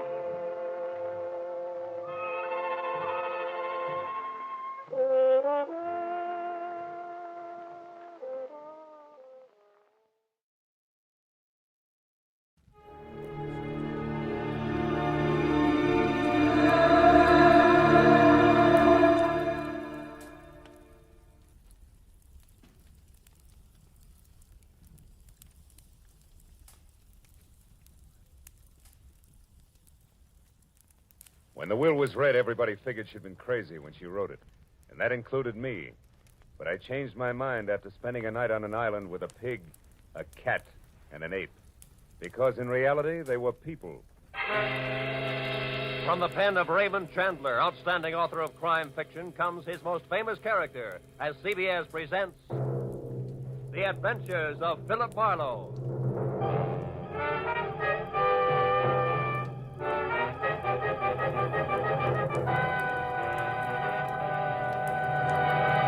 And now, with Gerald Moore starred as Philip Marlowe, we bring you tonight's unusual story, Where There's a Will.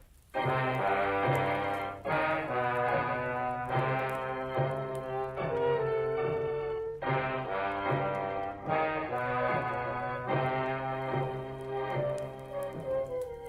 had spent the whole day on a noisy job which had concerned itself with a lot of people who talked a lot and said nothing. When I finally locked up my office for the night, I was worn out. As I drove slowly along the street, I was glad to be heading for home and a little peace and quiet. At least that's what I thought. But when I pulled up for a full stop sign, only a half a block from my apartment, something happened which brought my little dream of peace and quiet to an end. The car door opposite me flew open, and something mighty excited jumped in. I'm being followed. Drive on, please. The law? No, please drive on. Okay, lady, get a good grip on the upholstery.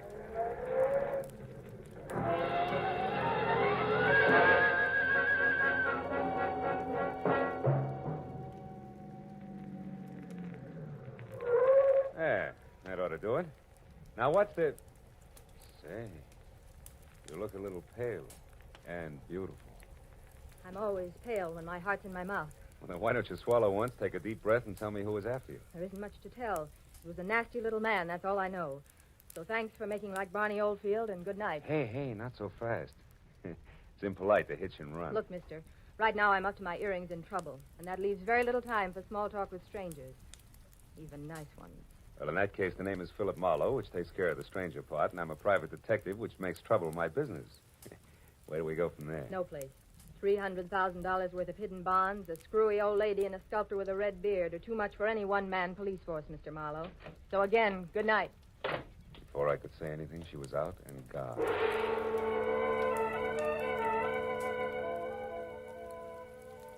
There was only the heady scent of taboo in the air, and the memory of a gorgeous profile with jet black hair and pale blue eyes. I sighed like a schoolboy and decided to put her under the heading of things that pass in the night. But I couldn't. Why, out of all the cars in Los Angeles, should she have picked on mine? Well, the next morning, as I was walking down the corridor to my office door, I was still seeing pale blue eyes. Maybe that's why I didn't notice the man who waited outside my door until I was almost on top of him. He was well-dressed and about 35.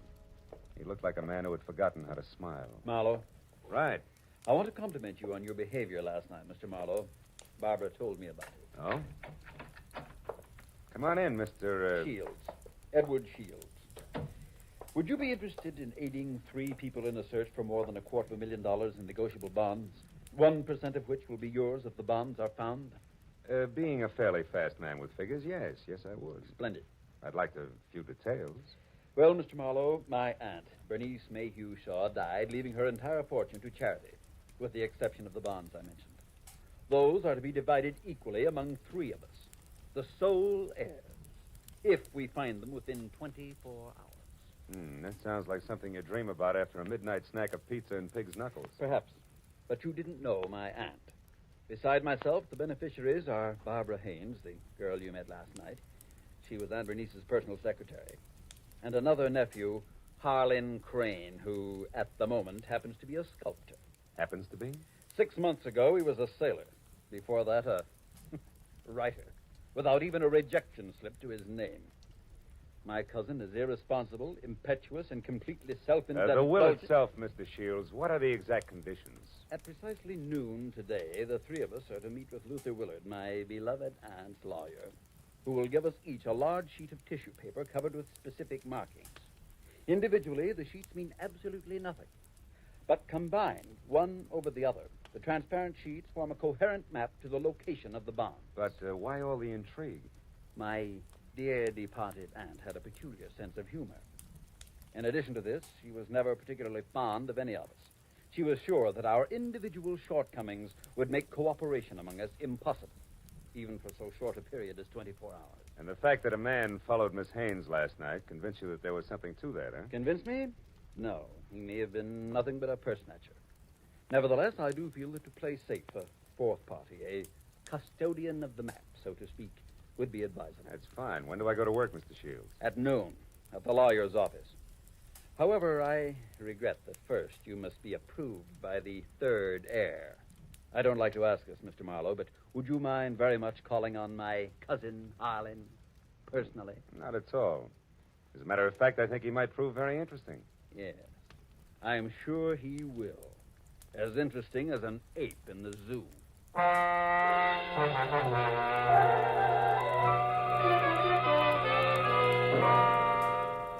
felt like saying, look, Shields, I'm not as gullible as I look.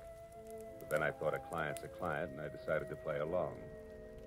Harlan Crane, 6 foot, red-bearded giant, talked as he worked, wielding a 10-pound sculptor's mallet like it was an 18th century quill. I'll be frank with you, Marlowe. Money isn't everything to me and never has been. Over $100,000 will buy a lot of marble. Half the state of Vermont, I'd say. But come to the point, Mr. Crane. Do I get your seal of approval? Oh, I imagine you'll be all right. Anyone who can get by Shields, the all-American Scrooge, ought to do. Thanks, $1 million. I'm not being personal where you're concerned. It's just a matter of facing a fact bluntly. Edward Shields is conniving, avaricious, and dull. I heartily recommend him to nobody. And the girl, Barbara, you feel the same way about her? No, I don't. And the truth of the matter, Marlowe, is that I know very little about Barbara Haynes. But what I do know, I like very much. Yeah, that I can understand. Marlowe, do you realize that once you have the whole map in your possession, you're worth an awful lot of money? Of course I do. The whole map, I have a market value of exactly $300,000. That's right, fellow. $300,000, dead or alive.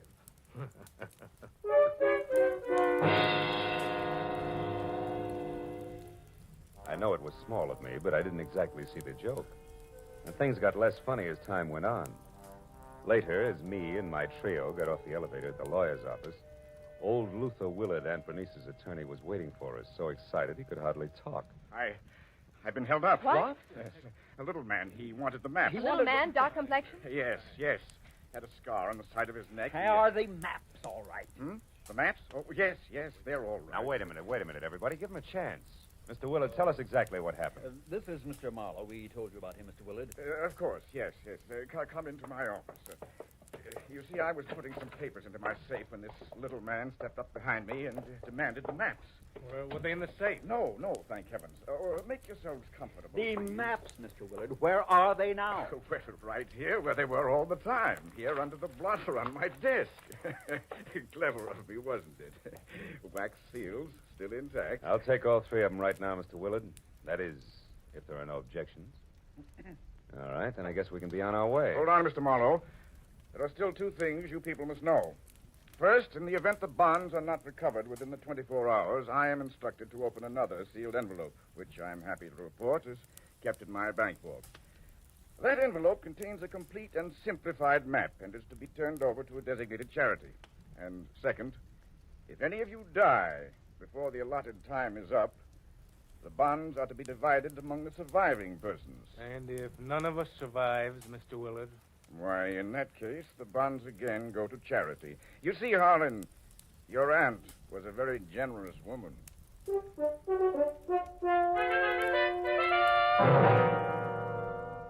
After arranging to meet with the three heirs at Shields' place later that afternoon, I headed for the nice and public library, where I figured I'd be able to examine the maps in safety.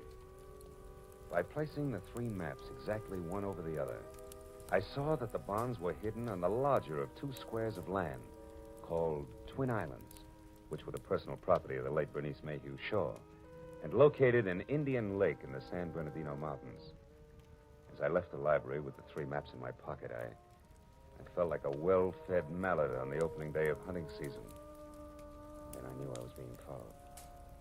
As I slipped into a doorway and turned, I saw it was the nasty little man with the scar. All right, you, we're through playing tag. Oh, let me go. Ooh. Not yet, Shorty, not until you talk loud and clear. No, don't hit me, please.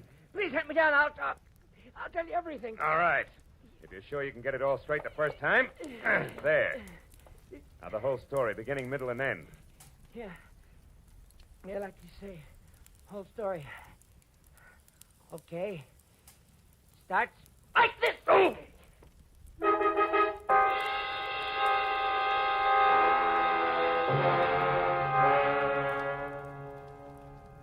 By the time I figured out that it had been the sawed-off end of a broomstick that had slammed my stomach up against my backbone, the little man was out of sight.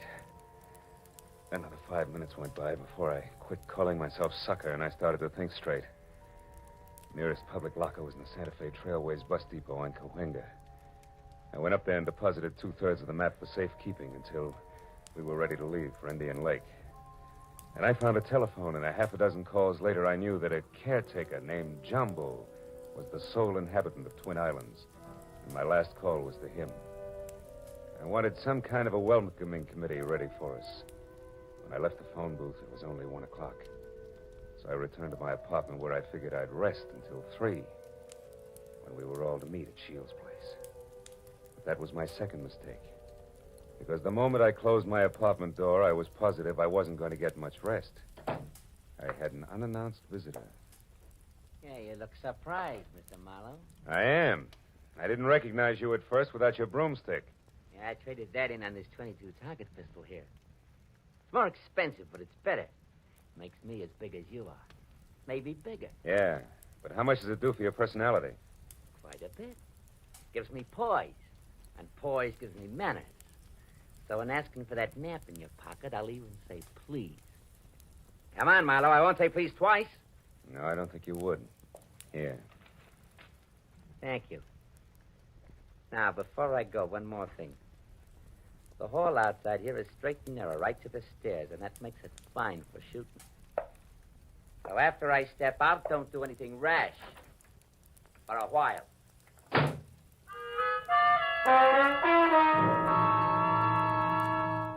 So, loving life as I do, I didn't do anything rash for a while. In fact, I could have whipped up a nice 7-minute frosting before I moved at all. And I phoned the three heirs to get together at my apartment. When I finally had them all seated in front of me, I related the saga of the little man, including my premonition that one of the three present was signing his paychecks. Of course, I got nothing but Cupid doll innocence out of any of them. So after adding that we'd get underway just as soon as the missing 1/3 of the map was returned to me, I threw my trench coat over my arm and told them I was going for a walk. But before leaving them, I reminded them that whoever was behind the little man could fire him, because I would never have kept all three maps in one place anyway, unless all of the heirs were on hand to watch one another. And then I left.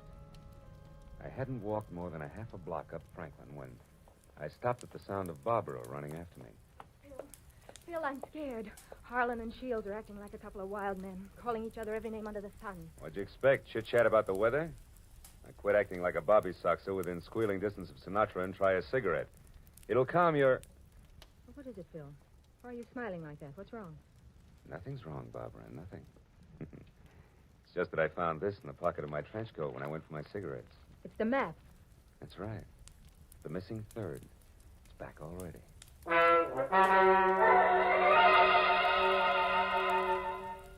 When that missing third part of the map turned up so fast, I figured the heirs had decided to play ball. But I made a mental note to keep my eyes on them anyway. At 3 o'clock, I went to Edward Shields' hillside house in Laurel Canyon for the scheduled meeting.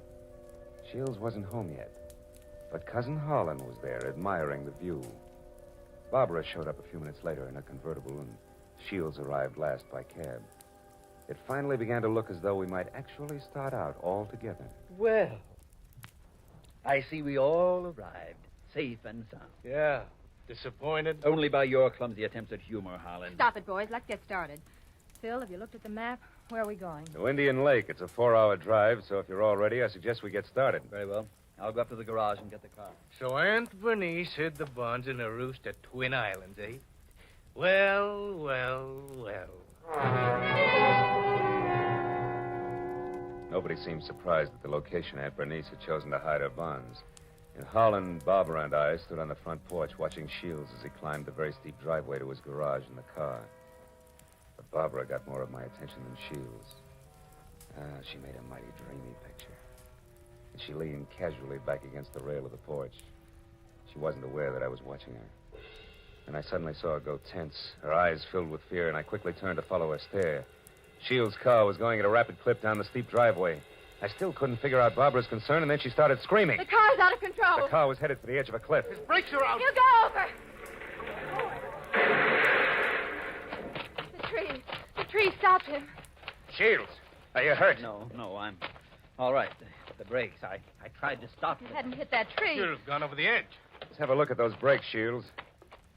Well, no wonder. What is it?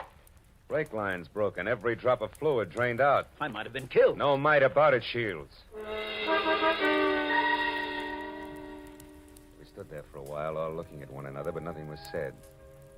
Brake lines rarely snap accidentally.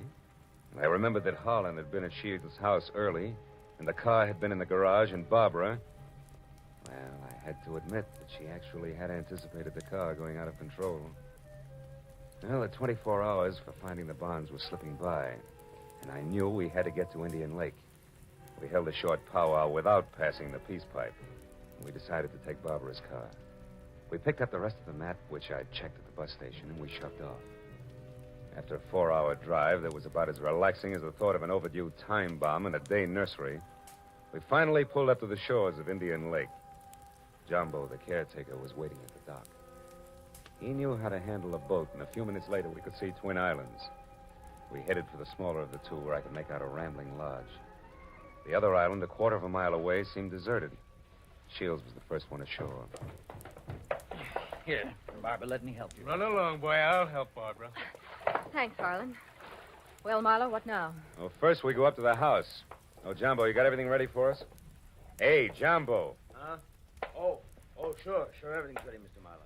Just like you said, I opened 4 of the upstairs rooms. Open the rooms? We're not going to sleep out here, are we? I'm going to try. But this isn't a vacation. We're here to find the bonds and get out. You realize it's almost 9 already? That leaves us just 15 hours, Marlowe. Yeah, I know. I got a good watch, and I count to 24, and I'm also giving orders to you Don't three. get high-handed, Marlowe. You're an employee of ours, and that's all. Let's get the map together and start looking for those bonds right now. Take it easy, big man. The bonds are hidden on the other island. The map is as tangled as a second-hand spider web. We wouldn't get anything at all down in the dark. That's your opinion. Look, you people hired me to help you find those bonds. If I have to get nasty to make you take orders, I can do that, too. Now, let's play like we're smart and go up to the lodge and relax. All right, Marlowe. But remember, we'd better have those bonds by tomorrow, or someone else will be nasty. Very nasty. And I mean me. What? You too?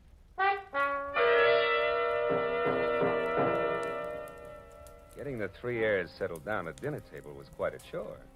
And when I was sure they'd keep an eye on each other, I slipped outside. I hid 1/3 of the map in a drain pipe. Then I went upstairs to my room, and I hid another third in the window shade. Now, the maps were settled, and I began to think about other things, like the accident to Shields' car. There were too many accidents and coincidences to suit me. So I decided to drop in on Cousin Holland's room to see what I could see. Well, after 15 fruitless minutes, I was about to leave when something in the wastebasket caught my eye. The corner of a half-hidden handkerchief monogrammed H.C. I had just picked it up when I saw Jumbo standing in the open door. That handkerchief there in your hand. That blood on it? No. No, it looks more like brake fluid. And in this case, it's practically the same thing, huh? I think we'll leave it right here in the wastebasket, Jumbo. Oh, did you want something? Just wanted to say I'll be in my own place out back if you want me. Okay. You know where Mr. Shields is? He's out in the veranda. Alone? Yeah? Thanks, Jumbo. If I need anything, I'll call you. Good night.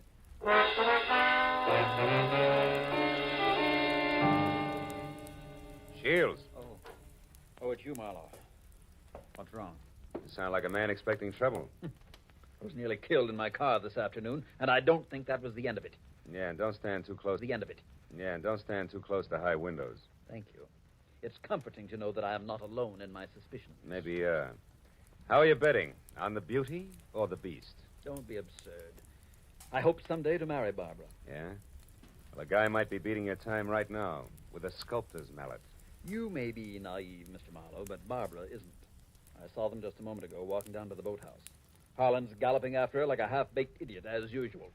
But if Miss Haynes prefers me, what can he do about it? There was an answer for that, but it seemed a little obvious under the circumstances. Well, a few minutes later, Shields went inside, and I made a beeline for the boathouse to water down a certain hot-headed sculptor named Harlan. When I got within earshot, I knew I'd be as welcome as whooping cough at a glassblower's convention. So I stopped and listened. Barbara, darling, I'm falling in love with you. You know that, don't you? Let me hold you close. Harlan, Oh, Harlan. This is real, Barbara. For the first time in my life, I'm truly in love. I want to do things for you, make you happy. Please wait. I'm not completely free. There are still ties with Edward, you know. Shields. That fat, stingy Babbitt. He's no man for you. Why, if he so much as touches you from now on up... Wait a minute, Barbara. Marlowe, you cheap snooping eavesdropper. He's dropping some minor vice compared to some of the shenanigans going on around here. Just what do you mean by that? A word to the wise is sufficient. You, I'll give a few more. Now, somebody's trying to cut our little triangle down to two sides before noon tomorrow. What I've seen so far I don't like, so I'm warning everybody. Just what are you accusing me of? Why, Harlan, stop it. Don't be a fool. Will you cavemen control yourselves until those bonds are found? Come on, Harlan, let's go in. Good night, Marlowe. Don't get your head caught in any transoms.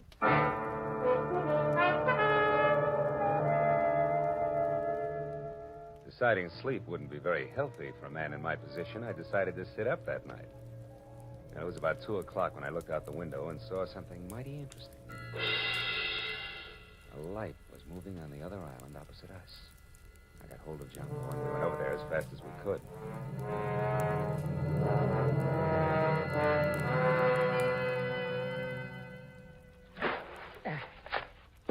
Yeah, we're beach. That light's dead ahead, Mr. Marlowe. Looks to me like it's up on the picnic shelter. Yeah, I'll see you later, Jumbo.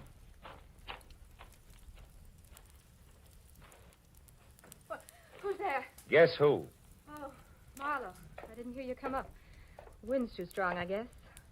I'm glad to see you. Spooky here all alone. Oh, sure.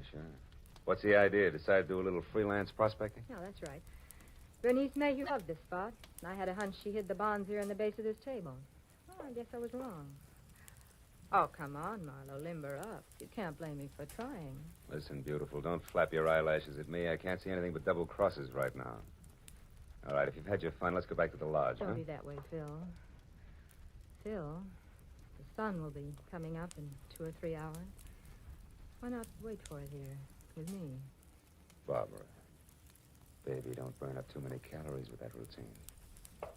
Because I only keep 1/3 of the map on me. You think you're so smart. Bright ideas hatch in that cute little brain of yours, too. Now let's... Oh, Comes the gun with a pearl handle, no less. Stay away from me, Marlowe. Over there. Hey, what's going on here, Eddie? Jumbo! Look out, Jumbo! Jumbo stepped into the light and Barbara turned. I made a swipe at her gun hand that knocked pistol, purse, and lamp all over the picnic shelter. I found the gun and gave it to Jumbo. Then I started to pick up an assortment of knickknacks that had spilled out of a purse. But I never finished, because one of the items made my eyes pop. It was the monogrammed handkerchief covered with brake fluid that I'd found in Holland's room. It all made sense now. It tied up everything that I'd suspected right along. Only two of my trio had planned to split up the $300,000 worth of bonds from the first. As I ran for the motor launch, I yelled at Jumbo to bring Barbara over in the rowboat. All the way back, I had the panicky feeling that I was probably too late. But when I sneaked in the front door of the lodge, there were still two voices, and they came from the open kitchen door. With my hand on my gun, I edged along the wall and peeked in. Shields, you're a fool. Perhaps. But I'm going to kill you and have a perfect case of self-defense. What are you talking about? Your hopelessly framed cousin, Harlan. I ruined the brakes on my own car. I planted your handkerchief, stained with brake fluid, in your room. Marlowe found it. He's convinced that you tried to kill me. He's also convinced that he was brought into this whole thing by coincidence. He doesn't know that he was deliberately involved in our search for the bonds, just so he'd make a reputable witness. You're out of your mind. Not at all. I'm going to kill you and say it was self-defense. Marlowe will testify that you tried to kill me before. What Marlowe's going to do is blow your head off if you don't drop that gun, Shields. Marlowe? Yeah, Marlowe. Who knows he wasn't brought into this thing by coincidence, but has stuck around to see the fireworks and who almost saw them just now. Bill, what's happened? Barbara, couldn't you hold Marlowe on the other island? You Shut up, Shields. Barbara's little mistake was that she should have gotten rid of Holland's handkerchief after she took it out of his room so he wouldn't see it. Barbara, I don't understand. You planned all this with Shields against me? Well, I did in the beginning, Harlan, but I changed my mind when I fell in love with you. I let Marlowe find the handkerchief in my purse. I wanted him to stop Edward. Oh, darling, don't you see... Come on, Miss Bankhead. Cut the dramatics. The show's over. Let's have it straight, huh? All right. We might as well if we're going to find those bonds before it's too late. Edward and I did plan it. We even hired the little man who tried to get the maps from you. And when that didn't work, you planned to get rid of Holland and split the $300,000. So we failed. So what? We're right back where we started. 100,000 apiece. Now let's go find those bonds. Not so fast, beautiful. What happened to Holland just now was a little more serious than a hot foot. It was attempted murder. He can slap you two in the jug this minute if he wants to. But I'll leave it up to him. Okay, Harlan, what do you say? It's your move. No. I've got a better idea. Marlowe, 1/3 of that map is mine. Give it to me. Okay. There it is. Harlan, what are you going to do? Harlan, no. Don't burn it. There. Now we all lose. Now none of us will get the bonds. That's probably how Aunt Bernice wanted it anyway.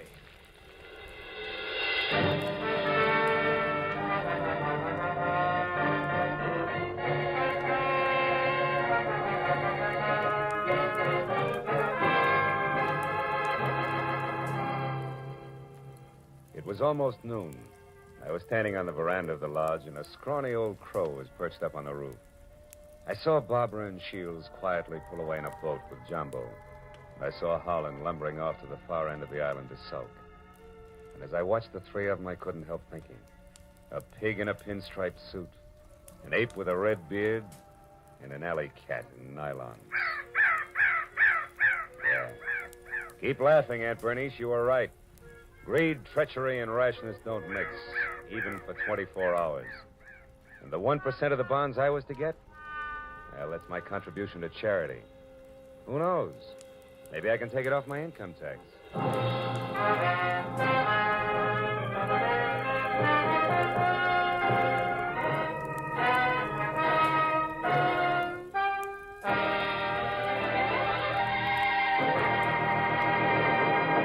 The Adventures of Philip Marlowe, created by Raymond Chandler, stars Gerald Moore and is produced and directed by Norman MacDonald. Featured in tonight's story were Mary Shipp, Parley Bear, Don Diamond, Ted Von Eltz, and Wilms Herbert. The special music was conceived and conducted by Richard O'Run.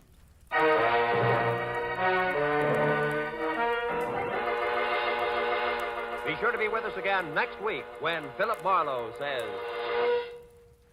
When I got the crisp $50 bill in advance, I figured my client had a heart of gold. But after I was beat up, double-crossed, and shot at, I realized just how hard a heart of gold could be.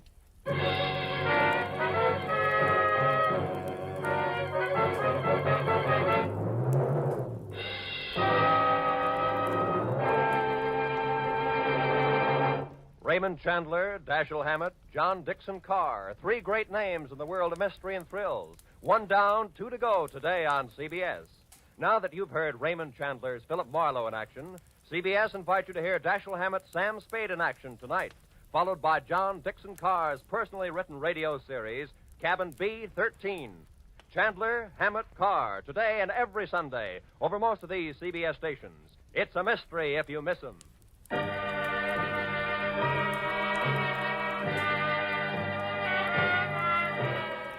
Roy Rowan speaking for CBS, the Columbia Broadcasting System.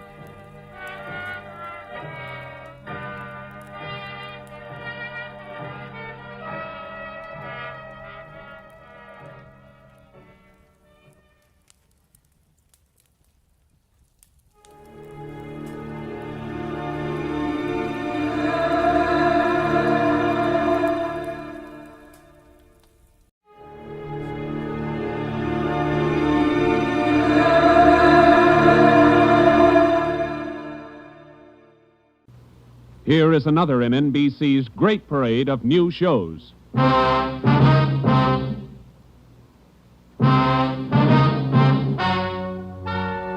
Ladies and gentlemen, the story you are about to hear is true. Only the names have been changed to protect the innocent. NBC brings you Dragnet.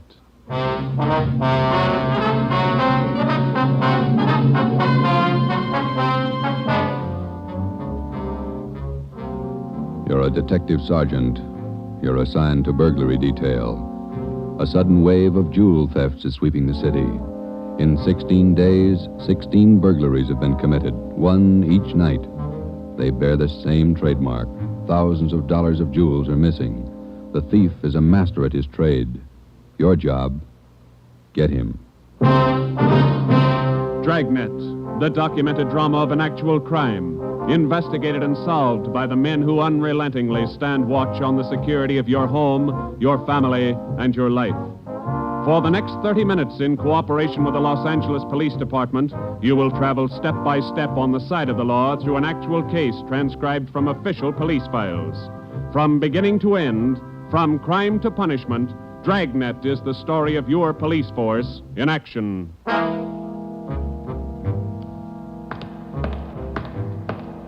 It was Tuesday, June 17th. It was warm in Los Angeles. We were working the day watch out of burglary. My partner's Ben Romero. The boss is Ed Backstrand, chief of detectives. My name's Friday. I was on the way into work that morning, and it was 7:53 a.m. when I got to room 45. Burglary detail. Hi, Joe. How are you, Walker? Gonna be a scorcher out today. Yeah, just like yesterday. Ben in yet? I think he's over in communications picking up the mail. Thanks. You guys been busy? Yeah, kinda. Jewel thefts. Anything big? No big hauls, but he's consistent. 16 nights in a row. Same guy? Think so. Same M.O. Yeah, everybody's got troubles. Gotta check some records. See you later, Joe. Okay, Willie. Burglary Friday. Yeah. Okay, Mike, soon as Ben gets back. He's picking up the mail. Right, bye. Hi, Joe. Hi, Ben. Hannon just called. Chief wants to see us. Take a look at these first. What do you got, overnight reports? Yeah, these two. Yeah. 2 of them. 3 diamond rings, 1 sapphire, 1 necklace, jade. Big haul. Look at the other one. Lady's watch, diamond band, emerald bracelet, tourmaline brooch. What's tourmaline, Ben? I don't know. Must be valuable. It's gone. Let's see. Owner left house about 9 p.m., returned about 1:30 a.m., found property gone, scratches on the door. Probably using the cellophane method. Hasn't missed yet. 2 in 1 night. Well, he's picking up his pace. Must have a bag full of loot somewhere, whoever it is. You get the description sheets from pawn shop detail? Yeah, got them right here. You take half of them. Let's see what luck we got this morning. Nothing so far. Me neither. Let's see. I'll get it, Joe. Burglar Romero. Hi, Ben.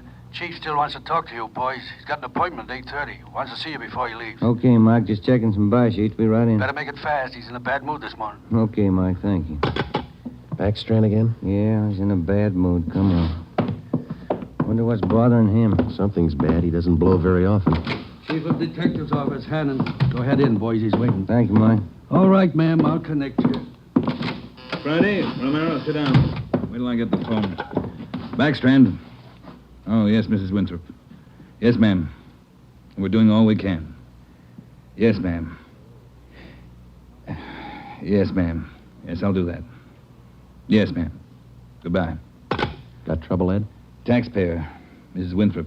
You two ought to remember the name. We do, Skipper. 10 days ago, somebody lifted $2,000 worth of diamonds from her bedroom while she was at the symphony. Last night, she was hit again. A diamond watch, an emerald bracelet, and some kind of a brooch. Tourmaline. I don't care what kind it was. It's gone. What's the pitch? We just read a report a couple of minutes ago, Skipper. Could be a tie-in with those other 16 jobs. 16 jobs in 16 days.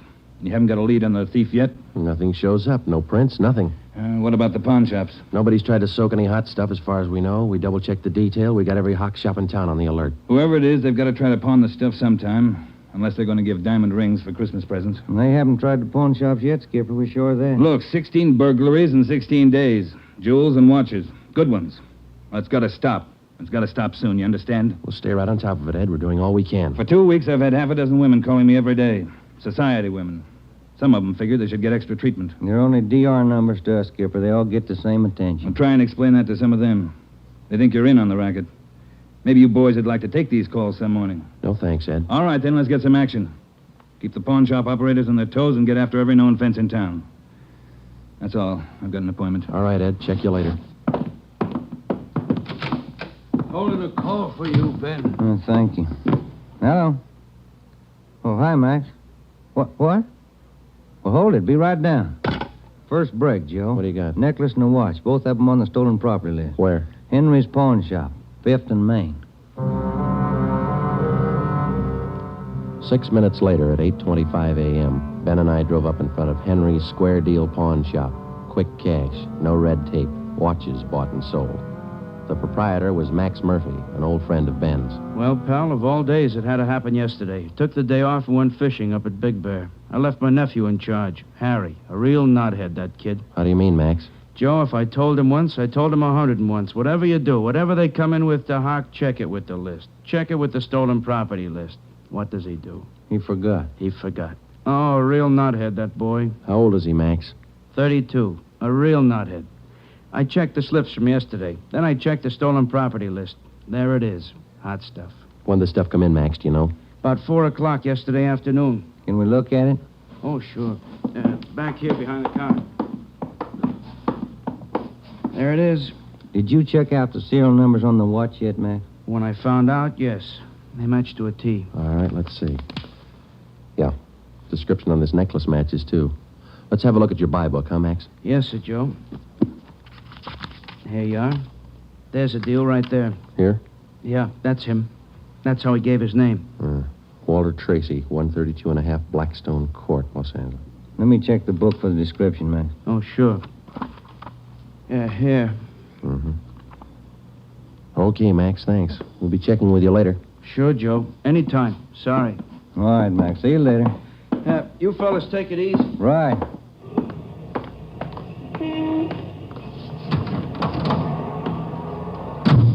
Want to check and see if we're clear, Joe? Yeah, I will. 80K to Control 1. 80K to Control 1. Are we clear? Control 1 to 80K. Stand by. Good lead, Joe. Got a description in here. Yeah. It's too bad Max's nephew had to slip up. Control 1 to 80K. Call your office immediately. Call your office immediately. KMA 367. Wonder what that's about. I don't know. I'll call in. You got some change? I'll use Max's phone.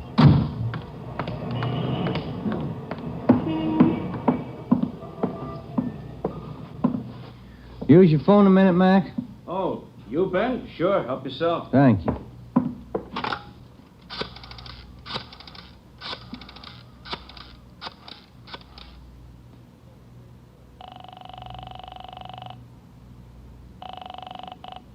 City Hall.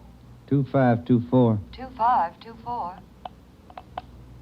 Burglary. Levine. This is Ben, George. You got something? Hot one. Universal Loan Shop, 6th and Barton Place. Guy just took in a couple of rings. He checked too late.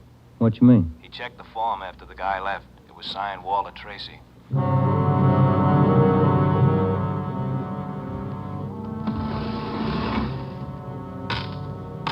There they are, Sergeant. Both rings. Fine quality diamonds. Don't you usually check your stolen goods list before you take in stuff like this? Usually, yes. Last night, no. I don't know what I was thinking about. Can we have a look at your buy book? Right here. There it is. Walter Tracy. 699 Olive Street. 145 pounds, 5'9", dark hair, build, thin. We'll have to slap a hold on these rings. I know. I should have thought. Can you think of anything else that might help us to identify the man? Well, no. Had a light suit on. Nice cut. Very well dressed. Thank you. That's all for now. Here's a card. If the guy happens to drop back, give us a call, will you? Sure will, Sergeant. Say, Yeah? I've got some nice watch bands. Yours look old. Can I interest you? No, thanks. Some other time. Come on, Ben.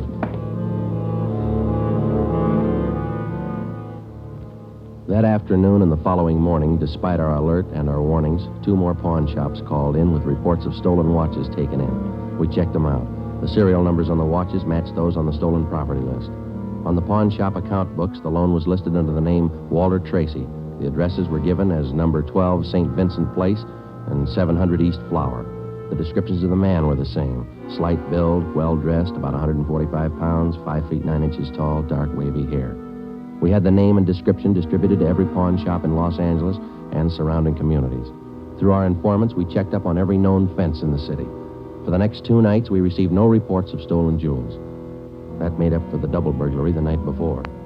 On June 19th, the box score read 18 successive nights, 18 successive jewel burglaries. At 3:25 in the afternoon, Ben and I sat down to check over the late incoming reports. Got anything, Joe? Not yet, no. Nothing here. Maybe the guy's left town. Nope. No such luck. Take a look. That's it, number 19. He may set a record. Oh, he's making monkeys out of us, isn't he?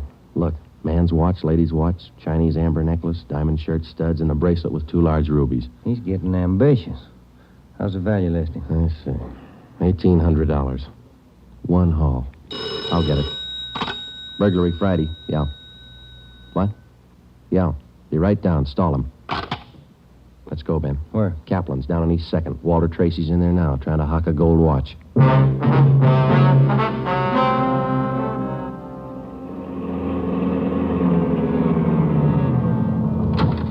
Ben, cover the door. I'll do it look like I'm shopping around. Right, but watch your step. We don't know this guy. Yeah, stay close to the door, huh? I'm sorry, that's the best we can do on the watch. Look, Mac, this is gold. 21 jewels. Well, that's the best I can do. Drop dead. What's the best I can do? Don't get sore. Yeah, sure. See you later. That's him, Sergeant. Walter Tracy. I stole him as long as I could. All right, I'll check back with you later. Did you spot the guy that just came out? Yeah, I went up the street. Let's follow him. Hustle it. You spot him, Ben? Straight ahead, about 15 yards. He's crossing the street. Yeah, let's get up a little closer. We'll lose him, sure, if the light changes. Come on, run for it. Watch the traffic light. That was close. You might have spotted us. It's going faster. Come on, Joe, run. Yeah. Don't lose him. This crowd's not helping. Hey, wait a minute. I bet you're a cop. You're chasing somebody. All right, let go of my arm, mister. Let go. Well, you don't have to get tough. Lousy cops think they own the street. I'm going to write the mayor's office. Come on, Joe. He's running for it. Yeah, I see him. Watch the signal up ahead. Hurry, Joe. Almost up to him. Into the parking lot. Hey, you! Stop! Look out, Joe. A gun. Yeah, I see. All right, get away. All right, smart guy. It's a nice job. Yeah. He's too fast for an honest man. Let's take him in. When we got back to headquarters, Walter Tracy was under technical arrest. We took him directly to the interrogation room. We searched him thoroughly. We had him take everything out of his pockets and put it on the table. Then we had him take all the money he had in his wallet, count it out, and hold it in his hand. What is all this routine? That's all the money you have on you? $47.17, right? Yeah. Okay, keep it in your hand. Ben, shake him down. All right, Tracy. Take off your coat, shirt, tie, and your shoes and socks. What kind of a pitch is this? I'm no hood. Take 'em off. Two-bit cops. You're not pinning anything on me. I don't care what you do. Sleeves, pockets, lining. Nothing in the coat, Joe. Get his shirt. Take it light with the threads, huh? Costs money. How about the trousers, Ben? Let's see. Cuffs, pockets. No. Let me get the belt. Zipper on the inside of the belt? No, it's clean. Shoes are okay. All right, Tracy, let's see the soles of your feet. I hope you don't mind. They're dirty. Why don't you take a shower? Let's see. All right, Joe, nothing. Put your clothes back on. Yeah, thanks. All right, you. What's your name? Huh? I said, what's your name? You telling jokes? Walter Tracy. You know that. Your real name. How old are you, Tracy? 27. Where do you live? No place. Just got in town a couple of days ago. Where are you from? Salina, Kansas. Where you been sleeping the last 2 nights? The park, Pershing Square. Clothes don't show it. Pretty natty. I had 'em pressed. Where? Down by the square. I don't remember. You ever been arrested before? No. Where'd you get this gun, Tracy, the one you pulled on us? I didn't know who you were. Could have been a couple of hoods. You kind of look like it. Where'd you get the gun? I won it in a crap game coming out on the train. Where'd you get the watch? Graduation present. You want to run a make on him, Joe? The gun and the watch? Yeah, I'll call him. Go on, check. You can't prove a thing. Pawn shop records, Gilmore. Gil, is Friday. Can you give me a make on a watch? Sure, Joe, go ahead. Time Master, yellow gold, man's wristwatch. Okay. Case number 716F23. Right. Movement number B351708. Got it. Okay. Now give me a make on this gun, huh? 32 S&W automatic. Serial number 579461. Okay. Call me back? Right. What's your station number? 2572. I'll ring you, Joe. Thanks. Having fun? What'd you do with all those jewels you stole?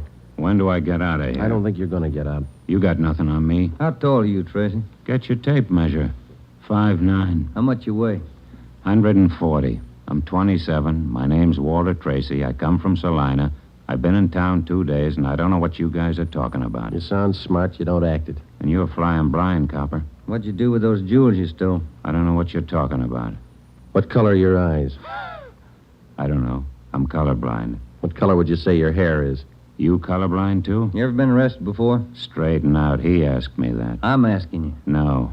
You ever done any big time? No. All right, I don't care if you level with us or not. We're going to make you on those prowl jobs, all 19 of them. Sure. You guys are smart. You got in Los Angeles 2 days ago, is that right? Yeah. You don't know anything about any jewel thefts. That's what I said. And how come your name and your handwriting's on the account books in 4 pawn shops in Los Angeles? It's not mine. You can't prove it. We can, Tracy. Come clean. What'd you do with the stuff you stole from 1250 Moraga Drive, June 5th? I didn't steal any stuff. What'd you do with the rings and watches you took from 1400 Placerville Road, June 9th? I wasn't in town. What'd you do with the diamond dress pins you stole June 13th, 123 South Van Ness? Did I do that? You're not only kinky, you're a bad liar. You prove it. Order get you a sawbuck, your prints bounced, Tracy. Our handwriting man's gone to work on those signatures of yours. You haven't got a chance. Now, come on. Where'd you hide this stuff? You can't prove a thing. Where'd you say you've been sleeping the last 2 nights? In the park, Pershing Square. You want a map? Clothes sure look nice. I said I had 'em pressed. But you can't remember where. No, I can't remember where. That a crime? Friday talking. Joe, this is Gilmore. Here's the stuff you asked for. Let's have it, Gil. No make on the watch, no make on the gun. Okay, Gil. Thanks a lot. Yeah. You're in up to your neck. You said that, didn't you? You're gonna talk, Tracy. Kind of tired. All right, we'll let you sleep on it. Come on, Ben. Let's book him. Right. I'll get your jobs, coppers. Sure. Come on.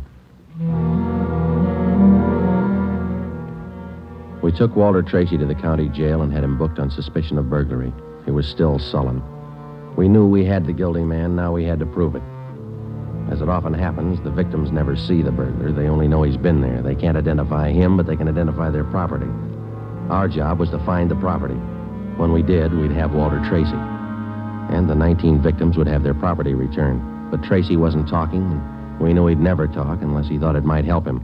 We took the problem to Ed Backstrand. Smart punk, Skipper, but he's done time before. How do you know? Tried him out last night when we brought him in. He talks like it and he acts like it. But he won't cop out.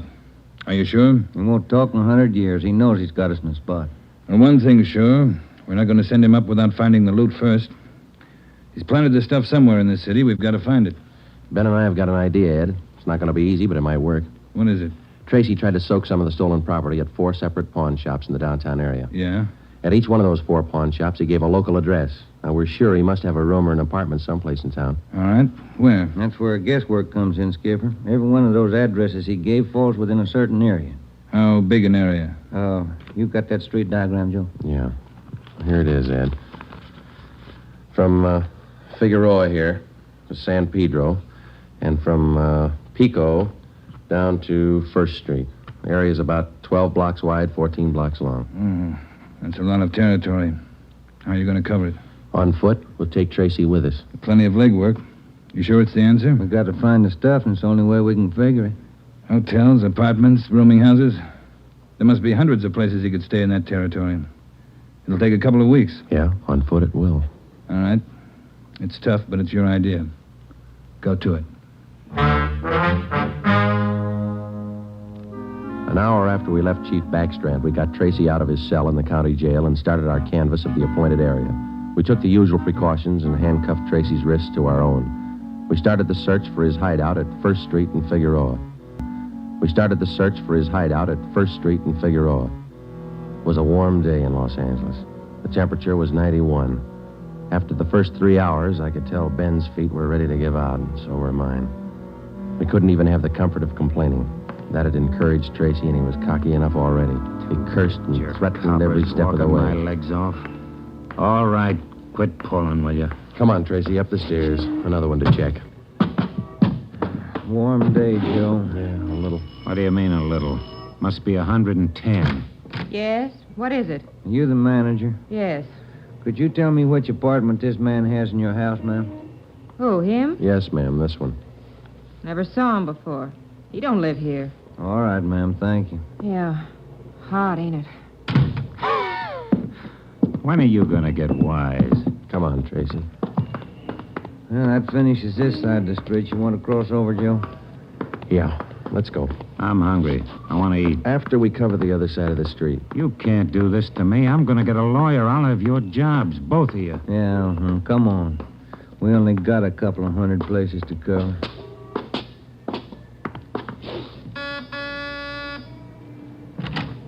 Hi, gents. What can I do for you? You the manager? I run the place, yeah. Which room does this man have in your place? Him? You made a mistake. He doesn't live here. All right, thanks. My feet are killing me.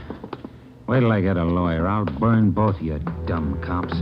What do you think you're doing anyway? Making a guy... All that day and the day after that and the day after that, Ben and I, with Tracy handcuffed to our wrists, canvassed the designated areas, from hotel to hotel, from rooming house to rooming house, and the apartments, too. Every day our feet ached a little more, our pace slowed down, Tracy got more irritable, and the weather got hotter. The second day it reached a high of 92, the third day 94, the fourth day 94. Police regulations say plainclothes officers must wear a coat and necktie on the street at all times. We wore our coats and neckties. The search continued into the fifth day. Our pace got even slower. Ben and I started to lose heart. After a while, we forgot our object was to recover the stolen jewels. All we wanted was to find Tracy's hideout. We knew we were right. We knew Tracy was our man. It was a point of pride. Whether your feet hurt or not, you don't give in to a thief. Yes? What do you want? You the landlady here? I am. Which apartment does this man have in the building? Well, none of them. He's not one of my tenants. Thank you, ma'am. Come on, Tracy. By the sixth day, all three of us had special pads in our shoes. Our feet ached worse than ever. Tracy let us know about his every 3 minutes. By late afternoon of the sixth day, we'd covered more than half of the designated area. The temperature was 95. You guys gonna go on forever? I'm sweating like a horse. I'm getting tired of your moaning. That looks like the manager behind the desk. Yes, sir? You the manager? Yes, sir. What can I do for you? Can you tell us which room this man has in the hotel? Him? Mm-hmm. He doesn't live here. Hey, you fellas look awfully warm. Like to cool off in the lobby? We're air-conditioned. No, thanks. I'm hungry. When do we eat? You're always hungry. You got the biggest mouth on a cop I ever saw. Oh, All yeah. right. Yeah. I'm hungry. I want to eat. Now. Wait till I give this story to the papers. Mistreating innocent guys. They'll break you. All right. Come on, up the stairs. I'm going to get a lawyer. Tonight.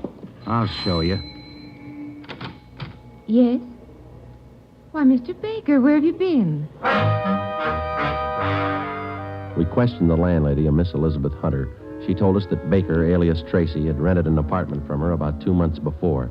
That's all the information she could give us. Tracy clammed up. He would admit nothing. We asked Miss Hunter to accompany us as a witness. We took the elevator up to Tracy's apartment on the 6th floor. Miss Hunter, Tracy, Ben, and I. Down this way. Here. Do you want me to open it? Please, Miss Hunter. There's a girl. Walter? What is it, Walter? I told you to get out of town if I didn't come back. I didn't want to leave. I didn't want to leave without you. I thought you slept in the park. Take a jump. Where's the stuff hidden? All right, Ben, handcuff him to a chair. The girl behind him. We'll find the stuff ourselves. All right, Tracy. All right, you're next. I haven't done anything neither, so you can't prove it. Billy, shut up. That's better. No talking between you two. If there is, we'll separate you. All right, Ben, you take the living room here. I'll try the kitchen. And get a window open. It's hot in here. All right. Sergeant, you will be careful of the furniture. Yes, ma'am. I had no idea. You, Mr. Baker, of all people. Don't talk to him, please, ma'am. Oh, yes. Tin cop. Why don't you spell? Ben, look. It's only the beginning. He's got the stuff scattered 7 ways for Sunday. We're going to need help. In the milk bottle? Yeah, 2 rings, 3 loose diamonds, and this bottle of mayonnaise. We found some kind of a brooch in it. A couple of watches taped to the underside of the kitchen sink. All right, you. Convinced? Okay, Ben, call Backstrand. There was a definite possibility that Walter Baker, alias Tracy, had stored some of his stolen loot outside his apartment. We stood little chance of ever recovering it unless we got him to break. Ben called Chief Backstrand, and in 10 minutes he arrived at the apartment with another man from burglary detail, George Levine. Together we went over the 4-room apartment foot by foot. We found jewelry, watches, loose stones in every conceivable place. In cartons of cottage cheese, in jars of cold cream, in the garbage can, everywhere. Who's your girlfriend? All right, I'll ask her. What's your name? I said, what is your name? Billy. Billy Crawford. He didn't do anything. He didn't. All right, Billy. Maybe you can tell us. Where's the rest of the stuff he stole? He didn't steal. He didn't steal anything. Billy, shut up. Keep quiet, you. Ed, wait a minute. What? Just a minute. I want to look over here. Papers. Taped to the underside of that top drawer. What is it, Friday? No, you can't. You can't. Look at these. All right, you found them. I'll talk. No, Walter, don't. Parole papers. He's an ex-con. Yeah, I'll cop out. Don't do it, Walter. Billy, shut up. Dumb dame. The rest of the stuff, where is it? On the roof. Inside the ventilator, the one near the front, you'll find a couple of paper bags. That's it. Levine? Got it, Chief. I'll check it. Your papers say you did time in Oregon. What for? Fell for robbery. Did 5. I owe him 7. What about the girl? Walter, I'm going with you. Her? I don't know. You figure it. All right, Friday. Romero, take the girl to Lincoln Heights and book her. We'll take him. Right, Ed. Come on, Ben. No, Walter, I want to go with you. I'm sorry, ma'am. This way out. All right, easy, lady. No, wait a minute. Just a minute. Walter? You're a dumb dame, Billy. So long. Walter. All right, come on, let's go. What's the matter? You feel all right? He lied. He said he loved me. He lied to me. Don't feel hurt, lady. He lied to everybody.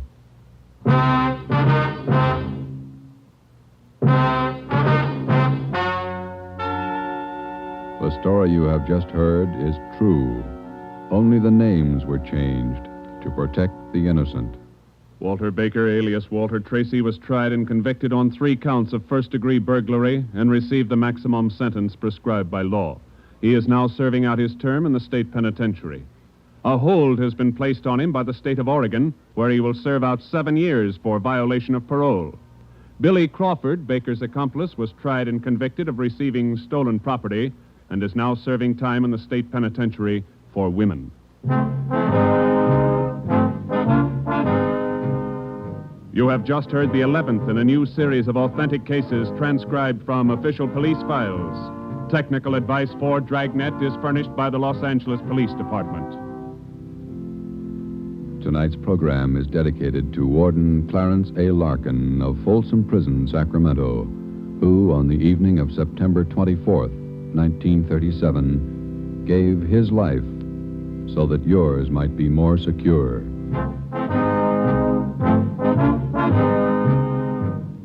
Dragnet came to you from Los Angeles. If you enjoyed tonight's production of Dragnet, you'll want to listen this Saturday evening to a pair of adventure shows featuring 2 well-known Hollywood personalities. You'll enjoy Brian Donlevy, star of Dangerous Assignment. Also on Saturday's schedule is Richard Diamond, private detective, as played by the screen's romantic tough guy, Dick Powell. Listen to both of these exciting programs this Saturday over most of these same NBC stations. This is NBC, the national broadcasting company.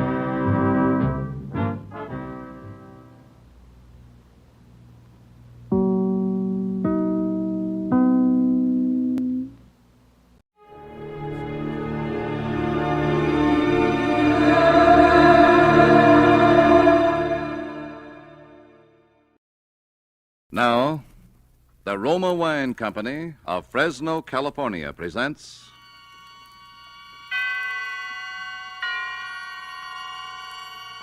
Suspense. Tonight, Roma Wines bring you the suspenseful play called A Guy Gets Lonely, starring Dane Clark.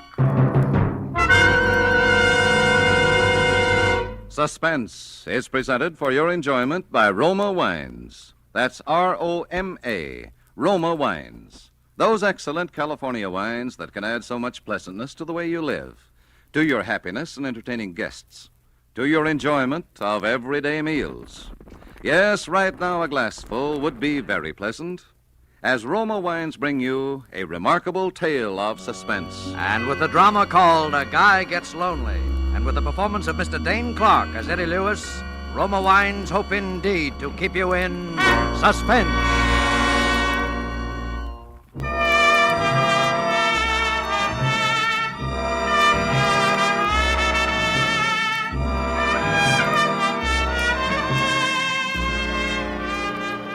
Have you ever been lonely?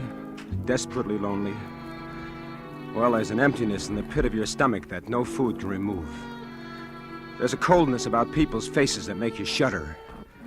And you do silly things when you're lonely. Maybe that explains what happened to me. Maybe. Anyhow, I was hanging around the shooting gallery in one of those Broadway penny arcades that night, one of those places where you can play a game of chess, get your fortune told, have 10 shots at Hitler, all 15 cents. And I was alone, as usual, thinking the dull, drab, dreary things a guy thinks about when he's alone. When suddenly an old man standing next to me said, Well, my aim is not what it used to be. Oh, got a match, my boy? Match? Oh, sure, here. Oh, thank you. You haven't by any chance got a cigarette to go with that match, have you, son?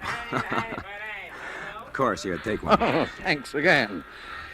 You know, with cigarettes so scarce nowadays, the only way a gentleman gets a smoke is to buy 'em himself. Yep. Thank you, thank you. What's the matter, kid? You look like your ship came in, only your mother-in-law was aboard. Oh, nothing. Oh, come on. Fess up to old Horace. I'm Beatrice Barefax without the girdle. Well, I'm just fed up with this town, that's all. Oh, there's nothing wrong with this town, kid. It's like all other towns. Yeah, except the one you grew up in. Well, I suppose you're right. You know what you need is a little diversion. Huh? Oh, here, my man. Yes, sir. Yes, load sir. these guns up again, will you? Yes, sir. Both guns, chum. Naturally. You'll try it again, won't you, son? All right, sir. Okay. You know, I think perhaps I've got just the right medicine for your homesickness, young fellow. Well, what's that? A girl. A girl? Yes. Don't tell me you've never heard of them. Well, if you haven't, bless me. I don't want to be the one to tell you. And there we No, are. it's That's not it. that. Here you are, sir. That'll be $2. $2? That's right, chum. There's a war on, in case you haven't heard. Ammunition's kind of hard to get nowadays. Oh, well, as a matter of fact, it's a little dark in here, and my eyes aren't what they used to be, so perhaps I'll simply forget. No. Here's the money. Go on. Go ahead, Pop. Shoot. You wouldn't care to make a small wager on this, would you, my boy? As I say, my eyes... No, thanks. Well, as I was saying, son, I have a splendid idea. Now, tomorrow, being the Sabbath, my wife and I are bound for Minnewanka on a peaceful little fishing expedition. If you'd care to accompany us, there is a faint chance, just a faint chance, mind you, that I might round up a beautiful young lady who will make it a foursome. Well, wouldn't that be too much trouble? Oh, not at all, son. Meet me here tomorrow at 9. What do you say? Gee, that's swell, except that... Except what? Oh, do you mind if I shoot first? No, go ahead. Except that I've never been fishing before in my life. Well, don't worry about it. Hey, your eyes aren't too bad. With a fish, the big thing is not so much your experience as your bait.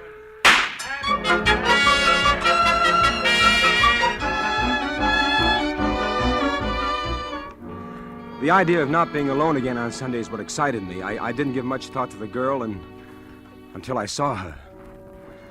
If you've ever seen a truly beautiful woman walking toward you, you'll know what I'm talking about. First, you see the tiny gray silhouette in the distance, and then the figure seems to spring to life. Each curve rounds into place, and finally you see the smooth oval face and the long auburn hair dancing in the breeze. And before you know it, you're in a trance, that's all. That must have been what happened to me when I first saw Jorlie, because I don't remember much of anything until I heard myself saying, "Oh, hey, what's that?" A worm, silly. You can't fish without a worm. Do I have to? Well, of course. As captain of this boat, I promise to bring in more fish than Horace. I order you to put that worm on the hook. No, it shakes. Rather gracefully, don't you think? Kind of reminds me of a shimmy queen at a burlesque show. Oh. There. Oh. Now you did it. Easy, wasn't it? Now drop your line in the water. Okay. Well, where's the fish? Patience, lad, patience. The fish hadn't had a chance to read your advertisement yet. Well, if they could only see you, Jorlie, I doubt if they'd bother with my line at all. Oh, your line isn't bad, Eddie. This is so bad at all.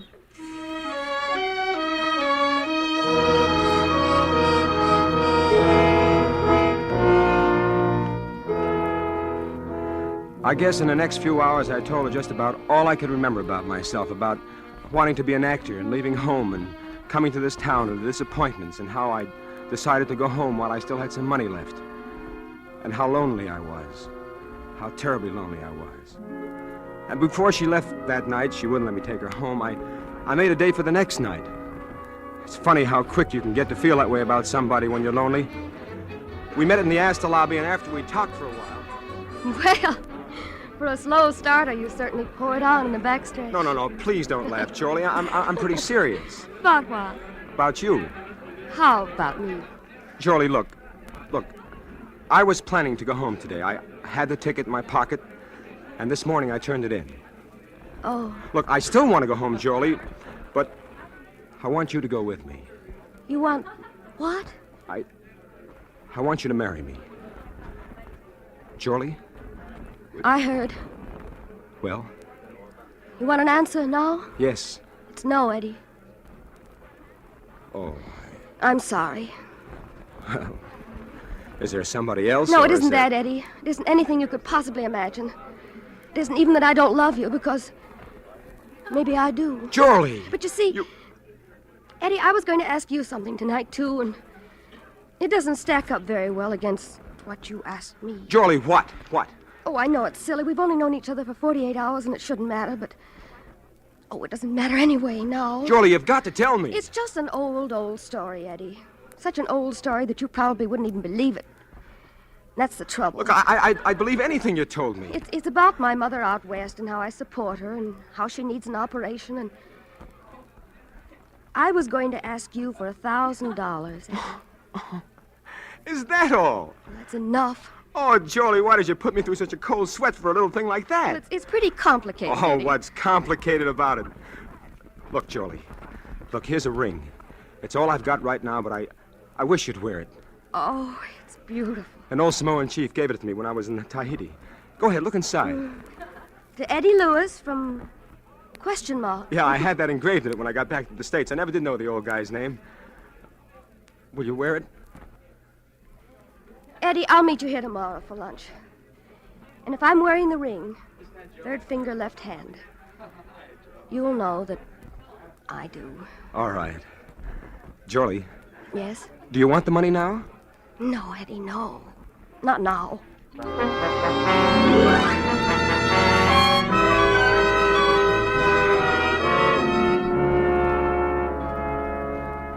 The next day, I was there waiting for her, way ahead of time again, but this time she was late. After a half hour, I began to get worried. Then I began to get scared. And after a full hour had gone by and she still hadn't shown up, I was half crazy, and then I felt a hand on my arm and a voice speaking over my shoulder. You, waiting for somebody? That's right. A lady? Yeah, what about it? Would your name be, Eddie Lewis? Yes. Say, what do you know about the fact that I'm... We found your name written in lipstick on the back of a bathroom door up on the 10th floor. After it said Astor Lobby, 1 o'clock. So we, sort of put 2 and 2 together. You see, I'm from headquarters, Eddie. What? I'm a detective. Detective? Listen, if you know anything about Jolie Andrews, I was supposed to meet her here about an hour ago, and she Would hasn't... she have been wearing this ring by any chance? Well, that's right. That's my ring. Where is she? She's down at the city morgue, Eddie. She's dead.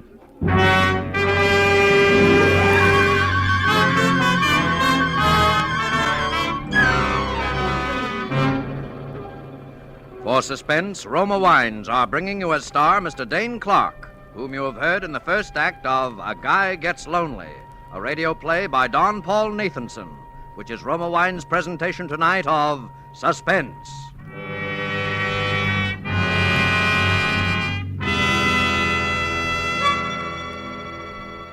Between the acts of Suspense, this is Truman Bradley for Roma Wines. Gracious hostess, internationally known on entertaining, Elsa Maxwell's suggestions are always worthwhile. Spring is here, and nature is again bursting into life. Let's bring some of this beauty to the dinner table. A centerpiece of spring flowers will brighten your table, and there's no better way to awaken winter-weary appetites than by serving cool Roma Burgundy with the meal.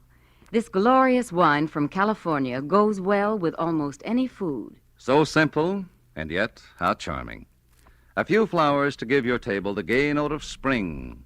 A bottle of cool, delicious Roma Burgundy as the subtle accompaniment to a savory meal. You'll enjoy the tart piquancy, the fruity, robust taste of this distinguished Roma Burgundy. Like all Roma wines, unvaryingly good, always high in quality.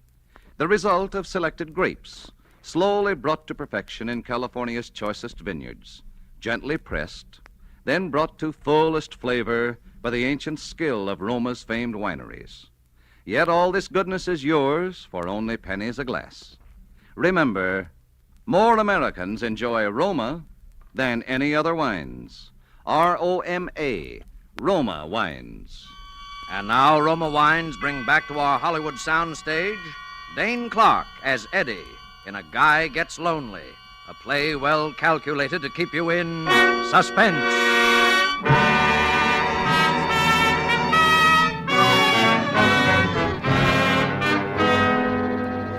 My mind was going round like a merry-go-round. Having an old moocher like Horace walk up out of a clear sky and introduce you to a girl like Jolie. Proposing to her after only 48 hours, and then having a cop come along and tell you she's dead. They took me down to headquarters, and I was there all day answering questions and trying to dope out what had happened myself. I even told them how she'd asked me for $1,000, but they didn't pay much attention to anything I said. Simple case of suicide, and that's that. But it couldn't be. Jolie wouldn't commit suicide. You recognized her, didn't you? Well, Well, what? People don't look quite the same after they've fallen 10 stories on a concrete side. But you recognized her? Yes, I recognize her. But why did she write my name on the inside of that door? How do I know what women think about before they jump out the window? I'm not Mr. Anthony. Well, look, Maybe somebody followed her. Maybe somebody tried to force the door. There wasn't any lock on the door. Then it would have been that much easier. Maybe somebody... Look, Eddie, just what are you trying to make out of this? I don't know. All I know is it couldn't have been as simple as this. You wouldn't be thinking about murder, would you? Maybe. Now, Eddie, this sort of thing happens all the time. Look, I'll draw you a picture. Friendless girl meets guy. They start going together. Then she asks him for money. He doesn't give. The next day, Look, I told you we were I going ain't to get doing that married. talking. She asks him for money, and he doesn't give, see? The next day, she writes his name on the handiest plain white surface, and boom. Now, how does that look to you? All right. But what about Horace? Have you tried to trace him? Yeah, sure. We tried to find Horace. Only we didn't.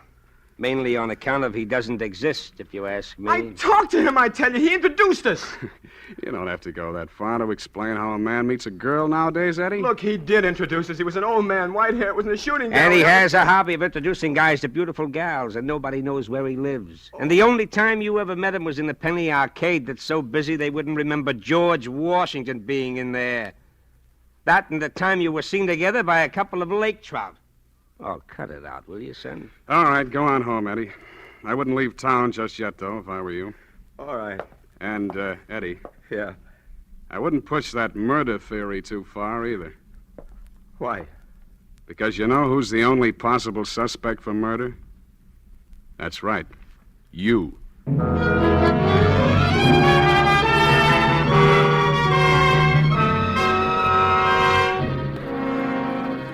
First, I didn't know what to do or what to think.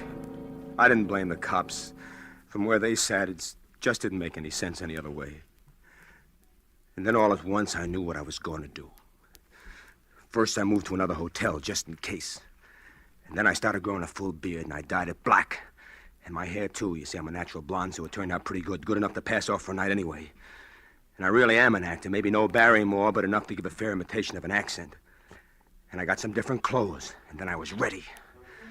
I began haunting that shooting gallery because I figured the old man had a system. But after about 3 weeks, I'd about given up hope. When one Saturday night, I walked into a little place off Times Square, and I saw him. My heart was jumping through hoops, but I just sort of moseyed around, tried to look as down in the mouth as I could, kept my face out of the light. I felt pretty safe with the beard, so I went over and I stood next to him. Oh. Well, my aim seems to be off tonight. Oh, pardon me. Do you have a match? I reckon I do. Sure, here you are. Oh, thank you. My boy, like to try your skill at the shooting gallery? Perhaps a little wager? Oh, no, thanks. I've just about had enough shooting to last me a lifetime. I just come back from 2 years in the South Pacific. So that's where you got the beard? Yeah, a bunch of us fellas grew him down there. I promised my kinfolk I'd let him see it before I shaved it off. I'm not so sure I would shave it off. It's mightily becoming to Thank you. you. Where are your folks? Texas. Got a mighty nice little ranch of my own down there. I sure do miss it. Kind of lonely, huh? Oh, you all can say that again, mister. Well, son, if you'd forgive an old man for sticking his nose in somebody's business where he's got no call to... Shucks, no. What's on your mind? I think I know just the medicine for you. Why, what's that? A girl. That was it. That's what I've been waiting for. First, I thought of taking the old devil out in the alley and sweating it out of him right then and there. Then I thought, no, there'll be a girl, and I want to have a talk with that girl. In the meantime, the old man was going on about that fishing. If you'd care to join us, my boy, I think I can promise you a very pleasant afternoon. Well, I reckon I couldn't do that. Perhaps if you could make it tomorrow night. Well, now, that might be arranged. Where would you like to have us meet you? Well, couldn't you just sort of give me the young lady's phone number, tell her I was fixing the call? I'm afraid, you see, this particular young lady doesn't have a phone. Don't think I'm not downright grateful, mister, or that I wouldn't enjoy your company, but... But you'd rather be alone. Shucks. No, don't get me wrong. I'm no wolf or nothing like that, but... Well, when a fella has his first date with a gal in more than 2 years, maybe you can't understand what that means. I think maybe I get the general idea, son. I'll tell her to look for a handsome Texan with a beard. Can you be here tomorrow night at, say, 8 o'clock? Oh, I calculate I sure can. Well, then, my boy, you've got yourself a date.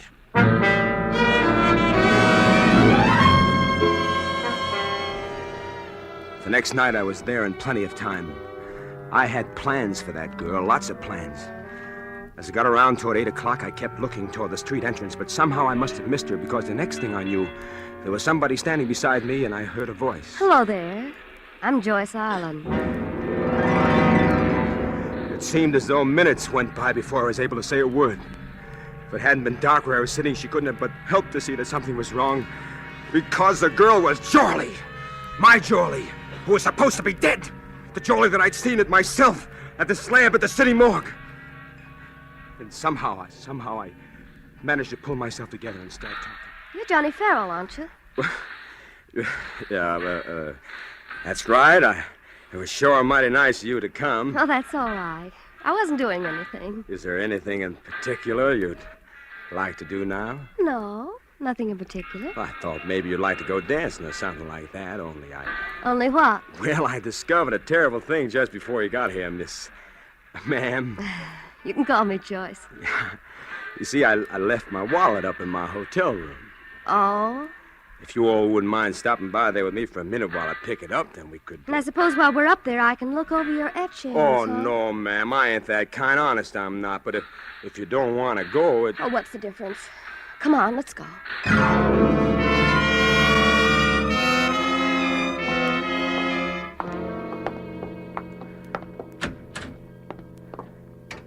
You always keep it this dark in here? Well, there's a couple of bulbs burn out. I told them to have them fixed. Oh, but well, they never mind.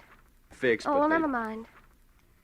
Where's that wallet? In the closet there, my other suit. Say, Joyce. Yes? Would you mind if I stepped in here and sort of slicked up a little before we went out? No. Go right ahead. I went into the bathroom and got out my razor.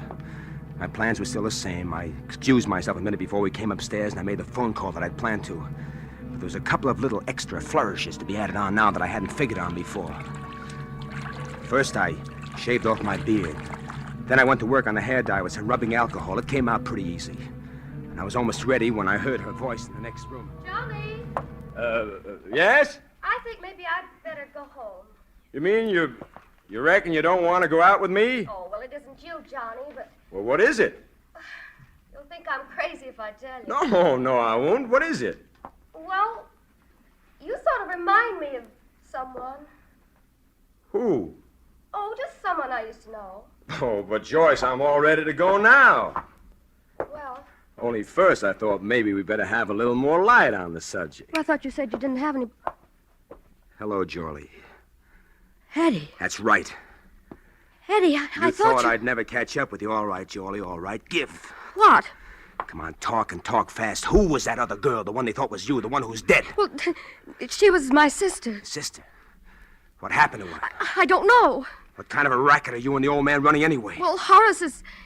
He's my father, Eddie. He's my stepfather, Oh, anyway. that's nice. That's very nice. It keeps it all in the family, huh? Oh, Eddie, you can think anything you want to. Nothing could be quite bad enough, but... Please believe me, I wasn't playing any games with you. No? No. That's why I sent Evelyn that day, my sister. I gave her your ring so you'd know she really came from me. I just couldn't face you myself. Face me with what? With what Horace and I had planned to do to you. The old shakedown, huh? I guess so. Evelyn was horrified anyway when she got wind of it. She was a funny girl. She belonged to one of those religious sects, and she said we'd have to atone for our sins and be punished. No. Maybe you better start from the beginning. Well, that's about all. We were awfully hard up. And Mother really was sick. And I'd borrowed some money once from a man I'd met. I paid it back that time, but it gave Horace ideas. He wheedled and threatened and said our mother might die, and... Well, I'd had a couple of pretty raw deals pulled on me out here, and I just didn't care anymore, I guess. That is... till I met you. Yeah, and so you sent your sister to me to confess all, and she jumped out of the window instead. Is that what you think happened? I don't know. Then why didn't you tell me what you knew then? Well, I wouldn't have brought Evelyn back to life. And Horace said we'd all go to prison, and... You see, Mother didn't know what was going on. It would have broken her heart. Yes, but you went right back at it again. Horace said if he'd had just a little money, he'd go away. He'd leave us alone and go back east. And I was supposed to be the next victim as Johnny Farrell with a ranch in Texas. No, Eddie, no. Not after I met you. No. No. You weren't before, were you? Oh, Eddie, maybe if you knew a little more about what a girl is up against in this Who is town, it? you'd understand. Telegram. Telegram? Well. Yes. I had a hunch about you, my boy. Horace! Why, you... Oh, don't try anything foolish. I'm quite expert with this little gun, as you may recall, my boy. Now, I suggest we close the door and have a nice, quiet talk just between ourselves. That's better. So, in spite of all my admonitions, you still persist in this confessional mood, do you, my dear? Horace, what are you going to do? You young people may not see it quite my way, but I'm an old man, and I don't fancy the notion of spending my remaining years behind bars. It's quite a penalty for extortion, you know. You're telling me. And so I'm afraid there's going to be a little accident up here. Something like the accident that happened to poor Evelyn. So you did kill her? Well, technically, yes, I did assist her through that window after she insisted on making a scene. Why, Evelyn was always excitable, you know. Really not quite normal, I'm afraid. Oh, Horace, you're mad. Now, my dear, I want you to write a little note. See, there's paper and pen over there on the desk. And you will say, darling, forgive me, but it will be best this way for both of us. And sign your name. You must be mad to think I'd do such a thing. You wouldn't like to see me kill your lover here, would you? Oh, yes, these old eyes can still tell love when they see it. Jolie, look, don't do it. Don't do it. Can't you see he's going to kill us both anyway? Horace, will you promise, Of course I will. That's it, my dear. Write it down just as I told you. There's only one thing wrong with all this, Horace. You want to know what it is? Naturally. I've already called the police. They're waiting for me in the lobby right now. And if I'm not down there in about 5 minutes, they'll be up here. Oh, dear. This is embarrassing, isn't it? Isn't it? I think perhaps you'd better get on that telephone, my boy. Give directions for the officers to go away immediately. Say that you no longer have any need of them. Well, all right. Hello? Hello, desk. You know those two men who are waiting in the lobby for me? Well, tell them to get up here as fast as they can. You! Horace, no! Jolie! Why, you won't... Jolie! Jolie, are you all right? I think so. It's only my shoulder. Oh, darling, you shouldn't have gotten I'd in rather have had it been me than you. Look, I'll call a doctor. What's going on here? We heard a shot. Look, there's the man who's responsible for the suicide of Jolie Andrews. Oh, only it wasn't a suicide. He killed her. It wasn't Jolie Andrews. That's Jolie Andrews over here. What are you talking Hello, about? hello. I've got to get a doctor. Wait a minute, will you? All right. Hello? Look, don't you understand? Look, that isn't Jolie Andrews that's dead. That's Jolie Andrews over there. You're not making sense, man. Look, fella, look. I met this guy at a hotel. Yeah? And then we went fishing, and then we put the worms on a hook, and... Yeah? And then she was in a slab, and she was dead, only she's not dead. She's wonderful. We're going to get married, see? I love her. And then Horace and I were in the shooting gallery. Then I met him, and I dyed my hair, and I made a straight Texas accent, see? And I met him one afternoon, and I fixed this whole thing all by myself. Joey's alive. And so closes A Guy Gets Lonely, in which Roma Wines have brought you Mr. Dane Clark as star of tonight's study in Suspense. Before our star returns to the microphone, let me say a word for Roma Wines, the sponsor of Suspense. Elsa Maxwell is known the world over for her great charm as a hostess. Now, here's a brief message from this noted authority. It is always a gracious act of hospitality to serve a glass of distinguished Roma wine. I suggest you try Roma California Tokay, a wine of unusual versatility, enjoyable any time, before or after meals. I serve it frequently with dessert or coffee. It's perfect with fruit or nuts or with any light snack. Follow Miss Maxwell's good suggestion. Try Roma Tokay. A velvety smooth, flame-bright wine, moderately sweet, light, yet delightfully rich in flavor. And you'll find that all Roma wines are always delicious, always of unvarying goodness and fine quality.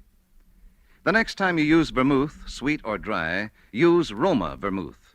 Zestful, herb-flavored Roma vermouth is blended, mellowed, developed, and bottled in California with all the traditional wine-making skill of Roma wineries, yet surprisingly low-priced. Try Roma vermouth soon, won't you? This is Dane Clark.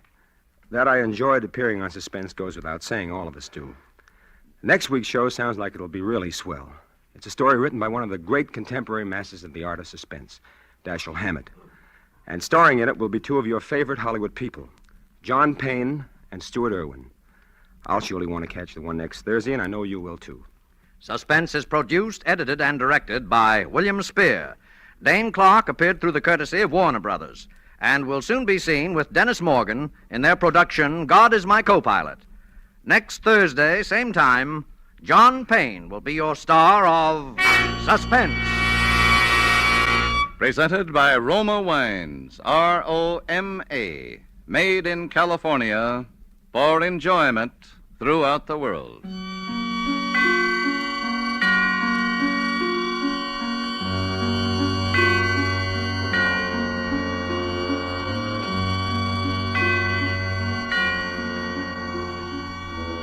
This is CBS, the Columbia Broadcasting System.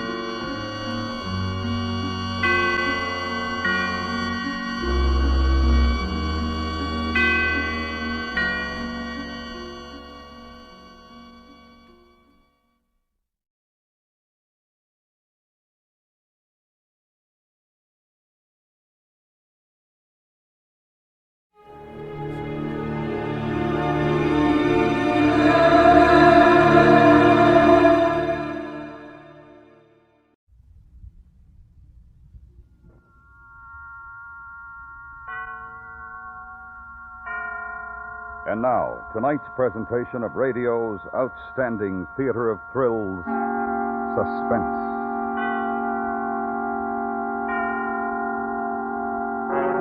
Tonight, the story of a man's search for the murderer of his brother. We call it A Killing in Abilene.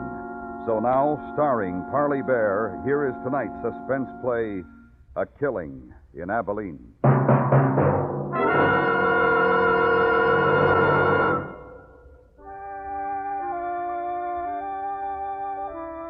I'd come down out of the Snake Range that morning, had followed the river trail through the canyon, and that afternoon had found Pleasant Valley. A handful of buildings, desolate, huddled in the cold shadows of the mountains around, tall and dark. A quarter of a mile this side of town, on an easy rise, I saw a handful of people standing in a circle. As I got closer, I saw they were gathered around two men who were digging.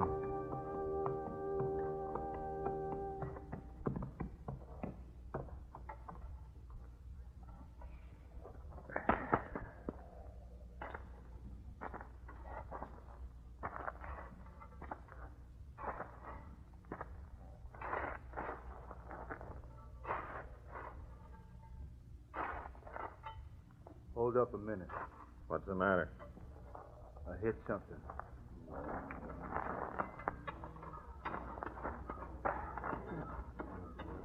Wait. Better go slow. Dig around this side.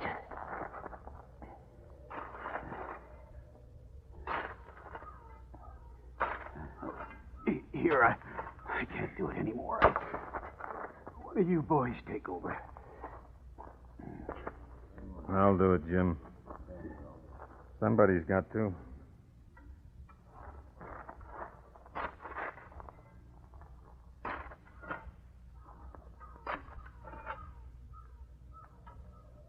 It's him, all right.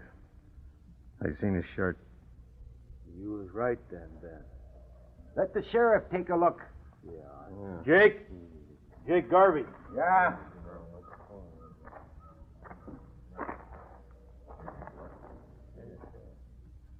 That's him.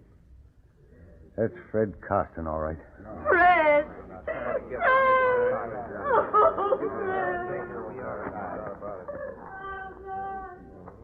What are you doing here, stranger? Where you from? You the sheriff? That's right. Jake Garvey. Mander's my name, from Abilene. So? I'm looking for a man in these parts calls himself Lee Burridge. Who'd he say, Sheriff? He said Lee Burridge, Ben. You come along with us, mister. We'll find him for you. What do you want him for? What's it matter what he wants him for? We know what we want him for. Come on. There ain't gonna be no trouble. I'm the law in Pleasant Valley. I'll do what we say. With Fred Costin laying cold and his widow weeping, That's trouble enough. We elected you, Sheriff Jake. We can unelect you. Like Ben said, it was Burridge killed him, and you know it. I've got to talk to you about Burridge, Sheriff. It's important. All right. My office, back of the meeting house. We don't need no talk about Burridge. We need to do something about the ugly son. Come on, boys. Let's get on back to town. We'll take her as she comes.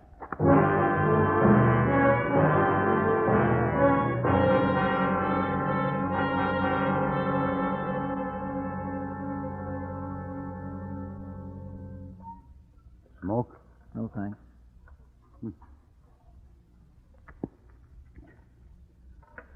The boys want to know why you're here, so do I. I'll tell you, we don't like strangers. What do you want with Lee Burridge? I had a brother. Was killed out in Abilene. Burridge did it. Oh? Him and another one drove a herd into the railroad. Burridge got drunk and killed my brother. Buried him. Same as here.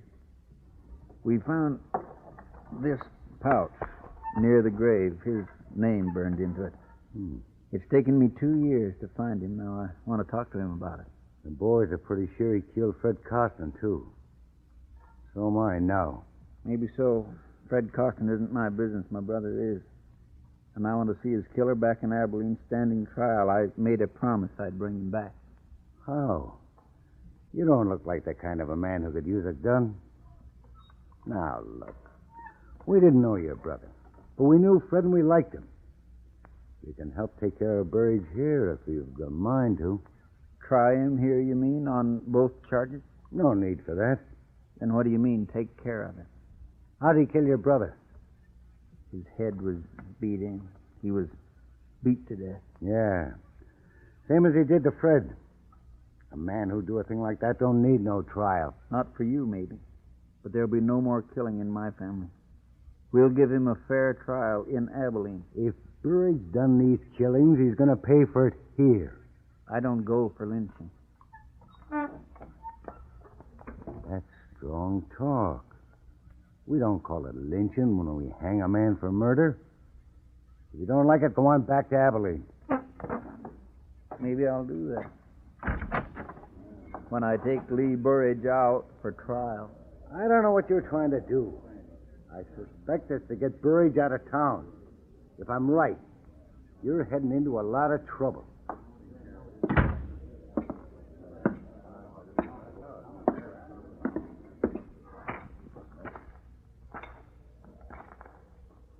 One of you boys direct me to where Lee Burridge lives?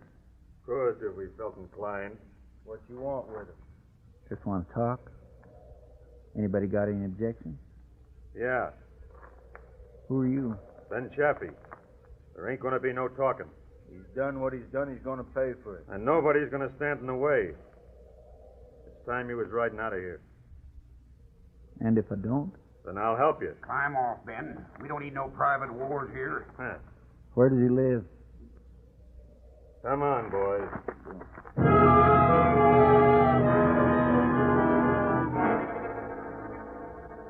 They turned away from me and moved into the sheriff's office, leaving me alone to walk down the dusty street. I asked the blacksmith where Lee Burridge lived. He just looked at me and shook his head. Towards the hills, a thunderhead was beginning to gather, moving in slowly. Near the end of the street, 2 men were building a coffin in front of a small house.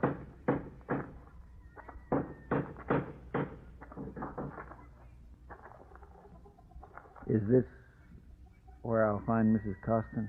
Why do you have to come meddling around here at a time like this? Can't you leave a widow to her sorrow? Because he's a stranger, Bob boy. And strangers don't have no time for other people's sorrow. Maybe you're right, old-timer. Maybe they got too many themselves.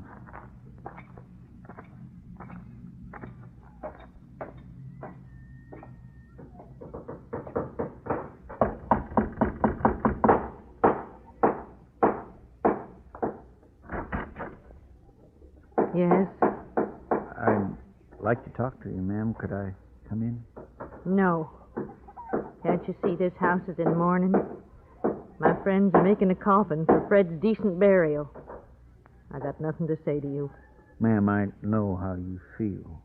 How can you know how I feel? I had a brother once, killed by this man, Burridge. Oh. I'd like you to help me. It was 2 years ago my brother was killed. His wife would like the killer brought back to Abilene for trial. I'd like you to speak to your friend. Let me take him away. He didn't give my Fred a chance before he killed him. He's a cruel and ugly man. I want him killed. Here, where I can watch. Will you tell me where he lives?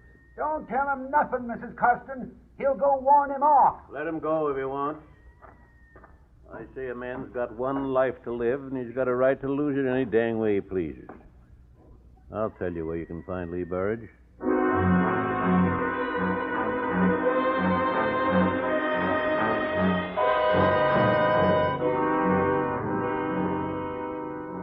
On the way, I passed the open pit that had been a grave and turned up a side canyon. A few miles farther on, where the canyon spread, I saw his hut, set against a fire-blackened hill.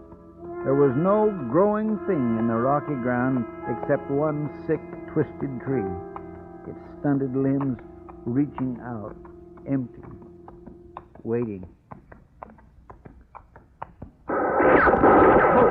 Horse, easy. Throw your gun down, you, or I won't miss with the next one. Lee Burridge? Throw it down! I'm Jeff Mander. It was my brother Seth you killed in Abilene. If that's who you are, you've caused me enough trouble. Now get out of here. They'll give you a fair trial there. Stay here and you're going to be lynched for Fred Costin's killing. Nobody's gonna lynch me while I got this. Don't come no closer. You listen to me. I don't hold no love for you. I shouldn't care what happens to you. But it took me 2 years to find you. Now I'm taking you out. Don't come no closer. Put up your gun. I'm warning you. Put up your gun. Like out this. And tell those folks in the village it didn't work. I'm too smart for them.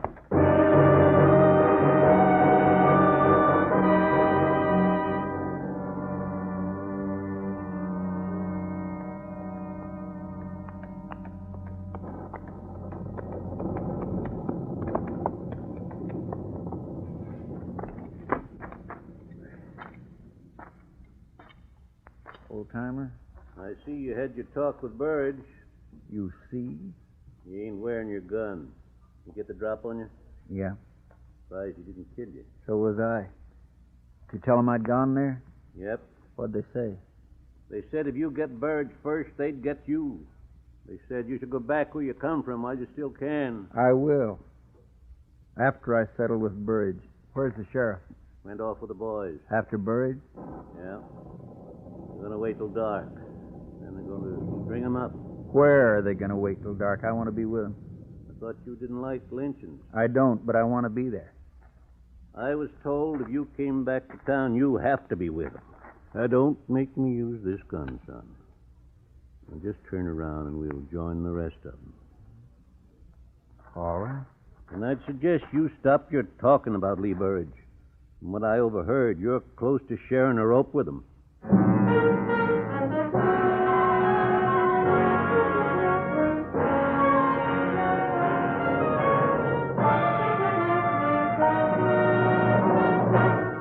Listening to A Killing in Abilene, tonight's presentation in radio's outstanding theater of thrills, Suspense.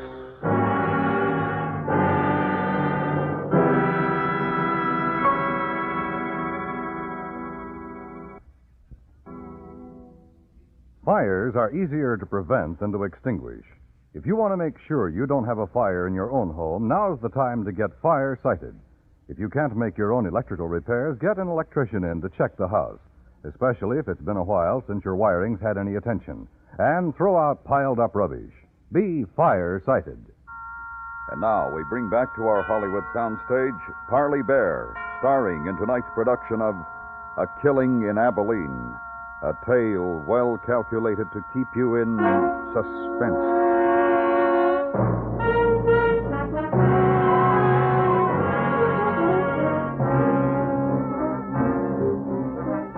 We rode out a Pleasant Valley, the old man ended up speaking through scattered herds of cattle on the lower rangeland. Rolling in from the east, the black clouds smothered the mountaintop. The old man still held the gun on me. Oh, no use winding the horses. Won't be dark for a couple hours yet. Lynching parties get their guts after dark. How come you weren't with them? Waiting for you. I thought you'd be around. Besides, I seen a lynching once. Too much trouble. Yeah. You still figuring to take Burge with you to Abilene? I can try. Ain't that going to be a mite daring without a shooting iron? Might be. I'm surprised after 2 years looking for him, you didn't shoot him when you found him. That's not what I come for. Why not? He killed your brother. I made a promise to somebody. His wife? Yes, and mine, too. What was it between Costin and Burge? I don't know. Nobody's seen much of Burge in the past couple of years. Ever since Ben told us about how he was a killer. Ugly man. Guess it was your brother he killed, too. I guess so. Now, because of him, you might get killed. Why? They know you're trying to take Burge away. Whoa. Here, we ford the stream here. Watch your footing.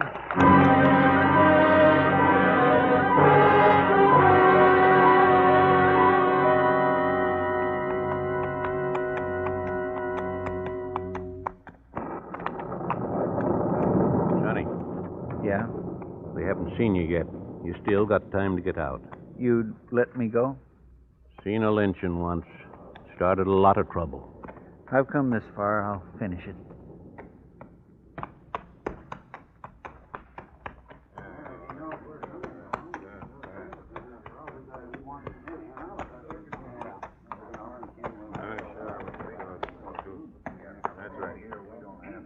Hello, Sheriff. Thought you'd left Pleasant Valley. I told the old man to bring him. We decided he ought to be with us where we can watch him.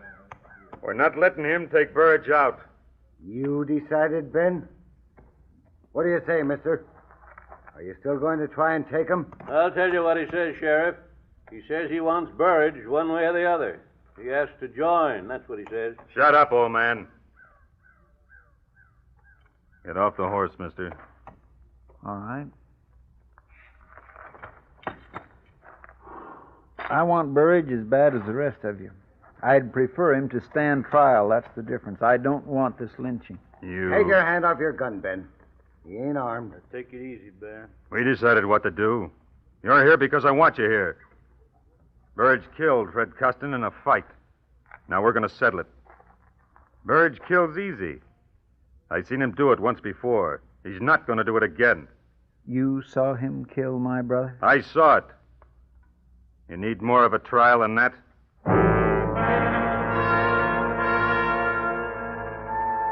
I thought of the ugly man up the canyon in the broken-down shack.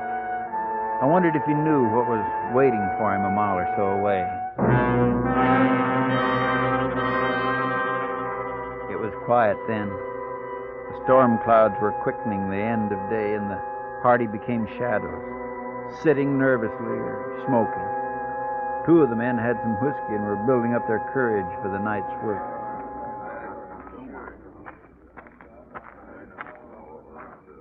It's nearly dark. What? I didn't think you'd come. I had to. My Fred's dead. So's my brother. My Fred was a good man. Never hit me. But he was a dark man with drink. What was it between Burge and him? Well, we lost some chickens. Fred said that Burge stole them. When he came to town for supplies, Fred and him got to fighting. Burge hated him and beat him. Fred was horrible hurt. Afterwards, everybody laughed and made jokes. They laughed at their friend? Oh, it was man laughing, no harm. But to a dark man like Fred, it was bad. He swore to get even. That was last Saturday. He went in to drink.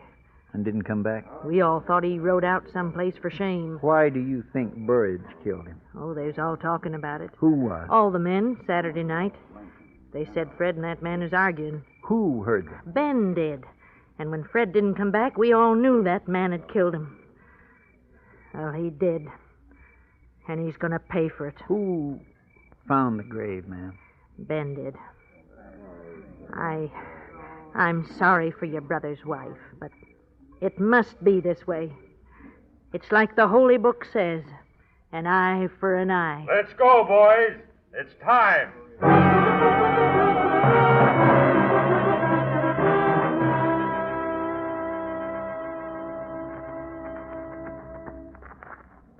He's there, right enough. There's a light inside. Hold up, boys. Stop. You, Jim, and Needle come with me. We'll bring him out. The rest of you stay here. What's the idea? You're too quick tonight, Ben, and giving too many orders. You stay. You still gonna try and get him away, son? I might. You're like an Indian I knew once. Had to shoot him 5 times before he knew he was dead. What do you want here? You know what we want, Burridge. Get out of here. Get off my land. You come outside quiet like. We don't want no trouble. I ain't asking for trouble. You asked for it when you killed Fred Custon. Killed him. I didn't kill Costin. Save your breath while you got it. Come on. While you got it. Come on. Let go. Let go of me. I'll kill you. I'll kill you all, Burridge. You've done your last killing. Get the rope over that limb. Right. Is this your doing, Ben? Shut up. Tie his hands, Bob. I'll hold him. You gonna blame this one on me too, Ben? Shut up, I said. Burridge didn't do it. He didn't do it. Let it go, son. You can't stop him now. I gotta talk to him before they do it. He didn't kill. I know it. Wait a minute. Take my gun. Thanks.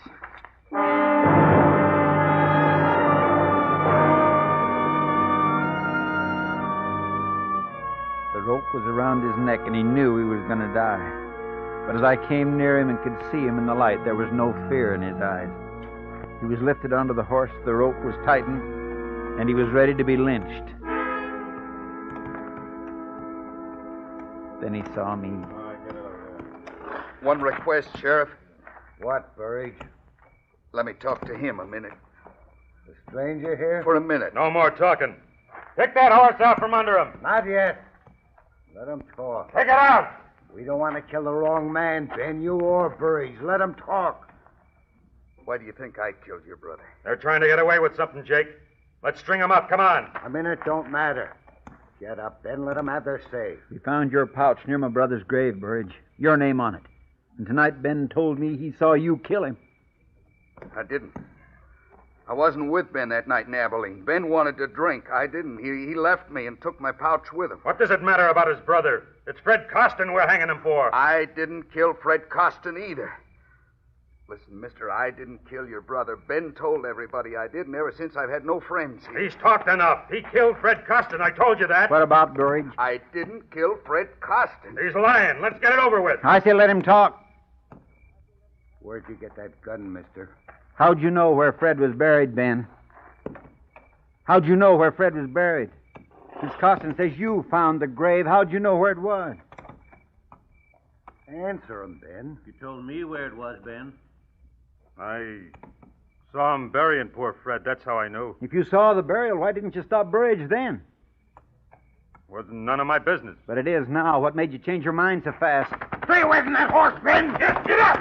Cut him down! You, Bob, cut him down! I think you'll be coming back to Abilene with me, Ben. You think so?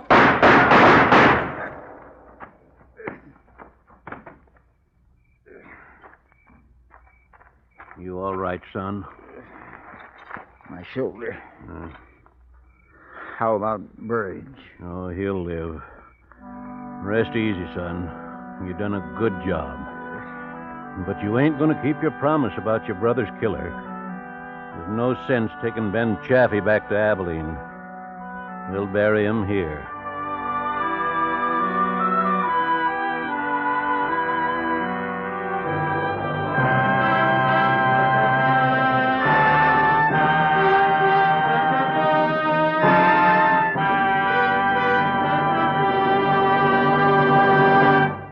Suspense, in which Parley Bear starred in A Killing in Abilene by Anthony Ellis and Gil Dowd.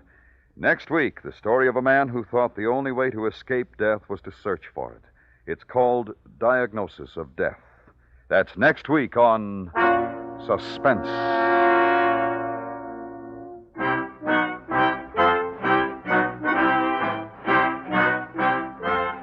Suspense is produced and directed by Anthony Ellis. The music was composed by Lucien Morawick and conducted by Lud Gluskin. Featured in the cast were Paula Winslow, Jack Prussian, Frank Gerstle, Jim Nusser, Vic Perrin, Joe Duvall, and Will Wright.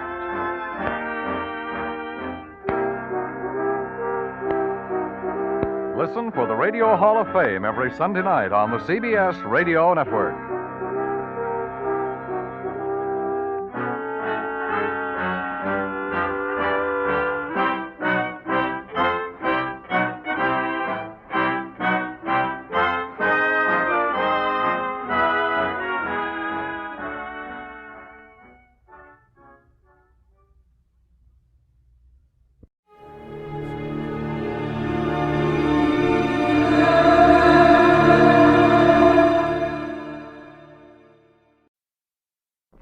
The encyclopedia says that the island of Haiti can be called San Domingo, Santa Domingo, or Hispaniola.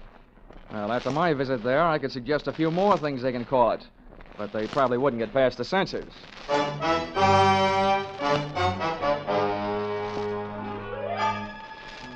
This is another in the adventures of America's fabulous freelance insurance investigator, Johnny Dollar.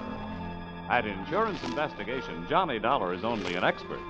At making out his expense account, he's an absolute genius.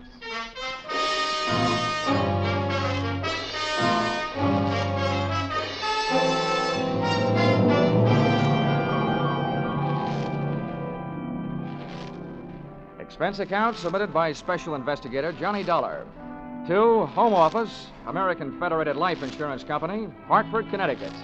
Attention, Harvard Huntington, General Manager. The following is an accounting of my expenditures during my assignment in Port-au-Prince, Haiti. Or, the nights may be black down there, but the magic is blacker. Expense account, item 1, $15 for a pair of tickets to see the show Detective Story at the Hudson Theater, New York, which I never got a chance to use since I was sitting in the living room of your Hartford home promptly at curtain time. I want to thank you for coming out here. Why, that's all right, sir. Sorry to break into your evening like this, but since I have, I'll get right to the point. Fine. Perhaps you've heard of the Gordon family here in Hartford. Well, what I see of the society page is while I'm flipping back to the sports section. But I've noticed the name. Diamond-studded, aren't they? Yes, immensely wealthy. Pillars of society, and surprisingly, quite a proper family. Oh.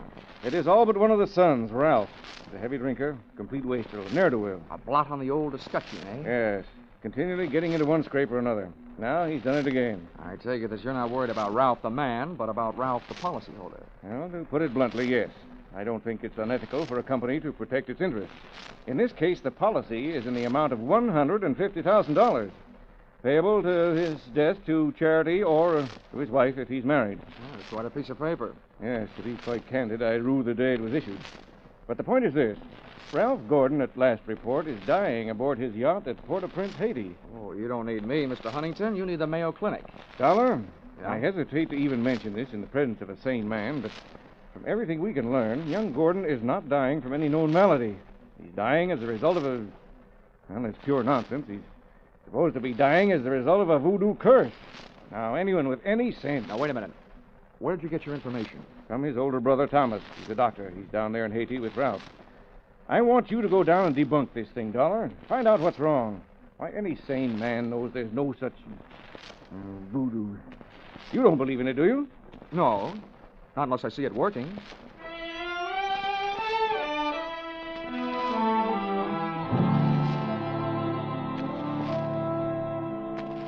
Expense account, item 2, $148.70, Hartford to Port-au-Prince, via airplane.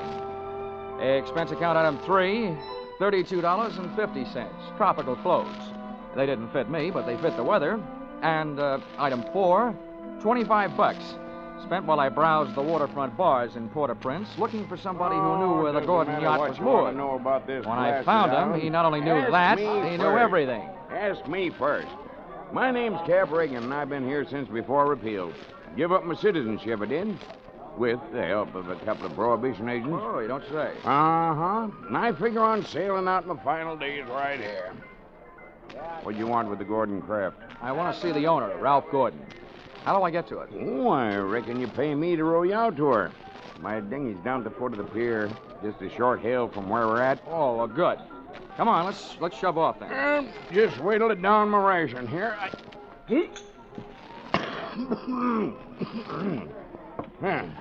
That'll put me shipshape.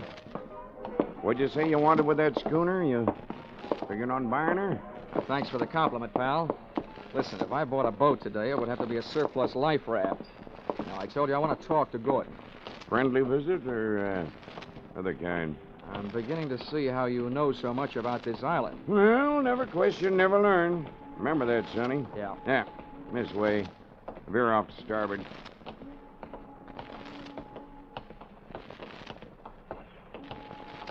No, sir.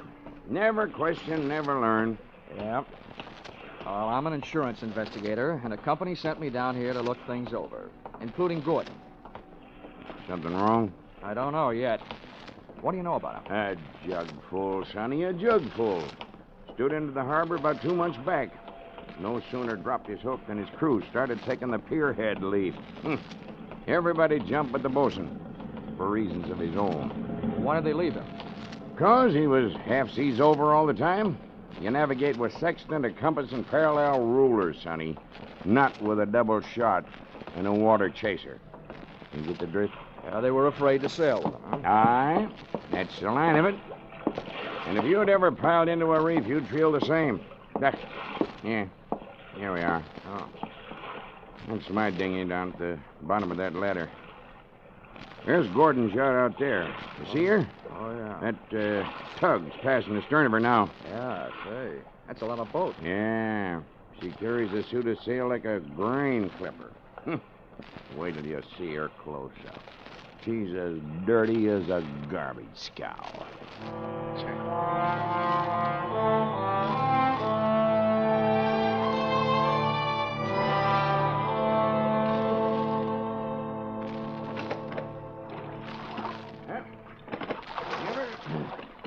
Give her a hail now, Sonny. They're close enough. Hey! Anybody aboard? Hey, aboard the yacht! Anybody home? Yes? What do you want?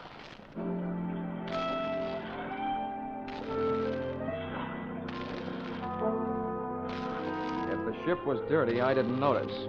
It may have had good lines, too, but it couldn't have touched what stood at the rail wearing clam diggers, an off-the-shoulder T-shirt, and a Caribbean tan. Uh-huh. There's a rim hull for you. Yeah. That'll be his wife. His wife? Oh. Can I come aboard? Who are you? What do you want? I'm Johnny Dollar from Hartford. I want to talk to Ralph. Oh. Why, yes, then I guess you'll have to come aboard. Here. I'll swing the stern into the ladder. Okay. There you be. Oh. Steady now. Steady. Okay, Cap. You wait for me, huh? Yeah.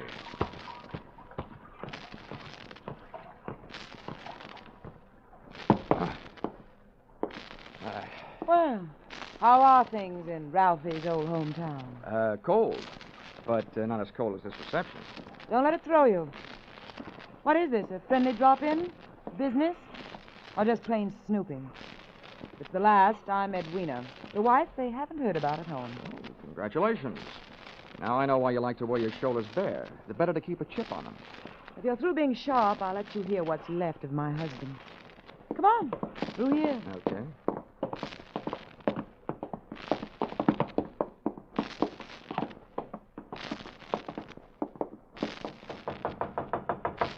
Hey, Ralph. Ralph, you've got a visitor from Hartford. Get away from this cabin, you dirty little gold digger, and take your visitor with you. Wine's all gone. Why don't they send another case of wine? There you are, chum. He's got the door locked. It'll stay that way till he runs out of wine. You heard enough? Yeah. Enough to know how you acquired your charming attitude. Forget it. I walked into it with my eyes wide open. get back out on deck. The light's better for throwing bobs at each other. Yeah, sure. Sounds like fun.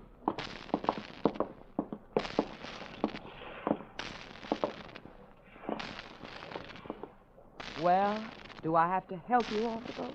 Not until you help me by answering some questions. I'm an insurance investigator, and I was sent down here by the company that holds a policy on your husband's life. What should I do, Finn? The story they got was that Ralph was dying from some kind of a voodoo curse. They don't believe it, and neither do I. Why not? That might be true. Huh? Some old dame. They call her Maria Lascelles. She came out to the boat. She yelled some things at him, and when Ralphie threw a bottle at her, she swore she'd put a curse on him. How'd they hear about that back in Hartford? Ralph's brother, Dr. Thomas Gordon, told them. You know him? Yeah, we hate each other. I wonder why he told them.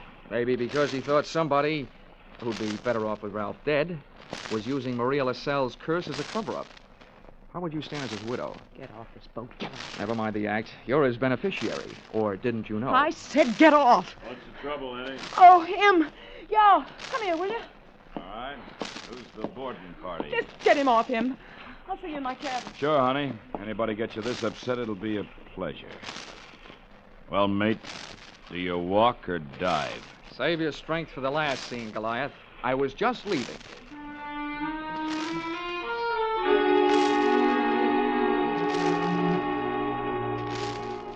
Expense account, item 5, $3. Paid to Cap Reagan as water taxi fare. Item 6, 80 cents. Land taxi fare to Hotel Francois. An up-at-the-heels hangout for not only the best in tourists, but also Brother Thomas Gordon, M.D.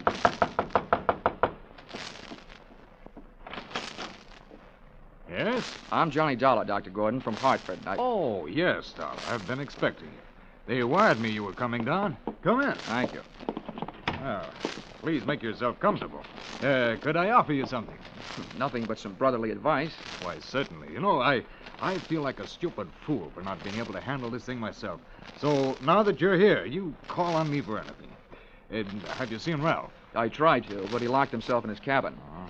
Tell me, as a medical man, how do you digest this voodoo curse story? Why, it's ridiculous. Good heavens, this is the 20th century. I do think that science doesn't know everything it would like to know about voodoo and black magic.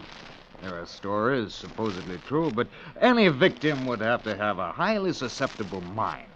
Now, I know my brother, Mr. Dollar. His mind is susceptible only to his own whims and fancies. Well, then what's the matter with him? Well, that's it. I don't know. He's drawn within himself. He seems to be searching almost insanely for escape through alcohol. Hasn't anybody thought of putting him on the wagon? It's a horrible idea, but I've heard it works. I don't think this is the time for it. He's suffering mentally and needs release. Well, that leaves us with only one thing to think about. No matter how thin you cut it, it's still voodoo. Well, I'm a man of science, Mr. Dollar. I'd make hypocrisy out of all my knowledge and training if I attacked the problem from that direction. But please, you let me know what you learn.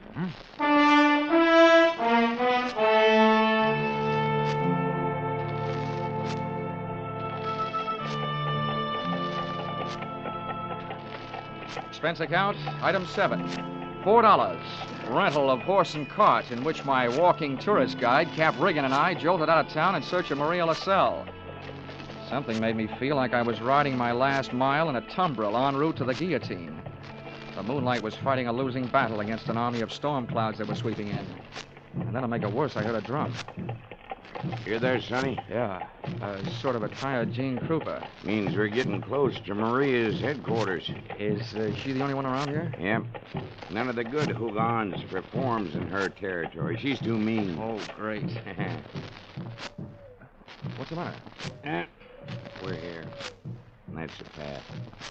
Over there by that gnarled old tree. From here on, you plot your own course. This is close enough for me. Oh, me too. Well, how do I know I can't put a curse on her? I've never tried. Smooth sailing, Sonny. The path ran along the edge of a field of sugarcane.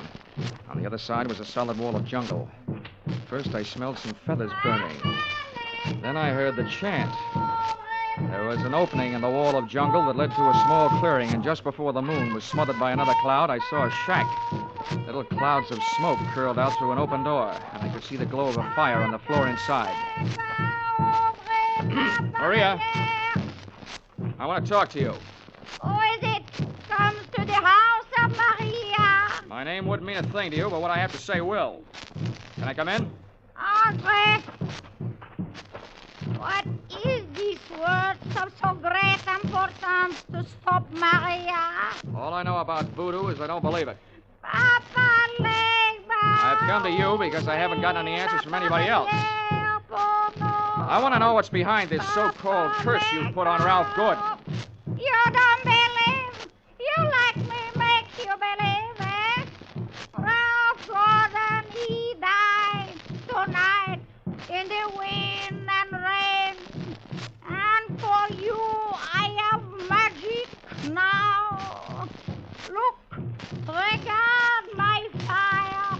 You will see, you will believe this smoke. Voila! Billy!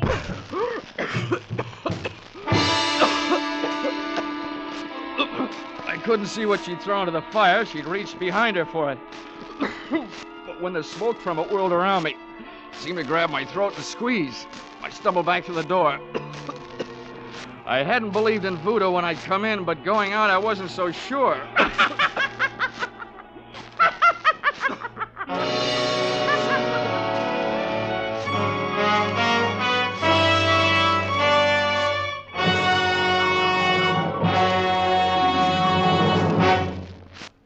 In just a moment, we'll return to the second act of Johnny Dollar. But first, the two Orange Bowl teams, Santa Clara and Kentucky, will be honored by Vaughn Monroe and his CBS Caravan tonight.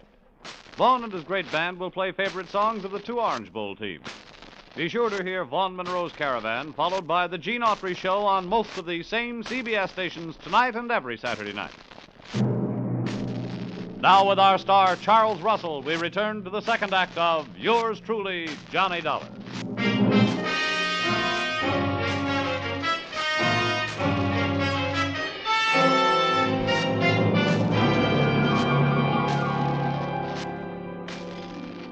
My throat burned.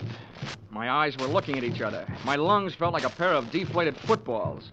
And the blood in my head was pounding a better and louder rhythm than that drum. I staggered around the heavy jungle air, and when I could breathe again, I gulped in enough to lift the Graf Zeppelin. By that time, I was cool enough to get hot, in anger.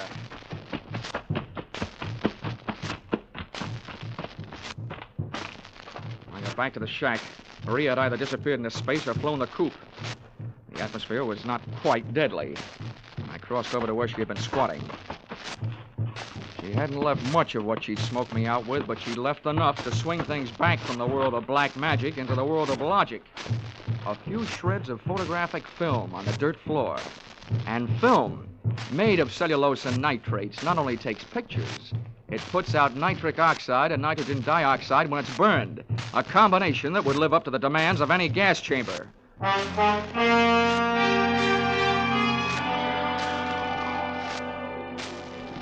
captain rowed me out to the Gordon yacht. This time I boarded without a hail. Ralph was still in a bad mood as I started to pass his cabin. Wine? Why don't they send the wine? Empty! Empty! His antics inside the cabin sounded interesting, but not half as interesting as the conversation coming from Edwina's cabin. Dear Edwina, the little wife they didn't know about at home. I'm telling you, we can't go on with this. Well, it's tough. You having to change your heart. Well, that's what happened. Not so sure that makes any difference. Maybe you're in too deep to back out. How would you like it if I spilled the whole thing? Well, what difference does it make? It's better than landing in a Haitian prison with your motives showing. Think it over, Angel. I'll be in my sack when you make up your mind. How wrong can you be? See you later, hon. Since I've been on the receiving end of so many surprise sluggings, this was almost a pleasure. What are you doing on this ship? Get off. Oh, no. Not of that intriguing conversation I just heard.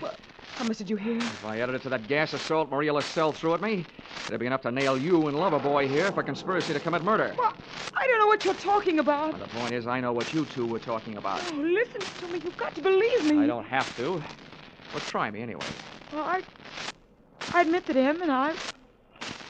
Well, it was because Ralph turned into a wino after we were married. Well, this probably marks the first time in history that an icicle melted in Port-au-Prince. Please let me finish.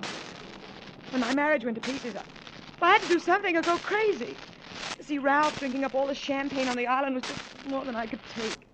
I was going to divorce him and leave with him, but we weren't going to murder him. Chapter 1 has so many holes in it would have been printed by a punch press. You don't worry about landing in prison with your motive showing when all you're planning is divorce. Oh, yes, you do when people are waiting for your husband to die under mysterious circumstances. That's why I was trying to make him go away. If Ralph died, who'd look any farther than the erring wife? Can you lock this cabin from the outside? Yeah? What are you going to do? You're not going to lock me in? No, just your playmate. You're coming with me. Where? To Maria Lascelles. I want to catch your reaction when she sees you. You don't believe me. No. With $150,000 at stake, I don't even believe myself.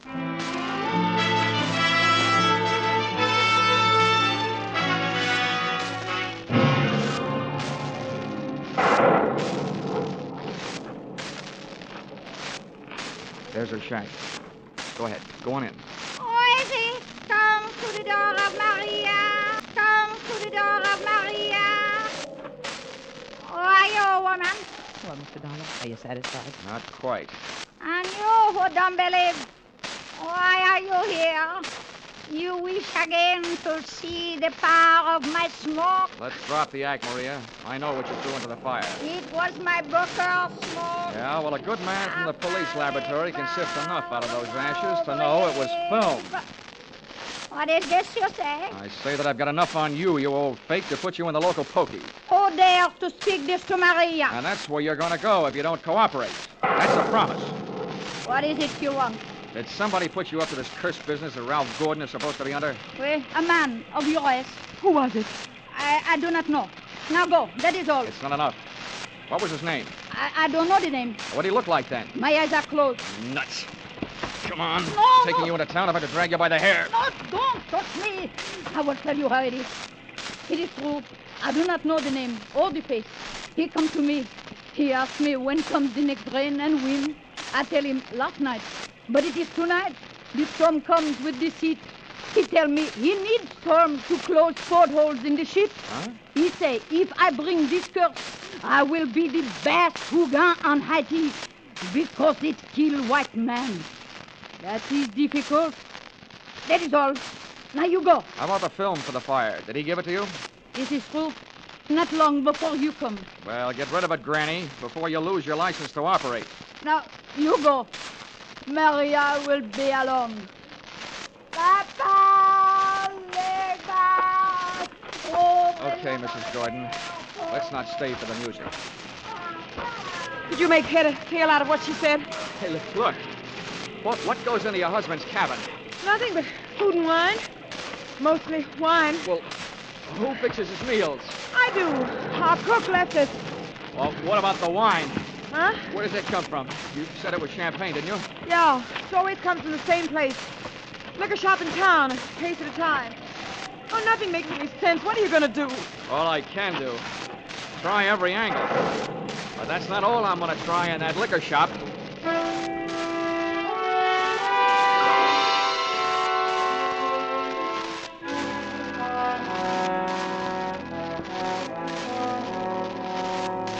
Expense account, item 8, $4.50.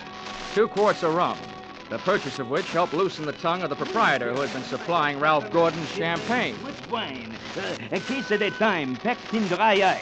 There is And no the doubt. words that poured out weren't exactly intoxicating, but they sent me staggering to the nearest phone.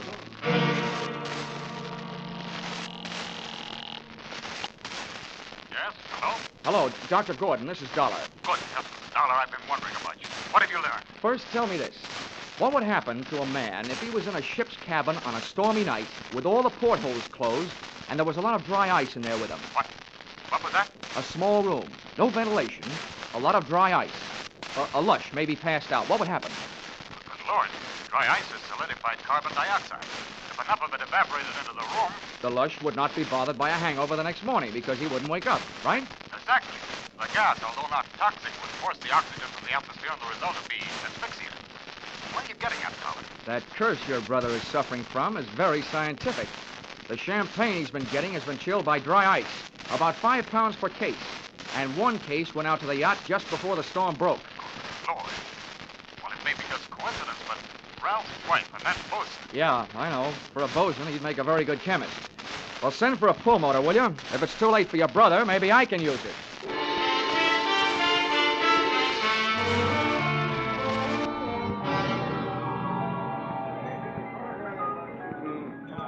I'm a flying fish sailor. I hail from Hong Kong. Hey, Cap. Blow, Cap. blow. Come on, Cap. Ahoy, Sonny. Send him around, George, from a shipmate and me. This is rum Never mind weather, the round, Sonny. Cap. You gotta row me out to that yacht again. Huh? What do you take me for, a blasted galley sleeve? Come on, My Cap. back is I'm about in a broke hurry. now from all the rowing in this. $20. In this way. What'd you say?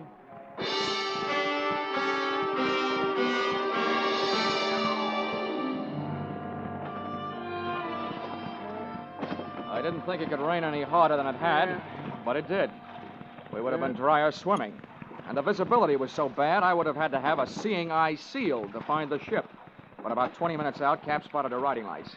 Here she lies, Sonny. We were on target. But so was somebody else. A searchlight stabbed out at us. Hey. This sounds like Prohibition days. Who's giving us a broadside? Can't tell yet. I'll lay a pelican hood over his head if I get my hands on him. Hey, Cap, what's the matter? Got my left leg. Cap, get down on the bottom. I'm going over the side. To me, swimming is a pastime to be practiced only under ideal circumstances, in a pool, and preferably in the company of a well-filled bikini suit. But there was nothing to do but swim, so I swam. I tried to remember how many shots had been fired, and that's where I made my mistake. There was a lull in the shooting, which I took to mean the gun was empty. I put my head down in the best Weissmuller style and thrashed my way to the ladder. But when I got there, the first thing I saw after I'd shaken the water out of my eyes was the muzzle of a rifle. The face looking down the barrel at me belonged to Brother Thomas Gordon, M.D. Sorry, Dollar.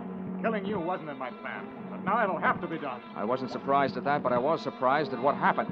I was waiting for a bullet to come my way, but instead the doctor did. Are you all right, Dollar? Yeah, I am. Nothing wrong that a Turkish towel won't cure. I'll thank you later for spoiling his aim. Get a hook on the doctor. He's our prize fish. Don't let him get away. I grabbed a fire axe out of its case on my way to Ralph Gordon's cabin.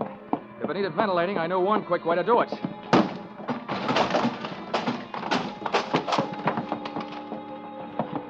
I didn't check for oxygen. I took a deep breath, held it, and went in.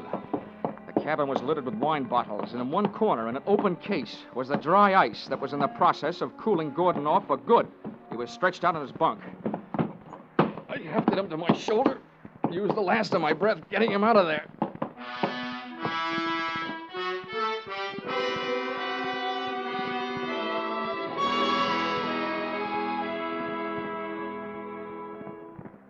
Expense account, item 9, $30.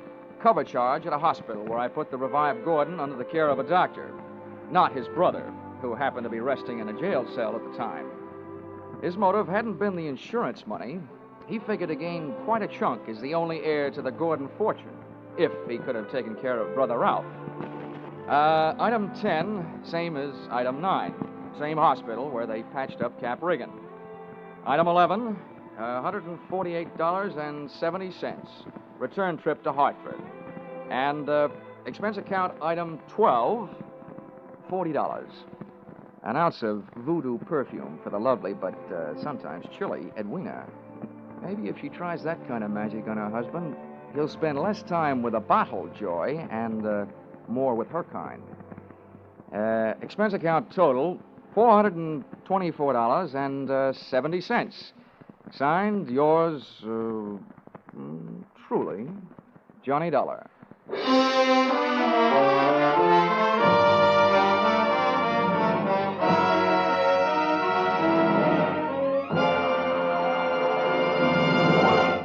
Yours truly, Johnny Dollar, stars Charles Russell. Tonight's script by Paul Dudley and Gil Dowd was produced and directed by Ralph Rose.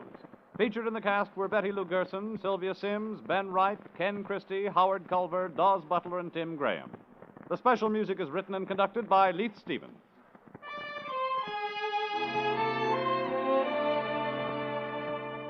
Be sure to be with us at the same time next week when another unusual expense account is handed in by $20.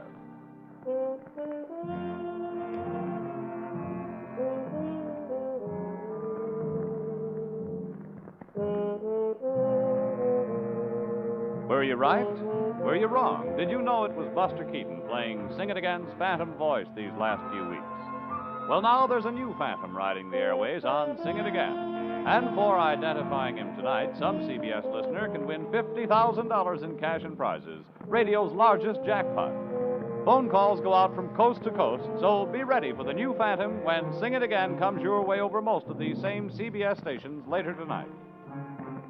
Now stay tuned for Vaughn Monroe's Caravan, which follows over most of these same CBS stations.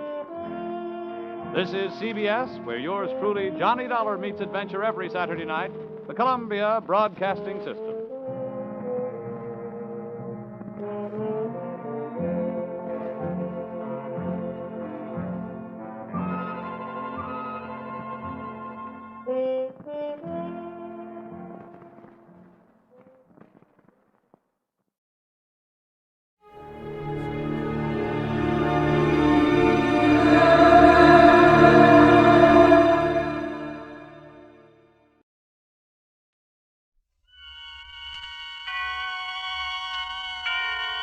Autolite and its 96,000 dealers present Suspense. Tonight, Autolite brings you A Killing in Abilene, a suspense play starring Mr. Alan Ladd.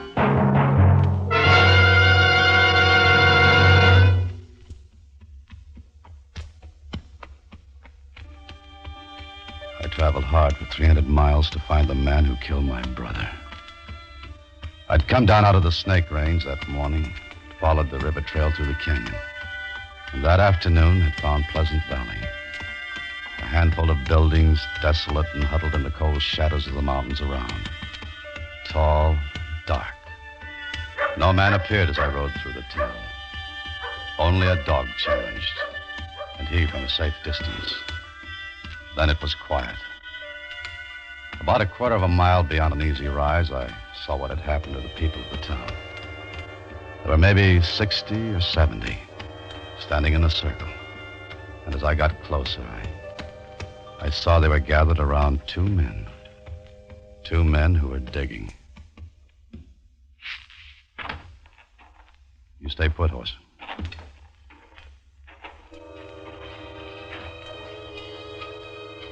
There was a look on the faces of the people standing there.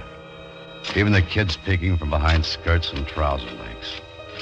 And it was something I'd seen before. It wasn't a good look.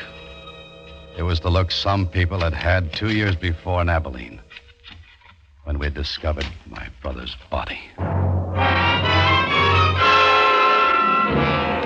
In just a moment, Mr. Alan Ladd in the first act of A Killing in Abilene. Hi, Harlow. Oh, what do you got there? Christmas present, Hap. You got one already? Yes, sirree, and it's an Autolite Stay Full battery that needs water only 3 times a year in normal car use. Why, my car will really cut a caper over this capable Christmas cheer. You believe in giving your car some holiday spirit, too, eh, Harlow? I sure do, Hap. And because the Autolite Stay Full battery has over 3 times the liquid protection of batteries without Stay Full features, it helps eliminate one of the greatest causes of battery failure. And that's mighty important to the spirit of every car owner. And your gift will last a long, long time, too, Harlow. Right you are, because the Autolite Stay Full battery gives longer life. 70% longer life, in fact, as proved by tests conducted according to SAE minimum life cycle standards. A wise selection, Harlow. Yes, friends, for quick, dependable starting, treat your car to an Autolite Stay Full battery. The battery that needs water only 3 times a year in normal car use. See your neighborhood Autolite battery dealer. And remember, you're always right with Autolite. And now, with A Killing in Abilene and the performance of Mr. Alan Ladd, Autolite answers many requests in bringing you a story of the Old West, hoping once again to keep you in suspense.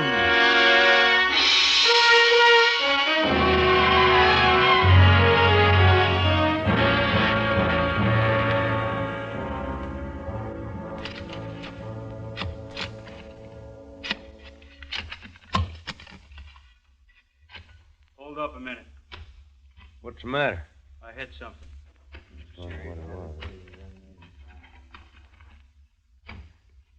Wait. Better go slow. Dig around this side.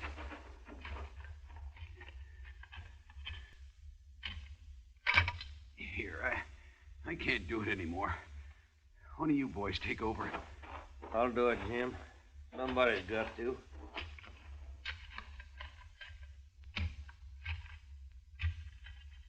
It's him, all right. I seen his shirt. You were right then, Ben. Jake Garvey, you're a sheriff. Better come take a look. Yeah.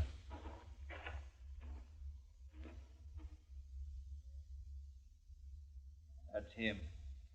That's Fred Costin, all right.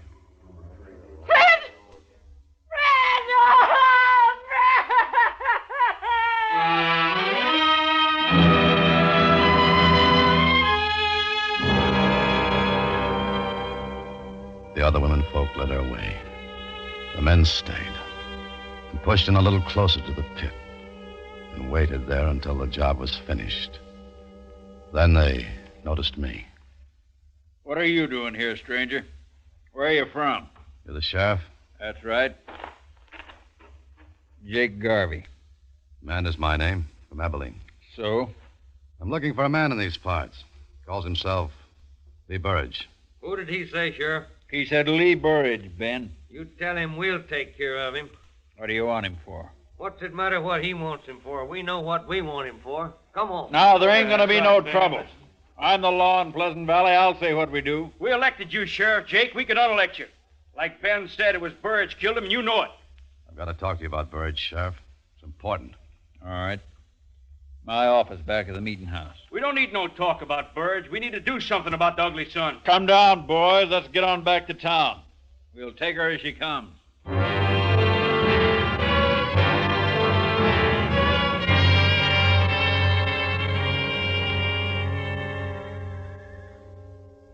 Smoke? No, thanks. The boys want to know why you're here. So do I. We don't like strangers. What do you want with Lee Burridge? I had a brother. Killed out in Abilene. Burridge did it. Oh? He and another one drove a herd into the railroad. Burridge got drunk and killed my brother. Buried him same as here.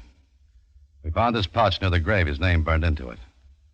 It's taken me 2 years to find him. Now I want to talk to him about it. The boys are pretty sure he killed Fred Costin, too. So am I now. Maybe so. Fred Costin isn't my business. My brother is. And I want to see his killer back in Abilene standing trial. I made a promise I'd bring him back, that there'd be no more killing. We didn't know your brother, but we knew Fred and we liked him. You can help take care of Burridge here if you have a mind to. Try him here, you mean? On both charges? No need for that. Now, what do you mean, take care of him? How did he kill your brother? His head was beat in. He was beat to death. Yeah, same as he did to Fred. Man who'd do a thing like that don't need no trial. Not for you, maybe. But there'll be no more killing in my family. We'll give him a fair trial here in Abilene. But a fair trial. If Burridge done these killings, he's going to pay for it here. I don't go for lynching. We don't call it lynching when we hang a man for murder. If you don't like it, go on back to Abilene. Maybe I'll do that. When I take Lee Burridge out for trial. I don't know what you're trying to do. I suspect it's get Burridge out of town. If I'm right, you're heading into a lot of trouble. Let's go get him, Ben. About time. Hold it. One of you boys going to direct me to where Lee Burridge lives? We could, if we felt inclined. What do you want with him? Just want to talk. Anybody got objections? Yeah, Who are you? Ben Chafee. There ain't gonna be no talking. He's done what he's done. He's gonna pay for it. Ain't nobody gonna stand in the way. It's time you was riding out of here. And if I don't? Then I'll help you. Climb off, Ben. We don't need no private wars here. Where does he live? Come on, boys.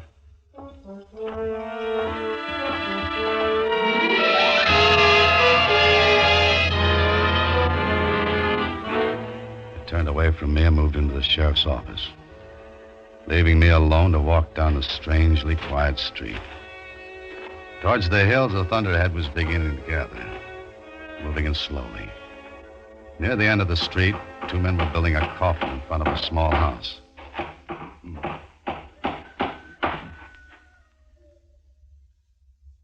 This where I'll find Mrs. Costin? Why do you have to come meddling around here at a time like this? Can't you leave her with her to her sorrow? Because he's a stranger, Bob boy. And strangers don't have no time for other people's sorrow. Maybe you're right, old-timer. Maybe they got too many themselves.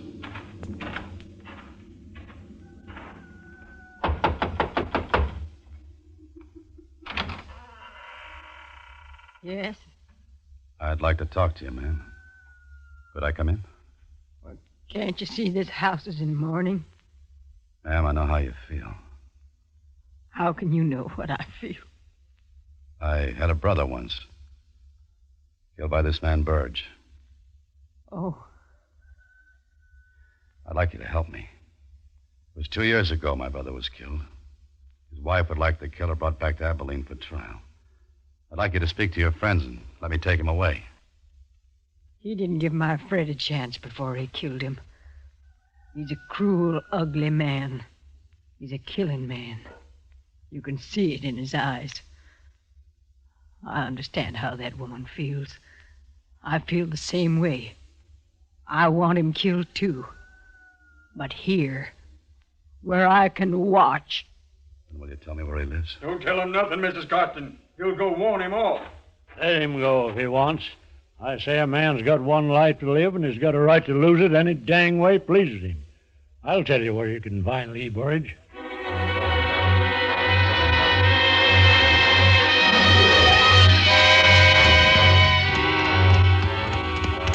A few miles outside of town where the canyon spread, I saw his hut.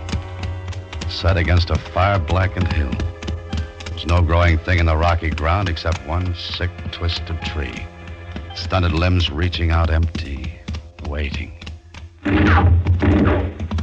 Hold it. Easy, horse. Easy. Throw your gun down, you. Or I won't miss with the next one. Lee Burge? Throw it down. I'm Jeff Mander. It was my brother Seth you killed in Abilene. That's who you are. You've caused me enough trouble. Get out of here. They'll give you a fair trial there. Stay here and you're going to be lynched for Fred Costin's killing. Don't come no closer. Nobody's going to lynch me while I got this. Listen to me. I don't hold no love for you. I shouldn't care what happens to you. But it took me 2 years to find you. Now I'm taking you out. Don't come no closer. Put up your gun. I'm warning you. Put up your gun! I knew he was shooting to miss. But I didn't know what would happen if I moved closer.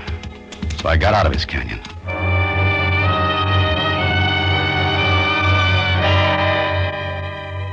It was clouding over heavy when I rode into town again. Maybe an hour and a half after I'd left the sheriff's office. The streets were still empty. But in a couple of the houses, I saw curtains move in windows and shadows duck away as I looked at them. I wondered if the old man had told them I'd gone to see Burge. And if they knew what they planned doing about it.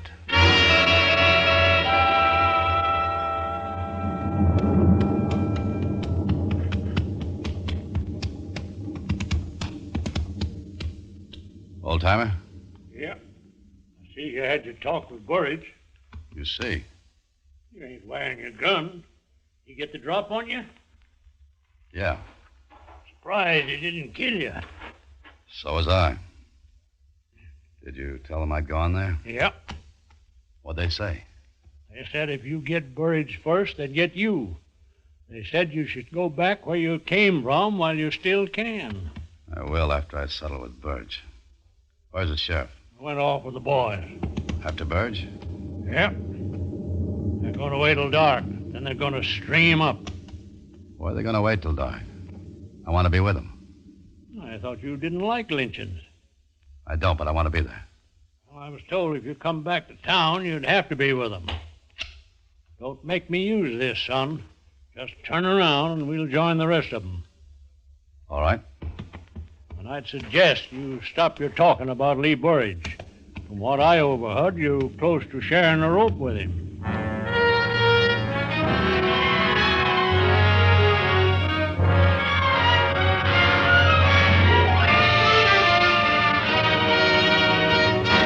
Autolite is bringing you Mr. Alan Ladd in A Killing in Abilene.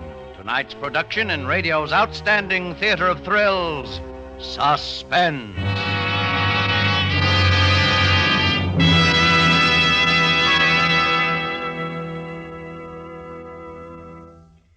Well, Harlow, only 8 shopping days till Christmas. Well, that doesn't bother me, Hap. I'm giving everybody an Autolite Stay Full battery. The battery that needs water only 3 times a year in normal car use. Even folks without cars? Well, sure. Why should they be denied the pleasure of having that fine, fit, faithful friend that gives 70% longer life? Says who, Harlow? Why, everyone knows the Autolite Stay Full battery gives 70% longer life, and this is proven by tests conducted according to SAE minimum life cycle standards. Sounds mighty powerful. It sure does, and it's because every positive plate in an Autolite Stay Full battery is protected by a fiberglass retaining mat to help reduce shedding and flaking and keep the power-producing materials in place. Go on, Harlow, go on. Well, friends, this Christmas, present your car with a famous Autolite Stay Full battery. A battery that needs water only 3 times a year in normal car use. See your neighborhood Autolite battery dealer tomorrow. And remember, you're always right with Autolite. And now Autolite brings back to our Hollywood soundstage Mr. Alan Ladd in Elliott Lewis's production of A Killing in Abilene. A tale well calculated to keep you in suspense.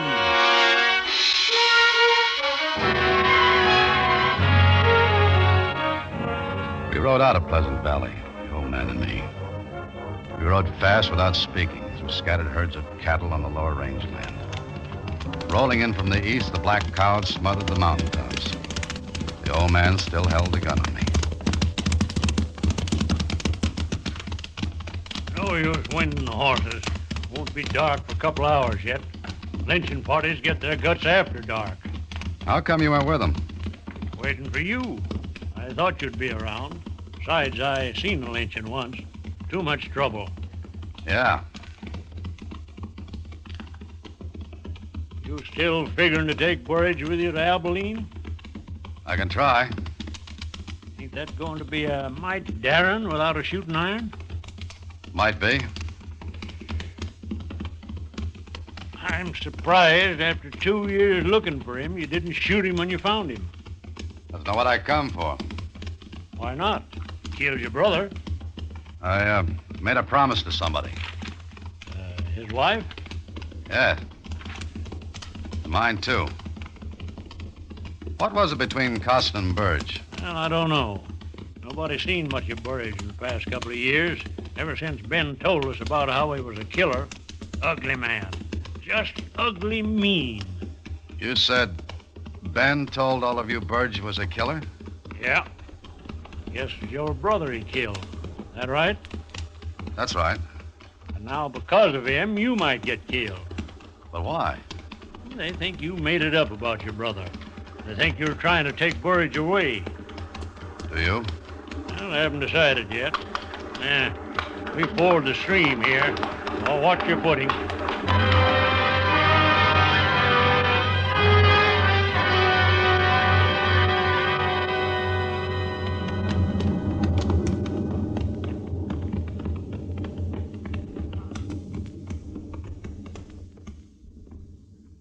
Sonny.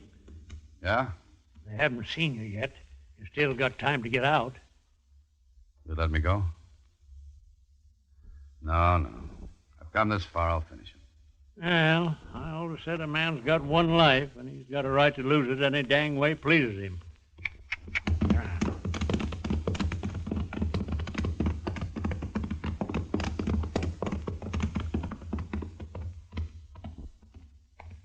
Hello, Sheriff. Thought you'd left Pleasant Valley. We decided he ought to come with us where we can watch him. You decided, Ben. What do you say, mister? I'll tell you what he says, Sheriff. He says he wants Burridge one way or the other. He asked to join. That's what he says. Get off of the horse, mister. All right. Now say that lie to me, and I'll make you choke on it. I want Burge as bad as the rest of you. I'd prefer him to stand trial. That's the difference. I don't want this lynching if we can avoid it. Why, you... Take your hand off your gun, Ben. He ain't armed. Take it easy, Ben. We decided what to do. You're here because I want you here. Burge killed Fred Costin in a fight, now we're going to settle it. Burge kills easy.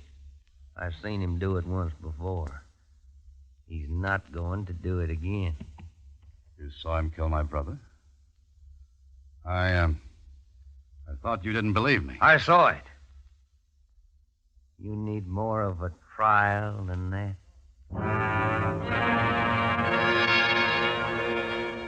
I looked at the faces, angry, filled with hate. And I thought of the ugly man up in the canyon in the broken-down shack.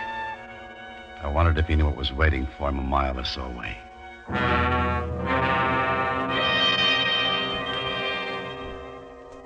It was quiet then. Storm clouds are quickening the end of the day. The party became shadows sitting nervously or smoking. Two of the men had some whiskey and were building their courage for the night's work.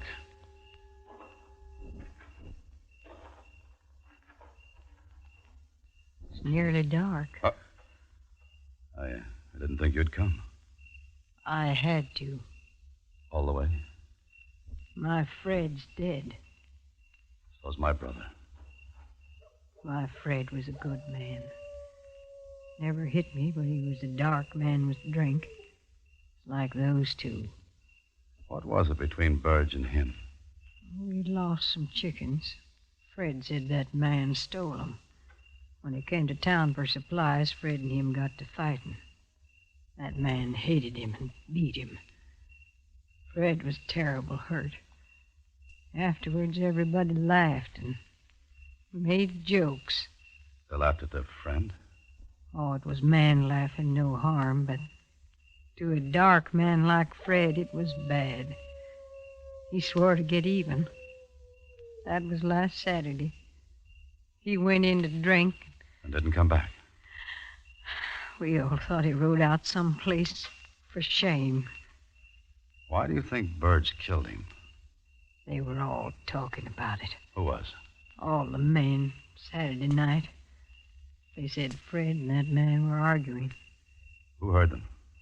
Ben did. When Fred didn't come back, we all knew that man had killed him.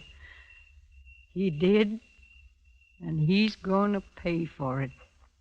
Who found the grave, ma'am? Ben did. I'm sorry for your brother's wife. But it's got to be this way. Just like the Holy Book says. An eye for an eye. Let's go, boys. It's time to ride.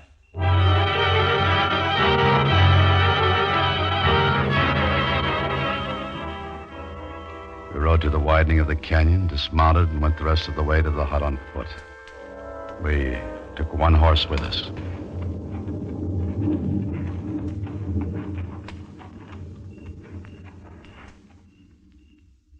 He's there, all right. There's a light inside. Hold up, boys. Bob, you, Jim, and Need'll come with me. Right, Sheriff. We'll bring him out.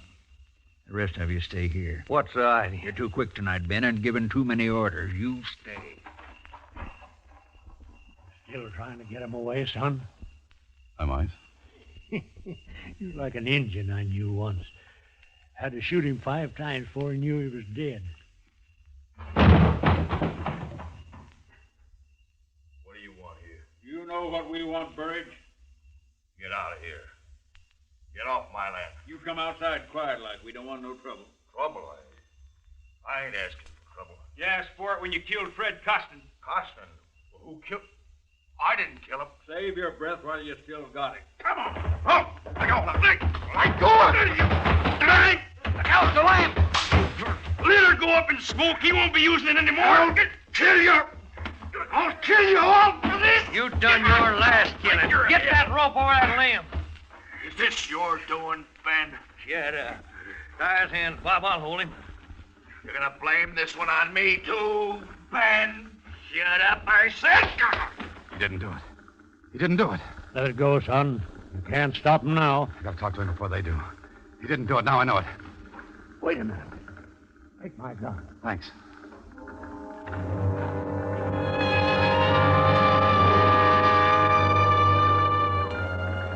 The flames in the shadows flicked over the ugly man's face. The rope was around his neck.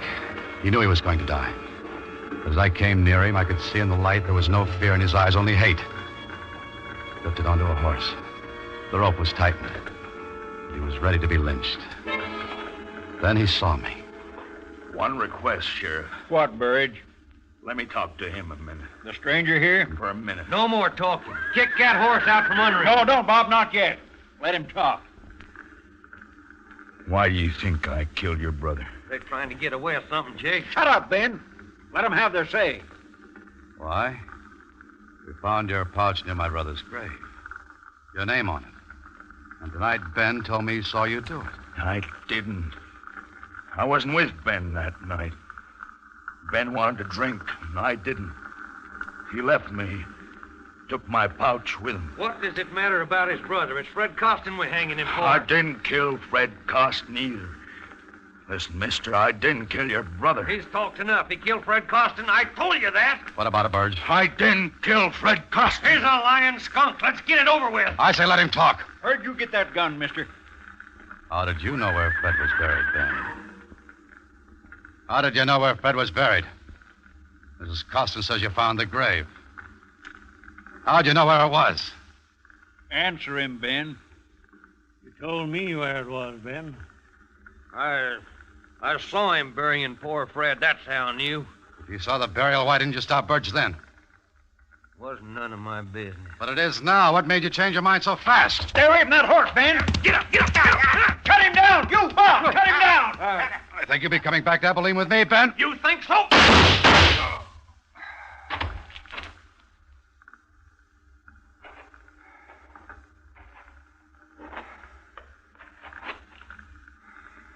You all right, son?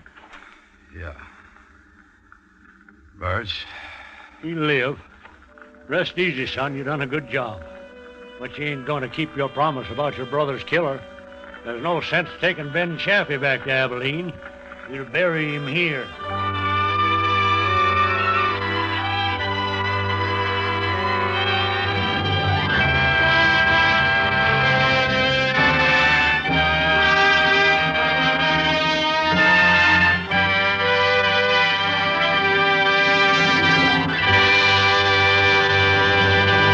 Suspense, presented by Autolite.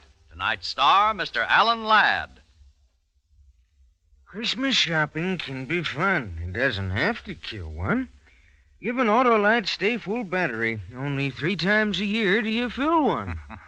And that's because the Autolite Stay Full battery is the battery that needs water only 3 times a year in normal car use. And it's one of more than 400 products for cars, trucks, planes, and boats made by Autolite in 28 plants coast to coast. These include complete electrical systems used as original equipment on many leading makes of America's finest cars. Electric windshield wipers, starting motors, voltage regulators, coils, distributors, wire and cable, generators, all engineered to fit together perfectly, work together perfectly, because they're a perfect team. So, friends, don't accept electrical parts supposed to be as good.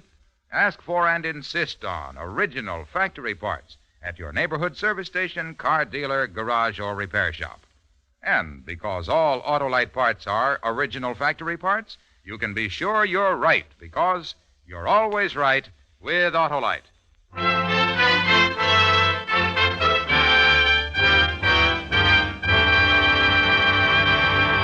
Alan Ladd will soon be seen in Paramount's Technicolor production, Branded.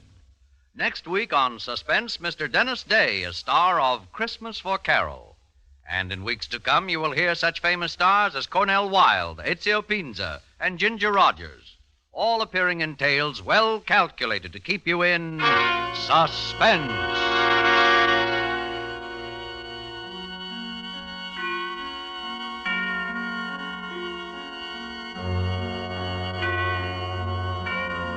Suspense is produced and directed by Elliott Lewis, with music composed by Lucien Moraweck and conducted by Lud Gluskin. Portions of this program were transcribed. A Killing in Abilene was written for Suspense by Gil Dowd and Anthony Ellis. And remember, next week on Suspense, Mr. Dennis Day in Christmas for Carol.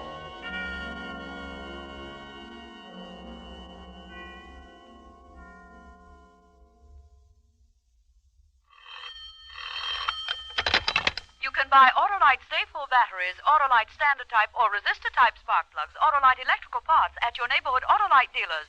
Switch to Autolite. Good night. Better production means better living. That ideal has given America the world's highest standards of living. Learn how you can help to improve our economic life. For the free booklet, The Miracle of America, write Box 10, Times Square Station, New York City. This is CBS, the Columbia Broadcasting System.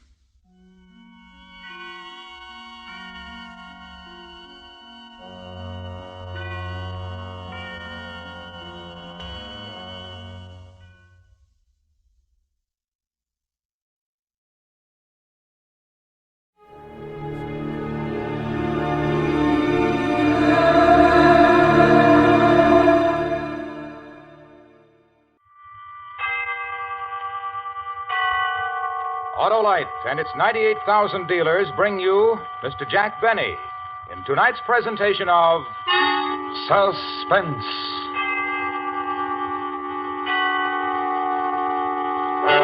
Tonight, Autolite presents a story about a man who worked for 30 years to prepare a most unique personal retirement plan. The story is called A Good and Faithful Servant. Our star, Mr. Jack Benny.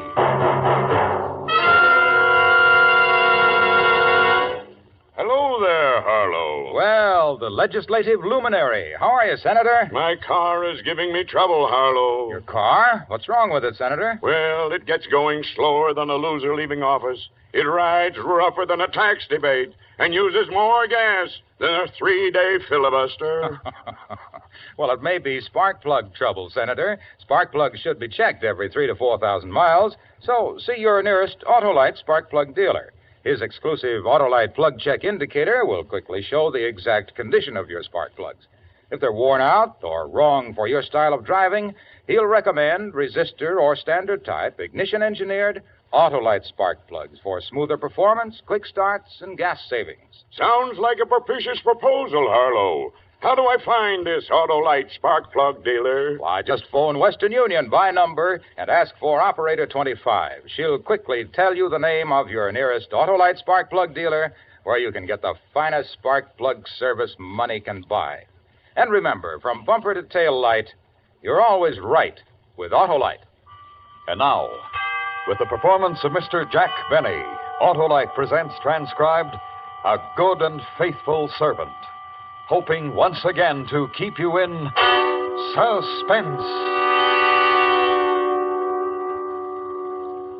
I know you've been through a lot, Mr. Fenton, but if you could just try to recall anything else about the appearance of the two men. Lieutenant, couldn't this wait? Fenton has spent 14 horrible hours locked in a vault.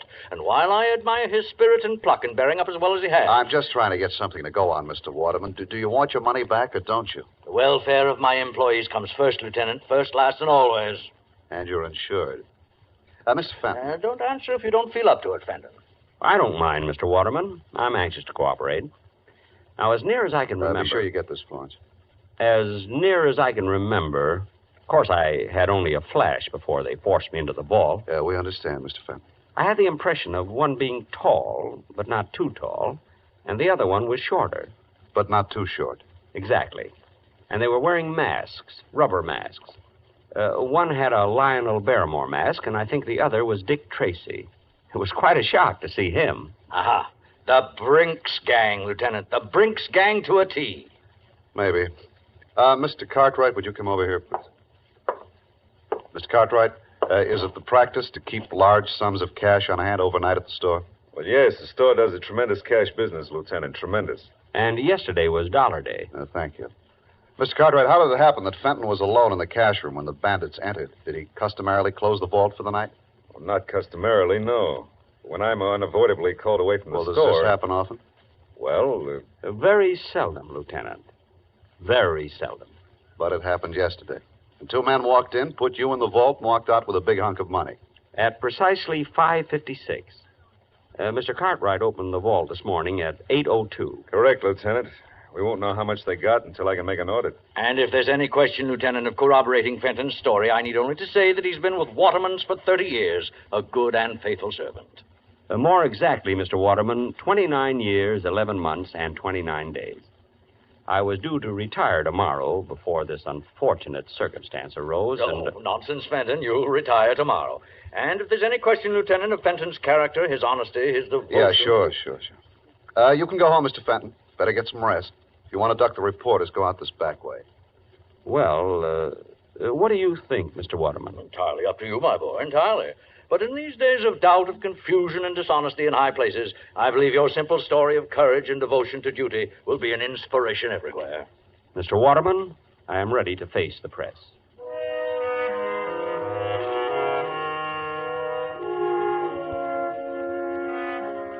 They were all very nice to me. The reporters, the police, Mr. Cartwright, and especially Mr. Waterman. All that money missing. $50,000. Yet his only concern was for me. I thought that if I could afford it, I'd like to buy him some little token of gratitude. Then I thought again. In my desk at the office, there was a secret compartment, and in that compartment was $50,000. I guess I could afford it.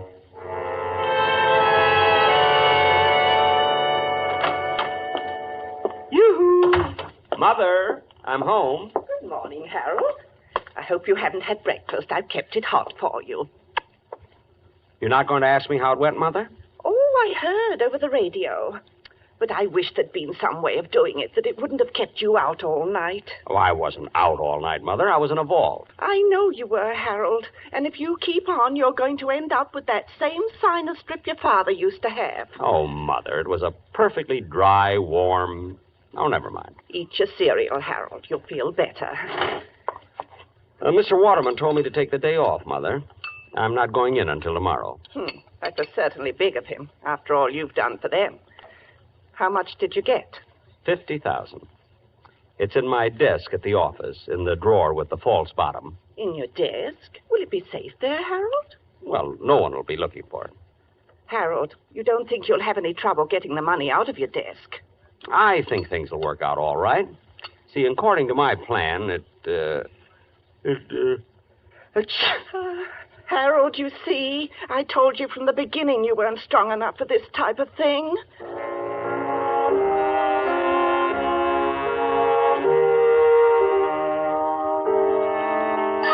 The next morning at 8:43, I punched in at the store.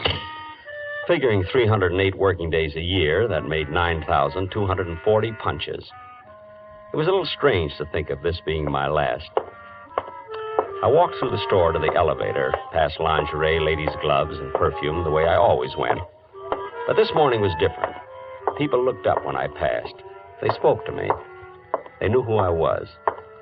Even the brunette in perfume smiled at me. I almost stopped, but I couldn't think of anything to say. In the elevator, one of the girls asked me how I felt. Still scared, I said, and they laughed. They wouldn't have laughed any harder for Mr. Waterman. I got out at 8, my floor, and as I went into my office, Miss Prentice, Mr. Cartwright's secretary, looked at me. 23 months and 2 days she'd been looking at the top of my head. But this morning, she looked at me. And she smiled. I guess I smiled back. Good morning, Mr. Fenton. Good morning, Miss Prentice.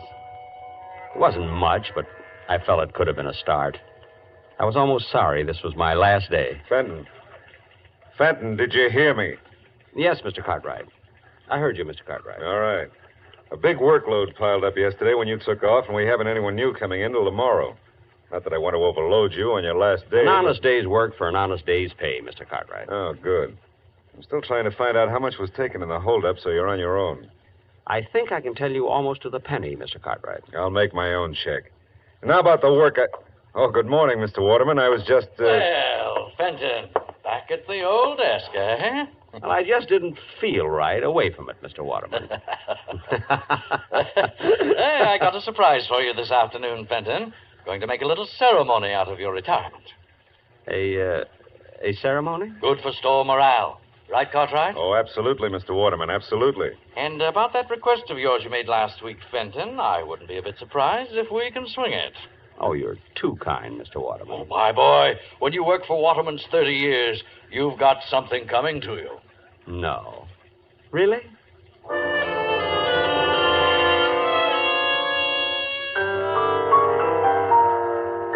I ate my usual lunch that day, the Thursday Blue Plate Special at Elmo's Grotto.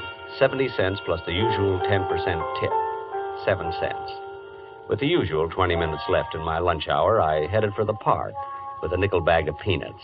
The squirrels were going to miss me. No, Mr. Waterman. You've had 3 already. Give Mr. Cartwright a chance. Sit up, Mr. Cartwright. Sit. That's it. That's it. Excuse me. Would you mind if I join you, Mr. Fenton? Why, Miss Prentice. Of course. Of course not. Sit down. Thank you. Move over, Mr. Waterman. He does look a little pompous, doesn't he? Which one is Mr. Cartwright? There, with the small mustache. He bites. And, is there a Miss Prentice? Well, there is, but I believe she is, well... Nesting? Well... How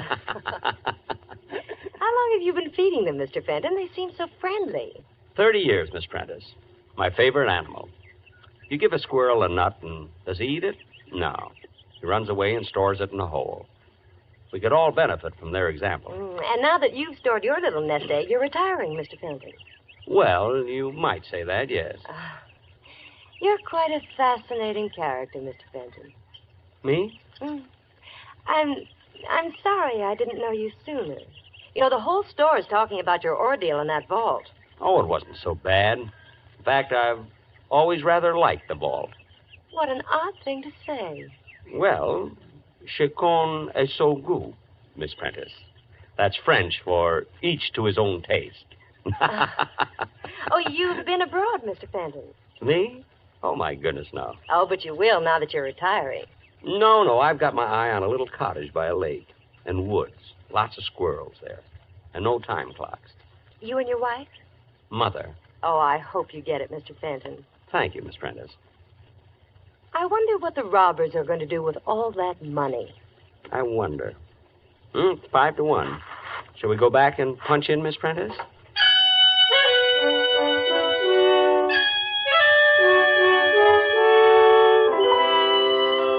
She let me walk all the way back to the store with her. And in the elevator, Mr. Bixler, Sporting Goods, winked at me.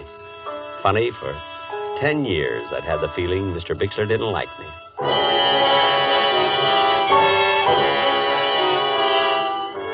There was quite a gathering in the cashier's office when we arrived.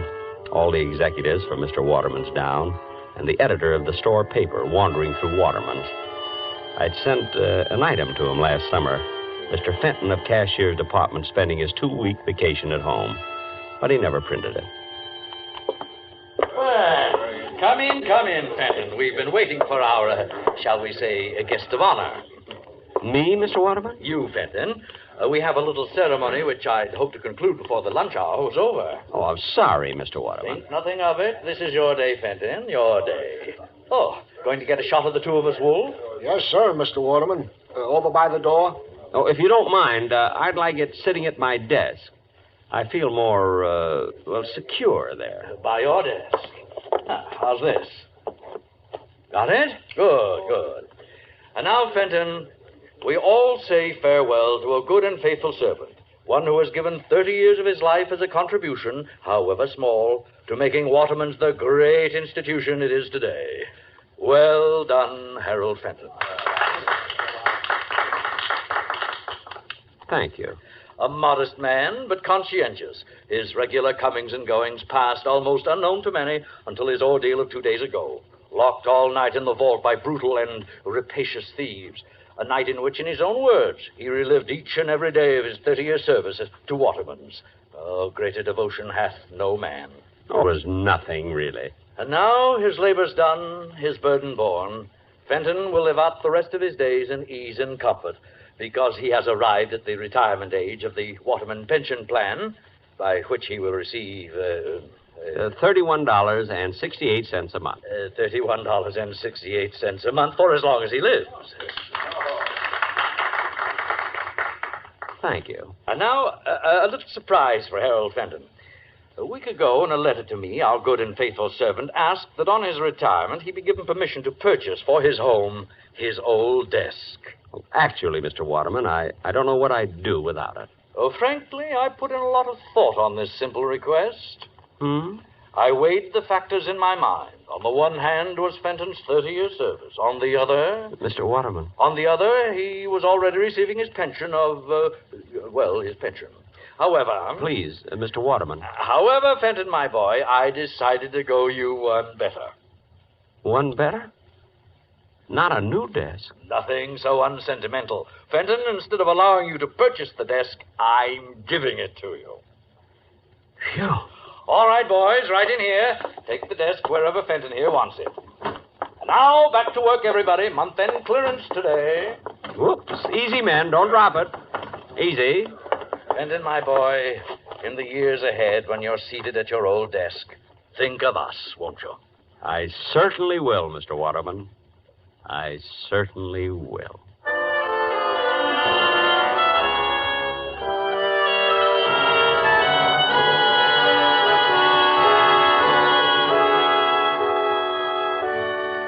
Autolite is bringing you Mr. Jack Benny in A Good and Faithful Servant.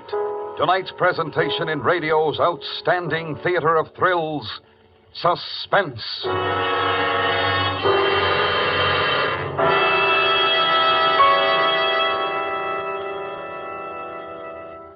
Well, Senator, did you take my advice? Why, yes, Harlow. My Autolite spark plug dealer turned my worn spark plugs out of office and elected a set of ignition-engineered Autolite spark plugs. A wise move, Senator. Those Autolite spark plugs are designed by the same Autolite engineers who designed the coil, distributor, generator, and all the other important parts of the complete ignition system used as original equipment on many leading makes of our finest cars, trucks, and tractors.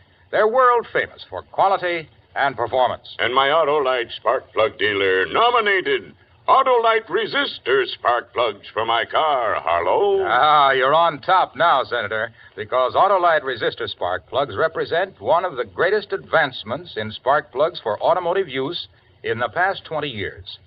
They offer proven advantages such as double life, gas savings, and smoother performance. And they're specified as original equipment on many leading makes of our finest cars. What's more, the Autolite resistor spark plug is just one of a complete line of ignition-engineered Autolite spark plugs for every use. So, fellow citizens, be sure, vote for Autolite. Right, Senator. Friends, take a tip from me and see your nearest Autolite spark plug dealer this week. And remember, from bumper to tail light, you're always right with Autolite. And now, Autolite brings back to our Hollywood soundstage Mr. Jack Benny in Elliot Lewis's production of A Good and Faithful Servant. A tale well calculated to keep you in suspense.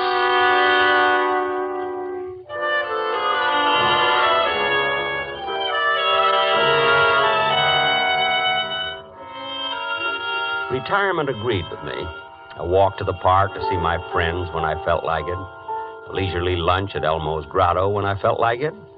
And when the need arose, a little gardening. Mother and I were very happy. You've done enough for one morning, Harold. Your back will go out again. All through, Mother. Just cleaning off the spade. What were you planting this morning, Harold? Mother, if anything should happen to me, knock wood. Knock wood. Right in between the beets and the radishes, there's a very rich patch of dirt. Son, aren't we going to get our little cottage by the lake? I have to go in town today, Mother. I might just inquire around. Oh, good.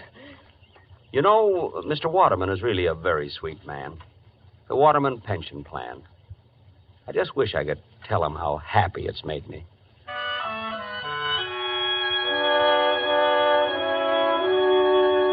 I hadn't told Mother, but Miss Prentice had called that morning. Mr. Cartwright wanted to see me that afternoon at the office, she said. And she asked how I was. What would have happened if I'd asked her to lunch? I almost did, too.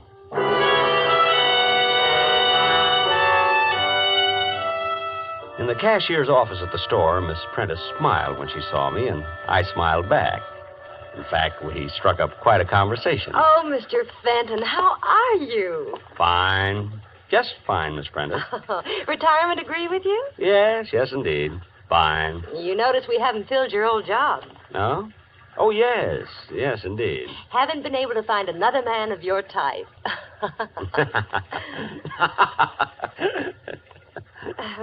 Well... Well... Is that you, Fenton? Come on in here. Coming, Mr. Cartwright.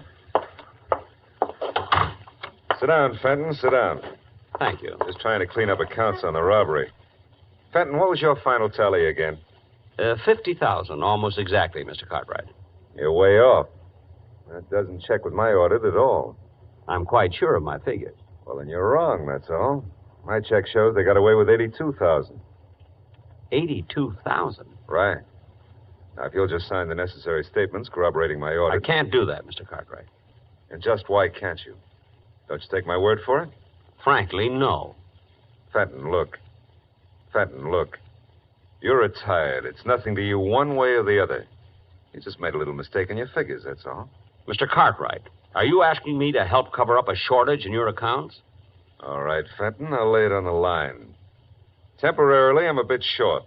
Involvement with a woman, and you wouldn't understand. I most certainly wouldn't. Look, I'll make it worth your while. Shortages are found out sooner or later, Mr. Cartwright. All right, if that's your attitude, let me tell you something, Fenton. I don't like the smell of this robbery of yours. I don't like it at all. What do you think of that?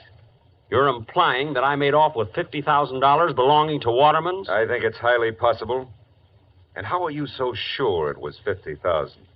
Supposing me, for one instant, capable of such a thing, Mr. Cartwright, wouldn't I be much too clever to put my head in a noose by covering up for you?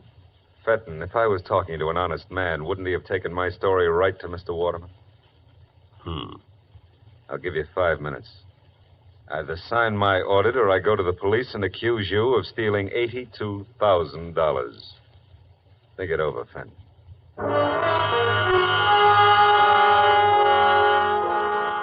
No question about it, Mr. Cartwright's dishonesty might be a bit awkward for me. My instinct about the man had been thoroughly sound. I had disliked him for 16 years. Well, there was only one safe way out of it. Well? Mr. Cartwright, if you need money... Yes? Why don't you rob the vault? Actually, it isn't hard at all. Well, how do I get away with the money? I'm sorry, I never reveal professional secrets. Well, then you'll have to help me, Fenton. Lock me in the vault and you get away with the money. Me? Sure. Then we're both in the clear for good. Help me out, Fenton. You mean I'm going to clear out the vault a second time? You'll never regret it.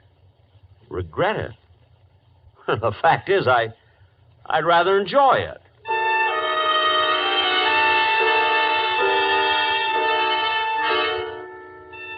We settled on the following Friday. Friday nights, the store stayed open till 9, and they were having a big white sale that day. The money was already stacked on Mr. Cartwright's desk when I got there. It was a juicy haul. I didn't see Mr. Cartwright around, but... Hello, Mr. Fenton. Miss Prentice. But the money. I was listening when you and Mr. Cartwright made your plans, Mr. Fenton, and he caught me and forced me to help him. You understand, Harold. I mean, Mr. Fenton.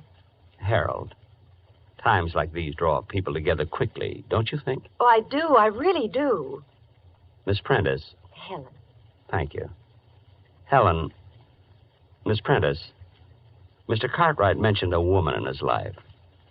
You're not the one? Harold, of course not. Excuse me. I just thought... You remember the office party last Christmas? Oh, that? Well, that was just because he was under the mistletoe. And if you'd been under it instead of Mr. Cartwright... Really? Well... Oh, Fenton, you're here. Good. Anybody see you come up? It doesn't matter, really, Mr. Cartwright. Might even be better that way. Then you and Miss Prentice can say that I left minutes before the bandits arrived. You're right, of course, Harold. Thank you. Are you ready, Mr. Cartwright? I brought some wrapping paper for the money. Even brought along a handle with care sticker. That's the Fenton touch, you know. Get on with it, will you? No need to be nervous. There. Neat? I spent 8 years in wrapping and mailing. All right. You know what to do with it, Helen. I know. Just a minute, Mr. Cartwright. I'm to take the money, remember? There's been a change, Fenton. We rewrote the script. You think that's wise? To fly in the face of my experience? Now, look, Fenton, we're not children. You lock us in the vault and take off with the money. You think we'd ever see you again? Well, you're questioning my honesty? I'm sure Miss Prentice will vouch for me. We're rather good friends.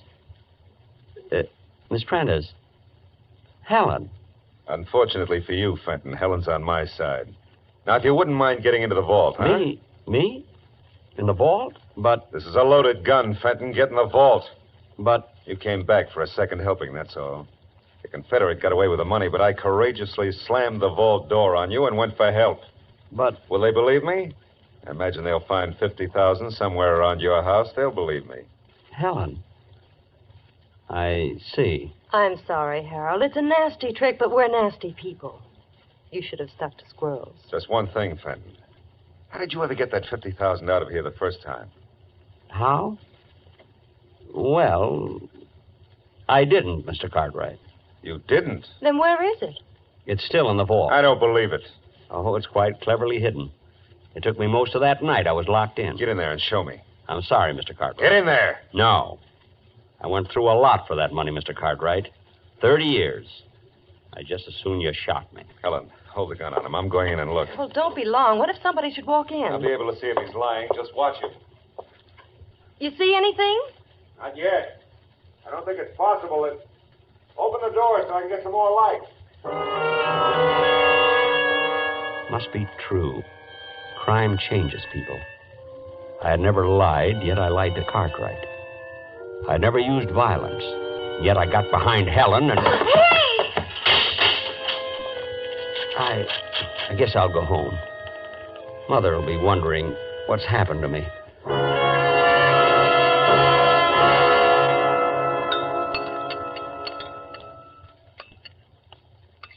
Some more cereal, Harold?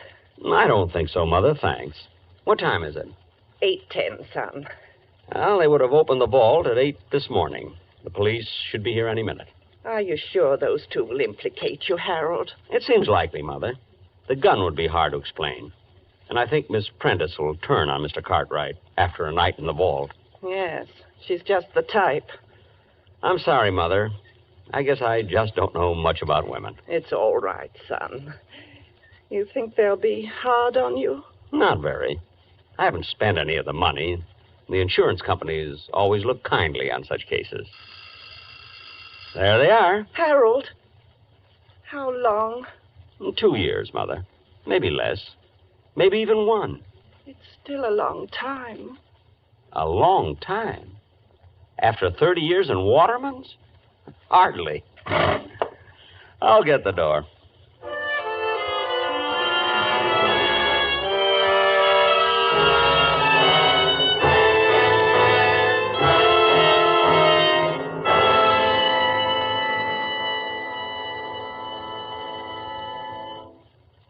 Suspense, presented by Autolite. Tonight's star, Mr. Jack Benny. This is Harlow Wilcox speaking for Autolite, world's largest independent manufacturer of automotive electrical equipment. Autolite is proud to serve the greatest names in the industry. They are members of the Autolite family, as are the 98,000 Autolite distributors and dealers in the United States and thousands more in Canada and throughout the world. Our family also includes the nearly 30,000 men and women in 28 great Autolite plants from coast to coast and in still other Autolite plants in many foreign countries, as well as the 18,000 people who have invested a portion of their savings in Autolite. Every Autolite product is backed by constant research and precision built to the highest standards of quality and performance. So remember, from bumper to tail light, you're always right with Autolite.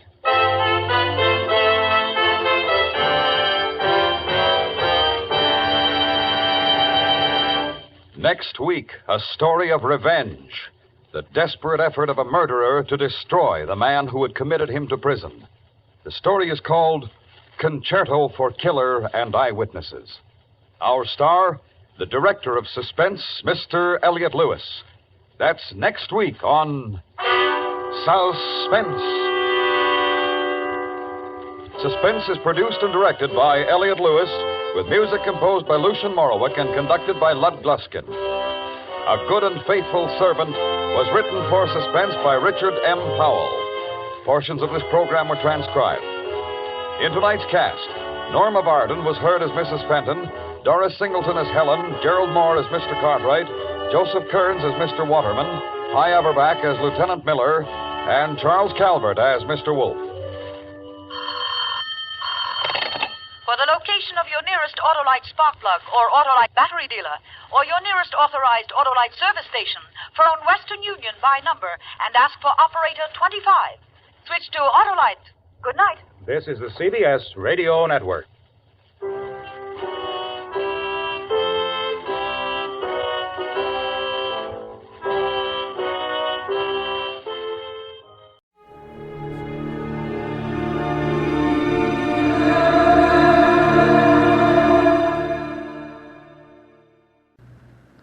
Here's another in NBC's great parade of new shows.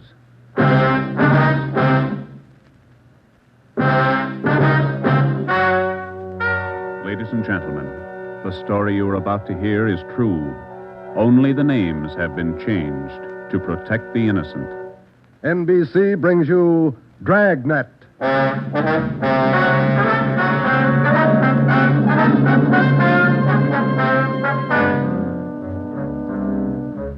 You're a detective sergeant. You're assigned to narcotics detail. For more than 2 months, doctors' offices have been burglarized, hospital pharmacies pillaged, drugstores robbed, medical supply firms ransacked, with one purpose in mind: the theft of narcotics. The criminals are expert, cunning, vicious. Your job, get them. Dragnet, the documented drama of an actual crime, investigated and solved by the men who unrelentingly stand watch on the security of your home, your family, and your life. For the next 30 minutes, transcribed in cooperation with the Los Angeles Police Department, you will travel step by step on the side of the law through an actual case from official police files. From beginning to end, from crime to punishment, Dragnet is the story of your police force in action.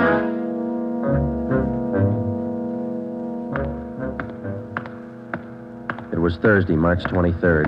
It was windy in Los Angeles. We were working the night watch out of narcotics. My partner's Ben Romero. The boss is Ed Backstrand, chief of detectives. My name's Friday. I was on my way back from the record bureau, and it was 10:35 p.m. when I got to room 24. Narcotics detail. Yeah, okay. Well, we'll be right over. Thank you. Get anything, Joe? Nothing we don't know already. How about you? That was the county hospital on the phone. Doc Welch. Pretty fair lead. I told him we'd be right over. What's he got? One of our informants, Benny Trounsel. Ready? Let's go. What's with Benny? It's bad shape. Somebody worked him over. They found him in an alley off of South Main. Yeah? Doc says Trounsel talked before he passed out. Anything good? He claimed he knows who's running the new dope racket in town. Says they got him. No, let's take the stairs here, huh? Why should they bother with small fry like Benny? That's what I'm wondering. Blackmail, maybe. Benny's still on the needle? Maybe that accounts for his story. Doc says his skull is fractured. Morphine doesn't do that to you. Yeah. Benny mention any names? I don't know. Doc didn't say. Here's the garage. Come on. When did they pick up Benny? About an hour ago. He had a pocket full of bundles on him. Heroin.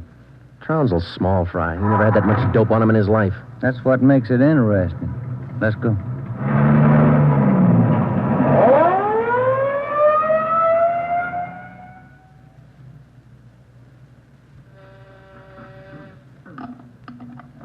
County Hospital? Yes, sir. The line is busy. Will you wait? Thank you. Can I help you, gentlemen? We'd like to see Dr. Welsh. She's expecting us. Your names, please? This is Sergeant Romero. My name's Friday, police officer. Oh, yes. Around the corner to your left, room 127. The doctor's waiting for you. Thank you. Come on, Ben. I hope Benny's still talking. We could sure use a lead. Yeah. Here it is. 127. Hiya, Ben. Joe? How are you, Doc? Anything new? Just left Trounsel upstairs. You think we can talk to him now? Won't do much good. He died about 6 minutes ago. For almost 2 years, Benny Trounsel, an addict himself, had been one of the most valuable informants Ben and I had in the narcotic gangs. More than once, he had helped us solve a case, but this time, if Benny Trounsel had any direct leads to the nerve center of the newest narcotic ring, he took them with him. Besides his dying accusation that the ring had gotten to him, he left behind only 2 small scraps of information. First, when he arrived at the county hospital, Dr. Welch reported that Trounsel repeatedly muttered the name Patterson. Secondly, among the few personal effects found in his pockets was a good amount of heroin and a small piece of white paper with 2 words scrawled on it, Tucker Building. Benny Trounsel's body was taken to the county morgue, and the next morning it was posted. At the coroner's inquest, the cause of death was listed as a brain hemorrhage induced by severe blows by a blunt instrument on the sides and base of the skull, inflicted by a person or persons unknown. Besides Ben and myself, the only identification witness at the inquest was a woman who managed a rooming house in Benedict Alley, where Trounsel used to stay periodically. After the inquest, we questioned her briefly in our office. Miss Strite, you say you can't remember any friends Trounsel had while he stayed at your rooming house? No, I can't. Besides, if I knew that man used dope, I never would have rented him a room. How long did he rent from you, Miss Strite? About 6 months. I run a respectable house. I don't mind if my people drink a little now and then, but those dope users, no, sir. Did you know anything about Trounsel, Miss Strite? Where he spent his time, where he had his meals? Well, don't serve at my place. Too much trouble. Most of the people eat at the Ace lunchroom, down the corner. Where's that, Miss Strite? Grant and South Main, right on the corner. And you think Trounsel might have spent some time there? He might have, I don't know. Miss Strite, did Trounsel ever mention anyone by the name of Patterson? No. Patterson? No. And you can't recall any friends he might have had? He had any friends and never set foot in my house. That's all I know. All right, Miss Strite, thank you. Here's a card, ma'am. If you come across any information about Trounsel, we'd appreciate it if you'd call us. All right. That all? That's all, ma'am. Thank you. Well, bye. Goodbye, ma'am. Big help. Yeah, not even a good identification witness. You got those listings we made on the Tucker Building? Yeah. Yeah, let's see. Here it is. Okay, let me have it, huh? Tucker Building, 7310 South Wilshire. I wonder what Benny Trounsel could have been doing out there. Shouldn't be too hard to check. It's a small building. Yeah. 6 listings for the whole place. A couple of law offices, real estate guy, dentists, architect, and a doctor. One dentist, one doctor could be a lead. Maybe. Pretty thin. Friday, Romero. You got a minute? Yes, Skipper. Come on, Joe. Yeah. What do you got, Ed? Letters. Here's a sample. Now listen to this. Chief of Detectives, Ed Backstrand, City Hall, Los Angeles. In view of mounting wave of narcotic robberies, strongly recommend that your efforts to curb this lawlessness be redoubled. They all like that? All of them. They're mad. Can you blame them? Not a bit. We haven't got much to go on, Chief. The gang's pretty smart. All right, then let's be smarter. There's no law against it. Doing our best, Skipper. Then make it better. I'm sick of that bunch, and I'm tired of these letters. And look at that record. In 2 months, 15 drugstore robs, 8 medical offices, 2 supply houses, 2 hospital pharmacies. Narcotics missing every time. Now, who's behind it? None of the old-timers. We've checked them out. Gone over every hype and mainliner we know of. All right, then get on the transients. New faces. Climb on every one of them that shoots the stuff until you get to that gang and break it. If you need help, holler. But get to that gang and break it. You understand? Okay, Skipper, we'll try. You dig up anything on that Trounsel case yet? Still checking out one lead. What? Slip of paper we found in Trounsel's pocket, Ed. Said Tucker Building on it, that's all. Just going to check it out when you called. All right, hop on it. Fast. We got a lot of pressure on us. Keep in touch with the office. It was almost noon when Ben and I got out to the Tucker Building. It was a 2-story affair, comparatively small, very modern. We checked with the dentist in the building first, but he'd never heard of anyone by the name of Benny Trounsel. His records and appointment books proved it out. Well, that's one down, Joe. Yeah. Let's try that doctor's office now. What's his name? Let me see. Springer. Dr. Fred Springer. He's on the 2nd floor. Okay. There's a stairway down there. Come on. Pretty close to lunchtime. Might not be in. Maybe. Somebody should be there. We haven't got much time to play with. Yeah. Chief sure was up in there this morning. Here's the office. Fred Springer, M.D. Good morning. May I help you, gentlemen? We'd like to see Dr. Springer, please. Do you have an appointment? No, we don't. Well, the doctor's not in at present. Would you like to make an appointment for later in the day? No, ma'am. We're police officers. This is Sergeant Friday. I'm Sergeant Romero. How do you do? I'm Miss Turner. I'm the doctor's nurse. Then you must take care of the appointment and record books for the doctor. Yes, I do. Well, maybe you can give us the information we're looking for, Miss Turner. Did the doctor ever have a patient by the name of Trounsel? Benny Trounsel? Trounsel? Mm-hmm. No, I don't think so. Just a moment. I'll check. Thank you. No. Trounsel, is that the way you spell it? Yes, ma'am. No. The name's not listed here. Let me check the account book. No. Wait. That's funny. What's that, Miss Turner? Here in the back of the book in the doctor's handwriting. Look. Trounsel, the black parrot. Certainly funny. I can't remember seeing that notation before. It must be fairly recent. Miss Turner, what kind of a clientele would you say Dr. Springer has?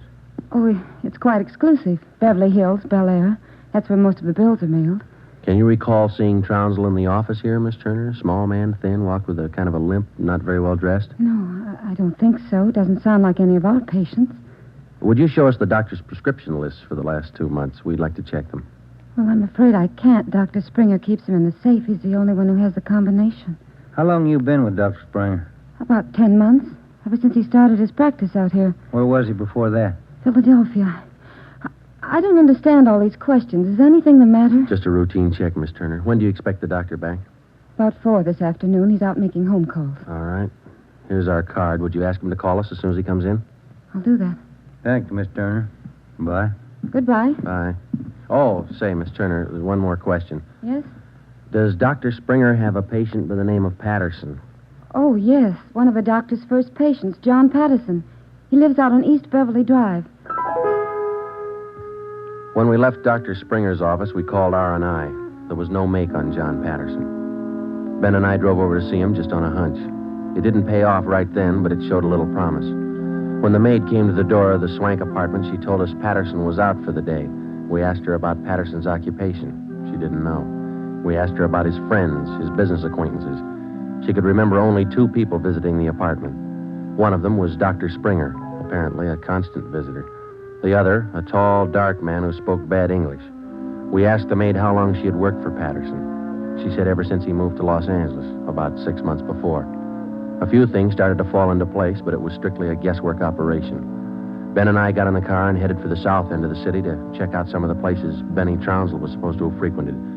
We met a stone wall. From the Ace lunchroom near Benny's former rooming house to the Black Parrot. No one was willing to talk. Threats didn't work, and neither did promises. Ben and I gave up for the moment and headed back to the office. Pacific Ambulance 1, call to Alhambra is now code 3. Seems like Skid Row doesn't want any part of this one. Yeah, there's a bad feeling. Something's got him scared. Sure would like to know what it is, or who it is. Yeah, I'd like to know the Control 1 answer to Unit that, too. 80K. Control 1 to Unit 80K. Us, Joe. Get it, will you? I got it. 80K to Control 1. 80K to Control 1. Go ahead. 80K. Call station 2511, code 3. 80K to Control 1. Roger. KMA 367. Wonder what that's all about. Well, let's find out. There's a drugstore. They ought to have a phone. Pull over, huh? You got a nickel? Oh, yeah, sure. Thanks. I'll be back in a minute.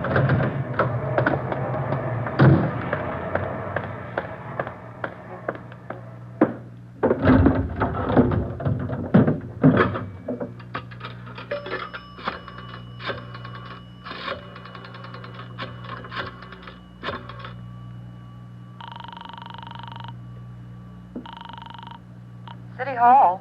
2511. Thank you. Chief of Detective's Office, Hannon. This is Friday, Mike. The chief there? Oh, yeah, just a minute. Backstrand talking. This is Friday, Ed. What do you got? You tied up? Nothing big. Then check in as soon as you can. Got something good. What? You remember the stick-up at St. Agnes Hospital about a month ago? Pharmacy there? What about it? 2 patrolmen picked up a user down near Union Station about an hour and a half ago. Yeah? Guy was way back on his heels. He had 2 vials of morphine on him. Vials had serial numbers. Good. Did they match out? Perfectly. Thanks, Ed. We'll be right in. When Ben and I got back to the office at 3:52 p.m., we picked up Chief Ed Backstrand and went directly to the crime lab, where Lieutenant Lee Jones analyzed the contents of the 2 vials taken from the suspect. Jones told us it was high-grade morphine. We went back to the office and double-checked the serial numbers on the vials with the crime report on the St. Agnes Hospital robbery. They matched. And there's a good break. These vials were in the loot when the gang knocked over the hospital 28 days ago. Now stay on the trail and we'll crack that gang wide open. This the arrest report on the guy, Ed? Yeah. Picked him up in a bar off South Main. Who is the guy? A transient? Yeah, here it is, Ben. James Steiner, Phoenix, Arizona, age 37, transient laborer. Anybody talk this guy yet, Ed? Not yet. He shouldn't be too hard. You better get on it. Right, Skipper. Come on, Joe. Check you later, Ed. What time you got, Ben? Let me see here. 25 past 4. A phone call for you, Ben? Yeah, who was it? Your wife wants you to pick up some aspirin and a bottle of nose drops for your kid on your way home. Oh, yeah, almost forgot it. That the only call we had, Mike? That's right. Thanks. Okay. You got that Dr. Springer's number, Ben? Yeah. Here it is. Crestview 55284. Thanks. Nurse said he'd call us around 4, didn't she? Yeah.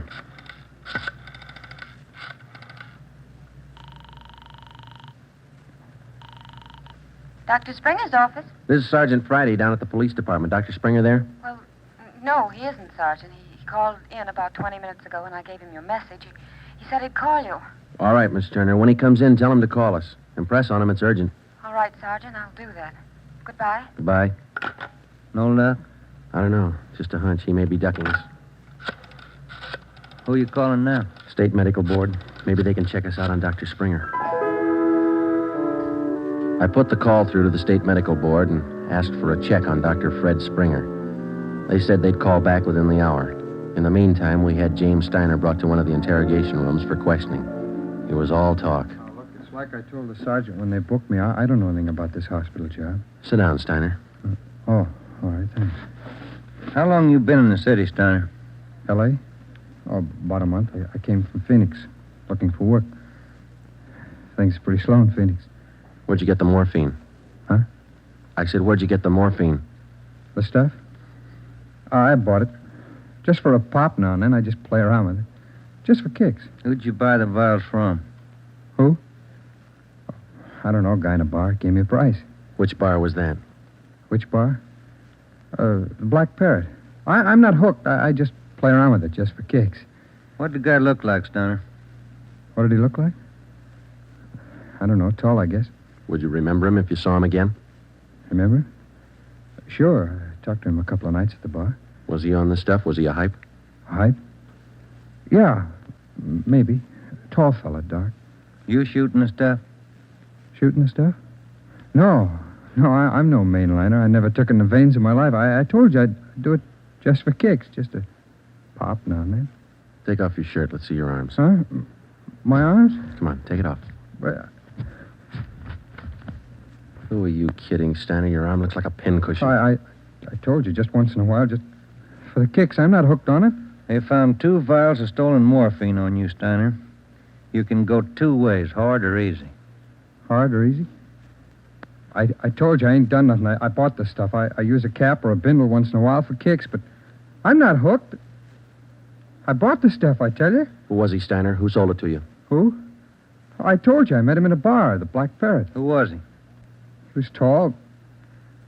Dark. He gave me a good price. Come on, let's have it, Steiner. His name.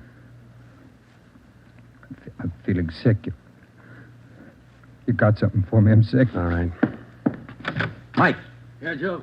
Get some milk. A couple of quarts right away. Okay, Joe. You ready to tell us, Steiner? Who was he? I'm sick. I'm sick. We're getting some milk for you now. Come on, you better talk. Max. That's all he said. Name was Max. He gave me a good price. I only take a pop now and then just for kicks. You think you could point him out for us? Yeah, maybe. I'm sick. I'm sick. Narcotics, Romero. Hello. This is Dr. Springer calling. You wanted to talk to me. Yes, we did, Doctor, and we've got a few questions we'd like to ask you. Oh, hold on just a minute, will you? Dr. Springer, Joe. All right, tell him we got to see him tonight. We'll call him back later. Dr. Springer? Yes? Sorry, Doctor. We'll have to see you later on tonight. You be at home? Well, I have an appointment this evening. Would you mind telling me what this is all about? Sure, Doctor. It's about a man named Benny Trounsel. Oh, I see. And if you don't mind, we'd like to check over your prescription list with you. Yes. I'll cancel my appointment.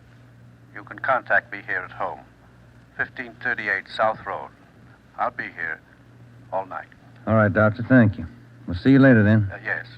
Goodbye. Goodbye. What'd he say? All right? Yeah, it's all right. I'll buy that hunch of yours now, Joe. Dr. Springer, he knows who killed Benny Trounsel. I bet he knows why. When Mike Hannon came back with the milk, we fed it to Steiner, and then we put him back in his cell. We put in another call to John Patterson out on East Beverly Drive, but there was no answer. We left word with Hannon where we were going, and then Ben and I headed out for Dr. Springer's home.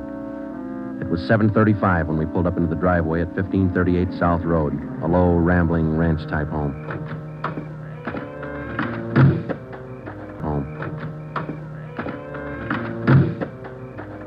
We got out of the car and made our way down the path to the front door.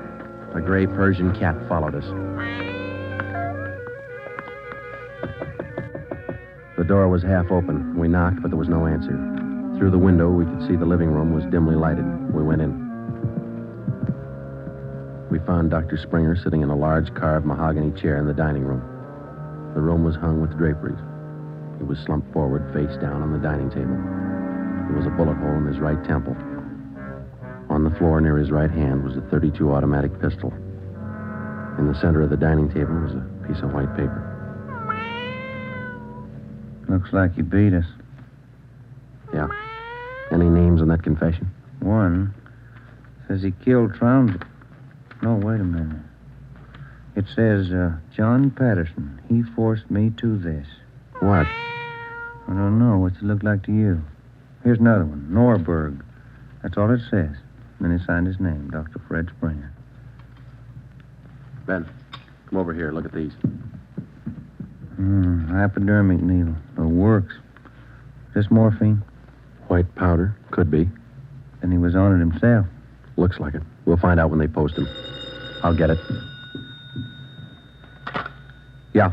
Sergeant Friday there, please. This is Joe, Mike. What do you got? Can you talk all right there? Yeah, go ahead. Just got a kickback on your call to the state medical board on this Dr. Fred Springer. Mm-hmm. He's not a registered physician in the state of California. Besides that, his license was revoked in Pennsylvania 2 years ago. Illegal operations. That explains it. Notify homicide. Get the crime lab in the corner out here, will you? Looks like Springer shot himself. Okay, Joe, right away. We'll wait for him, but hurry him up, Mike. We got a couple more places to check out tonight. Okay, Joe, see you later. Right.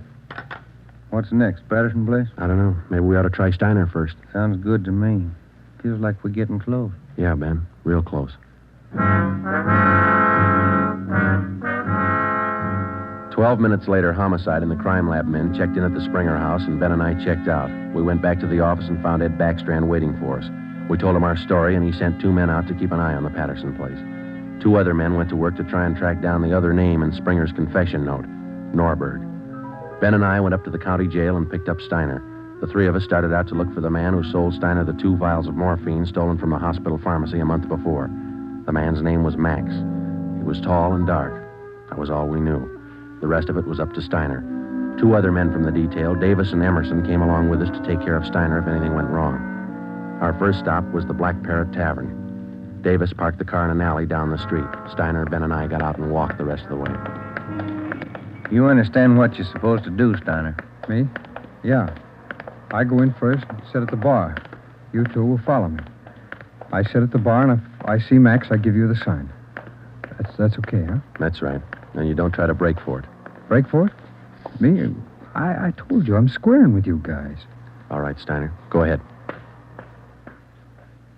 Let's hope it works, Joe. Yeah. There he goes inside.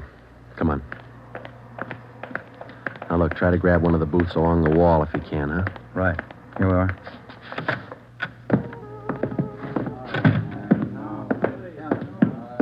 First booth, Ben. It's empty. Yeah. Fellas left to order at the bar. Waitress got a night off. Make it a couple of beers, will you? Couple of beers? Okay. Joe. So look at Steiner.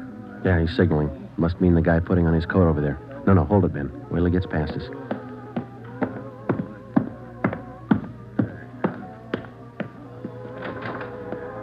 All right, get Steiner back to the car. I'll tail the guy. You come after me.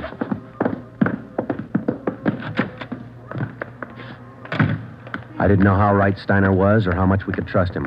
All I knew was that the man I was following was tall and he was in a hurry. I followed him 3/4 of a block before he turned in at a motel. He went to a cottage at the rear of the lot, let himself in, and closed the door quickly behind him. A minute later, Ben and the others pulled up in the car. Got him staked out, Joe. Steiner says that was Max. Let's make sure. Come on. Which one's he in? The one down at the end here. Now be careful. You too. All right, here we are. Wait a minute right there.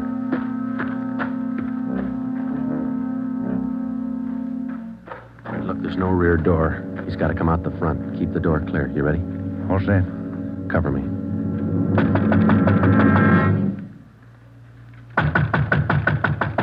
Open up in there. Who is it? Police officers, open up.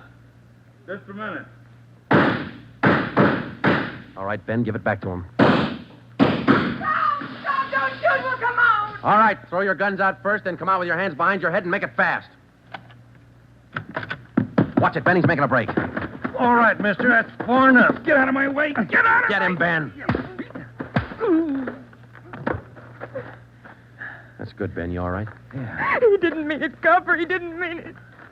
He didn't know what he was doing. Well, that must be a good excuse, lady. A lot of people use it. Come on, Ben. Let's take him in.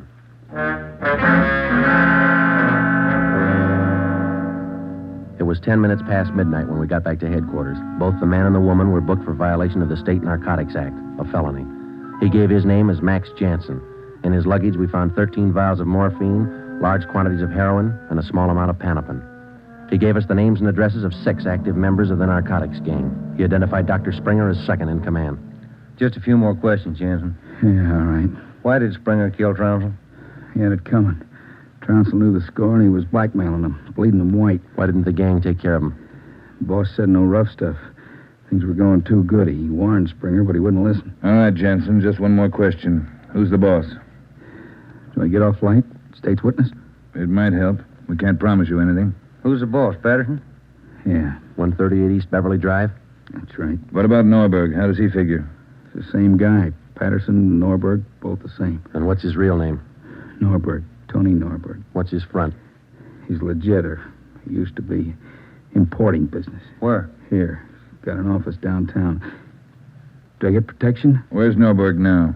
Home out in Laurel Canyon. Do I get protection? I thought you said he lived out on East Beverly. His apartment, his home's out in the canyon. Where? What's the address? Do I get protection? You'll get protection. Winding Way. 860 Winding Way. All right, Friday. Romero, take some men with you.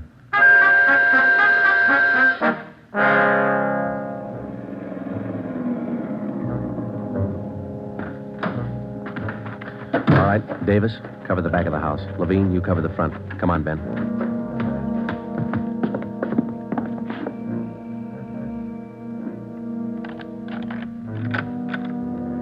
Yes? Mr. Norberg in? Who's calling? Police officers. Oh, come in, won't you? Thank you. Now get your hands up. Face the wall. You'll never make it, lady. The house is surrounded. Tony, get the stuff. It's our only chance. They'll cut you down, Norberg. All right, Jeannie, give him the gun. Don't be a fool. They're going to march out the door in front of us, right to the car. I'm not going, Jeannie. Try it if you want. I'm not going. All right, Tony, stay. Come on, coppers. You'll never make it, lady. I said move. Fast. All right, Ben, hit the dirt. She's going for the car. See if you can get those tires.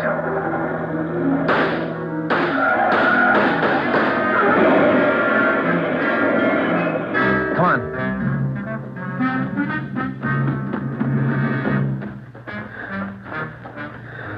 Dead? Yeah. Norberg was smart. Must be the girlfriend. Guess so. Wonder why they start. Hmm? Why did they get on the stuff, Joe? For kicks, Ben. None of them ever get hooked. Just for kicks. The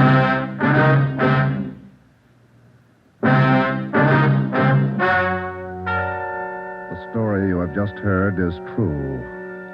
Only the names were changed to protect the innocent.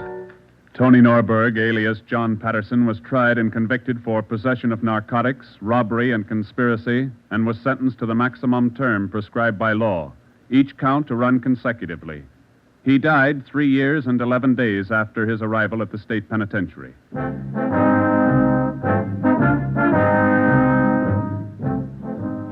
You have just heard the 9th in a new series of authentic cases transcribed from official files. Technical advice for Dragnet is furnished by the Los Angeles Police Department. Tonight's program is dedicated to Chief Erskine Fish of the North Sacramento Police Department, who on the night of August 11th, 1935, gave his life so that yours might be more secure.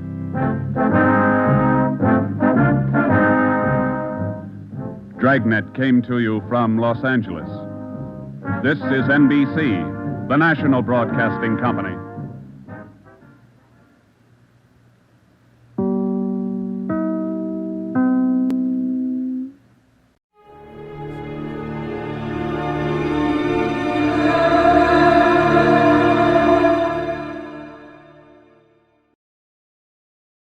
Dragnet.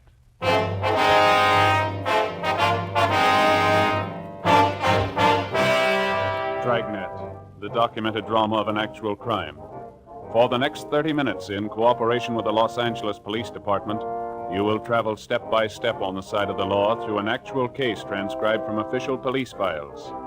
From beginning to end, from crime to punishment, Dragnet is the story of your police force in action.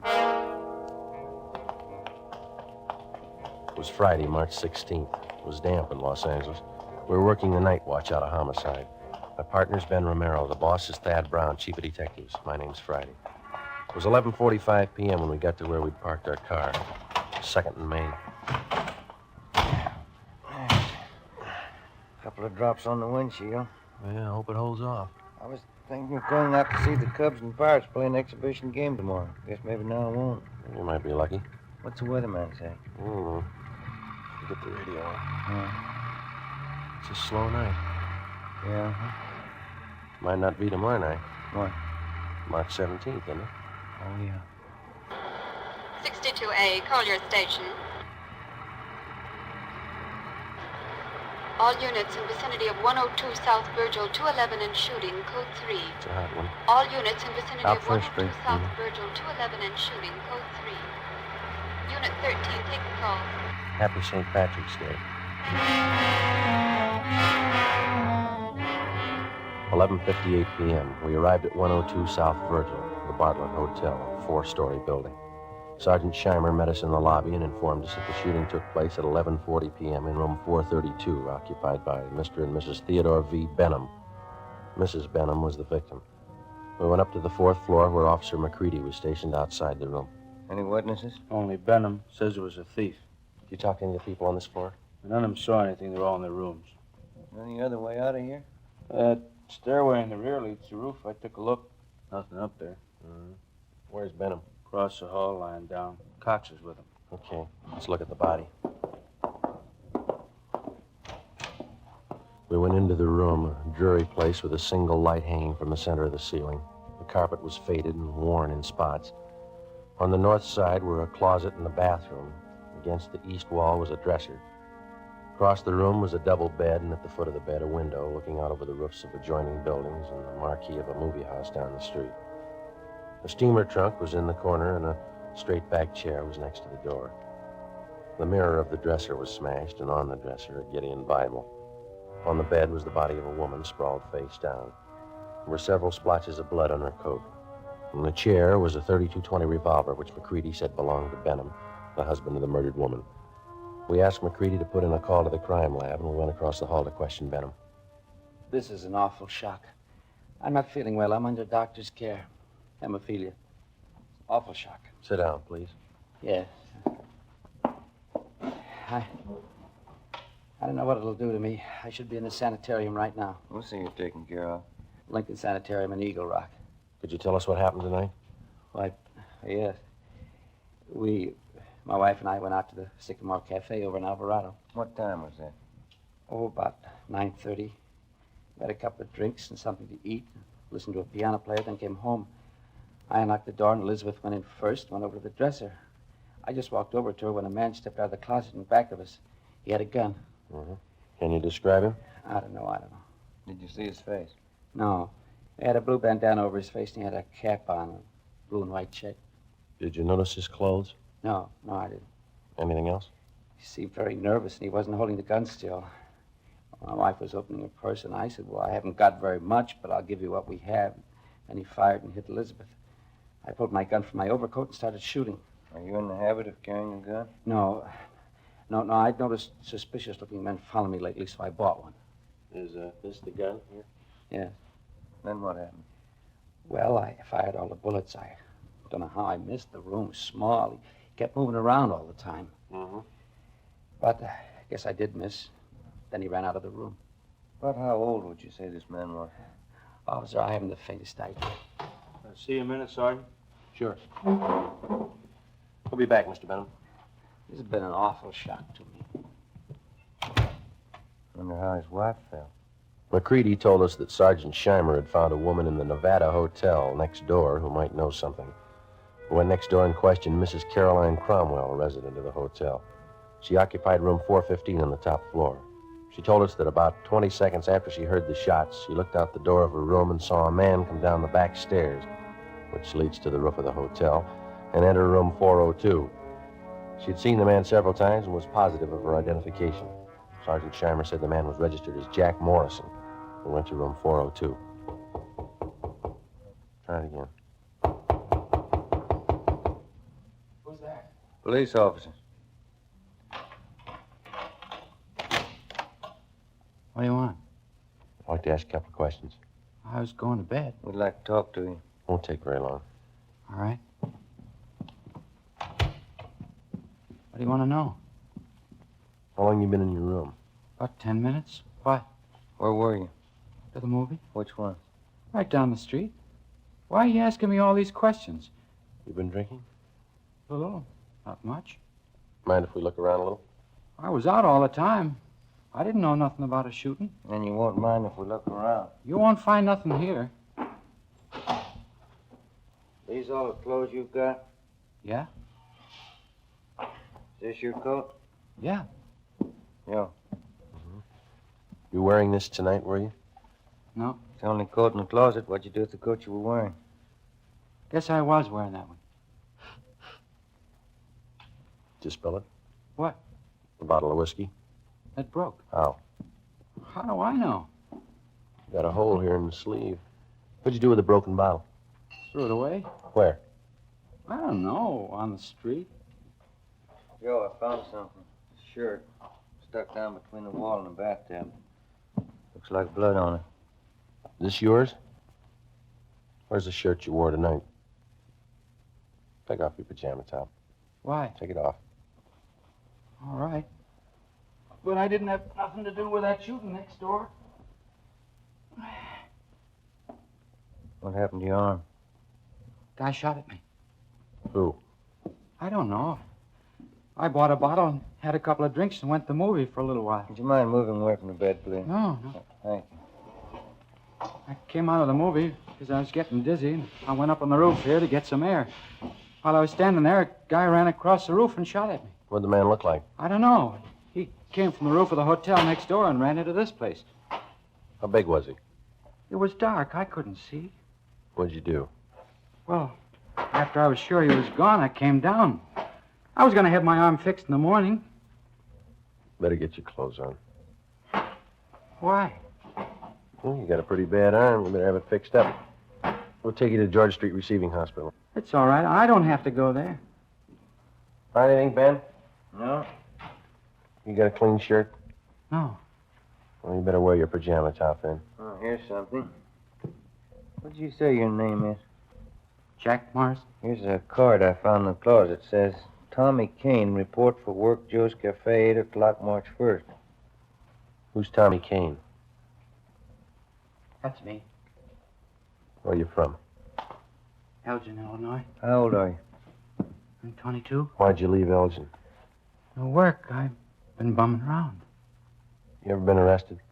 I was picked up on a vague charge a month ago. Here? Yeah. I don't know why you guys are bothering with me. When somebody gets shot, we bother.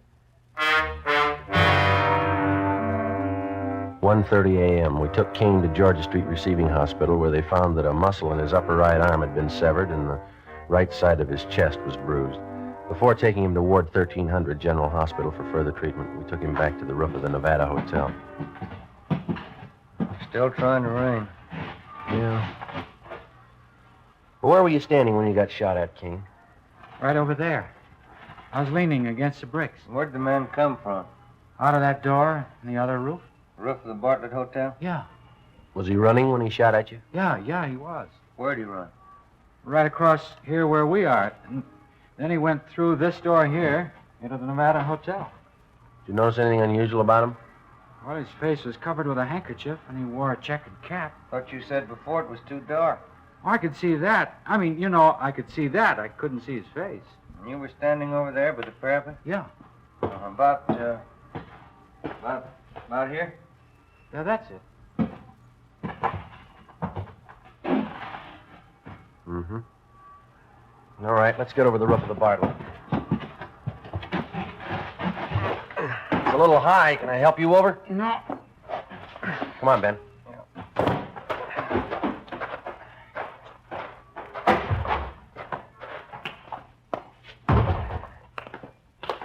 You ever been in this hotel before, Kane? No. Everything all right, McCready? Yeah. Crime lab's here. Checking the murder room. Benham awake? I think so. Mr. Benham, Yes? mind if we come in? Of course not.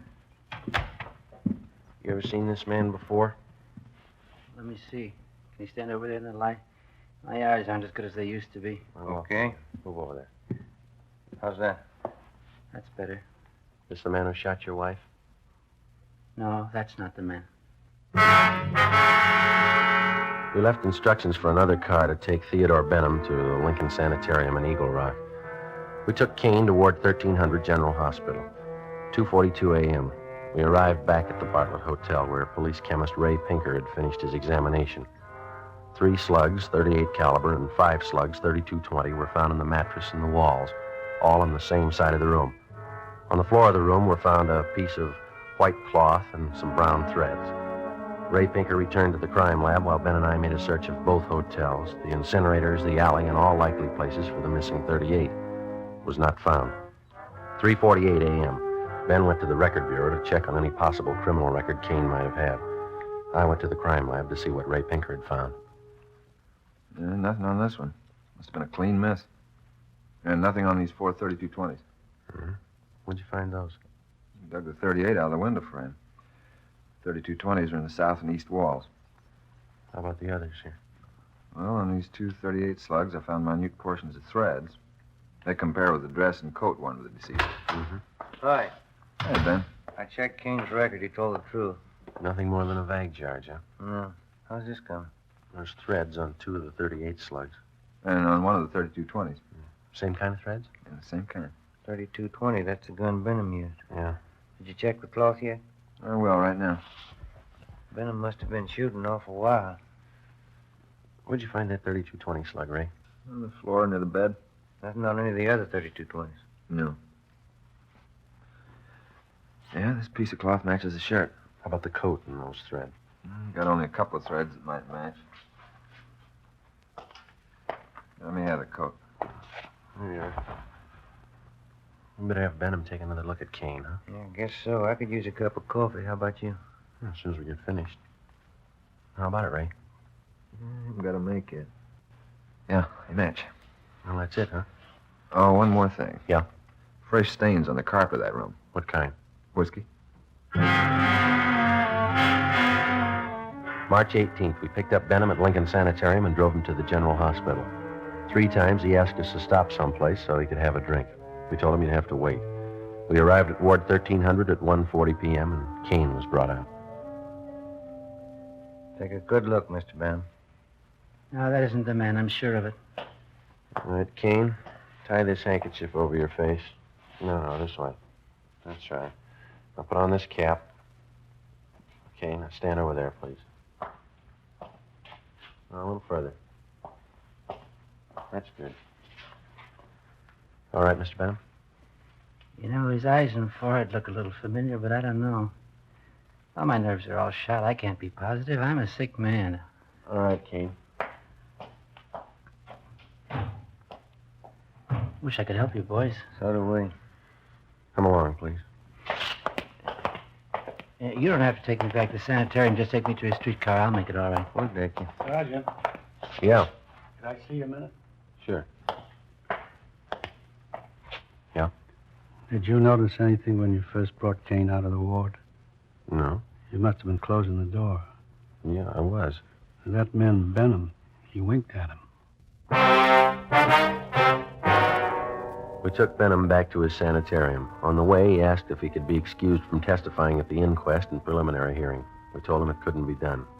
7 p.m. Ben and I returned to the general hospital and took Kane into a small room adjoining the prison ward. After 3 hours of interrogation, he stuck to his story. Cigarette, Kane? Thanks. How's the arm? All right. Hurts a little now. When you guys going home? When we get a straight story. I've been telling you all I know. Yeah, you've been telling us the same story for 2 days, but it doesn't hold water. What do you mean? How do you account for the fact that parts of your clothing were found in that room? I told you before. You must have made a mistake. No, it's no mistake. Mr. Benham's starting to think he recognizes you. What? Why'd he wink at you? He didn't wink at me. We got somebody here who saw him. And he seems to think whoever did the shooting didn't take the gun with him. When we drove him back to the sanitarium, he asked us if we found it yet. He thinks we will. How long has Benham lived in L.A.? A long time. How long? Why do you want to know how long he's lived here? Is a dead woman really his wife? Well, certainly she's his wife. Why? Where's he been since the shooting? In the sanitarium in Eagle Rock. What's the matter with him? Hemophilia. You know what that is? No. You sure that was his wife? Positive. She wasn't a stool pigeon? Stool pigeon? Where'd you get that idea?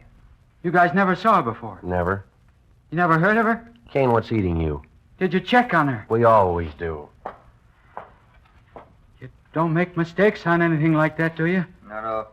Look, she was a pretty nice woman from all we could find out. Happily married for 30 years. Something's wrong. What, Kane? What's wrong? Oh, set up. Yeah? Yeah. What'd Benham say about me? We told you. He says you look a little bit like the man. Did you say anything else? He winked at you, Kane. Why? She wasn't a bad-looking woman. Wasn't she, Kane?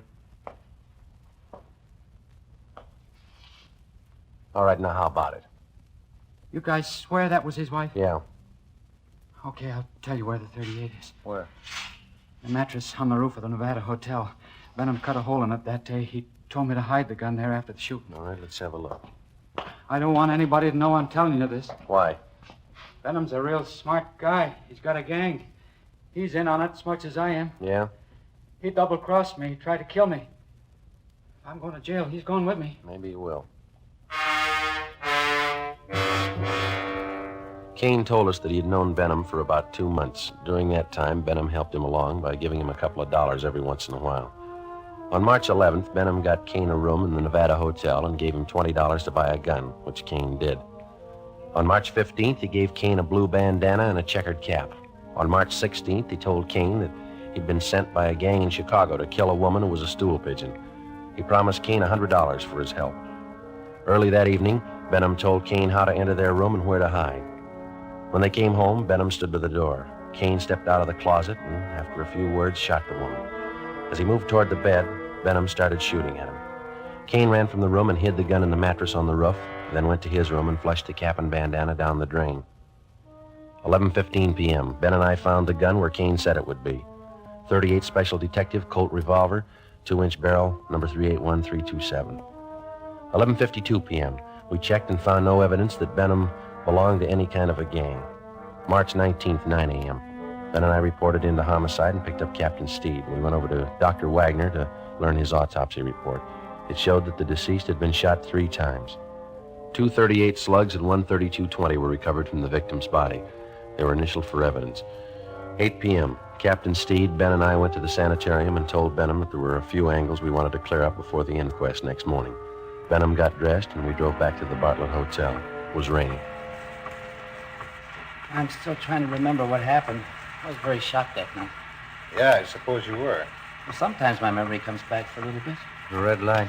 Yeah, I see. You know, the man who did the shooting knew you lived in room 432, and he knew you'd be gone that night. How do you suppose he figured that out? Well, I'd been noticing that a lot of men had been following me. Suspicious-looking men. I told that to Sergeant Friday, didn't I, Sergeant? Yeah, that's right. Must have been one of them. You ever give money to characters on the street so much they might follow you? Hey, that must be it. Many times I used to do that. I'd be nice to them, they'd try to make friends. You remember any of them? Yeah, I do. There was old man Dorsey, Jolly Swanson, and a fellow named Kane. Lane? Kane? Yeah, that's it, Kane. There you are. The young man you took me to see in the hospital. I'm thinking, I believe that's Kane. Are you sure? Quite sure. He's the burglar. What makes you think he was a burglar? Well, what else would he be? He didn't rifle any of the drawers or steal anything, did he? Must have got there just before us. Did you have anything important there? Yes, some insurance policies. And your wife? Yeah. How much? Oh, one policy for $4,000 and two for $2,500 each. Policy for $4,000 and two for $2,500 each. Who's the beneficiary? Why, I am. We took Benham up to room 432, where he got out the insurance policies on his wife and showed them to us. Then Captain Steed asked him to reenact the shooting. Benham acted as the killer, I played Benham, and Ben acted as his wife. Well, the man was over here in the closet. My wife and I came in that door, and then my wife went over to the dresser. Oh, over here? Did you turn on the light? Oh, yeah, and then I closed the door and went over behind her. Like this? Oh, she was closer to the bed. Here? Yeah. Were you standing next to her? Yeah. Did you start to take off your coat? Well, I was just going to when this man stepped out of this closet here. How far? Oh, here. Yeah, right here. And then what? Well, he held the gun in his hand and asked how much money we had. Elizabeth said we didn't have much. From here? Yeah, but she turned around. Like this? Yeah, that's it. What happened then? Well, then I said I haven't got very much, but I'll give you what we have. And he started shooting. Yeah, but you said before that your wife started looking in her purse. Yeah, that's it. She did. I forgot. And that made him think she was going after a gun. How do you know? Well, I suppose that's what he thought. He shot and Elizabeth fell on the bed. I pulled out my gun and started shooting, and the man ran out the door, and that's all. That's exactly what happened, huh? Just as I remember it.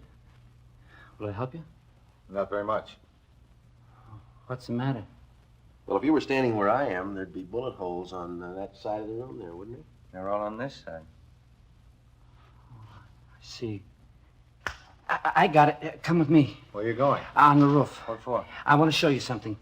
It's raining. There are 2 umbrellas in the closet. I'll get them. Why do you want to go up there? I think I know where that gun might be hidden. I'll bet it's there. Here, you take this umbrella. Thanks. We'll take this one, Captain. Let's go.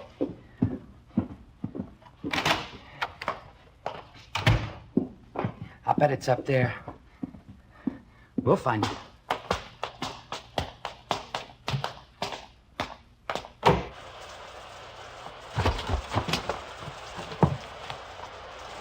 You got your flashlight, Ben? Yeah. Should be around here somewhere. What? A mattress. My wife used to take sunbaths on it. Where would it be? Just about here. I don't see any. You sure it's up here? I bet it's on the next roof. Didn't you say Kane lived in that hotel? He probably moved it. Hey, flash your light over there behind that elevator shaft. There? Yeah, there. You see it? We have to climb over this parapet to get on the other roof. Watch it, Cap. It's pretty slippery. Okay. Yeah, it is slippery.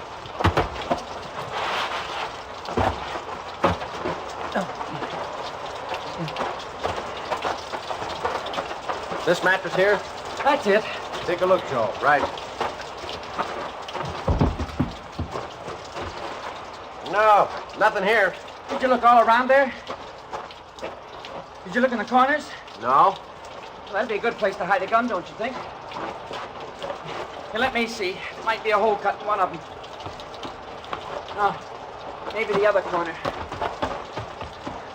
No. Or maybe this one.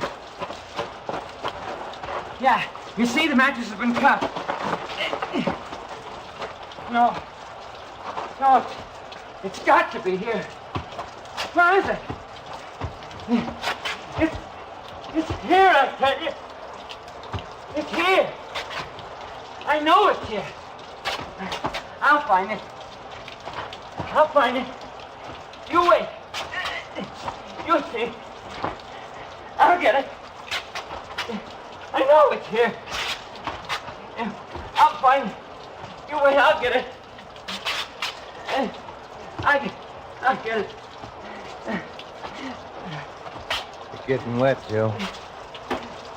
We got the 38. Kane told us about it. You ready to talk? Yeah. Insurance. That why you did it? Yeah. I'm a sick man. Let's go, Benham. On your feet. This is the United States Armed Forces Radio Service, the voice of information and education.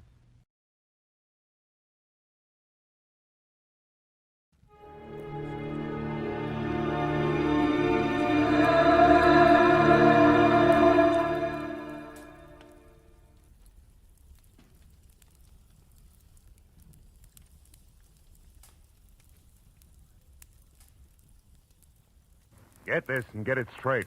Crime is a sucker's road. Those who travel it wind up in the gutter, the prison, or the grave. This time, a twisted mind, a hole cut in a wire fence, and a corpse in a storeroom. All added up to freedom. But only for the one who had it coming. From the pen of Raymond Chandler, outstanding author of crime fiction, comes his most famous character in The Adventures of Philip Marlowe.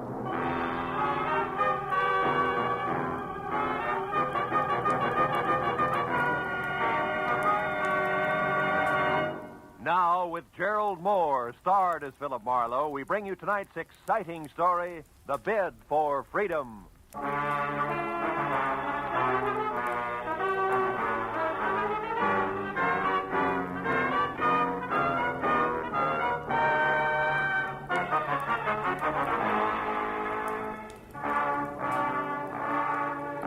Never fails. When you worry over your bank statement, then hug your office phone from 9 to 5, anxious for business, nothing happens. But the minute you decide you'll get rich another day, chuck the puny balance sheet into a bottom drawer and make plans, you want it. And that was exactly the way it played when at 3 o'clock on the kind of slate-gray afternoon that makes the beckoning Santa Fe Railroad vacation billboards look a little more so. I left a note on my office door and headed outside and across the street for some real Hungarian goulash. Very good today. A second after a waiter disappeared into the kitchen with my order, she was standing at my elbow. Not quite young, not quite pretty, not quite blonde. And when she spoke, not quite sure of what she was going to say next. You're Mr. Philip Marlowe, aren't you? I mean, a private detective whose office is across the street? Yeah, that's right. My name is Helen Asher. Oh? I have to find someone. You do that kind of work, don't you? Finding people, I mean. That all depends, Miss Asher. Who's the person you have to find? Leon Rodell, a friend. Uh-huh. You see, I just got into town. I had his address in my handbag, but I lost it. The handbag, that is. And I don't exactly know which way to Well, turn. just a minute, Miss Asher. Let's take it a step at a time, huh? Here, now sit Oh, down. no. No, thank you. I'm in a hurry, Mr. Marlowe. Leon Rodell isn't listed in the phone book. I've tried that, and I don't know the name of his firm, his business name. He deals in ceramics. Is that all you can tell me? Oh, no. I have something else. It's a name and an address here in Los Angeles. Fortunately, that wasn't in my handbag, but here in my coat. No, No what, Miss Asher? outside there, on the street. What's on the street? Nothing. Nothing at all. Hey, Excuse me, Miss Asher. Wait a minute.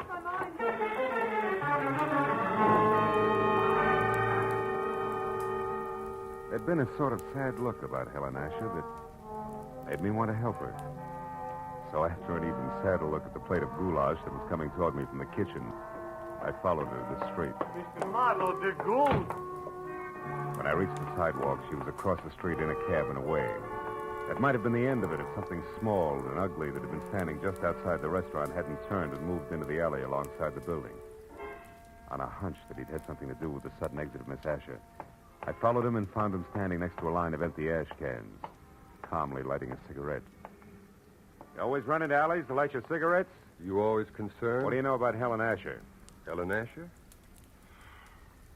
I haven't any idea who you're talking about. Come on, little man. I'm talking about the gal who just got into that cab. Do the words begin to flow, or do I wring them out of you? Pete, get your hands off me. You're ripping my pocket. You're lucky it isn't your nose. Come on, talk. All right. It's no secret. Here, it's all in this letter. Look, right here. Oh!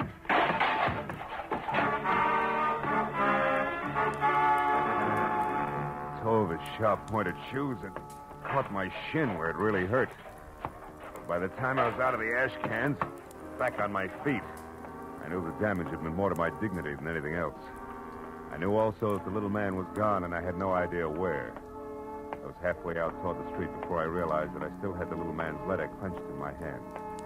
It was from an Omaha life insurance company and addressed to one Eldon Hook, 31 Marlborough Drive, Sunnydale, California. Sunnydale wasn't just around the corner, but the fear I'd seen in Helen Asher's face, plus a score to settle with Eldon Hook, said the 20-mile drive into the San Fernando Valley was a minor point.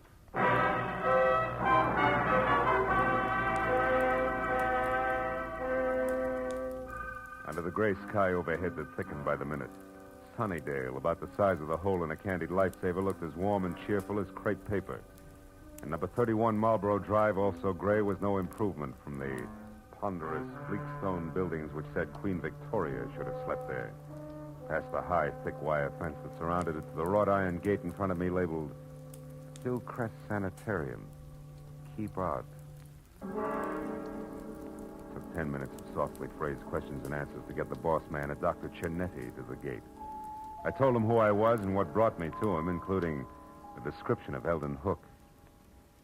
I don't understand. Come in, Mr. Marlowe, please. Eldon Hook has been with us as an attendant for more than a year now, and his behavior has always been satisfactory. Nothing would surprise me anymore today. By the way, sir, what did you say that woman's name was? The one who approached you in the restaurant? Oh, Helen Asher. Is it possible that she was once a patient here, Doctor? No. Oh. What about Leon Rodell? Leon Rodell? How do you know that name? From Helen Asher. She was looking for him. That's why she wanted to hire me. She knew he was here in Los Angeles. Mr. Marlowe, this woman, was she young? About 30, blonde? Yeah, that's right. Why? Why? Because this morning, earlier, about 6 o'clock, one of our patients escaped. A woman you know as Helen Asher, and we know as Charlotte Rodell, Leon Rodell's wife. Oh. She's insane, huh? Temporarily, yes. Come over here, near the fence. Oh. I'll show you how she got away.